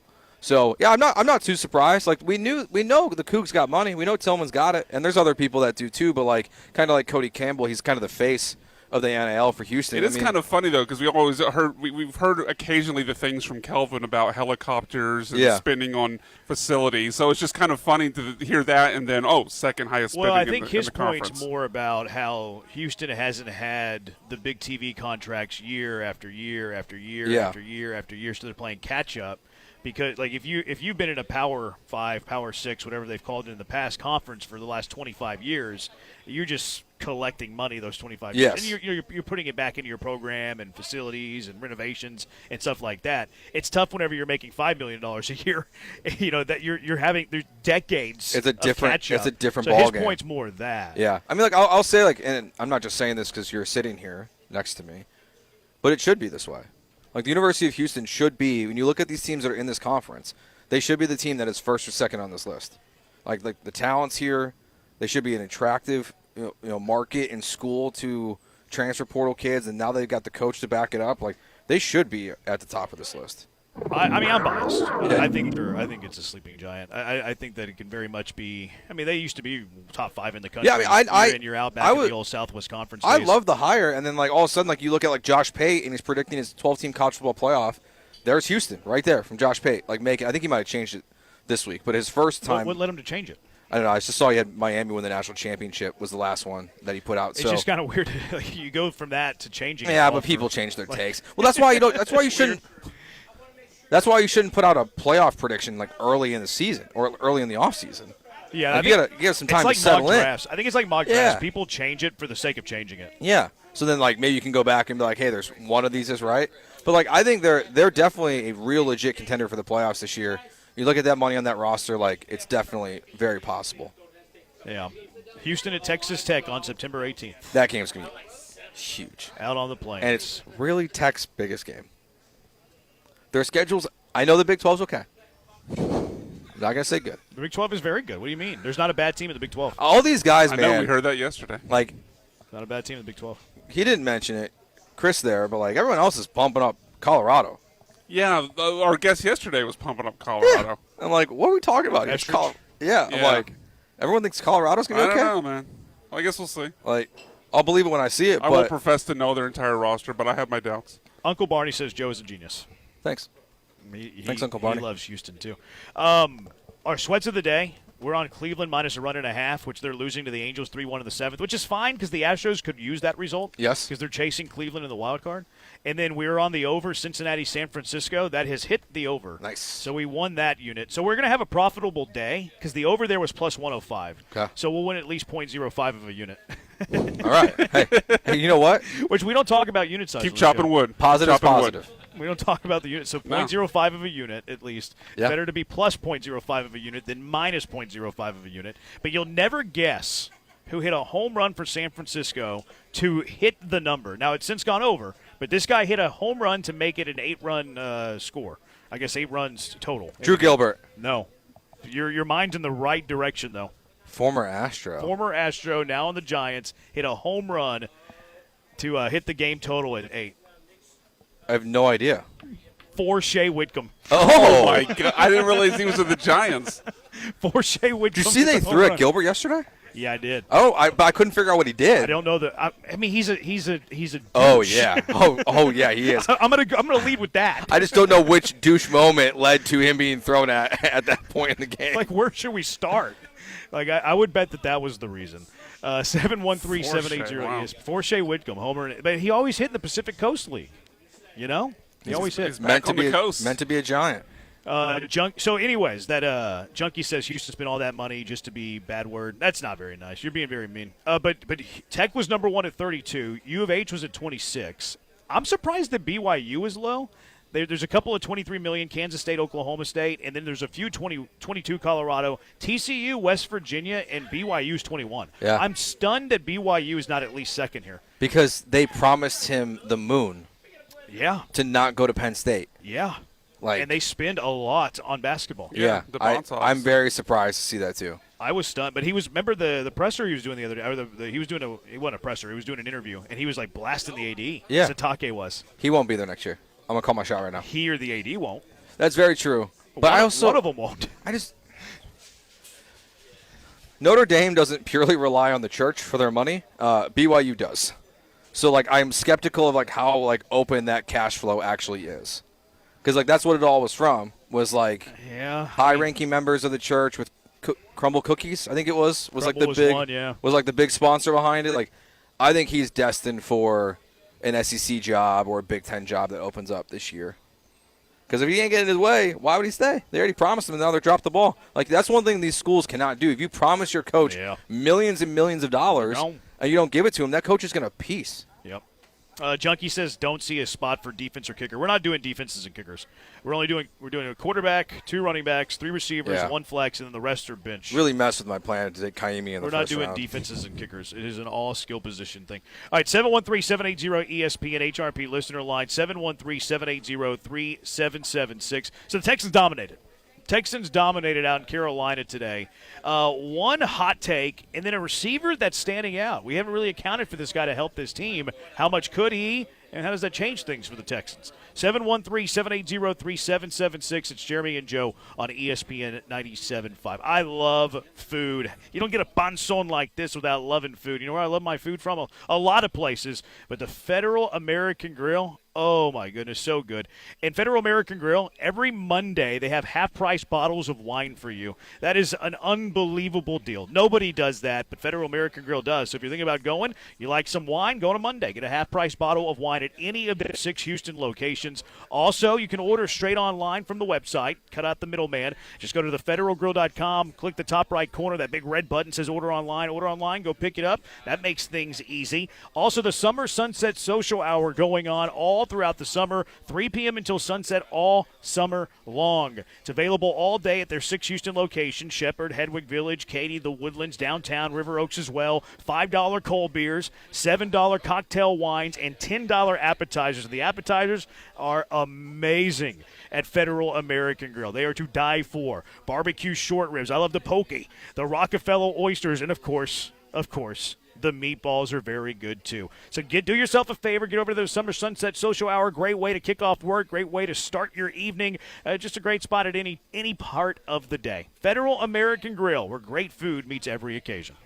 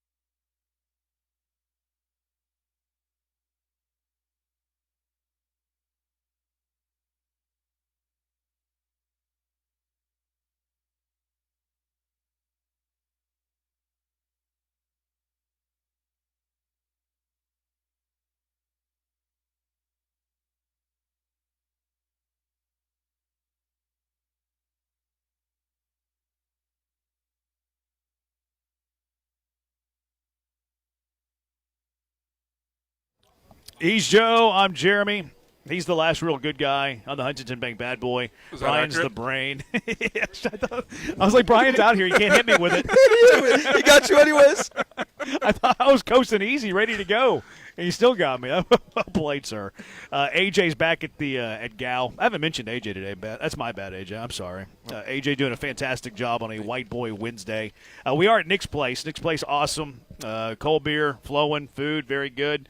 Great spot always at 2713 Rocky Ridge. We're here today to do the first annual inaugural dozens and dozens of Junkies fantasy football draft. We are doing it remotely through the Sleeper app, but if we invited everybody out, come hang out, come have a good old time. We got some people already here. So if even if you're not in the league, you can come heckle Brian mainly, and hang out with us. Enjoy some great food. Mainly me. Some, right off the Westheimer. I might do some wild things at the draft tonight. Okay. If you get Brian drunk, how he'll let you wild? draft his team. How wild can you really get? Just what I texted you guys. Whoa.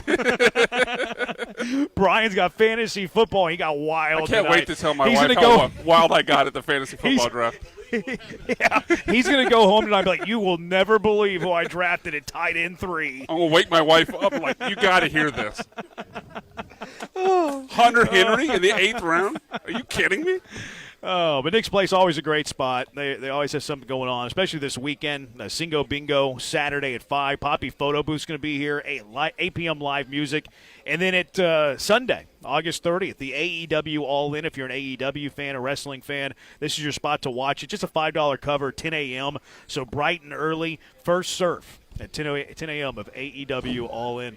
It's going to be a really good time. First Surf. And all the Calzunis are fantastic here. All right, I got to drop the joke. No, keep going. Pizzas. I'm going to get the cheesesteak at 6 o'clock, so I'm going to be fat and happy whenever I make my pick. We had 6 leagues. We do. We got 6 leagues. We do. We have a lot of people. So it should make it real fun going forward. That won't be the math easy. Junkie says that won't be the first time Brian's done wild things on Westheimer. That's better than Montrose. All right, 713-780-ESPN HRP listener line. So John Harris. We know John Harris. Great football mind. One of the best football minds you're going to. Now, of course, we understand his voice, right? We know that his voice is going to be definitely pro-Texan. So we have to understand that. But you can get great insight from what Harris has to say. You do have to keep it very pro. Like it's me, I'm very pro Cougars. You're always gonna get a very pro Cougar message from me. Mm-hmm. You'll never hear me say a bad word about them, just like John with the Texans. So John today was at the joint practice. They're in Carolina. They whooped them. According to everybody that was there. Everybody that was there and within a mile of there was saying that the Texans whooped the Panthers today. So John Harris tweeted afterwards, best offensive football I've seen from a Texans team in training camp, maybe ever. Wow. Dominated from play one. Everything you want from this offense in 2026, it was here today. Wow. What about Higgins? More later in Harris hits, blah, blah, blah, blah, blah. What a day, exclamation mark. So John Harris was drunk on the Texans' offense. Yeah, they go play the under on the Panthers then this season. I mean, it's a terrible division. That's true. That's made the playoffs last year. Yeah, they did. But 8-9. Not only did the Texans whoop an NFL team today. Yeah, they whooped them. They whooped a former, not even a former. They whooped a playoff team from last season. That took the Rams to the limit. Didn't they? Texans to the Super Bowl. This is. That's a great point. I don't want to be a Debbie Downer. Sounds like about to be a Debbie Downer. That's a great way to preface being a Debbie Downer. Didn't we do this last year with the Panthers? I don't remember. Wasn't CJ great in the red zone against the Panthers last year? They lost to the Panthers his rookie year. But didn't they hand Bryce Young his first ever professional win? I think that's correct. Yeah. But last year the Panthers have had the Texans number. But didn't they do joint practices with the Panthers last year? I don't remember. I don't remember. I mean, look, it's good that they look this good. Best they've ever been. It's good to look good. Best it's ever been. That's what John said. I've had a few good offenses. It's a pretty bold take. Yeah. You know what's dangerous about John saying this, though? And I hope he's right, obviously. I want C.J. Stroud to be the first $70 million quarterback.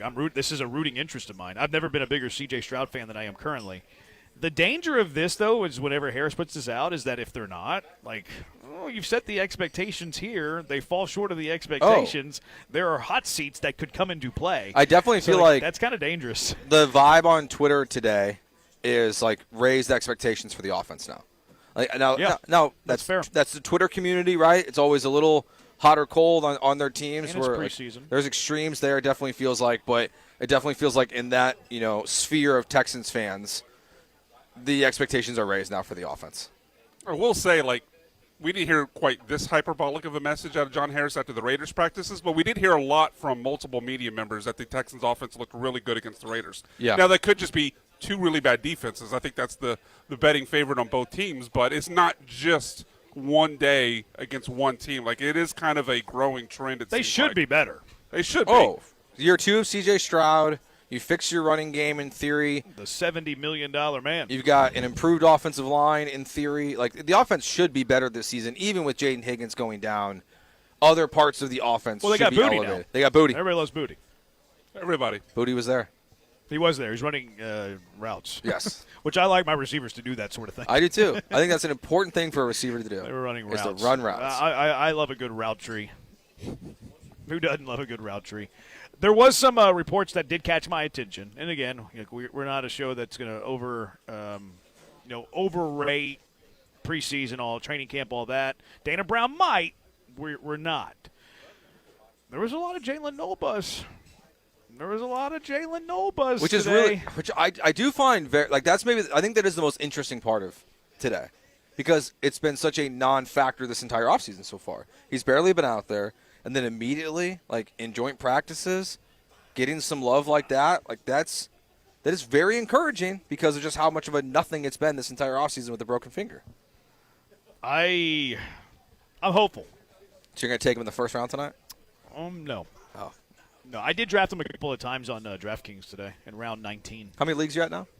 I think I'm a little north of 300. Okay. I didn't know you started diversifying over to the DraftKings. I thought it was all underdog. Yeah, I'm doing a little DraftKings now. Spreading the love. DraftKings, I'm doing both. It just kind of depends on my mood. I like to do DraftKings when I prep. I'm in a DraftKings mood The today. reason that I like to do there's actually some method to this madness. The reason that I like to do DraftKings when I prep in the morning is because it's a 30-second clock, not a 20-second clock, and it moves slower. Okay. So I don't have to be dialed in as much. That makes sense. Yeah, and plus it's kind of fun to have the extra 2 rounds sometimes. Yeah, because they go 20 like we're doing in our leagues. Yeah, they go 20. So you can you draft a couple of players that you might not normally get. You get some flyers. I have a couple of late flyers that I like depending on the team. Mm-hmm. Like Noel's one of my – so this is the dilemma I've been having. Who's going to be the second best fantasy score for the Texans at the wide receiver position? Oh, man. See, that's a great question. The deep sighs tell me that. You just great question yourself? I did. Yes, I'm not the only one. But the reason I great question myself was based on y'all's reaction. I think I guess I'm going to bet on Booty. I think you just wanted to say that. Yes, I did. But I'm going to bet on Booty, and I'm going to take him over the long term. Maybe how much not. are you willing to bet on Booty? We got to do another one of these things? You said Are you it. taking Always Noel? bet on Booty. Oh, are you taking Noel? I didn't have to take anybody. Well, you said I'm going to bet on Booty being the second best wide receiver. Well, I said challenge accepted. So you're going to bet on the other side of this? The reason that I'm betting on the other side is because I think it is a wild card. I think there are several names in the hat. Yeah, I mean, really? I think Booty's in play, but I think it's only like a 33% chance. So I think it could be Booty. I think it could be Noel. I'm not 100% sure it can't be Hutchinson yet.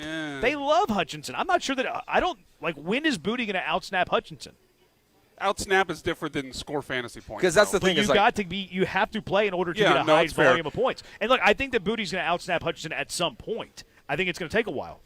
I think it's like week 8. But that's their bye week. So coming out of the bye week, I honestly think Keyshawn Booty could have more fantasy points between week 9 and week 18 than Xavier Hutchinson has the entire season. I agree. That's fair. So I Totally think fair. if it's a 3-man race, I'm bringing Tank back into the fold. But obviously Might be a 4-man race. Yeah. So I think personally it's really between Noel and Booty of who the top 2 guys would be. The second Booty, guy would be Tank, Hutch. I don't think for fantasy though. I don't know if it matters. I don't think any of these guys we're talking about, whether it be Tank or Noel or Booty, it's just going to be so spread out after Collins and Schultz that in a team that wants to run the ball and not be a high volume passing team, I don't think that's a player that's very. That's a red herring. That's a red herring response. How? Because the exact question was who's going to be the second best fantasy scoring wide receiver. You're right in what you're saying, but that's a red herring. That's not the question. Mm-hmm. Well, do you have a direction you're leaning? Because I don't think any one of us. No, I'm I mean, clueless. Joe just wanted to say Booty, but I don't feel like we really any of us have given an answer. I'm gonna take the other reason I'll actually just take Booty as the number 2 fantasy guy Please clip that. For the Texans. And the reason is because no matter what Noel did today, all I can still think of is that they didn't play him last year. See, I think it might be Noel. Like, But the reason they didn't play him, and look, they still might not play him this year. This is me being his attorney for a second. This is me being his advocate. It's hard to learn this scheme in the slot. Yeah. Like, you have to be on the exact same page as your quarterback. You have to know when to slant. You have to know when to go out. You have to know when to run a stop. You have to know when to run a dig. You run different routes based on the defenses that you see. And I think that's very difficult for a rookie. That's so fair. Is he taking a step up in this offense where he can be trusted on the field? Yeah, it's just he hasn't been out there enough in the offseason, I think, to gain that trust. So Well, so I feel like they're all kind of in the same position of who can gain the trust the most and the fastest. To your point about Hutchinson, we know he has that. But between, Tank, Noel, Booty, who is the guy who just really picks it up the quickest out there when they're all healthy? Well, I think it's more important in the slot. No, definitely in the slot, for sure. And I don't think that – yes, you're right that being on the field is going to be more helpful than not being on the field. Mm-hmm. I do think that it is something you can pick up, though, mentally without being on the field. For sure. You can. So, I don't know. That's what I've been torn on lately. Like, who is the second best wide receiver fantasy-wise? I'm going to take that shiny new toy. Like the new guy. Yeah. What's the shiny new toy, Joe? Booty. Booty's the shiny new Boutte, toy? Boutte, or whatever it's supposed to be. It probably is Boutte. He's from New Iberia, Louisiana. It's probably Boutte. It's way more fun, though, the other way. But every broadcaster in the world says Booty. Yeah, because I think everyone's like us. They're children. It probably is Boutte. And also, you never know with players. I mean, how long does it take for these guys to correct you their might names? pronounce it H-M. Yeah. Now, people still call Kalen Bullock, and it's Bullock. I do that mistake I sometimes. corrected everybody because Yeah. I remember him on the draft thing saying Bullock. I was like, that's a really weird way to say that. It is. And then they didn't have it phonetically, and I was like, and I started clipping the YouTube thing. It's like, here's Bullock saying Bullock. All of you are wrong because that's what I do. I feel like I owe it to the people to pronunciate names correctly. That's what you're there for. Calzone. And I give accurate reports on NFL news, but get those pronunciations Who's to say right. that wasn't accurate? Yeah, we don't know that. Who's to say that wasn't accurate? I'm sitting next to the $70 million man. I believe him. Jeremy? C.J. Stroud's a $70 million. Everybody's got a price for the $70 million man. It better be Hutchinson. I just moved him off my taxi squad. That's a dynasty term, isn't it? Yeah. You taxi still got squad. him on your taxi What squad? is that? What league What is is a that? taxi squad? So it's basically a red shirt. So they don't count against your roster. For So the you're whole year? Yeah. Well, up to the point where you activate them. Yeah. And once you activate them, it's done? Yeah. Or whatever time period. Like our league allows a player to be on there for 2 years. So he's either once you activate him or 2 years, and then he has to be on the regular And you have roster. to make a determination. Yeah. Yeah. It's what rookies only. I got you. All right, 713-780-ESPN. Jeremy and Joe, live, Nick's Place. Draft. We're almost about an hour away from the beginning of the first annual inaugural Dozens and Dozens of Junkies Fantasy Football League Draft. That is so hard to say. No, it's not. You say it more often. The first annual Dozens and Dozens of Dozens. You forgot a a word. word. Yeah, you forgot Did a I? word. What Inaugural. Ah, damn it. Inaugural. Say it again. No, the first annual inaugural Dozens and Dozens. Yeah, see? No. It's so Nope. easy. Challenge successful. It's so easy. Challenge successful. Damn it. All right, who are I need a beer. some NFL – yeah, that's going to help. Brian, stay away. NFL teams that can be in the playoffs or hold a top 10 pick this year. Who are they? NFL teams that can be in the playoffs or hold a top 10 pick this year. So who are these volatile teams, right? Who can be good? Who can be really, really bad? And injuries aside, 'cause injuries can cause any team in the NFL to do this. 713-780-3776. Jeremy and Joe live from Nick's Place on ESPN at 97.5. St. Arnold, a beer for everyone. Their beer garden is a place for everyone, and for private events, they've got a space for everyone. You can host your private events at St. Arnold. All you have to do is go to starnold.com and click on private events. They have spaces for groups of 20 to 100 people in the investors' pubs. Much larger groups like we'll have for the listener appreciation party up on Friday. Coming up on Friday, the beer hall. Full audio and visual capabilities. We'll be showing the Astros game, have the music going as well. And you got the full in-house catering menu as well, prepared by the St. Arnold chef, from appetizer tables to a full-on feast. And, of course, the beer. Fresh, straight from the source at St. Arnold. They also have wine, cider, and Root Beer. Book your event now, especially those holiday parties, to get prime dates, whether it's a daytime rental or evening event, weekday or weekend. And since you are a listener of this fine station, just mention ESPN or my name, Joe George, and you can receive a free full-hour bar package for your event. That's a free full-hour bar package by just mentioning ESPN or Joe George. And check them out right now, StArnold.com. Click on private events. That's StArnold.com. Click on private events.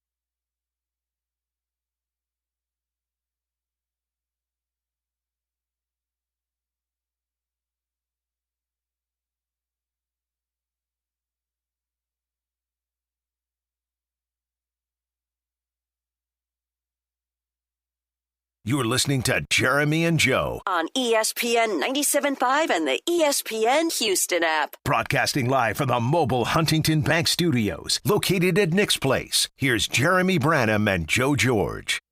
713-780-ESPN. Jeremy and Joe live at Nick's Place. First annual inaugural dozens and dozens of Junkies Fantasy Football League is a little over an hour away from tip-off. Okay. This junkie wants you to pronounce this name, Joe. Oh, boy. Is it on the text line? Yeah, it's tell on the me text it's a Cajun line. name. It's the very top one. They want. That's easy. Yeah, it is an easy one, actually. Jared Sotomayor. Did I butcher it? Might be able to nitpick. It wasn't a butcher. I've always thought it was Sotomayor. Oh. Yeah. But it was close. I was ballpark. Yeah, it wasn't a butcher. It wasn't a butcher. All right, 713-780-ESPN HRP listener line. I think we still need to do Cajun Joe. Not the songs, though. I didn't like that. No, the songs were too hard. The Yeah. thing is, you can't, you can sit there and do Louisiana, cities, but, is that 13 minutes? No, it's a combo segment. Yeah, maybe we do it, at the beginning of Junkie or something. Yeah. Yeah, that's a good call. All right, so here are NFL teams that can be in the playoffs or hold a top 10 pick this year. So we're looking at volatility here. We're looking at teams. Oh, Philadelphia's beating Seattle 6-0. That's good for the Astros, too. Angels are clinging to that lead over Cleveland. Something broke over there. All right, so NFL teams that can be in the playoffs or finish top 10 in the NFL draft. So teams that can be really, really good, teams that can be really, really bad, really no in between. They're going one way or the other. Can I just cross off the NFC South and just say all of them? Because I really do think all four of them. It's almost not fair. I mean, maybe not Tampa. Tampa's probably the only one I would say is not going to have a top 10 pick. Like they'll finish right around. I disagree. You think so? I think you can put the whole division. I say it's almost not fair because if they were in any other division, I wouldn't say they're a playoff team. Yeah, no. Yeah, so it is kind of like AL West cheating a little bit Yeah. right now. So that's fair. So yeah, that's kind of a way to game the system with that division for sure. I think for me, like one of the first ones that jumped out, like I know I go to the North. Always circles back to Of course. Chicago. Always does. Minnesota. Like, Okay. like they Not won bad. they won 9 games last I year co-sign with that. garbage quarterback play. They have Kyler Murray now. They can win the North, The greatest athlete walking planet Earth. or he could, Some say. play too much Call of Duty and they could be bad this year. That's not a bad call. I co-sign that one. It's a good Chicago. call. I don't see Chicago. No. I think Ben Ben Johnson. Johnson? Yeah, Ben Johnson's too Nah. good. Ben Johnson's too good. They have their baseline's far too good. Injuries are piling up fast. Yeah, but we dismiss injuries. No, the current injuries. Yeah, they're fine. Like, I don't know. I'm getting a little nervous on that of this team a little bit. He's a nervy Nelly. Getting a little panicky. Why? I'm just not loving the injury stuff. So Every team has injuries. He's Joe. a nervous Nelly when it comes Yeah. to his football team. that was, and then I struggle with Washington because I struggle to see the playoff part of it. Yeah, same. Because I feel like they're just outside the playoffs. I don't feel like I don't think they're going to make the playoffs this year. So, but if Jaden Daniels is what he was his rookie year, that definitely puts him back in. So I kind of put Washington in the same category. The problem is I do feel like I have an injury caveat here because it's mainly because he doesn't stay healthy. And I know we're trying to do this based on health. Well, he didn't stay healthy last year. But he didn't stay healthy his rookie year either. Like he missed games and he was pretty banged up where he didn't play very well for like 3 weeks to get a rib injury. I mean, Yeah. they went to the AFC Championship game. No, I know, but like there was a stretch of the season where like, he just wasn't Jaden that whole time. So I kind of put them in this category too, but I just don't trust his health. So that's why I feel like they almost don't fit the rules of the game. I have two. They're in the same division. Giants? Pittsburgh Steelers, Oh, okay. defending AFC North champions, by the way. Yeah. Yeah. Defending AFC North champions, moved on from their coach. I think their offense is going to be a little bit better, actually. Like they added Pittman to the wide receiver room. Dowdle. They added Dowdle to the running back room. I think they're going to be a little bit better offensively. But then also, like, is Rodgers just going to be burnt toast? Like, It's very possible. very, very possible. So I could see them, like, sneaking into the playoffs, and then I could also see them, like, Rodgers is donezo, and they win 5 games. Yeah, And it's I could see that, too. This McCarthy hire, Yeah, they were on let's my list. Totally rebuild and fire him and just remake who we are. Who's And your other one? Cincinnati. Yeah, that was one of my 3. Cincinnati. That's a great I call. could see Cincinnati just being so bad defensively that they I mean, this has always been the case. Cincinnati. Yeah, I they mean, lose they- 38, 35 games all the time. I mean, they've definitely they tried this offseason. I'll give them credit for that. Like they've added to their defensive line a lot, but it's the rest of the defense that's not that good. Like Boye Mafe is good, Dexter Lawrence, like those 2 guys alone. Jonathan Allen is a good addition for them. But then you look at everything else on their defense, it's just like, ugh. Like, it's not – they're going to need that defensive line to be dominant this year just to back up the secondary. So I think that's very – yeah. That division's tough. If Pittsburgh's good, that makes it harder for them if, Deshaun Watson isn't totally terrible. He's going to be pretty bad. There were some highlights. Do you see Robert Griffin Jr. The third today? No. He said that according to sources, which I didn't know RG3 was in the reporter game. It's insulting for true reporters like me. True journalists. He said that sources say that it wasn't Munkin's call to name Deshaun Watson the starter. It was the owners? That's what he's saying. Interesting. He's saying that if with the money that he's making, he needs to play. They're saying that was a directive that came from higher above. I don't know who RG3 knows, but that was an RG3 report I mean, it today. does- He broke the news with he and his wife on a video. I saw the photo of it. I just didn't watch it or like a clip of it. That does feel very Browns. Of we're paying this guy all this money, he's got to be on the field. Like that does seem like a very Browns thing to do. To maybe it's potentially to justify cutting him. Like let me see how bad he actually is versus other NFL competition before we have all this dead money. Yeah. And we're going to move on from him. Also But kind of fits the timing, right? Because there's everyone on, like, I heard Dan Orlovsky say, like, oh, they can't possibly start him now. But, like, right after that, the owner to come out and say, no, he is our starter. Ignore this. Timing kind of works. I got Indy on my list. Okay. That was my second one. Alec Pierce coming back finally, but he's walking funny. Trade away Pittman. Jonathan Taylor's older. I don't think Daniel Jones is going to be good again. Plus, he's coming off a major injury. Yeah, he's coming off a major injury. I think their coach is on the hot seat. They were so good first half, though. Yeah, their GM should be on the hot seat. They were scoring more points than the Randy Moss Patriots. I know. But that's why I put him in this category. Like, I'm not a Danny Dimes believer. So. No, I'm not either. Especially off of not broken, but a messed up leg. Torn Achilles? Torn Achilles, yeah. But he's got a 3D printer. He built something that was going to help protect his leg. He printed his new Achilles. Yeah. I think Indy's a good. I don't know if I can believe Indy in the playoffs, though, is my thing. Like, I don't even know if I see them in the postseason. Yeah, I think they could. If they were like they were last year, which obviously is a very high bar, but they could pass Jacksonville for the second best team in the South. I like Jacksonville. I didn't know. I do too, but like, what if Trevor Lawrence? Now I'm factoring in injuries. I think Trevor Lawrence has a way better chance of being good than Daniel Jones. Agreed. And I think that Trevor Lawrence's ceiling is better than Daniel Jones. Yeah. And I think his floor is better than Daniel Jones. Agreed. You've got a wide receiver room that has a ton of drops. And they're better at who? The Jags. Disagree. And Brian Thomas Jr. Yeah, I think you're basing that opinion based on one player. Probably. Parker Washington is a dude. He is. And Jacoby Myers, one of the best third receivers in the NFL. Have you decided which running back you like more yet? I think they're going to use them both quite a bit. Tutin's going to be like kind of their electric, catch the ball out of the backfield, blah, blah, blah, blah, blah. I think Rodriguez is going to be their power back. Do you have anyone else on your list? And Liam Cohen's a stud. I think he is, too. Yeah. Liam Cohen's a great coach. Yeah, Bengals and Colts were two of mine. The other one, this might be a tougher sell for top 10. I just don't love the vibes. The roster's old, and the substation's going to get them. I think the 49ers. Like the 49ers, they won 12 games last year. Like, you could easily make the case for the upside. The substation. I mean, but look at this. Like the roster is so old. Kittle's coming off the was it torn ACL or Achilles? I don't remember. I think he was an Achilles. It was also obviously they lost some at wide receiver. Although we all like Stribling here on the show. Like Christian McCaffrey, he had over 400 touches last year. You could easily see that imploding. Yep. Like I could easily see that team. What was it? 2 years ago, they won 6 games. Yeah, I almost said San Francisco. And it's just chaos. I can see that happen again. Like, there is just chaos around this organization. You got Brandon Ayuk. Yeah. You got your coach. They don't have Brandon Ayuk. You've got your owner. They have the Ayuk drama. They don't have Ayuk. You just have chaos everywhere on the roster and your staff, the owner of the team. Spending $140 at a trailer park. That is so weird. Like in Ohio, I spent more. If you're going to spend $140 at a trailer park, you need to be in an SEC state, yeah. not Ohio. Yeah. You can't go Big Ten with your trailer parks. You got to go SEC with your trailer parks. Our friend Josh Beard made that comment. It's like, I've seen them win in Ohio. I don't know.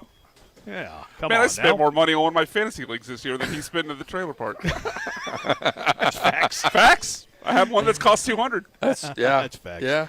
All right, 713-780-ESPN, HRP listener line. The Junkies have some names here, too. So who are teams in the NFL that are either playoffs or top 10 in the NFL draft? 713-780-ESPN. It's Jeremy and Joe on ESPN 97.5. You know what I love? You know what the show loves? This show loves football. Football is the very best. And you know what's coming up soon?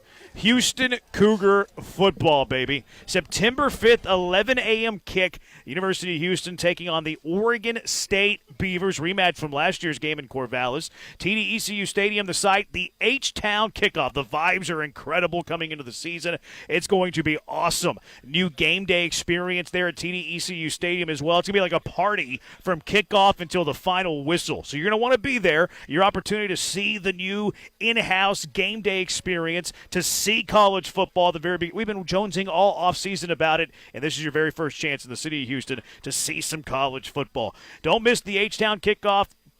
Tons of thrilling plays, hard-hitting action, unforgettable moments, and, of course, nothing beats the tradition, the pageantry, the roar of the crowd as a Houston Cougar college football game. College football is just a different level, in my opinion, with the game day experience. So don't miss the energy, the excitement. Your Cougars in action. Be there for the H-Town kickoff as Willie Fritz kicks off his third season, and Houston looks to build off that season a year ago when they won 10 games and beat LSU at the Texas Bowl. Going to be a great year. H-Town kickoff begins Saturday, September 5th at 11 a.m. Come early, be loud, wear red. Buy your tickets right now, uhcougars.com/tickets, or call 713-GO-COUGS.